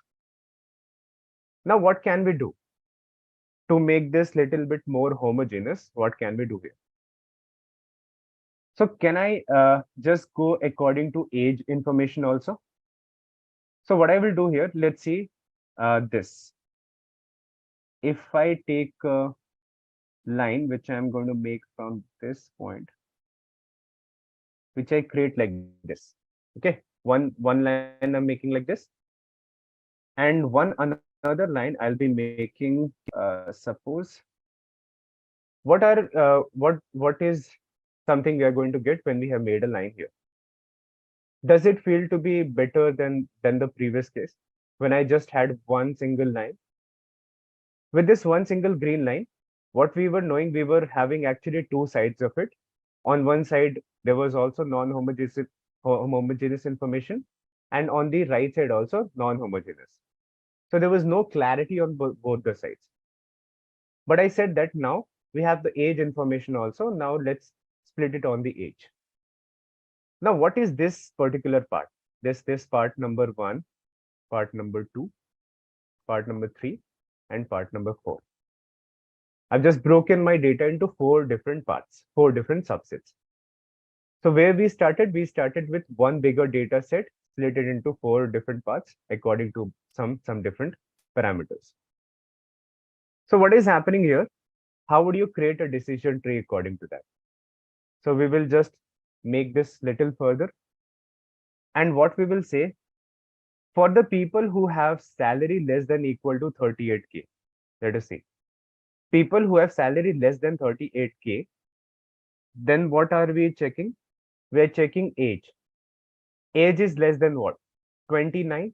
Okay, age is less than 29. Let's see. I'm going to say age is less than equal to 29 and greater than 29. Correct? Now you see, if you take a look at just the left side of this and right side of this, the left side of this boundary which was there, I have divided that into 2 parts. And the right side of this boundary also I have split it into 2 parts. Now, what is this part number 1? Part number 1 says that a person who has a salary of less than 38K and the age of less than 29. Is that person defaulted in the previous cases? The example data input data we have, what do we see? Are these person defaulted? Now we can see in this box, all the proper blue points are there, right? All the points are properly blue. So can we say that this box number 1 is properly homogeneous? I can say something very confidently that a patient who have less than 38K salary, but age of also less than 29, they have not default. That is what we have seen with the past data. So how will this convert into my tree? I'll say that age less than 29K and greater than 29K. And I will say that not defaulted. And in this case, if you take a look at the upper one, where the age is more than 29. So in this case, can you see more of the red dots? There will be one single blue dot, but it is one just customer. So I can say in total, the customers who have salary of less than 38K, but age of more than 29, they have defaulted. So can we say that? Yes, they have defaulted. Got the idea? Now we have to check for the customers who have salary of income of more than 38K annually. Let's see. So when I go on the right side, now I have to decide that. If I take a look at my box number 2, what I'm seeing in my box number 2 is first we have salary of 38K and greater. Then what we have age of, I can say, let's say 45 we can take, okay, 45. So what we will do here, for the people who have salary of greater than 30K, I am going to split into two different parts. Less than equal to 45, what they have defaulted or not? Not defaulted, right? And when we take a look at this, they have defaulted, which is greater than 45, greater than 45. So now you can take a look at this point to get the proper idea that what has happened. Now, this is the way you're going to take a data set. This is the way you're going to make decisions, dividing your data into multiple subsets. So this is the visual part of that. And if you take a look at this visual part, what is happening to the data? This kind of thing will happen in the background. And what are you going to see at the forefront? You're going to see this tree being created in the forefront. Because what you actually need just this thing, this tree. So once we have created this tree, let's say I take a new customer. I've read my input data. I have made my decision tree. Now what I'm going to do, I'm going to use it for the prediction purpose. So for the prediction purpose, how will it look like? It will look like something as such. Let's say I have a new customer whose salary is, let's say, 47K. Okay. And age of that customer is, let's say, 35. Okay. So if I have a customer whose annual income is 47K and their age is 35K, are they going to default or not? We can make a prediction very easily according to this decision tree. So where do we start? We are actually checking the income first. So what we have here, in this box, I'm checking income. Now income less than 38K, greater than 38K, we will move into two different directions. So is my income greater than 38K or less than? Obviously greater than, so I move into the right side. I'm going to ignore the left tree. It is not for our case. So salary is greater than 38K, I go here. Then what I'm checking the age parameter. When I check the age parameter, is age less than 45 or equal to 45 or greater than 45? So the age of this person is 35, which is less than equal to 45. I'll come into this direction and our prediction will be not defaulted. So what is bank knowing? If this person did not default in the past, we can give this person a loan because he will not also default in the future. That is a basic prediction you're going to make. He may default in the future, may not, but according to the past data, we are studying that he has not defaulted, so we can give them the loan. Is this clear to all of you? So I'll show you another perspective of that. In this case, we started splitting first with the income parameter, then we split with the age. I'll show you one more case where we will start splitting with the age first, then with income. And we will try to see what happens, any changes are there or something like that. See, if a person is found to be defaulted in the previous case, many of the companies, they will try avoiding giving them the loan. Or there will be some companies which can give them a loan, and they will be basically asking for some extra information like is they married or they have any dependents upon them, like their children, and uh, about the other information, like if they have land or something which they can give it as a, you can say, collateral to the bank, they can ask few of these things. But even if they don't have any collateral to give, then what bank will do, if that person should be given a loan, they will give them a loan on a higher interest rate. Because you see, this person has defaulted in the past, so it is very risky for that bank to give this customer a loan. So whenever the bank feels it is risky to give someone the loan, they increase the interest rate to take the money out of that. Okay, that is what will happen basically. But again, what we have done to create this decision tree, we just talked about two parameters of a customer, their annual income and their age. We did not take other parameters into consideration for now, for the explanation part. You can have their educational qualification, what they're working, blue collar job or uh, self-employed. They have dependent, they have spouse. Are their spouse earning or not?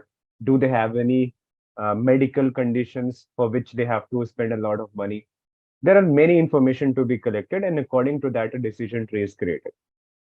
For the explanation part, so that you understand the working of decision tree very properly, we just took two parameters, so it is easy for us to get an idea about. But again, we just don't decide something based on two smaller parameters. We have to decide a lot of things.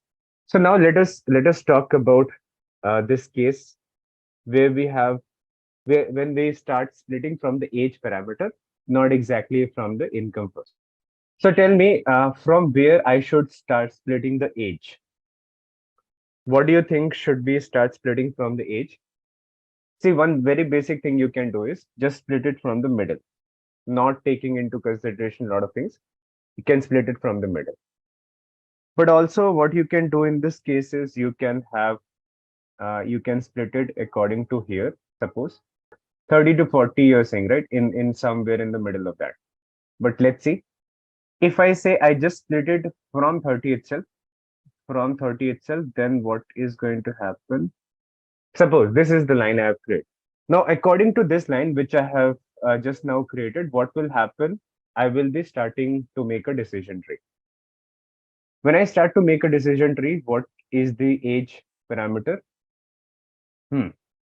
We get an age parameter. No, it is not very bad. We can say that it is quite good to start with. And I say I will be taking age parameter here.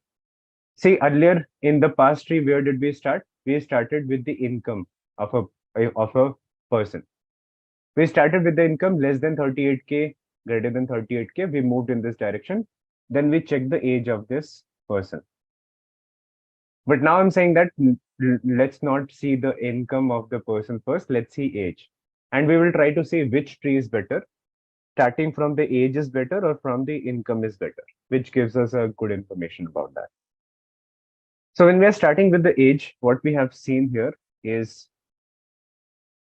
less than equal to 30 and more than 30. That is the age I'm taking. Now, when I take less than 30, I can decide something very easily because I can see a lot of blue points and lesser red points.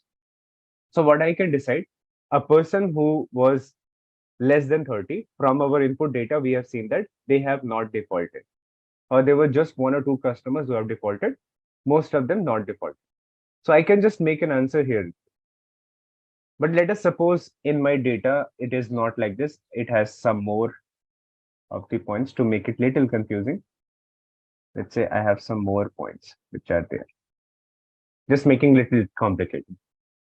So in this case, I can decide still. There are more blue dots and red dots. It can still decide, but let's see few further implementation of that. How can we split it further? So when I come to age of 30, what I will do now, first I will see for the people who are less than age of 30. What I will do is I will make a line again. Can I make a line from here, starting from this point? Okay, starting from this point. And now what we will have is, yes, so we have this, right? We have created this. Now, once we have made this boundary, what we will notice according to this boundary is that the people on this side are all defaulted, and on this side we have properly non-defaulted. So what I will do, the split that I have done according to age less than equal to 30 and greater than 30. What I will do with this, you can see I'm now talking about the income. Let's say 23K is the income I'm taking here. So income I'll take at this point. So we have the income, and income of what? Income I have basically two parts. Which portion I'm talking about? See, this red line that I've created, I'm just talking about below of that. The below of the red boundary, we have two different boxes. The box number 1 and the box number 2. In the box number 1, we have all the defaulted. In box number 2, we have all the non-defaulted. So salary less than equal to 23K. Less than equal to 23K, we have defaulted.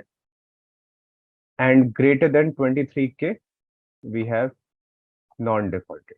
Okay, not defaulted. Similarly, if I go above now, okay, to the above section, where should I make that split? We need to get that idea. So it is going to be little difficult for us to decide. In the bottom part, it was quite easy because all the red dots were this side, all the blue dots were this side. But here it is little complicated. So what should we do here? Let's have a line here. Let's have a line here. Got it? Or I can make it little inside also. It should be little on this side. I'll try to shift it. See, from here, I can just do a split, which is on the two sides. Now, if you take a look at now on the upper side of this age, which is, what is this age? Greater than 30. So for greater than 30, if the income is less than this 37K, suppose. Okay. So what I'm deciding now for age greater than 30, I'm now deciding according to income. So let us say income is what? Less than 37K. Okay. Less than equal to 37K defaulted. Correct? See, if the income is less than 37K, all are defaulted. But on the right side, I can't still decide something. Okay, still it is not possible for me to decide because I think equal number of red dots and equal number of blue dots are still present here. To make it little more complex, if I add a few more red dots, to just make it little more complex, then now we have equal amount of red and blue dots. So what we have to do, we have to just do one more split again. What I will do here, I will make a line starting from exactly where. Can I make one more line from here itself? Here itself, I can make a line.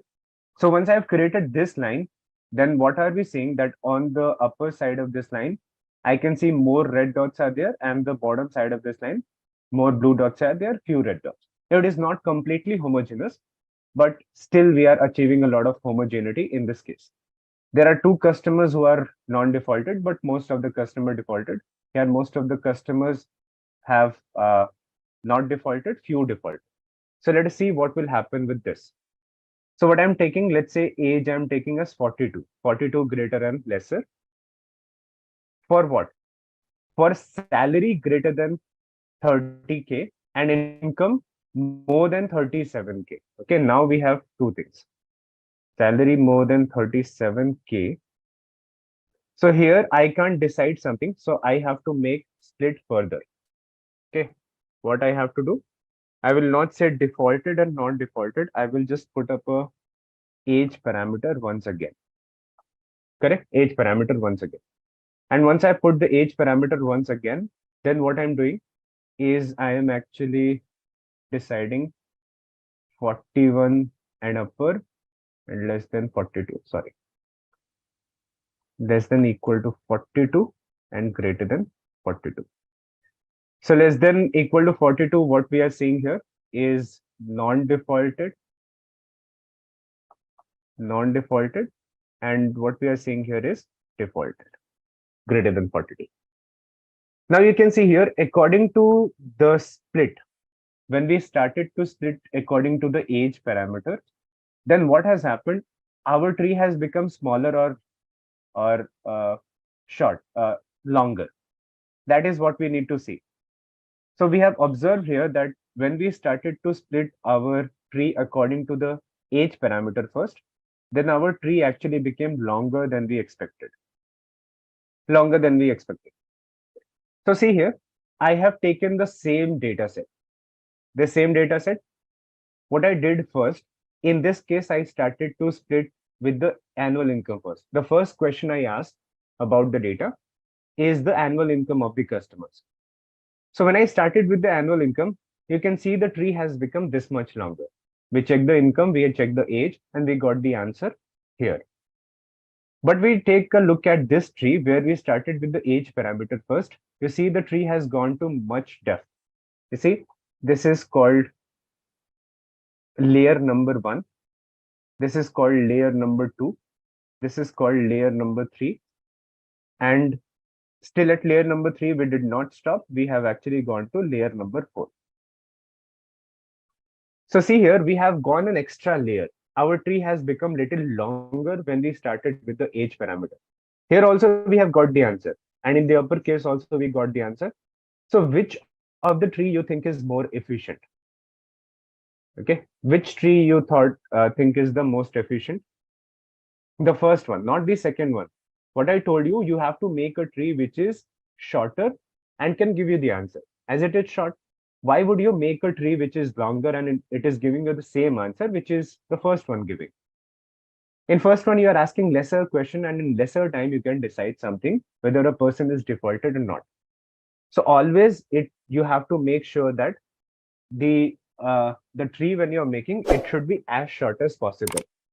Because the tree as short as possible will give you answer in a lesser time, and it will also not suffer from an overfitting problem. If a tree becomes longer, it suffers from an overfitting problem. That is what we have seen. Correct? Now, so we got this. Now you can see one idea that when I started and when I decided that I will take income as my root node, I got this tree. But when I went to the next case and I decided age should be my root node, I'm making a tree which is not efficient, not short. It has become long. So how do we decide that I should take age parameter or the income parameter at the root node? How do we decide that? Then here, how do we decide that here should be income parameter, here should be age parameter again taken? How do we decide that? So in this case, I have shown this thing to you visually. And here also, there are only two things into consideration, annual income and the age of the customer. But if I take many things into account, not just two things about a customer, you will not be able to make a tree. Okay, you will not be able to make a tree. That will be very difficult. So we don't do this manually. We just have understood the working of it. If anyone asks you to explain decision tree working in interview or somewhere, you can just make this, explain them very properly. And you also understand the working of this with this example properly. Solid foundation you make. But as the previous cases, as we have seen a lot of time, that machine learning algorithm can't do this visually. They have to take a help of some mathematical formula. With that mathematical formula, they can be 100% sure that the split we are doing, the value that we are taking at root node and different nodes, that is proper and that is going to give me optimal decision tree. Correct? No, it is not going to give us good accuracy. If you're saying that I'm just doing more investigation, I'm asking more questions, so it will give me good accuracy, not the thing. What your answer is to find out whether a person has got that default or not default. See, some of you might think that I have created the second one, so it might be more accurate because I'm creating a better tree, I'm creating a longer tree, I'm asking more questions in that. So more questions should lead to more accuracy, isn't it? But no. What we need to find out is we need to find out which customer defaulted, not defaulted. So what we are doing, we are just have to make this homogeneous boundaries, right? Where I can properly say with 100% confidence, or if not 100% confidence, with a very high confidence, I can say that this person defaulted, this person did not default. So to be confident in that, I should be just making these boundaries properly. And if I have been able to make this properly boundary here, you can see in the block number 1, block number 2, block number 3, and block number 4, we have the proper homogeneous information. We are not confused anywhere. That what should I decide here? What should I decide here, here, and here? In any case, I'm not confusing. Same is the case here also. But you see, I'm dividing into 5 blocks. So why would you want to do extra work when you can get the same information there also? Same information you can get there. You can say with confidence in the first tree also and in the second tree also. But second tree takes more time to give you the same information, which first tree can give you in a shorter time. That why don't we use the second tree? It is asking more questions, so it should be more efficient. It should be more accurate. But no, that is not the case. That does not happen. So in total, what we have observed, see, what are we observing here? That if I take starting from this point, if I take this, okay, now is, sorry, starting from here, and we are going here, and we are going here. So if I just color all these things here, this whole part, can I say this complete part is where a person has not defaulted, where the bank can give loan very easily? Can we say that very easily? So in this case, what we have done, we have created a boundary kind of thing where we are able to decide that at this point, we have been able to make something very easily, make a prediction very easily. And that is what we have done. Same case if we talk about the first also, there will be a boundary where we are able to decide very easily. And in this case, suppose the boundary is take. What is the place here? Starting from here and going here. All this area which we have in the shaded portion, that is for non-defaulted customers. Correct. So in total, it has made this boundary. Starting from here, it has made actually this boundary, which we can take for our understanding. The boundary is like this. The boundary goes from here and here. So this is the main beauty or advantage of decision tree, you can say, that it can make such a complex boundary. If I apply logistic regression here, logistic regression is also a classification algorithm. So it will not be able to make such a kind of boundary. Logistic regression does what? If it has to make a 3D data, if it is taking a lot of input columns, it will make a boundary that will be kind of just one single line. On the left side, some data point, on the right side, some data point. Because logistic regression in total is a linear kind of algorithm. It is working in linear fashion. But you can see here, if I'm creating this linear line, it does not help me very properly. But if I'm able to make such a complex boundary, then I'm able to decide a lot of things with 100% confidence. This is the beauty of decision tree, that it can take a very complex data and make fine-tuned boundaries to help us understand where our answer lies for class 0 and where our answer lies for class 1. Correct? Now, sigmoid function, what it does, see, sigmoid function actually create an S-curve, but after creating an S-curve, when we have to visualize the decision tree, it is actually a linear boundary. You will not be able to understand for now because it is kind of a plain concept, 3D kind of concept. But this, when you have to visualize it on a larger scale of data, the logistic regression, linear regression, they both kind of create this tree, this line to you can say separate the data points. They only create a line. That is why they are called linear algorithms. They all are linear. They both. But decision tree is not very linear. It can make a very complex boundary, and that way it can become very powerful. Whatever is tried to identify, it can make a proper boundary for that.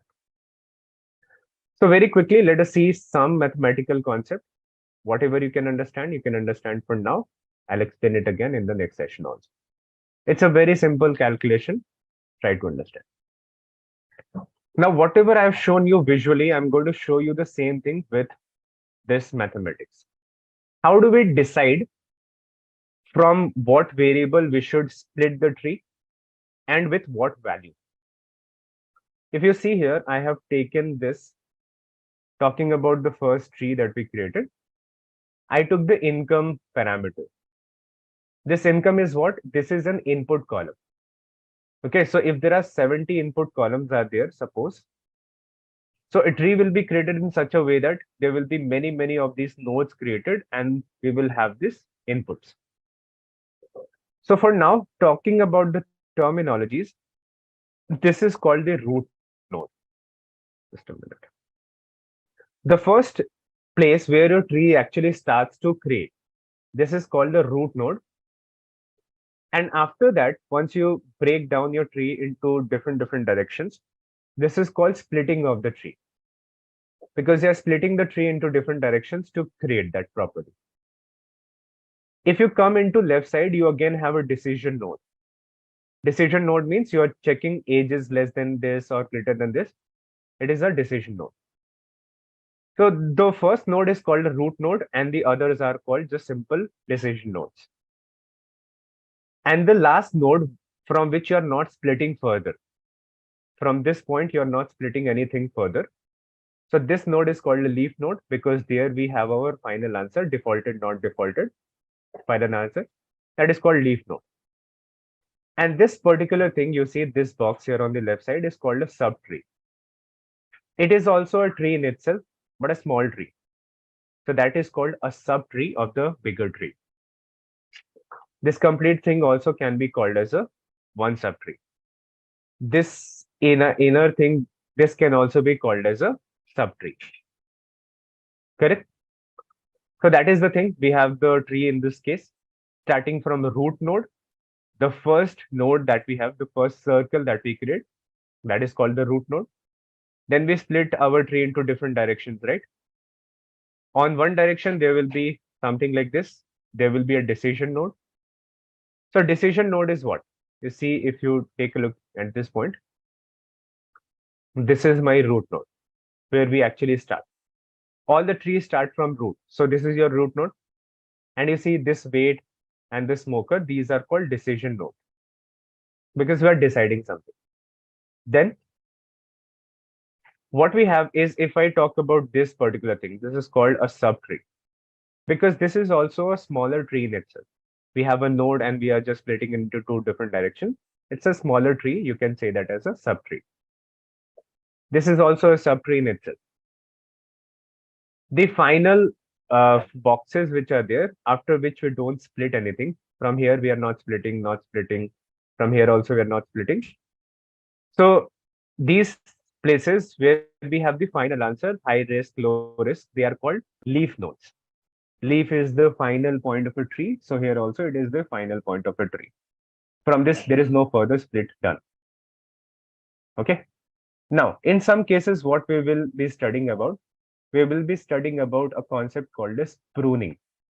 Now, pruning is a process where you cut down some of the branches of a tree. Why would you cut down some of the branches?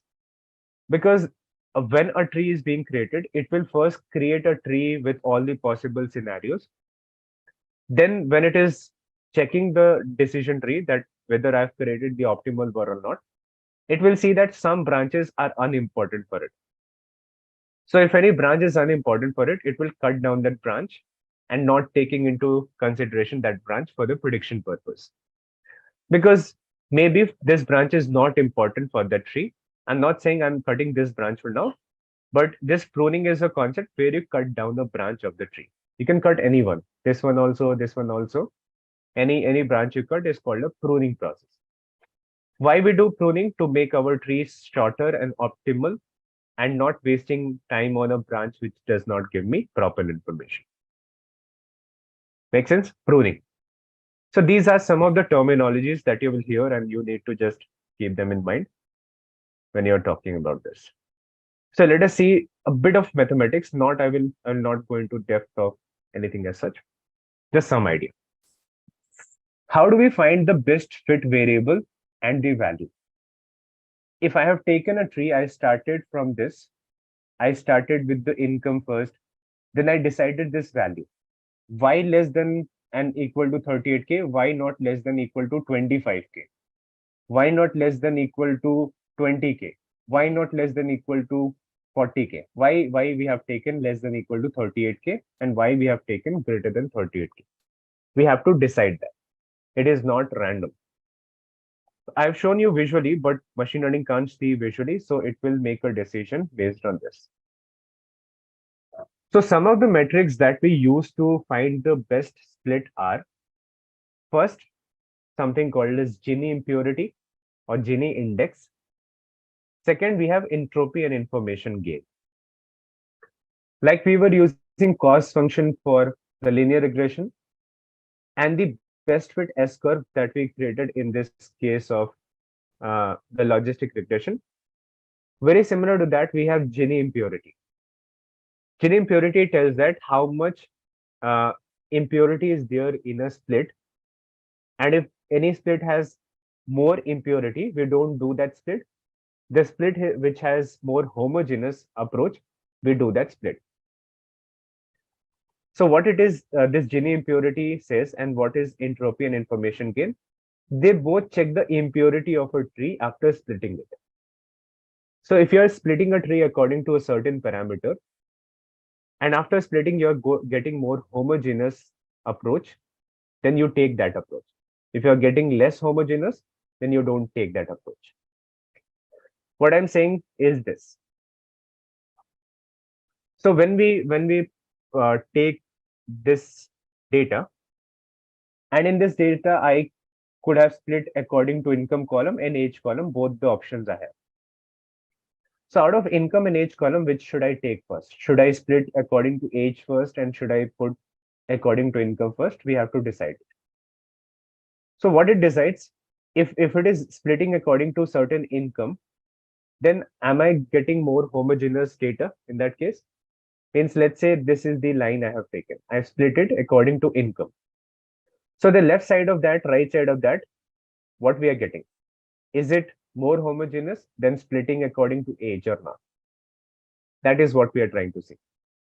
So whichever is more homogeneous is having less impurity, and whichever is having heterogeneous, that is having more impurity. So what is our task is to have more purity in the answers, because when we have more purity in the answers, we can make a decision very easily. So these are the two metrics which will help us identify. Now what I have written here is CART algorithm and ID3 algorithm. Just talking about decision tree. Okay, I'll not talk about mathematics, anything for now, because we are already over the time. But what happens in decision tree, there are two approaches to make decision tree. One is using the CART algorithm and one is using the ID3 algorithm. Two algorithms are there which will help me make the decision tree. If I make the decision tree using this CART algorithm, I'll be using this metric to find the best tree. If I'm using ID3 algorithm, I'm going to use this entropy and information gain as my metric to identify the best tree. Now, what is the name of this CART? It is called classification and regression tree. This CART algorithm is very famous. And whenever you are going to make a decision tree in today's time, you will be using this CART algorithm where the metric will be Gini impurity. Earlier, this ID3 algorithm was used, but the problem with ID3 algorithm is that you can't make a regression tree with this ID3. You can make only classification tree. Okay. So this CART algorithm is more dynamic, much better. So we take CART algorithm. And by default, when we use the sklearn logistic decision tree function, it will be using this CART algorithm. But to convert it from CART to ID3, just one simple change we have to do. I'll talk about that also. So I'll explain you the working of this Gini impurity so that you understand the mathematics. Same way you can understand the entropy and information gain also. Okay, right. So you have to take only one. Either you use the CART algorithm or you use the ID3 algorithm. They both are very same, just with one simple change, you can change between CART and ID3. I'll tell you about that. But since CART is the very popular one, I'll explain how Gini impurity is calculated. In the PDFs that you will have, in that entropy and information gain is explained. I will explain this also with a simple example. They both are very simple. The Gini index at a node is given by this formula. We just have a very simple formula in this case. Gini index is equal to 1 minus probability of being in class 1 minus probability of being in class 0. That is the formula. Let me go through few things. If you understand better, don't, no problem. But see with a very relaxed mind, don't put a pressure that I have to understand it. So that you just have something to practice, you're not left halfway. So what are we going to do? We are going to decide how we should make a split. According to age parameter or according to income parameter, how exactly? So I'm taking a simple example to understand that. Suppose I have 7 records. In my data set, I'm taking an input data, which has 7 values. Or the information of 7 customers, I have the data about. Now, when I have the data about 7 customers, if I split it according to ages less than equal to 25, I get 4 records, mean 4 customers. And age greater than 25, I get 3 customers. Total 7 customers were there. When I split it according to age, 4 customers, 3 customers according to age. Now, what we have is, we have out of these 4 customers, 3 customers belong to non-defaulted and 1 customer belong to defaulted, or anything you can say. Class 0 means defaulted, non-defaulted, whatever you want, you can take that. But we are making that split and then we will do calculations. Now, what will happen in the case of an outlier if the case annual income is 10 lakh, can we tackle it on a decision tree? See, now what will happen if you have outlier data? Can we just make something which is dynamic in the case of outlier data?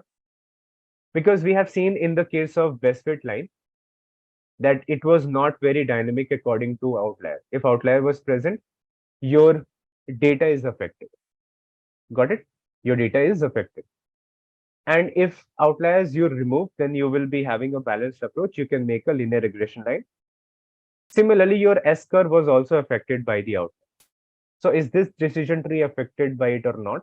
We'll try to see that. This was a very easy and a visual explanation that I've given. So I think better than this, you will not see explanations anywhere because we have visualized the whole process, the background of that. So when we visualize the whole information, we saw that how we are deciding and how we are making a tree. We did those two things together. So if you go through this video, you will be able to get 100% idea, everything with a proper confidence. So we were talking about a case where we have outlier. Suppose we have outlier, then what happens? Is my decision boundary affected? Is the working of this affected? Then what happens in this case? In this case, then what happens is, suppose let's see a customer is present here. This customer is present here. Then will it be affected or not? We are talking about this. So you tell me if this is one of the customers, because outliers will be not much. Okay, it should not be here because it will be very higher age. It will be somewhere here. Okay. Suppose it is here. What is this point representing? This point is representing a customer who is having a very higher income. All the other customers who are there, they have this much of income, but there is a customer who is earning very high. And his age is something. So we have this customer. Now, what will happen to this customer? Is my decision boundary affected with that? In most of the cases, nothing will happen to your decision boundary. Most of the cases. Maybe really something affects a decision boundary, an outlier, but not like this. Got it? Because what you can do, if you take a look at this point, it also falls into this boundary. Even if you ignore this data point for now, it is not going to affect your final decision making. Okay, nothing will happen if you have not taken into consideration that point also, suppose. So then also what will happen, you would be able to decide for a customer who is having that kind of income. You can easily decide if income is, let's suppose, 200K, which is very high. So income is greater than 38K, 200K, and you check the age. Whatever it is, you will be able to decide. Accordingly, that tree will be created. So our decision tree is very robust in the case of outliers present in the data. We can control that. How longer a tree should be created or how shorter it should be created, we can control that. And how do we know, is my model overfitting or underfitting? Because decision tree has a problem of underfitting very easily. So we can just easily identify whether it is overfitting or not. I'll show that with the code, and you will be getting an idea about that. See, you just have to do the same thing. What we have done, we have imported this, then we loaded this standard scaler, which is going to help me for scaling the data, standardizing the data. We loaded it into a scaler, and then we are using this variable to fit. Fit on what? I'm saying that what is this scalar variable? The scalar variable is nothing but this function only. I've loaded this function into a variable. So you could do directly standard scalar dot fit extrain. What you are doing with this, you are actually helping the standard scalar learn the patterns of your input data so that you can scale the input data. Make sense? So when you say dot fit is what? You're saying to standard scalar that learn the scales which are there in my data. Then what you have to do, then you have to transform it. So here it is learning the scales in the data. Just a minute. Learning the scales of the data. And what it is doing here, transforming the data. Here it is, we are just doing transforming of the data. So here, once your variable, the scalar variable or the standard scalar, once it has learned the pattern, what should be the scale of the data, then according to that same pattern, it is transforming the data. Okay, it is just transforming the data. So 1 minute. So if you notice here, what are you getting? You're getting this numbers. How you're getting these numbers? You take a look. So what we have done, we have just taken this age column to this thal column, and we have standardized it. We have changed the scales of it. So the numbers you're seeing here, 63, 37, 41, 56, 57, they have been converted into these numbers, 0.62, 0.64, minus 0.94. Those same numbers are converted into smaller numbers like this. And we have done this for all the columns. They have all been into same numbers, same kind of numbers. So there is no column which is having higher number and no column having smaller number. So it will be easier for your machine learning to work. That is what we did. Okay, talking about this split here, what we do, the main thing is this: we have to divide our data into 4 parts: X-train, X-test, Y-test, and Y-test.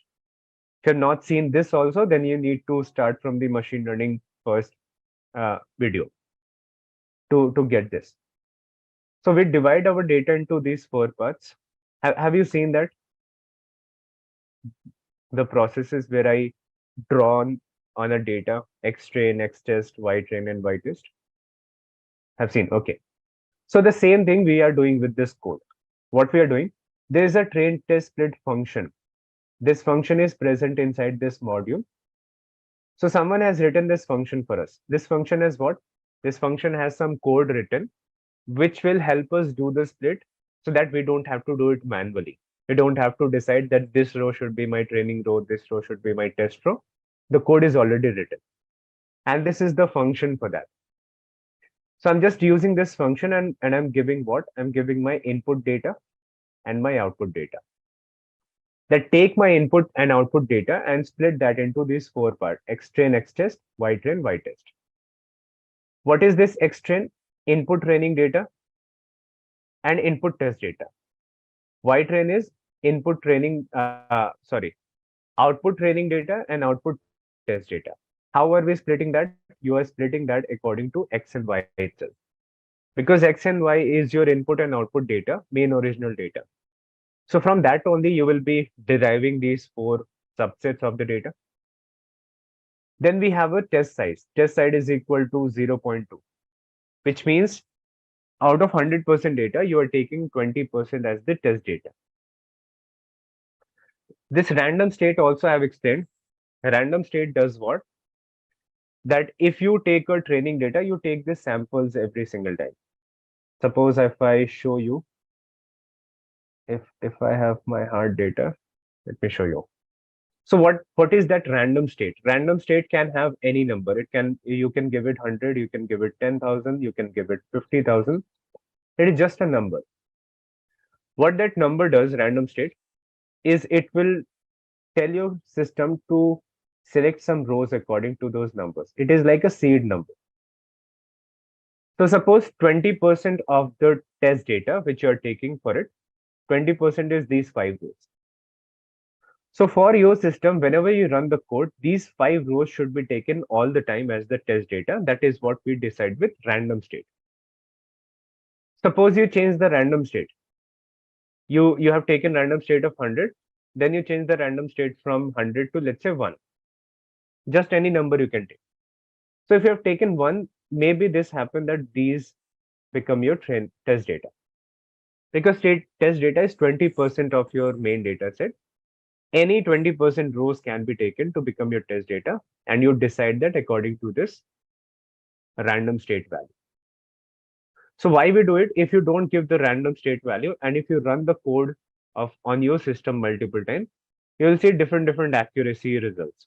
Because different test data, different training data will be selected. There will be little changes in your training and test results. Okay. So this is kind of a seed value that take this number according to this, select some of the rows for training and testing, and that should be all the time. Let's have a quick quiz question, guys. What is the primary purpose of decision tree in context of machine learning? Your options are A. Data visualization, option B. Feature engineering, option C. Predictive modeling, and option D. Hyperparameter tuning. You can comment your answers in the comment section. Now let's continue with our session. Just a quick info, guys. Intellipaat offers a data science course which will help you master Python, SQL, machine learning, AI, and Power BI. Get a data science certification from IIT Empowertak, an innovation hub of IIT Madras. With this course, we have already helped thousands of professionals in successful career transition. You can check out their testimonials on our Achievers channel, whose link is given in the description below. Without a doubt, this course can set your careers to new height. So visit the course page link given in the description and take the first step towards the career growth with the data science course. In the decision tree, we actually split the data into different portions, into different parts. And when we split the data into multiple parts, we get our answer more properly. And how do we want the answers? We want the answers with some homogeneity, with some purity. So once we get that homogeneity and the purity, we are able to get the answers very confidently. We can say something very confidently. So that is what we were talking about. Now, if you take a look at it, this red shaded boundary that I've created, the thick red boundary. So this thick red boundary was actually telling us that on this side of it, you have blue dots confidently. On this side of it, you have blue dots confidently. On this side of it, on this side of it. Basically, we have the blue dots with pure homogeneity, you can say. There are some red dots, but it does not matter much. And on the top side of it, we have red dots here, you have red dots here. So you can say a particular decision, you can take a particular decision at this point. So what you would say about this block number 4, that a person who has age of, so in this case, we would say that a person who has age of more than 29 and the income of less than 37K or 38K, that person was found to be defaulted. In the data set that we have a lot of information about different people. So we found out that out of all the people who have age of more than 29, but they have a salary of less than $38,000 per annum. So they were found to be defaulting the most in that cases. So these dots are nothing but these are representing a person. 1%, 2%, 3%, 4%. So out of all the people who are in our data set, these many people were found to be defaulted when their age was above 29 and their salary was less than 38K. So this told us an idea that I can decide something at this point with more confidence. Similarly, for block number 3 also, there's some idea for block number 2 also, for block number 1 also. We understood this very properly, and you should have gone through the concept of theoretical part.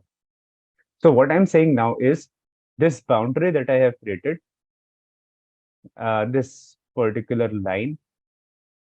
So we have created this line here, which is splitting from the middle. Then we have this point here. Then we have this point here. Sorry, not mainly talking about the lines. So once we have this green line, which we have in the middle. Then we have this line. Then we have this line. These many lines we create. So how we created that? We created that basically by looking at it.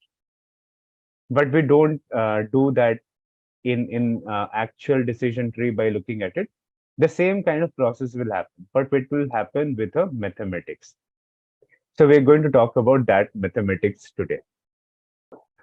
So we need to talk about how to find the best split for our decision tree. That is the most important task. What will happen if I find the best split of our decision tree?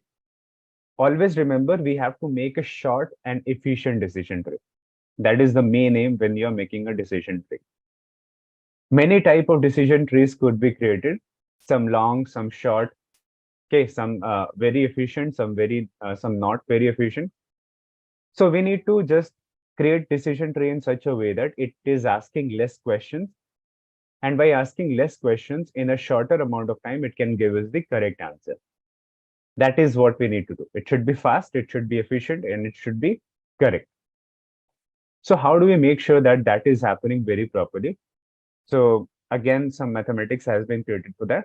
And the mathematics is the metrics that we use to find out the best split are this. What best split I'm talking about? This particular thing. That why did I take here age 29 and above? Why did I take here less than 38K and greater than 38K? At this point, if you're looking at this arrow, why did we take this green line? Certainly.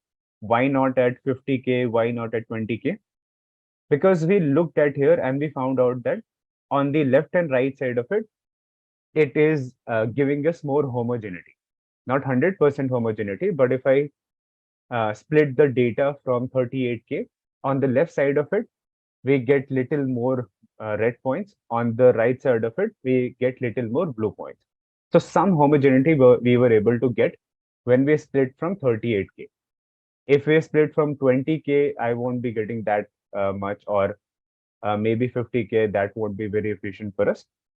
So we just need not think about the first one. We need to take care after the further splits also. Like if I have taken for the income, then we have to take for age also, then there will be other parameters also. So how does that happen? Okay, that happens with this particular concept. There are two concepts, which means that there are two algorithms actually. And those two algorithms are One is called an CART algorithm. Second is called an ID3 algorithm. Using these two algorithms, we implement our decision tree. Okay, like we have seen the loss cost function in that case, S curve, the best fit curve. Very similar to that. The metrics that we have that takes care that we are making a very efficient decision tree is the Gini impurity and entropy and information gain. So out of these two algorithms, the CAT algorithm is something you will be using most of the time, as it is more dynamic and it is more better. So CART is the short form for classification and regression tree. So this CART algorithm can make classification tree also and regression tree also, which means that it can be applied for classification task also, data also, and regression data also. So it has the Gini impurity as the metric, and ID3 algorithm. If you want to use, you change the that metric to entropy and information gain. I'll tell you where do you change these things. Just one simple thing you have to change, and you can switch between CART algorithm and ID3 algorithm with one simple switch. We'll talk about that. So in this case, since CART algorithm is a very famous one, we will be talking about that here. We will be talking about this Gini impurity. So what is the case with this Gini impurity is that it will help us decide that at root node, what we should take. Like if we have, let's say, we are talking about a heart disease patient, suppose. So if you're talking about heart disease patient, what is all the things we can ask? How can we make a decision tree? So we can make a decision tree in multiple ways. Okay. So in the multiple ways, what I'm talking about is, let's say, we can ask the age of the patient, or we can ask the cholesterol level. We can ask their chest pain. We can ask their gender. Multiple things are there where we can start asking the question. So out of these, what is the first best question to ask? Is it the age? Is it the cholesterol level? Is it the chest pain? Is it the gender? So what I'm saying is, when you start making the decision tree, at any certain point, if you have to make this root node, or if you have to make this decision node, you have to see that which question, which parameter out of these is going to give me the most answer, a better answer, a more homogeneous answer. So let us say I ask on the basis of gender first, suppose. Okay, I asked the first question based on gender out of these four. So when I ask the question about the gender, what I'm trying to solve, I'm trying to solve a question of heart disease. Okay, suppose we are making a heart disease prediction. Which patient is going to have heart disease, which patient is not going to have heart disease. So this age, cholesterol, chest pain, gender, these are all input columns. In the data set, input columns are given. So I have told you that you take the input columns and you make root node, decision node, lots of things. So suppose I take a question. How do we decide? Should I take cholesterol at the root node? Or should I take age at the root node? Or should I take chest pain at the root node, or gender? How do I decide that? So visually, I've shown you that you will make that line splitting right side, left side. But here what happens is, mathematically, let's suppose you have taken gender. When you have taken gender, in your data set, what you found out was 50% male are there who are having heart disease and 50% female. Okay, yes, 50% male and 50% female. So when you take a look at this gender parameter, the answer it is giving is very problematic. Can you say anything when it gives you answer in 50% ratio? It becomes very difficult, right? It becomes very difficult because there is an equal chance of male patient having heart disease and equal chance of female patient having heart disease in our data set when we are talking about gender. So when you get the ratio split into 50% and 50%, then this is called the most impure answer you can get, most impure. Okay, so it is as non-homogeneous as it can become.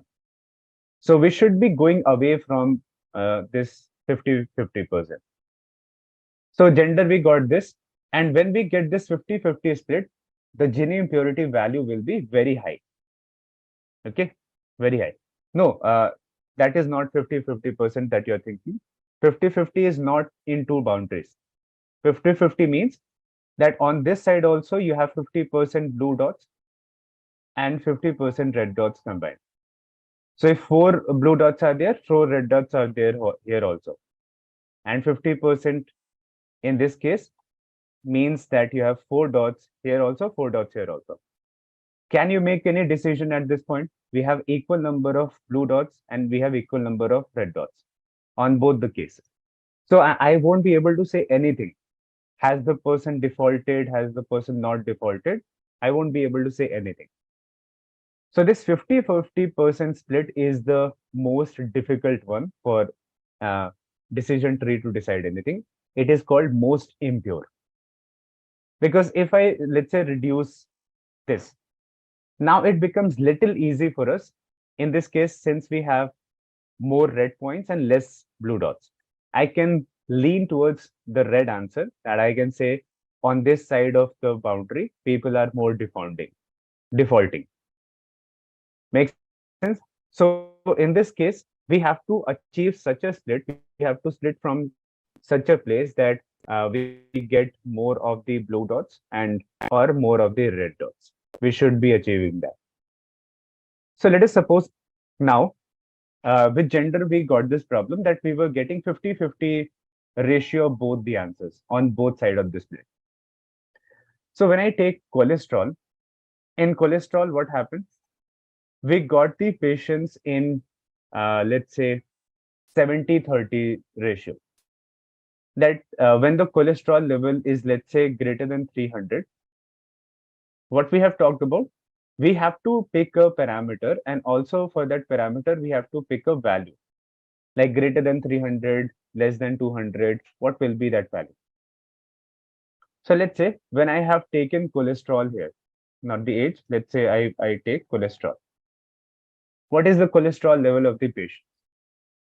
So when I studied the cholesterol level of the patient, I found out that the patient who have more than 300 cholesterol, in that case, there were, let's say out of 10 patients, there were 7 patients having heart disease, and there were 3 patients having non-heart disease. So is this more homogeneous in this case? Because when I took the gender part, in the gender part, what we found out that out of 10 patients, 5 were found to be having heart disease, 5 were found to be having non-heart disease. So it became very difficult. But when you split according to cholesterol, can you say something with little more confidence? Yes, you can say. Because we have, yes, comparatively, yes. So that is always comparatively. So we have 7 patients of heart disease and 3 patients of non-heart disease. Since we have 7 patients of heart disease, we will say with a more confidence that the person having greater than 300 cholesterol is going to have heart disease, because that is the case with most of the patients in the previous cases. Similarly, if I have less than 300, then it is found out that we have more patients of non-heart disease now, and we have 3 patients of heart disease. So we are doing that split, and what we have to find out is whenever we split something, whenever we take the root node or any decision node also we take, we should get more homogeneity in our answers. As much as possible, we should be achieving. When we split something and we get the answer as 5 of one class and 5 of another class, this is the most impure split, we can say, most impure. Because 5 and 5, I can't say anything at all. But I have 6, 4, 7, 3. If 70-30 ratio is there, I can say that 70% part is little more obviously going to happen. So that is all decided according to a concept of Gini impurity. So let us see the mathematics, leave everything and try to understand this mathematics for now. So there is a formula. The formula of Gini index says that When I say Gini index, it is just Gini impurity. The higher the Gini impurity, uh, the more difficult it becomes for us to make a decision. So what we will be doing, if let's say I have 10 input columns. So out of these 10 input columns, we have to decide which input column will become my root node at the start. Which out of 10? Because I can take any one of them, but all of them are not going to give me the best answer. So out of these 10 input columns, I have to pick the one which is going to be more homogeneous, which is going to make a more homogeneous split of the data. So how do we decide that? What we will do is we will take all the input columns and we will make multiple decision trees. And after making multiple decision trees, what we will do basically, we will put them first at the root node. The first input column, second input column, third input column, fourth input column, all of them, we will put them at the root node and we will see how homogeneous they are. So whichever root node is giving me more homogeneous answer, I'll take that. That is going to be my answer. So how do we find out which is giving me more homogeneous? So that is given by this Gini impurity or Gini index. And the formula for this is 1 minus probability of being in class 1 square and probability of being in class 0 square.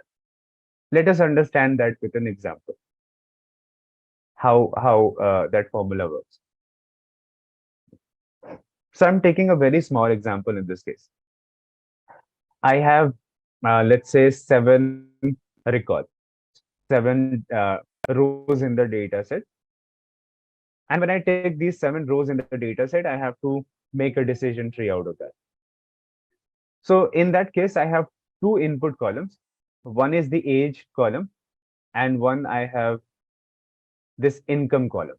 2 income input columns are there. So should I split according to age parameter first, or should I split according to income parameter first? What should be my root node? Should that be income or should that be age? We have to decide that. So yes, let's see. We have not decided it yet, but let us see what is happening. You can't decide that directly. It may seem that it is easy for you to decide, but it should be gone through a formula. So suppose I have the 7 records. I have some data about 7 persons who have taken loan in the past. Who defaulted, who not defaulted, we need to see. So when we start here, we take the age parameter first at the root node. Age parameter. So we have on the left side, we are splitting according to age less than 25 and age more than 25. When we go less than equal to 25, we find out there are 4 people whose age is less than 25 out of 7 people. Now, in this 4 people whose age is less than 25, 3 people have not defaulted, 1 people have defaulted. Class 0 means not defaulted, and class 1 is defaulted. When I go through the age on the right side, let's take greater than 25. So there are 3 people on age greater than 25 out of 7 people. Out of these 3 people, not defaulted 1 and defaulted 2. Okay.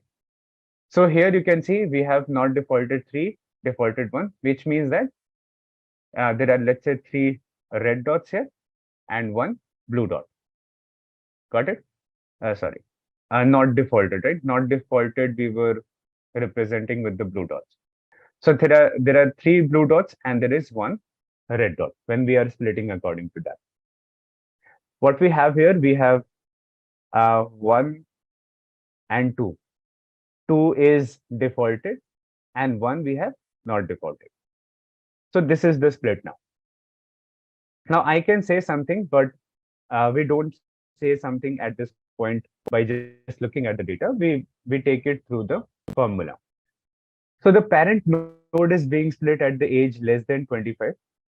To calculate the Gini index of the split, we need to calculate the index of each of the child node and then calculate their weighted sum. Let us see, it's a very simple thing. So what we need to find out, we have a formula. This formula says that 1 minus probability of being in class 1 square, probability of being in class 0 square. So what we are doing now, we have to find out Gini impurity of the left tree, of this tree first. Sorry, this direction first, this node, and then we have to find out separate of this. So we will get two Gini impurities, then we will combine to get a total Gini impurity of this split. So let us see first in the left child node. The probability of record being in class 1 is 1 upon 1 plus 3, 0.25. The probability of record being in class 0, 3 upon 1 plus 3. See, what we have here is class 0, 3 means non-defaulted 3, defaulted 1. 3 and 1. So that is what we are saying. The probability of record being in class 1, defaulted, is 1 upon 1 plus 3. 1 out of all the data points. 0.25, 3 upon 1 plus 3, 0.75. It's a very simple calculation. Once I've got these two answers, 0.25 and 0.75, we put it into our equation. 1 minus probability of being in class 1 square minus probability of being in class 0 square. Just put that into formula. We get 0.375. That is the impurity of the left child, the left side of that tree. Okay. So we get this answer 0.375. That is the answer. Now just not let the left child we have to see see the right child of also. In the right child, we have probability of class 1 and we have probability of class 0 again. See, right side. So we have these 1 and 2, class 0, 1 and class 1, 2. So when you take a look at this right child, class 1 is 2. So 2 upon 1 plus 2 is 0.67. And then the class 0 probability will be what? Just the 1 minus of this probability will get being in class no. So that is the answer. Okay, what is 1 plus 3? Total number. Simple. This is, see, how many out of these 4 people, how many are them total? So see, if I have to find out the probability of class 0, what I will say, 3 upon total people, 3 upon 1 plus 3. Okay, if I have to say probability of class 1, I'll say 1 upon 1 plus 3, right? This is the simple probability. That out of 4 people, we have in class 1 3 people. So this is the probability and this is the probability of this. Then for the right child, we are doing the same. We have 1 minus 0.67 and 0.33. See, you don't have to remember this answer for now. I'm just explaining it to you so that when you see this after the session, you can understand it. Don't need to remember. Just try to understand every step. Are you able to get it or not? Once you see the this page after the session, you can see, understand. So we have 1 minus probability of data falling in class 1. That is 0.67, as you can see here. And we have 0.33 probability of class 0. So when we take it, we get 0.442. So now we have got the Gini impurity of left child and the right child. What we do, we have to combine them together. This left child gave us the total impurity of 0.375 and right child gave us the impurity of 0.442. So we combine them together and not just combine them directly, we have to take the weighted sum of both the child. So you see what are we doing? We started with this tree. And I'm saying that we have a left side of the tree and we have the right side of the tree. For the left side of the tree, we will be finding out some Gini impurity. And for the right side of the tree also, we'll be finding out some Gini impurity. So we get this answer, right? We get two answers, one for the left, which is this one, and one for the right, which is this one. Once we get this, then what we will have to do? I have just taken minus. So for class 0, what I've done, 1 minus, if I do this probability, I get automatically for the other probability. Simple, I've done minus. You could do 1 upon 1 plus 2, you can do that. 1 upon 1 plus 2. You will get 0.33. That same thing. But I have get these two answers. What I do now? Okay, what I can do now. So we have to take this whole thing. We have to add up the left part of the tree with the right part of the tree. The total impurity I've got, I have to add it up. But we don't add it up directly. We have to multiply with the weight of the left node and the weight of the right node. So what is the weight of the left node and what is the weight of the right node? So we multiply the Gini impurity of the left node with the weight of the left node and the Gini impurity of the right node with the weight of the right node. Then we add them together. What is this weight? This weight is nothing but, you see, what do we have on the left side? There are total 7 records. So if the complete data has 7 records, how much weightage we have on the right side?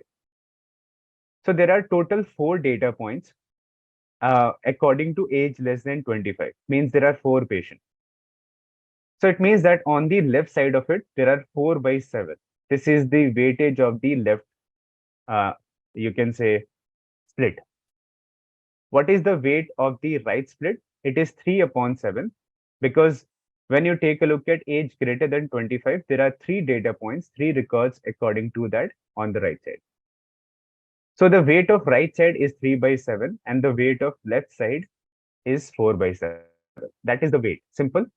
It will be decided by the decision tree. You don't have to see that exactly. Whenever you are going to explain it in the interviews, you can take the same example that suppose my decision tree has taken the age parameter and it has split according to age less than 25, greater than 25. How do we understand that this is good split or not? You don't exactly know where it is doing, but this is an assumption we are taking to understand how that calculation happens. No one is going to ask you what is the exact number. You can't find that out. When the tree is created, that tells you that what was the actual split. But whenever you explain in the interviews, you take this kind of assumption that if I have to explain that should age be my root node or should income be my root node, we do this kind of calculation. So I have taken the 4 by 7 as the weight of the left node and 3 by 7 as the weight of the right node.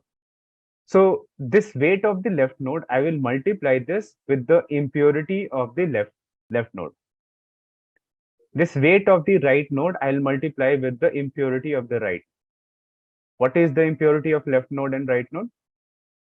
The impurity of the left node is this 0.375 and of the right node is 0.442.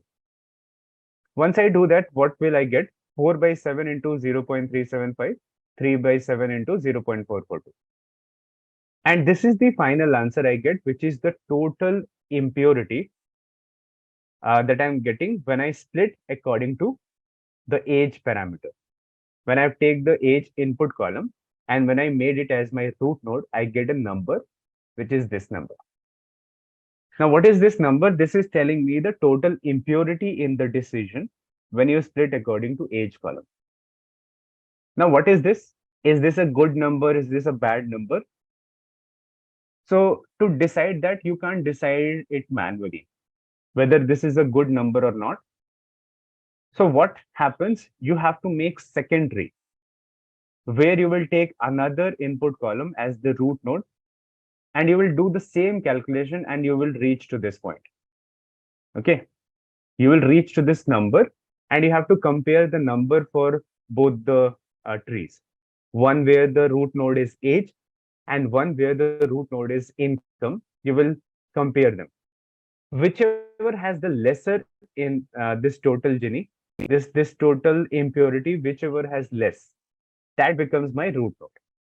So let's see.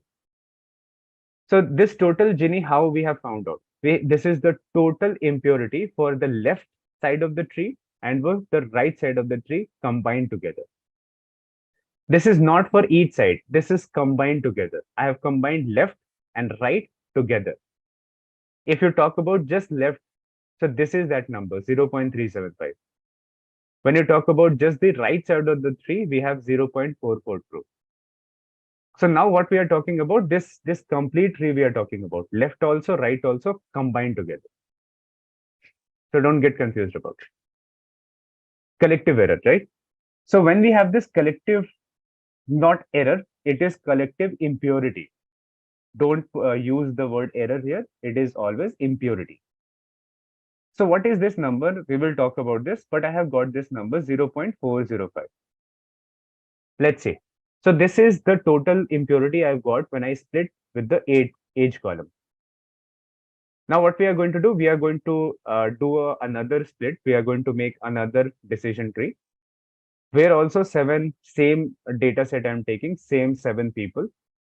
But I'm now splitting according to income is less than $25,000 and income greater than $25,000.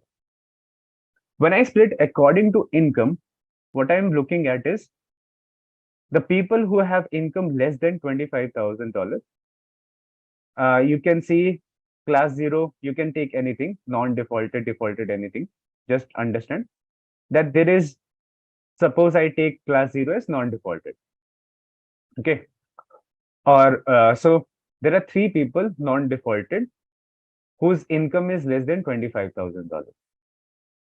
Whose income is greater than $25,000, 1 non-defaulted and 3 defaulted.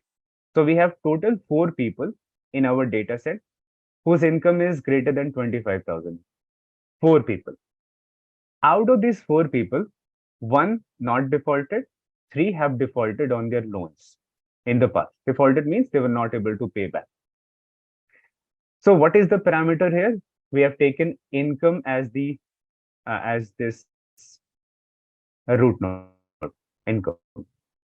So when I took income, I split again and I do this.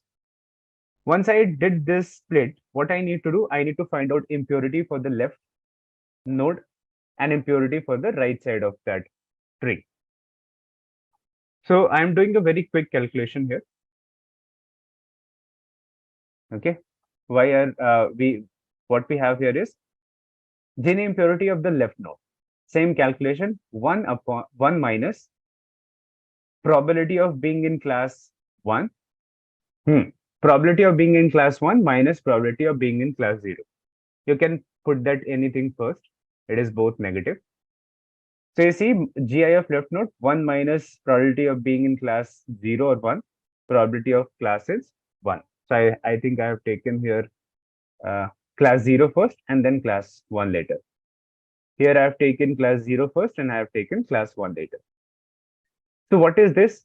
The split when I have is 0. Of the left side, I'm total getting the impurity as 0. And on the right side, I'm getting a total impurity of 0.375. Now, what is this 0 telling me? When I get the Gini impurity of 0, what does this mean? I'm not deciding anything that income is better yet. What I'm saying is, when I split according to income column, you see, I get class 0 as 3, class 1 as 0. So do I get pure homogeneity here or a complete purity I can say I'm getting here?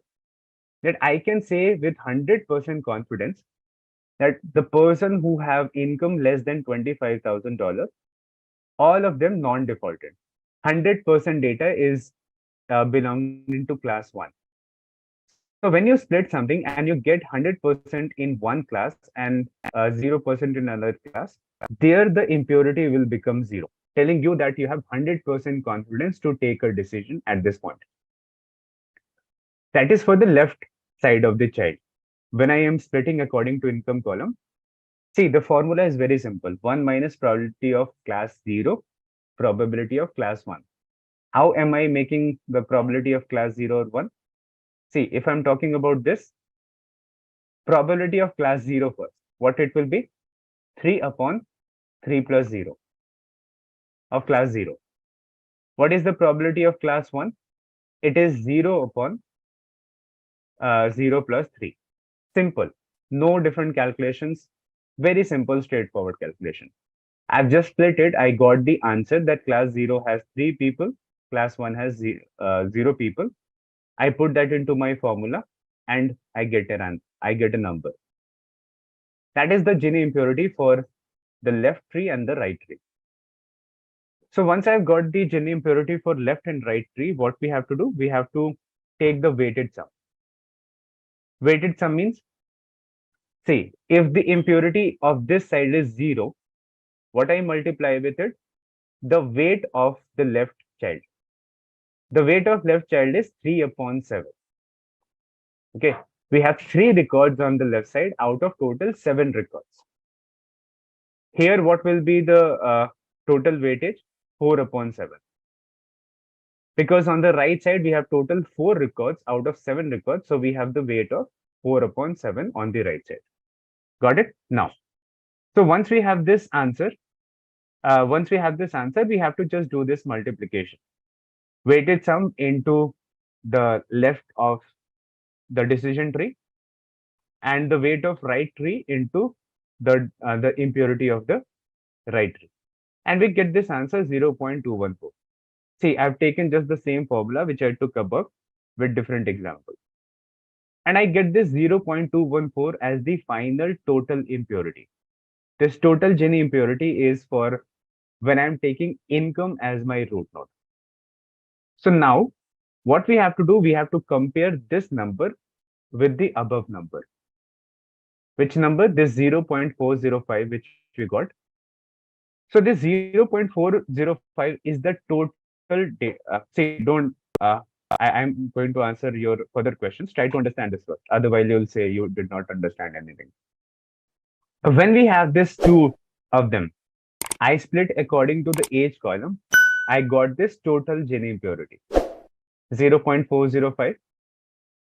When I split according to the income column, when I took the income as my root node, I got this as total impurity.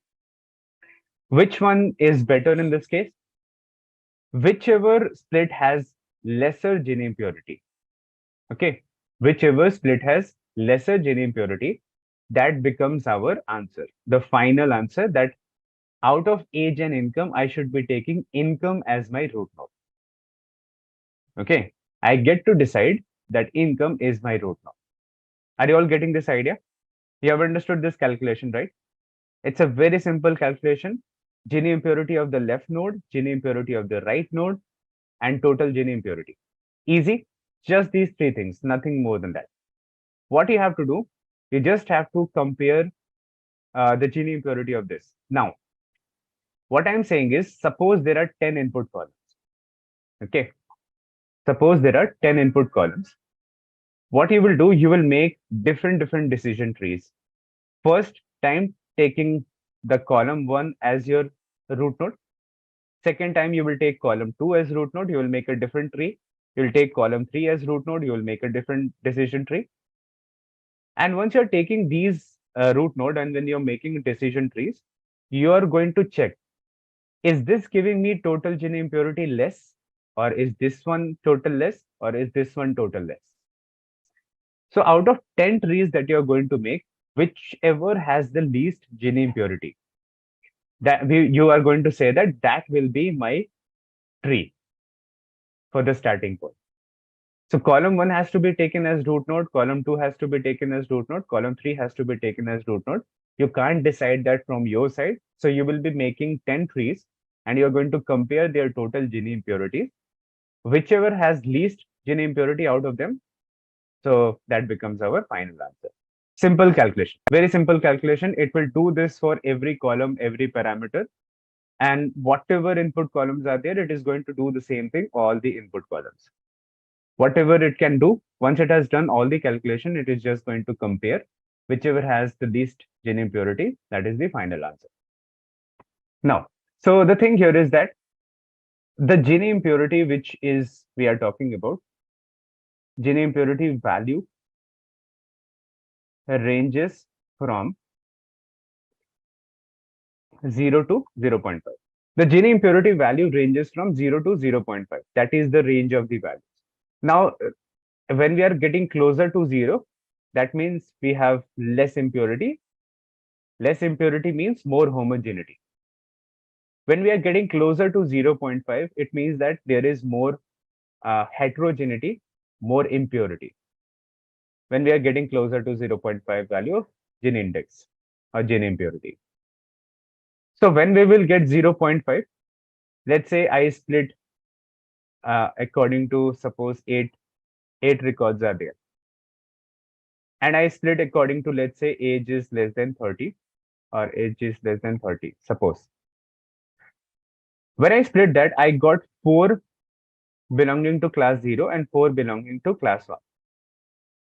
When I get this kind of answer, you can do the calculation. You will get the gene impurity of 0.5. The gene impurity of 0.5 tells us that this is the maximum impurity we can get. Why this is considered to be maximum impurity? Because we can't say anything at all with a certain decision. If it was like 5 belong to class 0, 5 people, and 3 people belonging to class 1, then I'm at least leaning little bit towards this, that our answer is more of the class 0 and less of the class 1, because more people have not defaulted, and less people have defaulted. So I can say, in general, the people who have age less than 30, they don't default in general, with little bit of confidence comparatively, not 100% confidence. That is the thing. But can I say here, yes, when I have 50-50% ratio in both the classes at a split, it will give always the gene impurity of 0.5. That is the maximum. What your task is, you have to get close to 0 gene impurity. Your decision tree's task is to get a impurity closer to 0. The more closer to 0.5 it is, the uh, worse it is going to become. So it tries to make a split where it is getting a very less impurity, and very less impurity makes that uh, decides that you're making a very efficient decision tree automatically. This was the whole calculation. There's nothing more than that. Now you would ask that what we have done, we just don't have the root node. See, again, a lot of people are running away by just seeing this simple calculation. See, if you run away, you will not learn anything at all. So till how long will you run away? This mathematics is not going to go away at all in this machine learning. So either you leave machine learning totally or you stick with it. It will be difficult at the start, but you will be doing it 100%. Should not run away at all. So now the idea here is that I just don't have the root node. I have decision nodes here also, decision node here also. Till now, whatever calculation I have told you is deciding the root node. Because what is our first task? Our first task is to decide the root node so that at least the tree starts making itself. Once I've decided the root node, that age should be my root node or the income should be my root node or anything else, once I decide that, then there will be this decision node. There will be this decision node, and then there is a decision node. For these nodes also, the same calculation of gene impurity is going to happen. Same type, same formula. What do you have to do now? So with age here, we have taken income of less than 23K, greater than 23K. And for age greater than 30, we have taken income of less than 37K, greater than 37K. How have we decided that? So again, that calculation of gene impurity is going to happen very same way. But you don't have to understand the further calculation, not required. Whenever you are going to explain these things in the interview, if you explain this concept of gene impurity till this much, this is more than enough. Okay, this is more than enough that I have explained you. You can just say that the further calculations will be taken or will be done according to the same formula, according to the same concept. No one asks you more than that. Okay, so just understand this much mathematics. This much mathematics is also not simple. You have to remember this. But once you remember this is enough. But our decision tree is just an algorithm. It can't see anything visually. So it has to take help of a mathematics to decide where it should split, where it should make that boundary. So how it has decided that it should make the boundary of this income less than 38K and greater than 38K. Why exactly this I have made? So I can see this, but my machine can't see this. So for the machine to decide this, for the algorithm to decide that particular line, it has to take the help of a formula, which I have taken the Gini impurity formula. So what we did a simple calculation. The formula is this: 1 minus probability of being in class 1 minus probability of being in class 0. Just take this simple example. Anywhere you have to explain, take this example, explain it. That will be more than enough. And at the last, what you have to do, the total Gini impurity that you get for one split, that you have to compare for the total Gini impurity of the second type of split. If you have taken age as the root node, you will get a Gini impurity total. If you have taken income as the root node, you will get a Gini impurity. Compare them. Whichever is less, that becomes your root node, the final answer. We have talked about this. And once we are able to do this, what will happen? Why are we focusing so much on the Gini impurity? Because once we are able to optimize this Gini impurity part, then our decision tree will become most efficient automatically. Okay, by taking the nodes which are having less impurity, what will happen? You will automatically make a very good decision tree, which is shorter also, which is efficient also, and which is accurate also. Let's have a quick quiz question, guys. What is the primary purpose of Terraform modules? Your options are A. To define variables, option B. To organize and reuse Terraform codes, option C. To configure provider settings, and option D. To execute Terraform commands. Comment your answers in the comment section. Now let's continue with our session. Just a quick info, guys. Intellipaat offers a data science course which will help you master Python, SQL, machine learning, AI, and Power BI. Get a data science certification from IIT Empowertak and Innovation Hub of IIT Madras. With this course, we have already helped thousands of professionals in successful career transition. You can check out their testimonials on our Achievers channel, whose link is given in the description below. Without a doubt, this course can set your careers to new height. So visit the course page link given in the description and take the first step towards the career growth with the data science course. A chatbot is a computer program designed to simulate conversation with human users, often using NLP and artificial intelligence techniques to provide information or perform tasks. Hello everyone, in this video we are going to develop an Intellipaat EdTech chatbot using the Llama 2, which is an open source large language model. Now, before going deep dive into this project, first we will see the agenda. So now coming to the agenda, first we will see what is introduction to generative AI. After knowing what is generative AI, we will move forward to what are large language models. Moving ahead, we will see the use cases of LLM. And after that, at last, we will see the hands-on implementation of the project. So now, let's start with our first topic, that is introduction to generative AI. Generative artificial intelligence refers to AI models and systems that use algorithms to produce new content such as text, images, music, and more that closely resemble human-generated content. Now, these AI systems hold promise in diverse applications, from creative content generation to enhancing problem-solving abilities. So this is the basic idea about generative AI. After understanding generative AI, now let's see what are large language models. Large language models, or LLM, are a type of generative AI that are particularly skilled at generating clear and contextually relevant text based on the input they receive. There are multiple large language models developed. For example, you can include the GPT-3, GPT-4 from OpenAI, Llama from Meta, and Palm 2 from Google.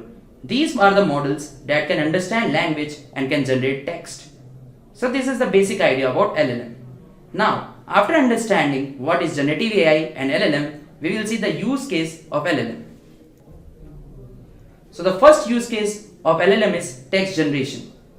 Text generation creates the human-like written content by using AI. The second use case that we will see is language translation. Using LLM, we can automatically translate text between languages. The next use case is sentiment analysis. Using sentiment analysis, we can analyze and determine the emotional tone of the text. Next, we are having text summarization. Condensing lengthy text into concise summaries is known as text summarization. And last, we'll see the chatbots, which are AI-driven virtual assistants for natural language interactions. And in this video also, we will see that how we can create a chatbot using Llama, right? So now guys, let's see the structure of the project, that how we gonna make a chatbot. So for this project, we are going to take a quantized model from the Hugging Face to build the chatbot. So if you write here Hugging Face, let me write here. And if I am writing here Llama, so you can see that I am getting a lot of results, right? Let me take any model. Let me click on this. Okay. And here you can see that we are having a lot of quantized model. If you go on the files and versions, you can see that these all are the quantized model. So for making a chatbot, we need to have a quantized model. So for that, I am downloading this llama27b chat.ggmlv3.q8, right? So let me download it. You can just click on this and the download has already been started. So once the download has been completed, the next step is having the data. So now this is the data folder in which I am having the document that I have taken is the Intellipaat course brochure, which contains several courses. Let me show you. So these are the document in the form of PDF, right? So in this brochure, you can see that what is all about the program, what are the key highlights, right? How we can apply for this course, what are the application process for it, and many more, right? So this is the course for data science and artificial intelligence. Similarly, if you see here, I am having several other PDF for different courses, right? Now, my next step is, now once we are already having our quantized model and document, the next step is embedding. So our next step is the embedding. So whatever the data we are having, we have to embed out of it, right? With the help of an open source embedding model. Then I will fit into a larger model with the help of a framework known as LangChain. So using LangChain, we will retrieve the information from it.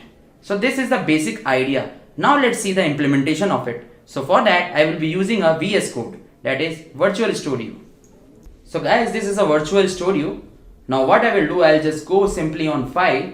I'll click on this Open Folder. And I will click on Intellipaat Chatbot.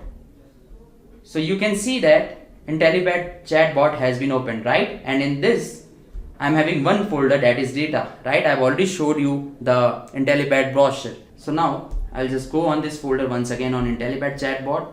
I'll click here and let me give the file name as code file. I'll just write here code.py, right? And it's time for coding.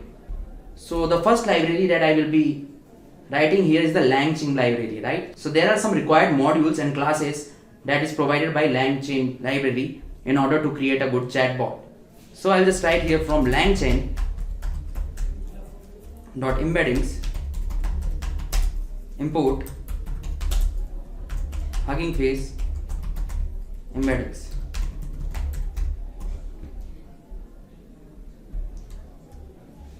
Let me execute this, and you can see that we have successfully imported this module. After this, we are having from langchain.vector stores import fast. But before that, let me explain you about that we are using here Hugging Face embedding, which are used for embedding purpose, and these are utilized by pre-trained models from Hugging Face transformer library. Let me write another module here from langchain.vector stores import fast. Now, talking about this FAST library, it is used for vector storage and similarity search. FAST is known for its efficient handling of high dimensional vectors. Next, we are having again the same LangChain module. So I'll just write here langchain.document underscore loaders import PyPDF loader and directory loader. So PyPDF loader is used to load the PDF files, whereas the directory loader is used to load the text documents from the directory, right?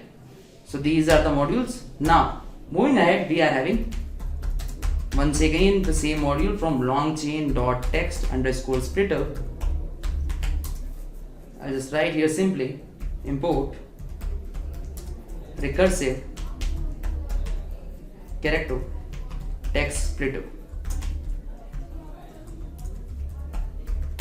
Don't worry guys, I will explain you what does it mean. So recursive character text splitter, this module is used for text splitting. It will break the longer documents into smaller text units, right? So let me just execute all these things. I'll just go to my PowerShell. I'll just write here Python code.py and let me execute this, right? And you can see that it has been executed.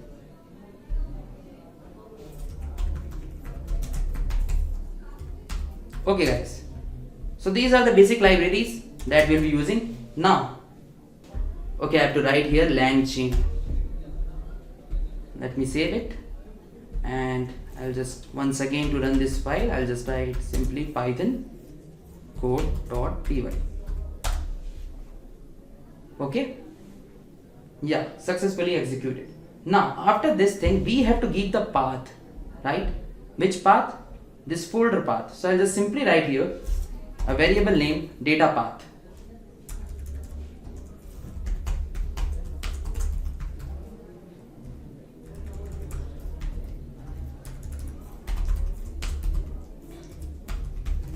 And I will give you the path of this folder. So I'll just write here data and backslash. So now this data path folder will hold the path to a directory where data files are stored, right? Data files are stored here in this folder, all 5 brochures. And the second column that I'm gonna make is db fast once again path. Now what do you mean by this?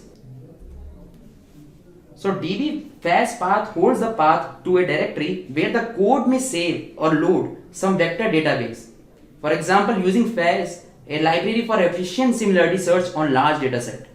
So now what I will do here, I will write here vector store and then db underscore fast. Okay, let me save it and let me once again run it. I mean guys, you don't have to run every time. I'm just running it to show you. Okay, so from now onwards we'll just complete the code and we will see the output at last. Now after importing the modules and giving the directories path, the most important thing is to create a vector database. So I'll just write here, let me write down in comments, create vector database. Now to create vector database, I'll just create a function. I'll just write here def create underscore vector underscore database underscore, we can write Intellipaat, but it will be a long name, so let me write up to here, right? So now here I have just created a function which name is create vector db, right? And it is responsible for creating a vector database using the langchain library. So I'll just write here directory loader. Here you can see that we have already imported the directory loader, which was a class. Now here we are creating an instance, and in this instance what I will do here, let me just write, I will provide the path, that is data path. I'll just write here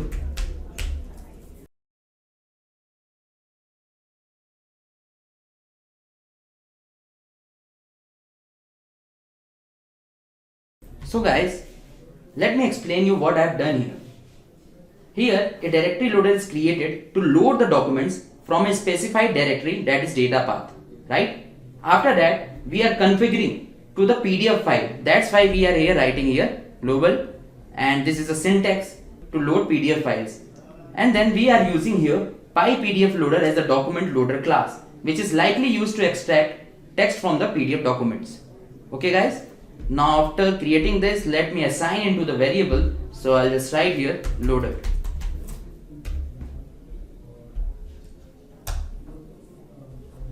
Okay. Now, next step, what I will do here, I'll just load it. I'll just simply write here loader.load. So I'll just call this method to load the documents from the specified directory. So this line populates the documents variable with the loaded documents. So I'll just simply write here documents. Let me save it. After that, what I will do here, I will use here recursive character text splitter. Let me use it. Recursive character text splitter, and here I will give chunk size 500 and chunk overlap is equal to 50. Now what does it mean? So we are using recursive character text splitter to split the text, right? When I am giving here the parameter chunk size, it means the size of text chunks is to split the document into 500 characters. Similarly, for the chunk overlap, the overlap between the consecutive text chunks, that is 50 characters, right? This overlap allows for context continuity while splitting. Okay. After having this, let me assign it again into the variables. So I'll just write here text underscore splitter. Okay guys. Now let's see the further steps. Then I will write here text underscore splitter dot split underscore documents. And inside this, I'll just write here documents. So now I have written here documents inside this function, right? Text underscore splitter dot split underscore documents. It means the split underscore documents method of the text splitter is called to split the loaded documents into smaller text chunks based on the specified parameters, and the resulting text chunks are stored in the text variable. Now we have already having our module Hugging Face embeddings, right? So it's time to use it. So I'll just write here Hugging Face embeddings, okay, and inside this I'll give my model name, right? The model I told you to download, right? And the quantized model, okay. So let me write here the quantized model. So if you see this folder, I'm just having only data, right? But I should have the quantized model, so let me put it. Now guys, I've already put that quantized model here, right? Now as I told you that we have to put the quantized model, right, in the code, but not in this code, right? Hugging Face embeddings. Here we will be implementing the model name as sentence transformer, right? So what we'll be doing here, let me first show you the code. I'll just simply write here sentence underscore transformers all meaning LM, and I will be using L6v2. Okay guys, and then I will write one other parameter.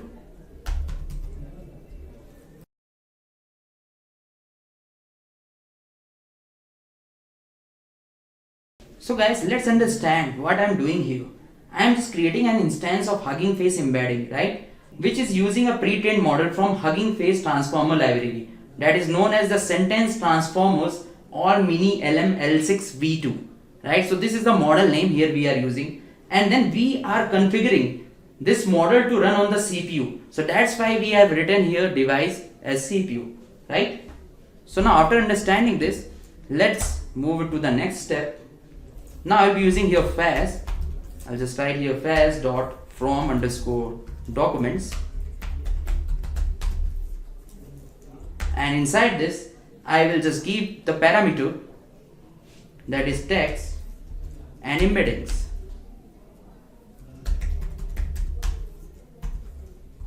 Now you might have a question that why I have written here text and embeddings, because I'll just keep this as a variable name as text, and this will be the embeddings one. embeddings.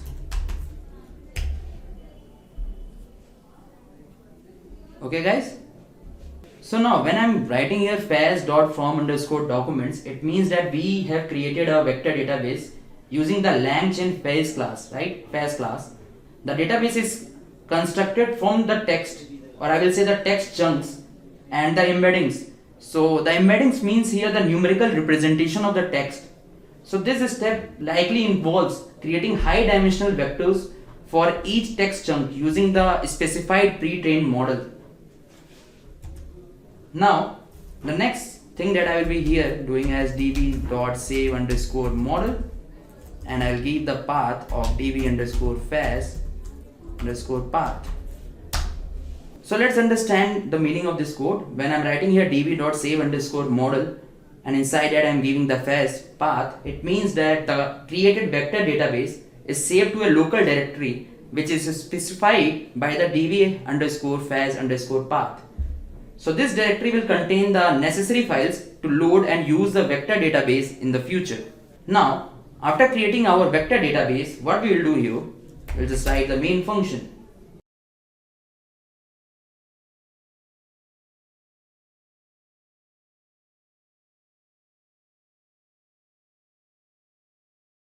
Alright guys, so let me put inside the function. So what does it mean here? So we are just creating the conditional block, and it will make ensure that the create_vector_db function is called when the script is run as the main program. So this means that if you this means that if you are executing this script, it will create the vector database using the specified settings. So it's time for us to execute it. So I'll just simply write here python code.py, and here you can see that it's giving an error because I have to just write here double equal to. Okay, let me just save it, and once again I'll just write here python code.py, and yeah, indentation issue is there. Okay, once again just let me write here python code.py, and on execution, okay guys, we were getting an error cause of indentation, and on execution we should get the vector database, but let me write here once again FAISS, it should be capital. Now let me save it and execute it. I'm writing here python code.py. Okay guys, I have used this db, but this db is the variable, right, in which these things were stored. So once again just let me save it and execute it. So okay, let me go to the terminal, and I'll just once again go and python, and I will just type here code.py. Okay guys, so let's see why we are getting error. Okay, so here we can see that our function will be db.save_local. We have written here model, right? So let me replace it, and also this is the main class, right, of Python, so it has to be outside. Now if I'm executing it, let me save the file first, it's important. And if I'm writing here python code.py, and it will take some time. Okay guys, now you can see that we got a folder name as vector store, right? And if you see inside this, we are having a pickle file, right, that will automatically get saved with an index that you can see it over here in this folder. So what happens here, it will automatically create the embeddings for us, and it should automatically create a folder, right, and it will save all the embeddings to the index of the metadata. So in summary, after understanding and having a proper implementation of this code, we got to know that this code reads PDF documents from a directory, splits them into smaller text chunks, converts the text data into a numeric representation that is also known as embedding, right, while using a pre-trained model, and it stores this representation in a vector database using the faz library. So the database can later be used for various NLP tasks such as similarity search or document clustering.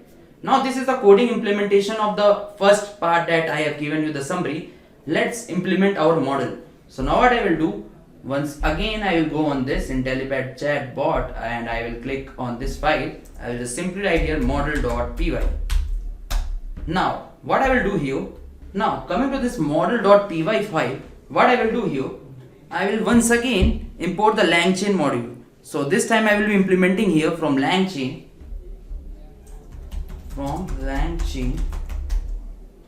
dot document underscore loaders import py pdf loader directory loader, the same thing.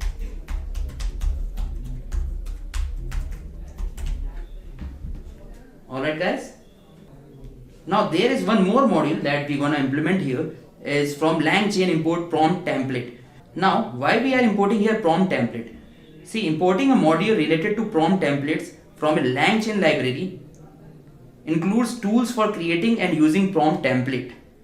Okay, so a prompt template is a predefined format for the input that can be used for various natural language processing tasks. So in general, when I am importing here prompt template, it will create and use prompt templates. We can do it, right? So let me write here from LangChain import prompt template. Okay guys, the next library that I have already told you about, that is LangChain.embeddings, right?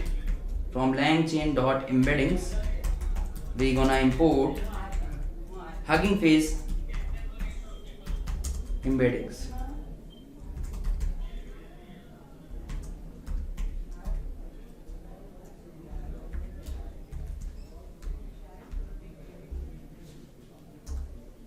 Let me import some more module. Once again, I will just simply write here fast from LangChain. Just a quick info guys, Intellipaat offers a data science course which will help you master Python, SQL, machine learning, AI and Power BI. Get a data science certification from IIT Empowertak and Innovation Hub of IIT Madras. With this course, we have already helped thousands of professionals in successful career transition. You can check out their testimonials on our Achievers channel, whose link is given in the description below. Without a doubt, this course can set your careers to new height. So visit the course page link given. Okay guys, so we have seen how we have successfully generated the pickle file and it got saved with an index, right? So now we will focus on the main model, that is model.py file. Now let's see here the libraries. We have already seen the first libraries, right? How to load a PDF file. The second one is prompt template. If you want to create a prompt template or any template prompt, we can use this library. Third one we have already seen, right? Moving ahead, we are having from langchain.lms import C transformers. Okay guys, talking about this library is used to manage processing chains for natural language tasks. Also, it is used for the question answering from LangChain library. The next library we are having here from langchain.chains import retrieval QA. Now, this library is used for building question answering systems or retrieval based models.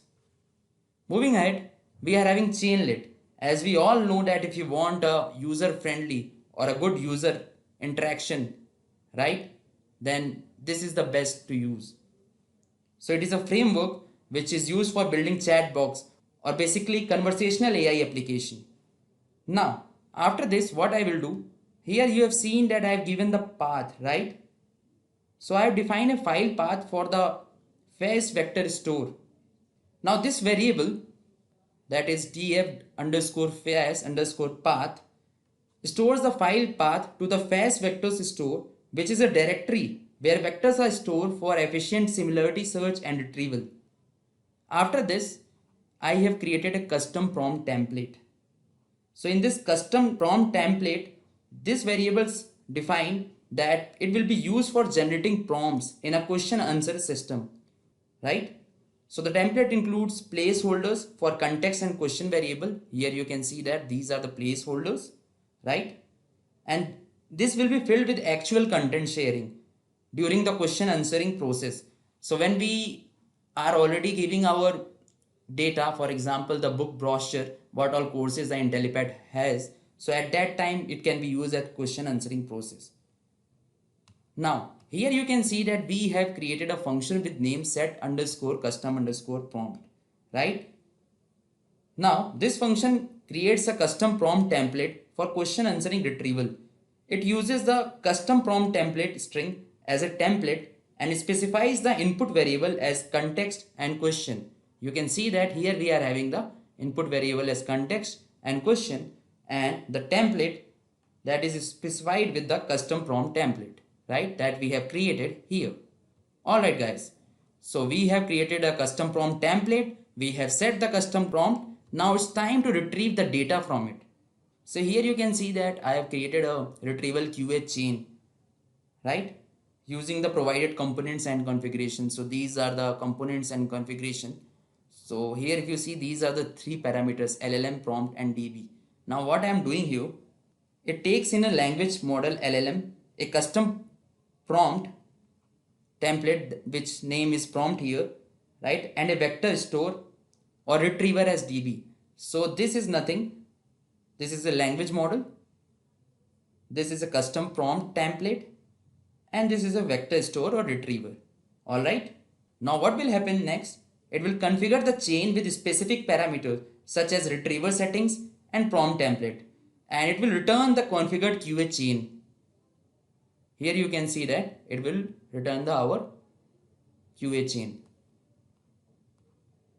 Now after that what we have to do, now once we are done with custom prompt template, setting the custom prompt and to retrieve the information from it, we have to load our quantized model.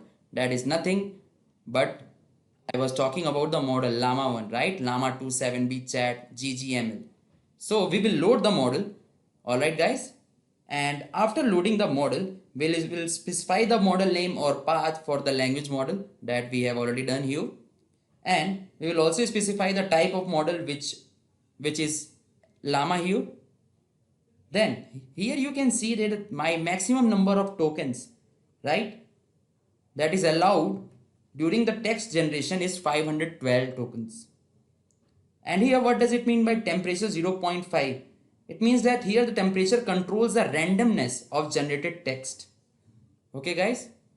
Now after this what I will do, so we got to know how to load the model. Now it's time to see that how this model function, right? So we will create a question answering QA bot. So here that's why I've written here QA bot, right? And after that what we'll do, we'll create an embedding object using a Hugging Face model for sentence embedding. Here you can see that I have already created a Hugging Face embedding object, right, for sentence embedding.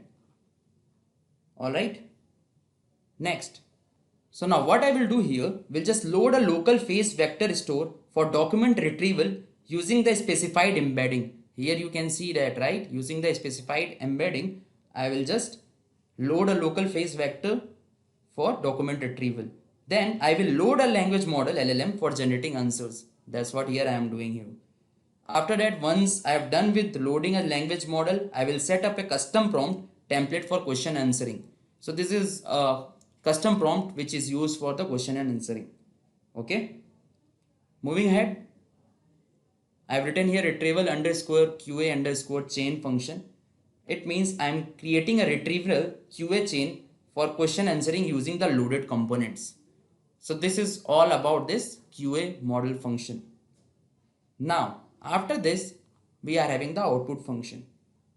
So in output function we have created the final result as a function name for the user query, right? And we have initialized the QA bot by calling the QA bot function. So you can see that, right? We have So here you can see that we have initialized it with the QA underscore bot function. Now, once it is done, then we have used the chainlet. So in a chainlet code, we have used a decorator for handling the start of a chat session. Here you can see that we have used a decorator. Now we have created a function with the start name, and inside this function is executed when the chat session starts, right? And inside this also we have initialized a QA bot by calling the QA bot function. Do you getting any idea like the function? Like first we start with a custom prompt template, then we set the custom prompt, then we were retrieving QA chain, then finally we have loaded our quantized model, and then we have seen the model function and the output function, and now chainlet code. Okay guys, now after this what will happen at this stage? Once we have initialized the QA bot by calling the QA bot function, it will create a message to send to the user indicating the bot is starting. For example here, hi, welcome to Intellipaat bot, what's your query, right? Now this will send the starting message to the user. When I will execute this output, you will get to know, right? So let's wait and see the output. Here you can see that I have also written await msg.update. What does it mean? It means update the content of the message to provide a welcome message and ask for the user query. Okay. Once again, moving forward, this is c1.user underscore session dot set. Now let me give you an idea about this function. Here we have stored the initialized QA bot in the user session for future interaction. Okay guys. Now second thing is that here you can see that this is a decorator, right? Decorator is used for handling incoming message during the chat session. So here once again I have created a function, and inside this function will be executed when a new message is received in the chat session. Then I have written here chan is equal to c1.user underscore session dot get. It will retrieve the QA bot from the user session. Next, if we are moving next, here you can see that I have created the object. This is the object, right? Async lang chain callback handler, right? So it will create a callback handler for asynchronous processing. Here you can see that we have already set the answer reach attribute to true. Next, we will use the QA bot to process the incoming message, and we will applying the callback handler. So here you can see that that's what even we are doing here, await chain dot a call. So basically we are using here chainlet for a better user interface. Now once it is done, then we want to get the generated answer from the response, right? So that's why I have created a variable answer, and inside that I have stored the result. And at last, once again, if you see this c1 dot message, okay, inside this it means send the answer back to the user. If you see this function cm dot message, it means it will send the answer back to the user as a message. So this is a basic idea about how to create a Intellipaat EdTech chatbot. Let me execute it for you. Okay, I am in the terminal. Okay, it's executing now. You can see that I got a chainlet file right here. So if I am writing here, like how to see your user interface, how to interact, how did you create a chatbot. So what I will do, I'll just simply write here chainlet run model .py -w, right? Let me execute this. Let's see how our model is working. You can see that we are on the page of chainlet, and it's showing an error. Let me fix it. Okay guys, it's showing error because we have to give the same file path, right? So I'll just give the same file path here. Let me copy this and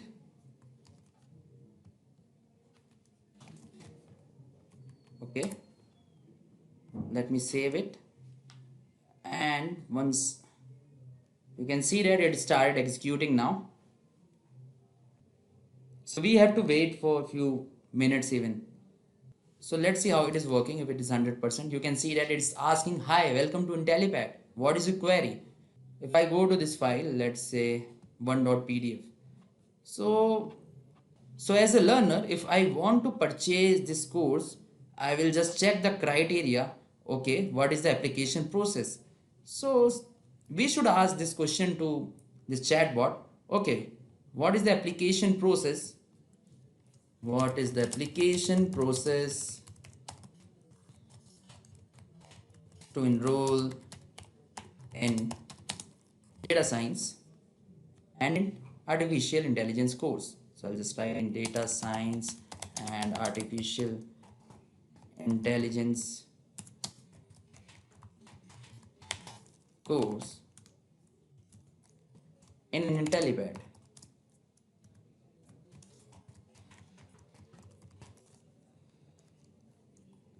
Okay. You can hide this also if you go on this and click on the settings. Just hide chain of thought so you will not see any retrieval QA. So we have to wait for some time to see it. So guys, you can see that we got a generated response from our chatbot. That is, the application process consists of 3 simple steps, which include submitting their applications. An offer of admission will be made to the selected candidates and their application will be accepted upon payment of the admission fee. So if you see here and go application process, you will see that the text is not same, right? Now if I ask another question, okay, tell me what is the program curriculum, right? Or let's say what all projects that Intellipaat is offering. If I am writing it, what all projects does Intellipaat offer in data science course? You can see that it's showing that Intellipaat's data science courses offer a variety of real-time projects and case studies that cover various aspects of data science such as supervised and unsupervised learning, machine learning, deep learning, data visualization, data engineering, data governance. And you can see that even an example, right? Because we have already used the quantized model here. So it's already pre-trained large language model. So here you can see that the examples it's showing is some examples include predicting stock prices, detecting fraud in credit card transaction, analyzing customer sentiment, developing a recommend engine, building a smart home automation system. So guys, that's it from my side. If you like the video, please do hit the bell icon. Just a quick info, guys. Intellipaat offers a data science course which will help you master Python, SQL, machine learning, AI, and Power BI. Get a data science certification from IIT Empower, an innovation hub of IIT Madras. With this course, we have already helped thousands of professionals in successful career transition. You can check out their testimonials on our Achievers channel, whose link is given in the description below. Without a doubt, this course can set your careers to new height. So visit the course page link given in the description and take the first step towards the career growth with the data science course. So now, moving to the first question, what do you mean by the term normal distribution? Normal distribution, also known as Gaussian distribution, is a type of probability distribution that is symmetric about the mean. Here, mean, median, and mode are equal. Normal distribution appears to be bell curve in a graphical form. So here, you can see this graph. This graph is symmetry and also mean, median, and mode are equal. So now, let's move forward. So the next question we are having is, what is a skewed distribution? A skewed distribution takes place when one tail is longer than the other. Skewness defines the asymmetry of a distribution. Here, the data is not distributed equally on both sides of the distribution's peak. So basically, there are different types of skewed distribution. The first one is the left skewed distribution and the another one is the right skewed distribution. So in left skewed distribution, it occurs when the long tail is on the left side of the distribution. That means here, the mean is left to the peak and also mean is less than the median and the median is less than the mode.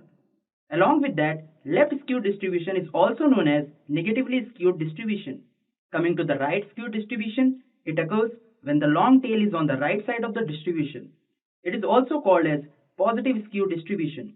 Here the mean is right to the peak and also mode is greater than median and median is greater than mean. Now, so let's see in the graphical form. Here you can see that this is a graph of left skewed, right? So clearly mode is greater than median and median is greater than the mean. So now let's see left and right skewed distribution in graphical form.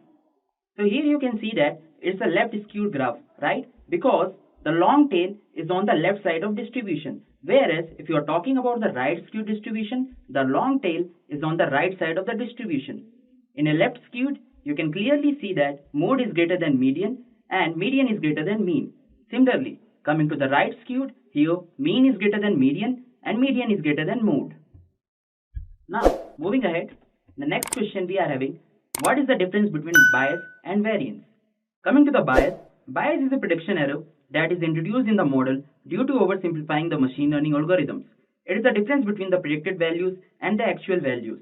So let's suppose you have created a machine learning model. So while creating a machine learning model, we'll get some predicted values. So basically the difference between the actual values and the predicted values is known as the bias. Now coming to the variance, variance occurs when the machine learning model performs well on the training dataset but not on the test dataset. So now moving to the next question, how will you handle missing values in data? So there are several ways to handle missing values in the given data. The first one is you can replace the values with mean, median and mode. For example, let's suppose if you are having any numerical column of let's say price and there are a lot of missing values, then you can replace it with the mean. Now, moving next, we are having the dropping the values. So let's suppose if you are having any column that is present in the data set and the null values are present more than 70%, then you can drop that particular column. The last is replacing with arbitrary values. So that means you can choose a random value without any reason or system. So the next question we are having is, what are the techniques used to detect outliers? So there are various techniques that are used to detect outliers. The first one is the box plot. So talking about the box plot, we know the length of the box is IQR, that is nothing but an interquartile range, right? And the minimum and maximum values are represented by the whiskers. So the whiskers are generally extended into 1.5 times of the IQR distance on either side of the box. Therefore, all the data points outside this range values are flagged as outliers. So the next technique that is used as z-score. So z-score is a parametric outlier detection method in a one or low dimensional feature space. This technique assumes a Gaussian distribution of the data. The outliers are the data points that are in the tails of the distribution and therefore far from the mean. So the last method that we are having is interquartile range. As we know, the formula of interquartile range is that it is quartile 3 minus quartile 1. Basically, it is the difference between the third quartile and the first quartile. So to detect the outliers using this method, we define a new range. So let's call it decision range, and any data point lying outside this range is considered as outlier and is accordingly tailed with. So the next question we are having is, what is the difference between overfitting versus underfitting?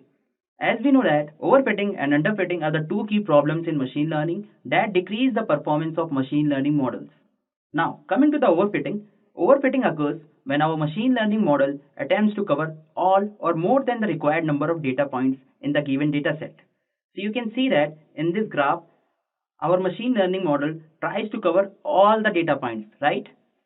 So now, what happens here as a result, the model gives inaccurate values in the dataset and all of these factors reduce the model efficiency and accuracy. The overfitted model has low bias and high variance. The more we train our model, the more likely it is to become overfitted. You can see in this graph, the model tries to cover all the data points. So it looks efficient, but in reality, it is not so. Because the goal of the regression model is to find the best fit line. But here, we have not got any best fit. So it will generate the prediction error. So now, let's see how we can avoid the overfitting in model. So there are some ways by which we can reduce the occurrence of overfitting in our model. The first one is the cross-validation. Second, we are having training with more data. So whatever the data is there, we can train it, right? So there are some ways by which we can reduce the occurrence of overfitting in our model. So let's see some of the ways. The first one is the cross-validation. We can also train with more data. Then we can remove features too. We can early stopping the training too. Along with that, we can also apply regularization as well as ensembling. Now, after knowing what is overfitting, now let's see what is underfitting. So underfitting occurs when our machine learning model is unable to capture the underlying trend. So to avoid overfitting in the model, the feeding of the training data can be stopped at an early stage, causing the model to learn insufficiently from the training data. As a result, it may fail to find the best fit of the data's dominant trend. Underfitting occurs when the model is unable to learn enough from the training data, reducing accuracy and producing unreliable predictions. So let's back to the previous slide. So in underfitting, a model that is underfitted has a high bias and a low variance. For example, the following output of the linear regression model can help you understand about the underfitting. So here you can see that the model is unable to capture the data points in the plot, right? So now let's see how we can avoid underfitting in the model. So there are two ways in which we can avoid the underfitting in model. The first one is increase the model's training time, and the another one is the increasing the number of features. Okay guys, so the next question we are having is, what is the difference between supervised and unsupervised learning? Supervised learning is a machine learning method that uses labeled data to train models. For example, here you can see that how a player learns in the presence of his coach. So this is an example of supervised learning. Now, there are two types of problems that can be solved using supervised learning. The first one is the classification and the another one is the regression. So let me give you the example so that you can understand, right? So let's suppose we have an image of different types of cars. The task of our supervised learning model is to identify the cars and classify them accordingly. So to identify the image in supervised learning, we will give the input data as well as the output for that, which means we will train the model by the shape, size, color of each car. Once the training is completed, we will test the model by giving the new sets of car. The model will identify the car and predict the output using a suitable algorithm. So there are different types of supervised learning: linear regression, logistic regression, random forest, decision tree, etc. So now, after understanding supervised learning, let's see what is unsupervised learning. Unsupervised learning seeks to extract structure and patterns from the input data. It requires no supervision like supervised learning. Instead, it discovers pattern in the data on its own. Unsupervised learning can be used for two types of problem. The first one is the clustering and the another one is the association. Here you can see that in this figure, you can see that the model will train itself and divide the groups according to the most similar features between them. So let's take an example. So here we'll not provide any supervision to the model. We'll just provide the input data set to the model and allow the model to find the patterns from the data. With the help of a suitable algorithm, the model will train itself and divide the cars into different groups according to the most similar features between them. So the next question is, what is the difference between regression versus classification? So regression algorithms are used to predict the continuous values. Regression is a process of determining correlations between dependent and independent variables. For example, price, salary, etc. I'll give you the example of price versus experience. So let's understand by taking some examples. So let's suppose I'm having a data set which consists of one dependent variable and one independent variable. So the independent variable contains the years of experience, whereas the dependent variable contains salary. So as we know that as the experience of a person increases, the salary will also increase. So this is the example of the linear regression. So there are different types of regression algorithm: simple linear regression, multiple linear regression, polynomial regression, support vector regression, decision tree, random forest. Now, talking about classification, classification algorithms are used to predict or classify discrete values. For example, male and female, true or false. Even you can take the example of male, whether the male is a spam male or not spam male, right? So let me explain you how does classification work. So let's suppose a computer program is trained on the training dataset, then it will categorize the data into different classes based on that training. Different types of classification algorithms are logistic regression, k-nearest neighbors, support vector machine, and kernel SVM. So guys, let's move further and see what is confusion matrix. So the confusion matrix is a table that used to estimate the performance of a model. It tabulates the actual values and the predicted values into a 2x2 matrix. So now, let's see what is true positive here.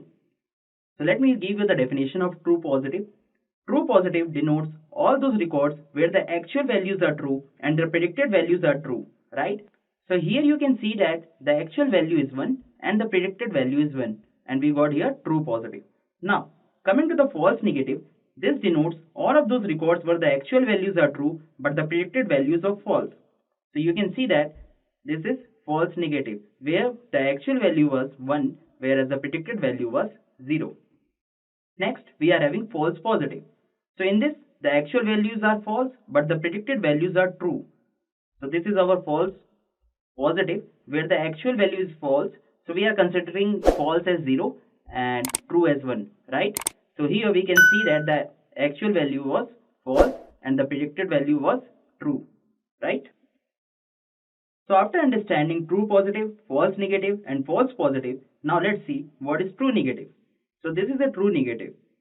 Here, the actual values are false and the predicted values are also false. So if you see this is the true negative, here the actual value is false and the predicted value is also false. So this is how the confusion matrix works. So now coming to the 10th question, what is the use of p-value? P-value is the measure of the statistical importance of an observation.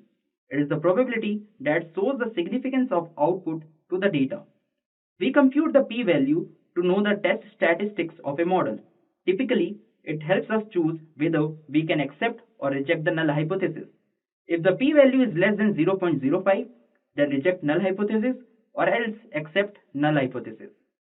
Moving to the next question, we'll see what is a residual. So residual in a statistical or machine learning model are the differences between observed and predicted values of data. So here you can see that this is our best fit line, right? So these are the predicted values, whereas these values are the actual values. So the difference between the predicted values and the actual values is known as residual, right? So these are the residuals, right? Again, this is the point that we have done the prediction, right? These are the actual values.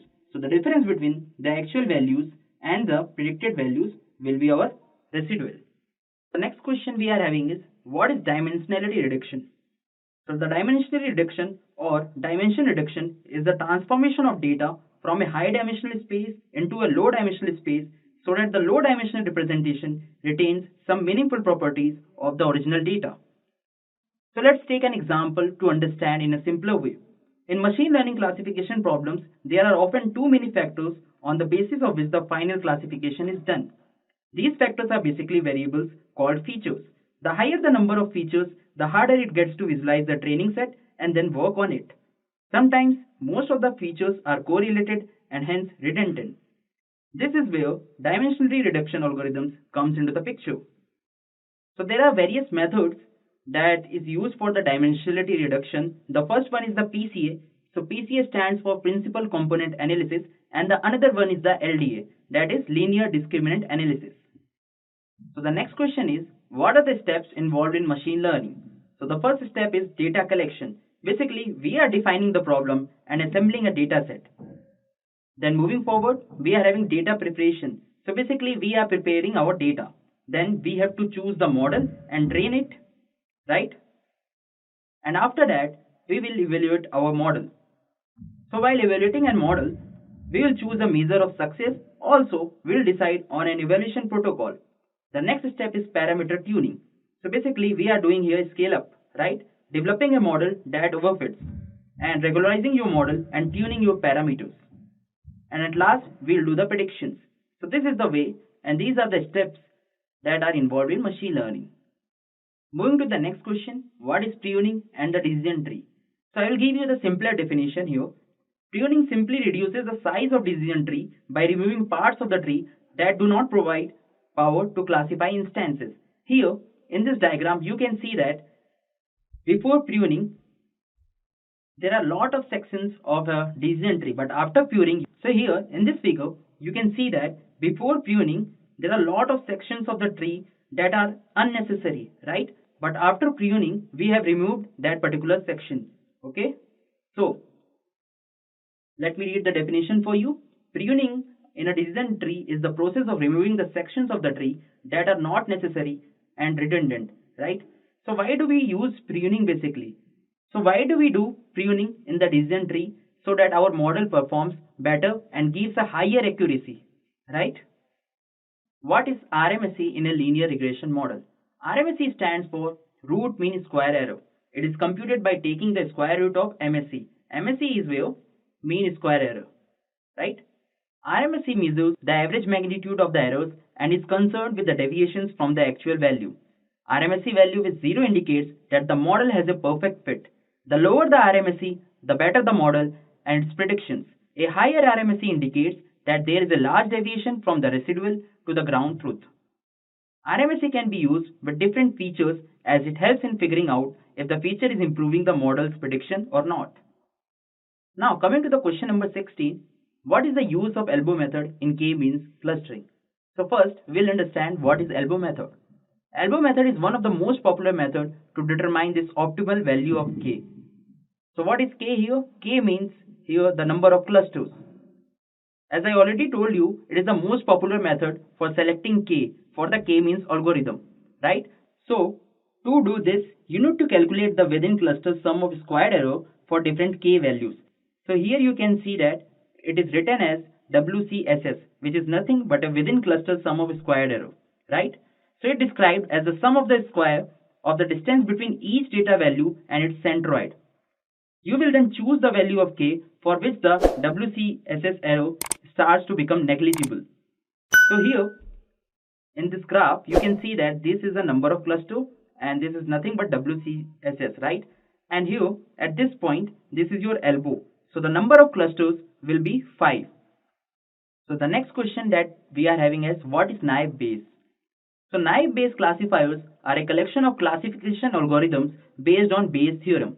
It is not a single algorithm but a family of algorithms where all of them share a common principle. That is, every pair of features being classified is independent of each other. So basically you have to keep remember the assumption, right? So the assumption about each feature is that a feature should be independent and equal. So the next question is, what are the disadvantages of linear model? The first disadvantage is prone to underfitting. What does it mean? It means that it is a situation that arises when a machine learning model fails to capture the data properly. So this typically occurs when the hypothesis function can't fit the data well. Next, it is sensitive to outliers. So as you know that outliers of a dataset are anomalies or extreme values that deviate from other data points of the distribution. Data outliers can damage the performance of a machine learning model drastically and can often lead to models with low accuracy. Next, so the next thing is that you have to take the assumption of a linearity between features and the target variables. So here you have to assume that the feature is having a linear relationship with the target variable. Moving to the 19th question, when do we use normalization and standardization? So first we'll see what is normalization. So in normalization, it is used when features are of different scales. Along with that, it is affected by outliers too. So when do we use normalization? It is useful when we don't know about the distribution. Also, it varies from -1 to 1 or sometimes 0 to 1. Along with that, if you want to use it, then there is a scikit-learn library that provides a transformer called min-max scalar. So you can use this transformer and you can apply normalization. Next, we are having standardization. So standardization is used when we want to ensure zero mean and unit standard deviation. Unit standard deviation means standard deviation is equal to 1. Along with that, it is not bounded to a certain range like normalization. So in normalization, the scale was from -1 to 1 or 0 to 1, but here it is not bounded to a certain range. Next, it is much less affected by the outliers. So if you want to use standardization, then there is a library scikit-learn that provides a transformer known as standard scalar. So this is all about normalization and standardization. Next question, explain hypothesis testing. Hypothesis testing is the process of testing assumptions for a population parameter on a sample of data. The process involves different hypotheses and statistical proof to accept or reject the hypothesis. Here, null hypothesis denotes as H0, whereas alternate hypothesis denotes as H1. Now, after understanding what is hypothesis testing, let's see the steps involved in hypothesis testing. So the first step is stating the hypothesis. For example, you can take the example of students with height more than 5 feet have BMI more than 20. Next, collect data, and after that we will see the evidence to fail or accept the hypothesis. Then we will test the hypothesis, and according to that we will take the decisions. So as I already told you, that let's suppose there is a student with height more than 5 feet and having BMI more than 20. So this will be your null hypothesis. So what will be your alternate hypothesis? Opposite of it. That is, students with height more than 5 feet do not have BMI more than 20. Now, according to the statistical test, will support the alternate hypothesis or null hypothesis, right? So this is how it works. So the next question is, what is the difference between training test, validation set, and a test set? So first, we'll discuss about training test. It is a portion of our actual dataset that is fed into the machine learning model to discover and learn patterns. So let's suppose that if you are having 100% values in the dataset, so we'll take 70% of the values or 60% of the values to train that dataset. Next, we will see about the validation test. So the validation test is used for hyperparameter tuning. And at last, we'll see what is test set. So the test set is used for the final evaluation of the best model. Moving to the next question, what are the different statistical techniques used in data science? The first one is the correlation. So it establishes and measures relationship between different variables. For example, if we are having data set, then we are having a lot of features along with the dependent variable. So it will show the relationship of features with the dependent variables. So next we are having regression. It allows identifying if the evolution of one variable affects others. You can take the example of experience versus salary, right? Where one variable is affecting the other dependent variable. Next we are having time series. It predicts future values by analyzing sequence of past values. Basically, time series is used for the forecasting. Next, we are having the sentiment analysis. It determines the attitude of specific agents or people towards an issue, often using data from social networks. So the next question we are having, what is box plot? A box and whisker plot, also known as box plot, is used to show the spread and centers of a dataset. It is also used to detect outliers. It shows the dispersion of data across the mean. It summarizes the result as the minimum. So here you can see that. So this is a minimum, which means minimum value in the dataset excluding the outliers. Next, we are having first quartile. So this is the first quartile, or you can also say this as a lower quartile. So it means 25% of the data lies below the first quartile, right? So here, these are the 25% of the data that lies below the first quartile. Next, we are having median. Median is nothing but the midpoint of the dataset. Half of the values lie below it and half above. So this is the median. Next, we are having upper quartile, that we say Q3, right? So it means 75% of the data lies below the third quartile. So here if you can see, this is our upper quartile, right? So 75% of the data lie below this quartile. Next, we are having maximum. So it means maximum value in the dataset excluding the outliers. After that, we are having interquartile range. So this is our interquartile range, which is nothing but the length of the box, right? So it consists 50% of the data. Okay guys?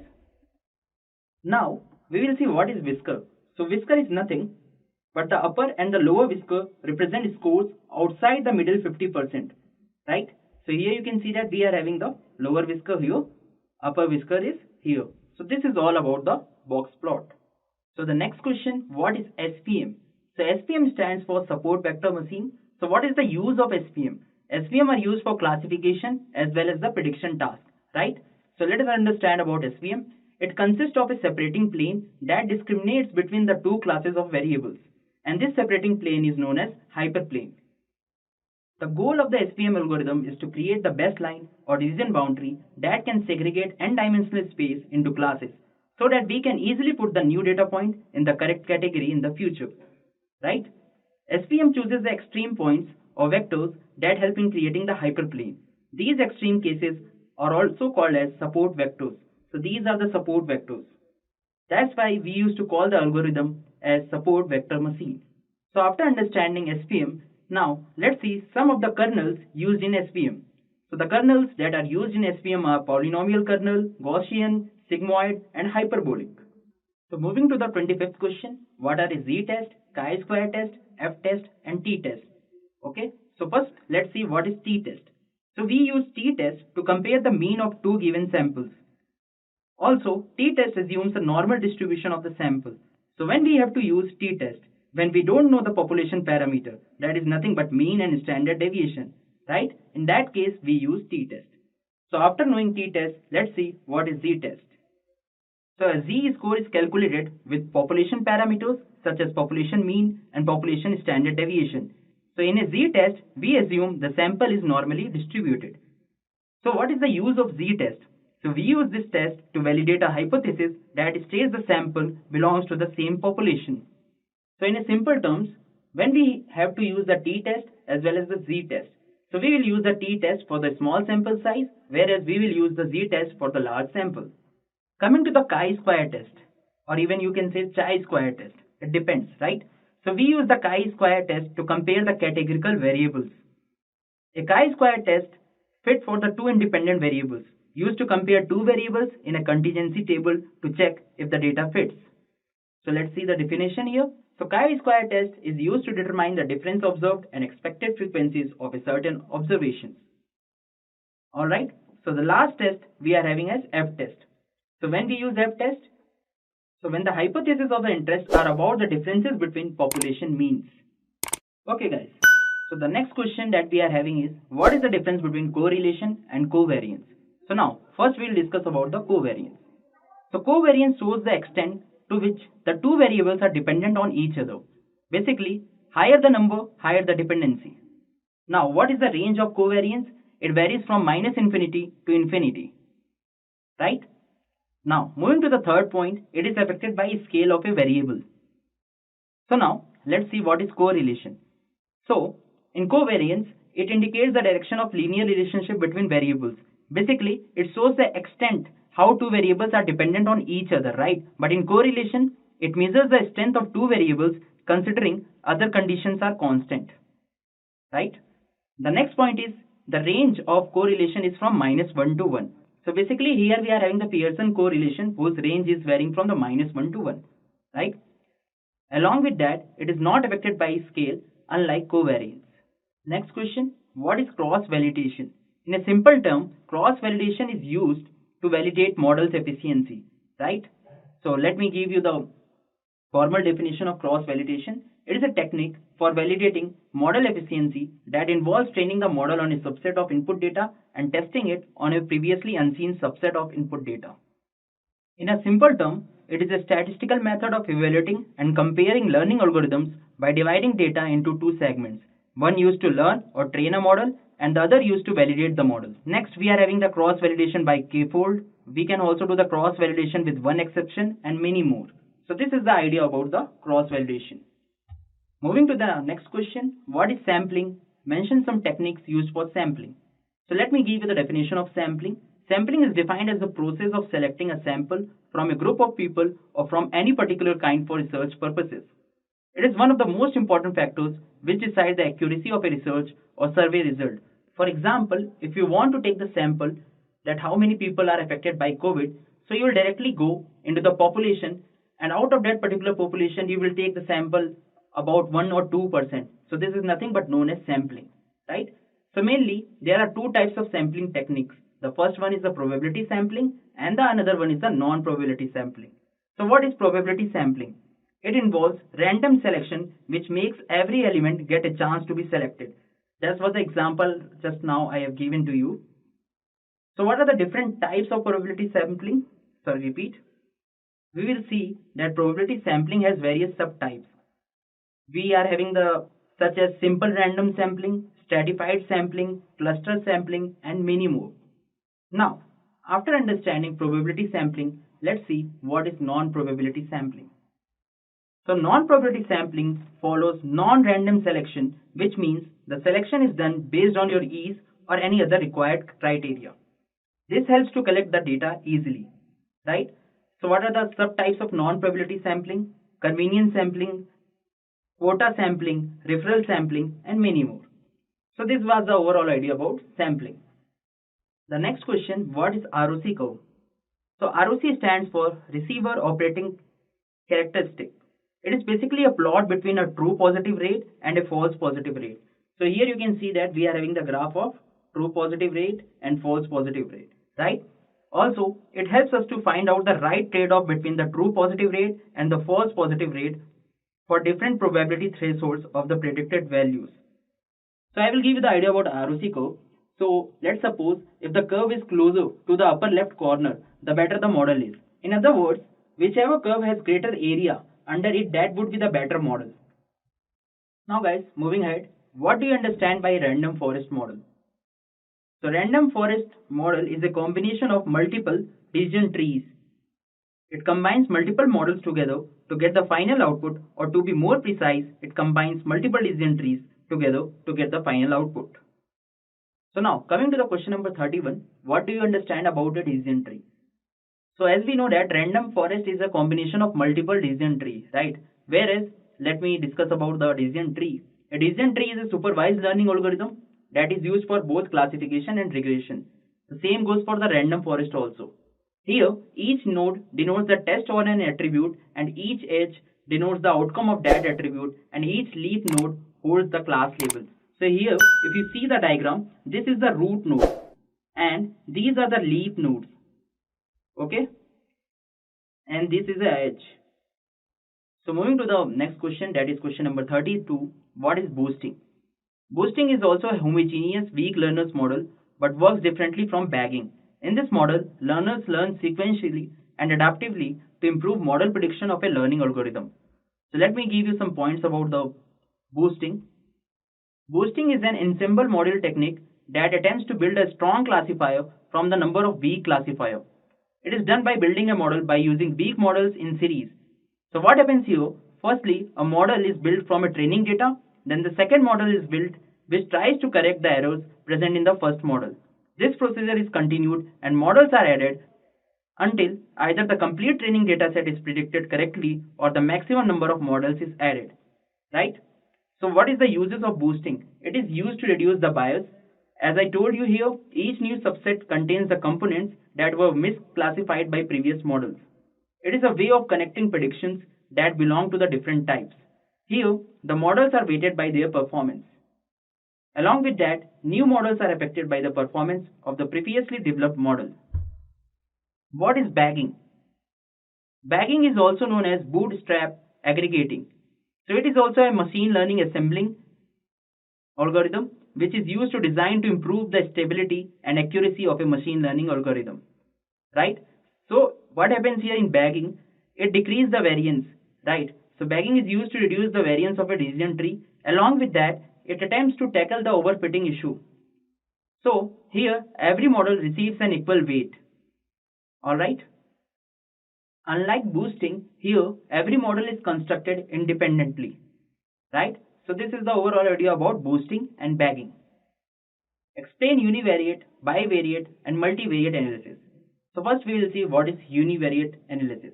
So univariate analysis involves analyzing data with only one variable, or in other words, a single column or a vector of the data. This analysis allows us to understand the data and extract patterns and trends out of it. For example, analyzing the weight of a group of people. Moving next, we are having bivariate analysis.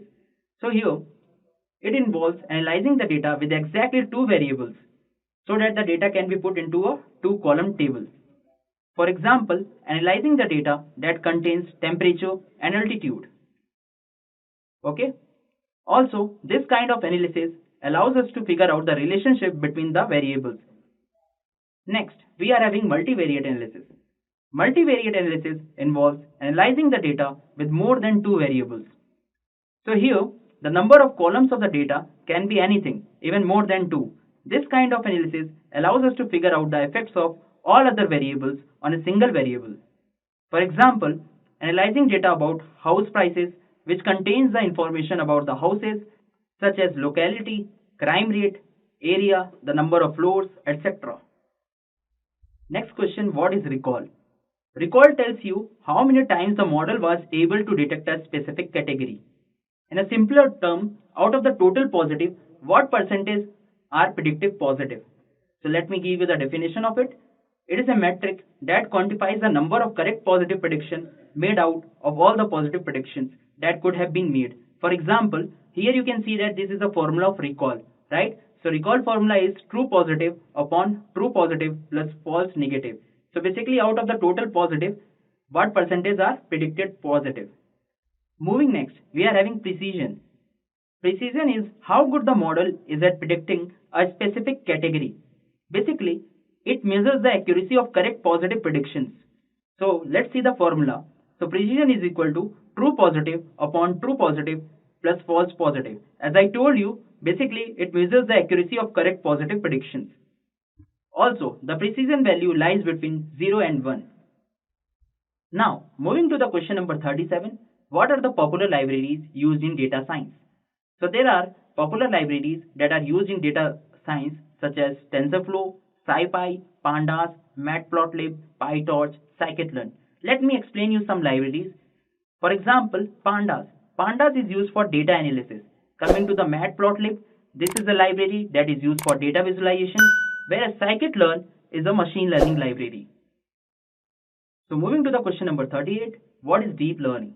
Deep learning is a subset of machine learning, which is essentially a neural network with 3 or more layers. Deep learning is an advanced version of neural networks to make the machine learn from the data. In deep learning, the neural networks comprise many hidden layers that are connected to each other, and the output of the previous layer is the input of the current layer. I will give you the example of deep learning in a simple term. Deep learning teaches computers to do what comes naturally to humans. Along with that, it is a key technology behind the driverless cars, such that enabling them to recognize a stop sign, etc. So now, moving to the question number 39, what do you understand about linear regression? So when I'm talking about the simple linear regression, so there is one independent variable and there is one dependent variable. For example, experience versus the salary. So let's see the points here. So linear regression helps in understanding the linear relationship between the dependent and the independent variable. So as I told you the example of experience versus salary, as you are having the experience more than 3 to 5 years, your salary will be gradually increasing. Next, linear regression is a supervised learning which helps in finding the linear relationship between two variables. So here, one is the predictor or the independent variable and the other is the response or the dependent variable. So this is a basic idea about the linear regression. So now, coming to the last question, how to calculate the accuracy of a binary classification algorithm using its confusion matrix. So first of all, let me give you the definition of accuracy. So accuracy is also a metric that is used for evaluating classification models. So what is the formula of accuracy? Accuracy is basically the number of correct predictions upon the total number of predictions. So here, to calculate the accuracy, we need to divide the sum of the correct classified observation by the number of total observations. So when I'm talking about the number of total observations, so it will include true positive, it will include true negative, it will include false positive as well as false negative. The accuracy will be true positive plus true negative upon the total number of observations. Just a quick info guys, Intellipaat offers a data science course which will help you master Python, SQL, machine learning, AI and Power BI. Get a data science certification from IIT Empowertak and Innovation Hub of IIT Madras. With this course, we have already helped thousands of professionals in successful career transition. You can check out their testimonials on our Achievers channel, whose link is given in the description below. Without a doubt, this course can set your careers to new height.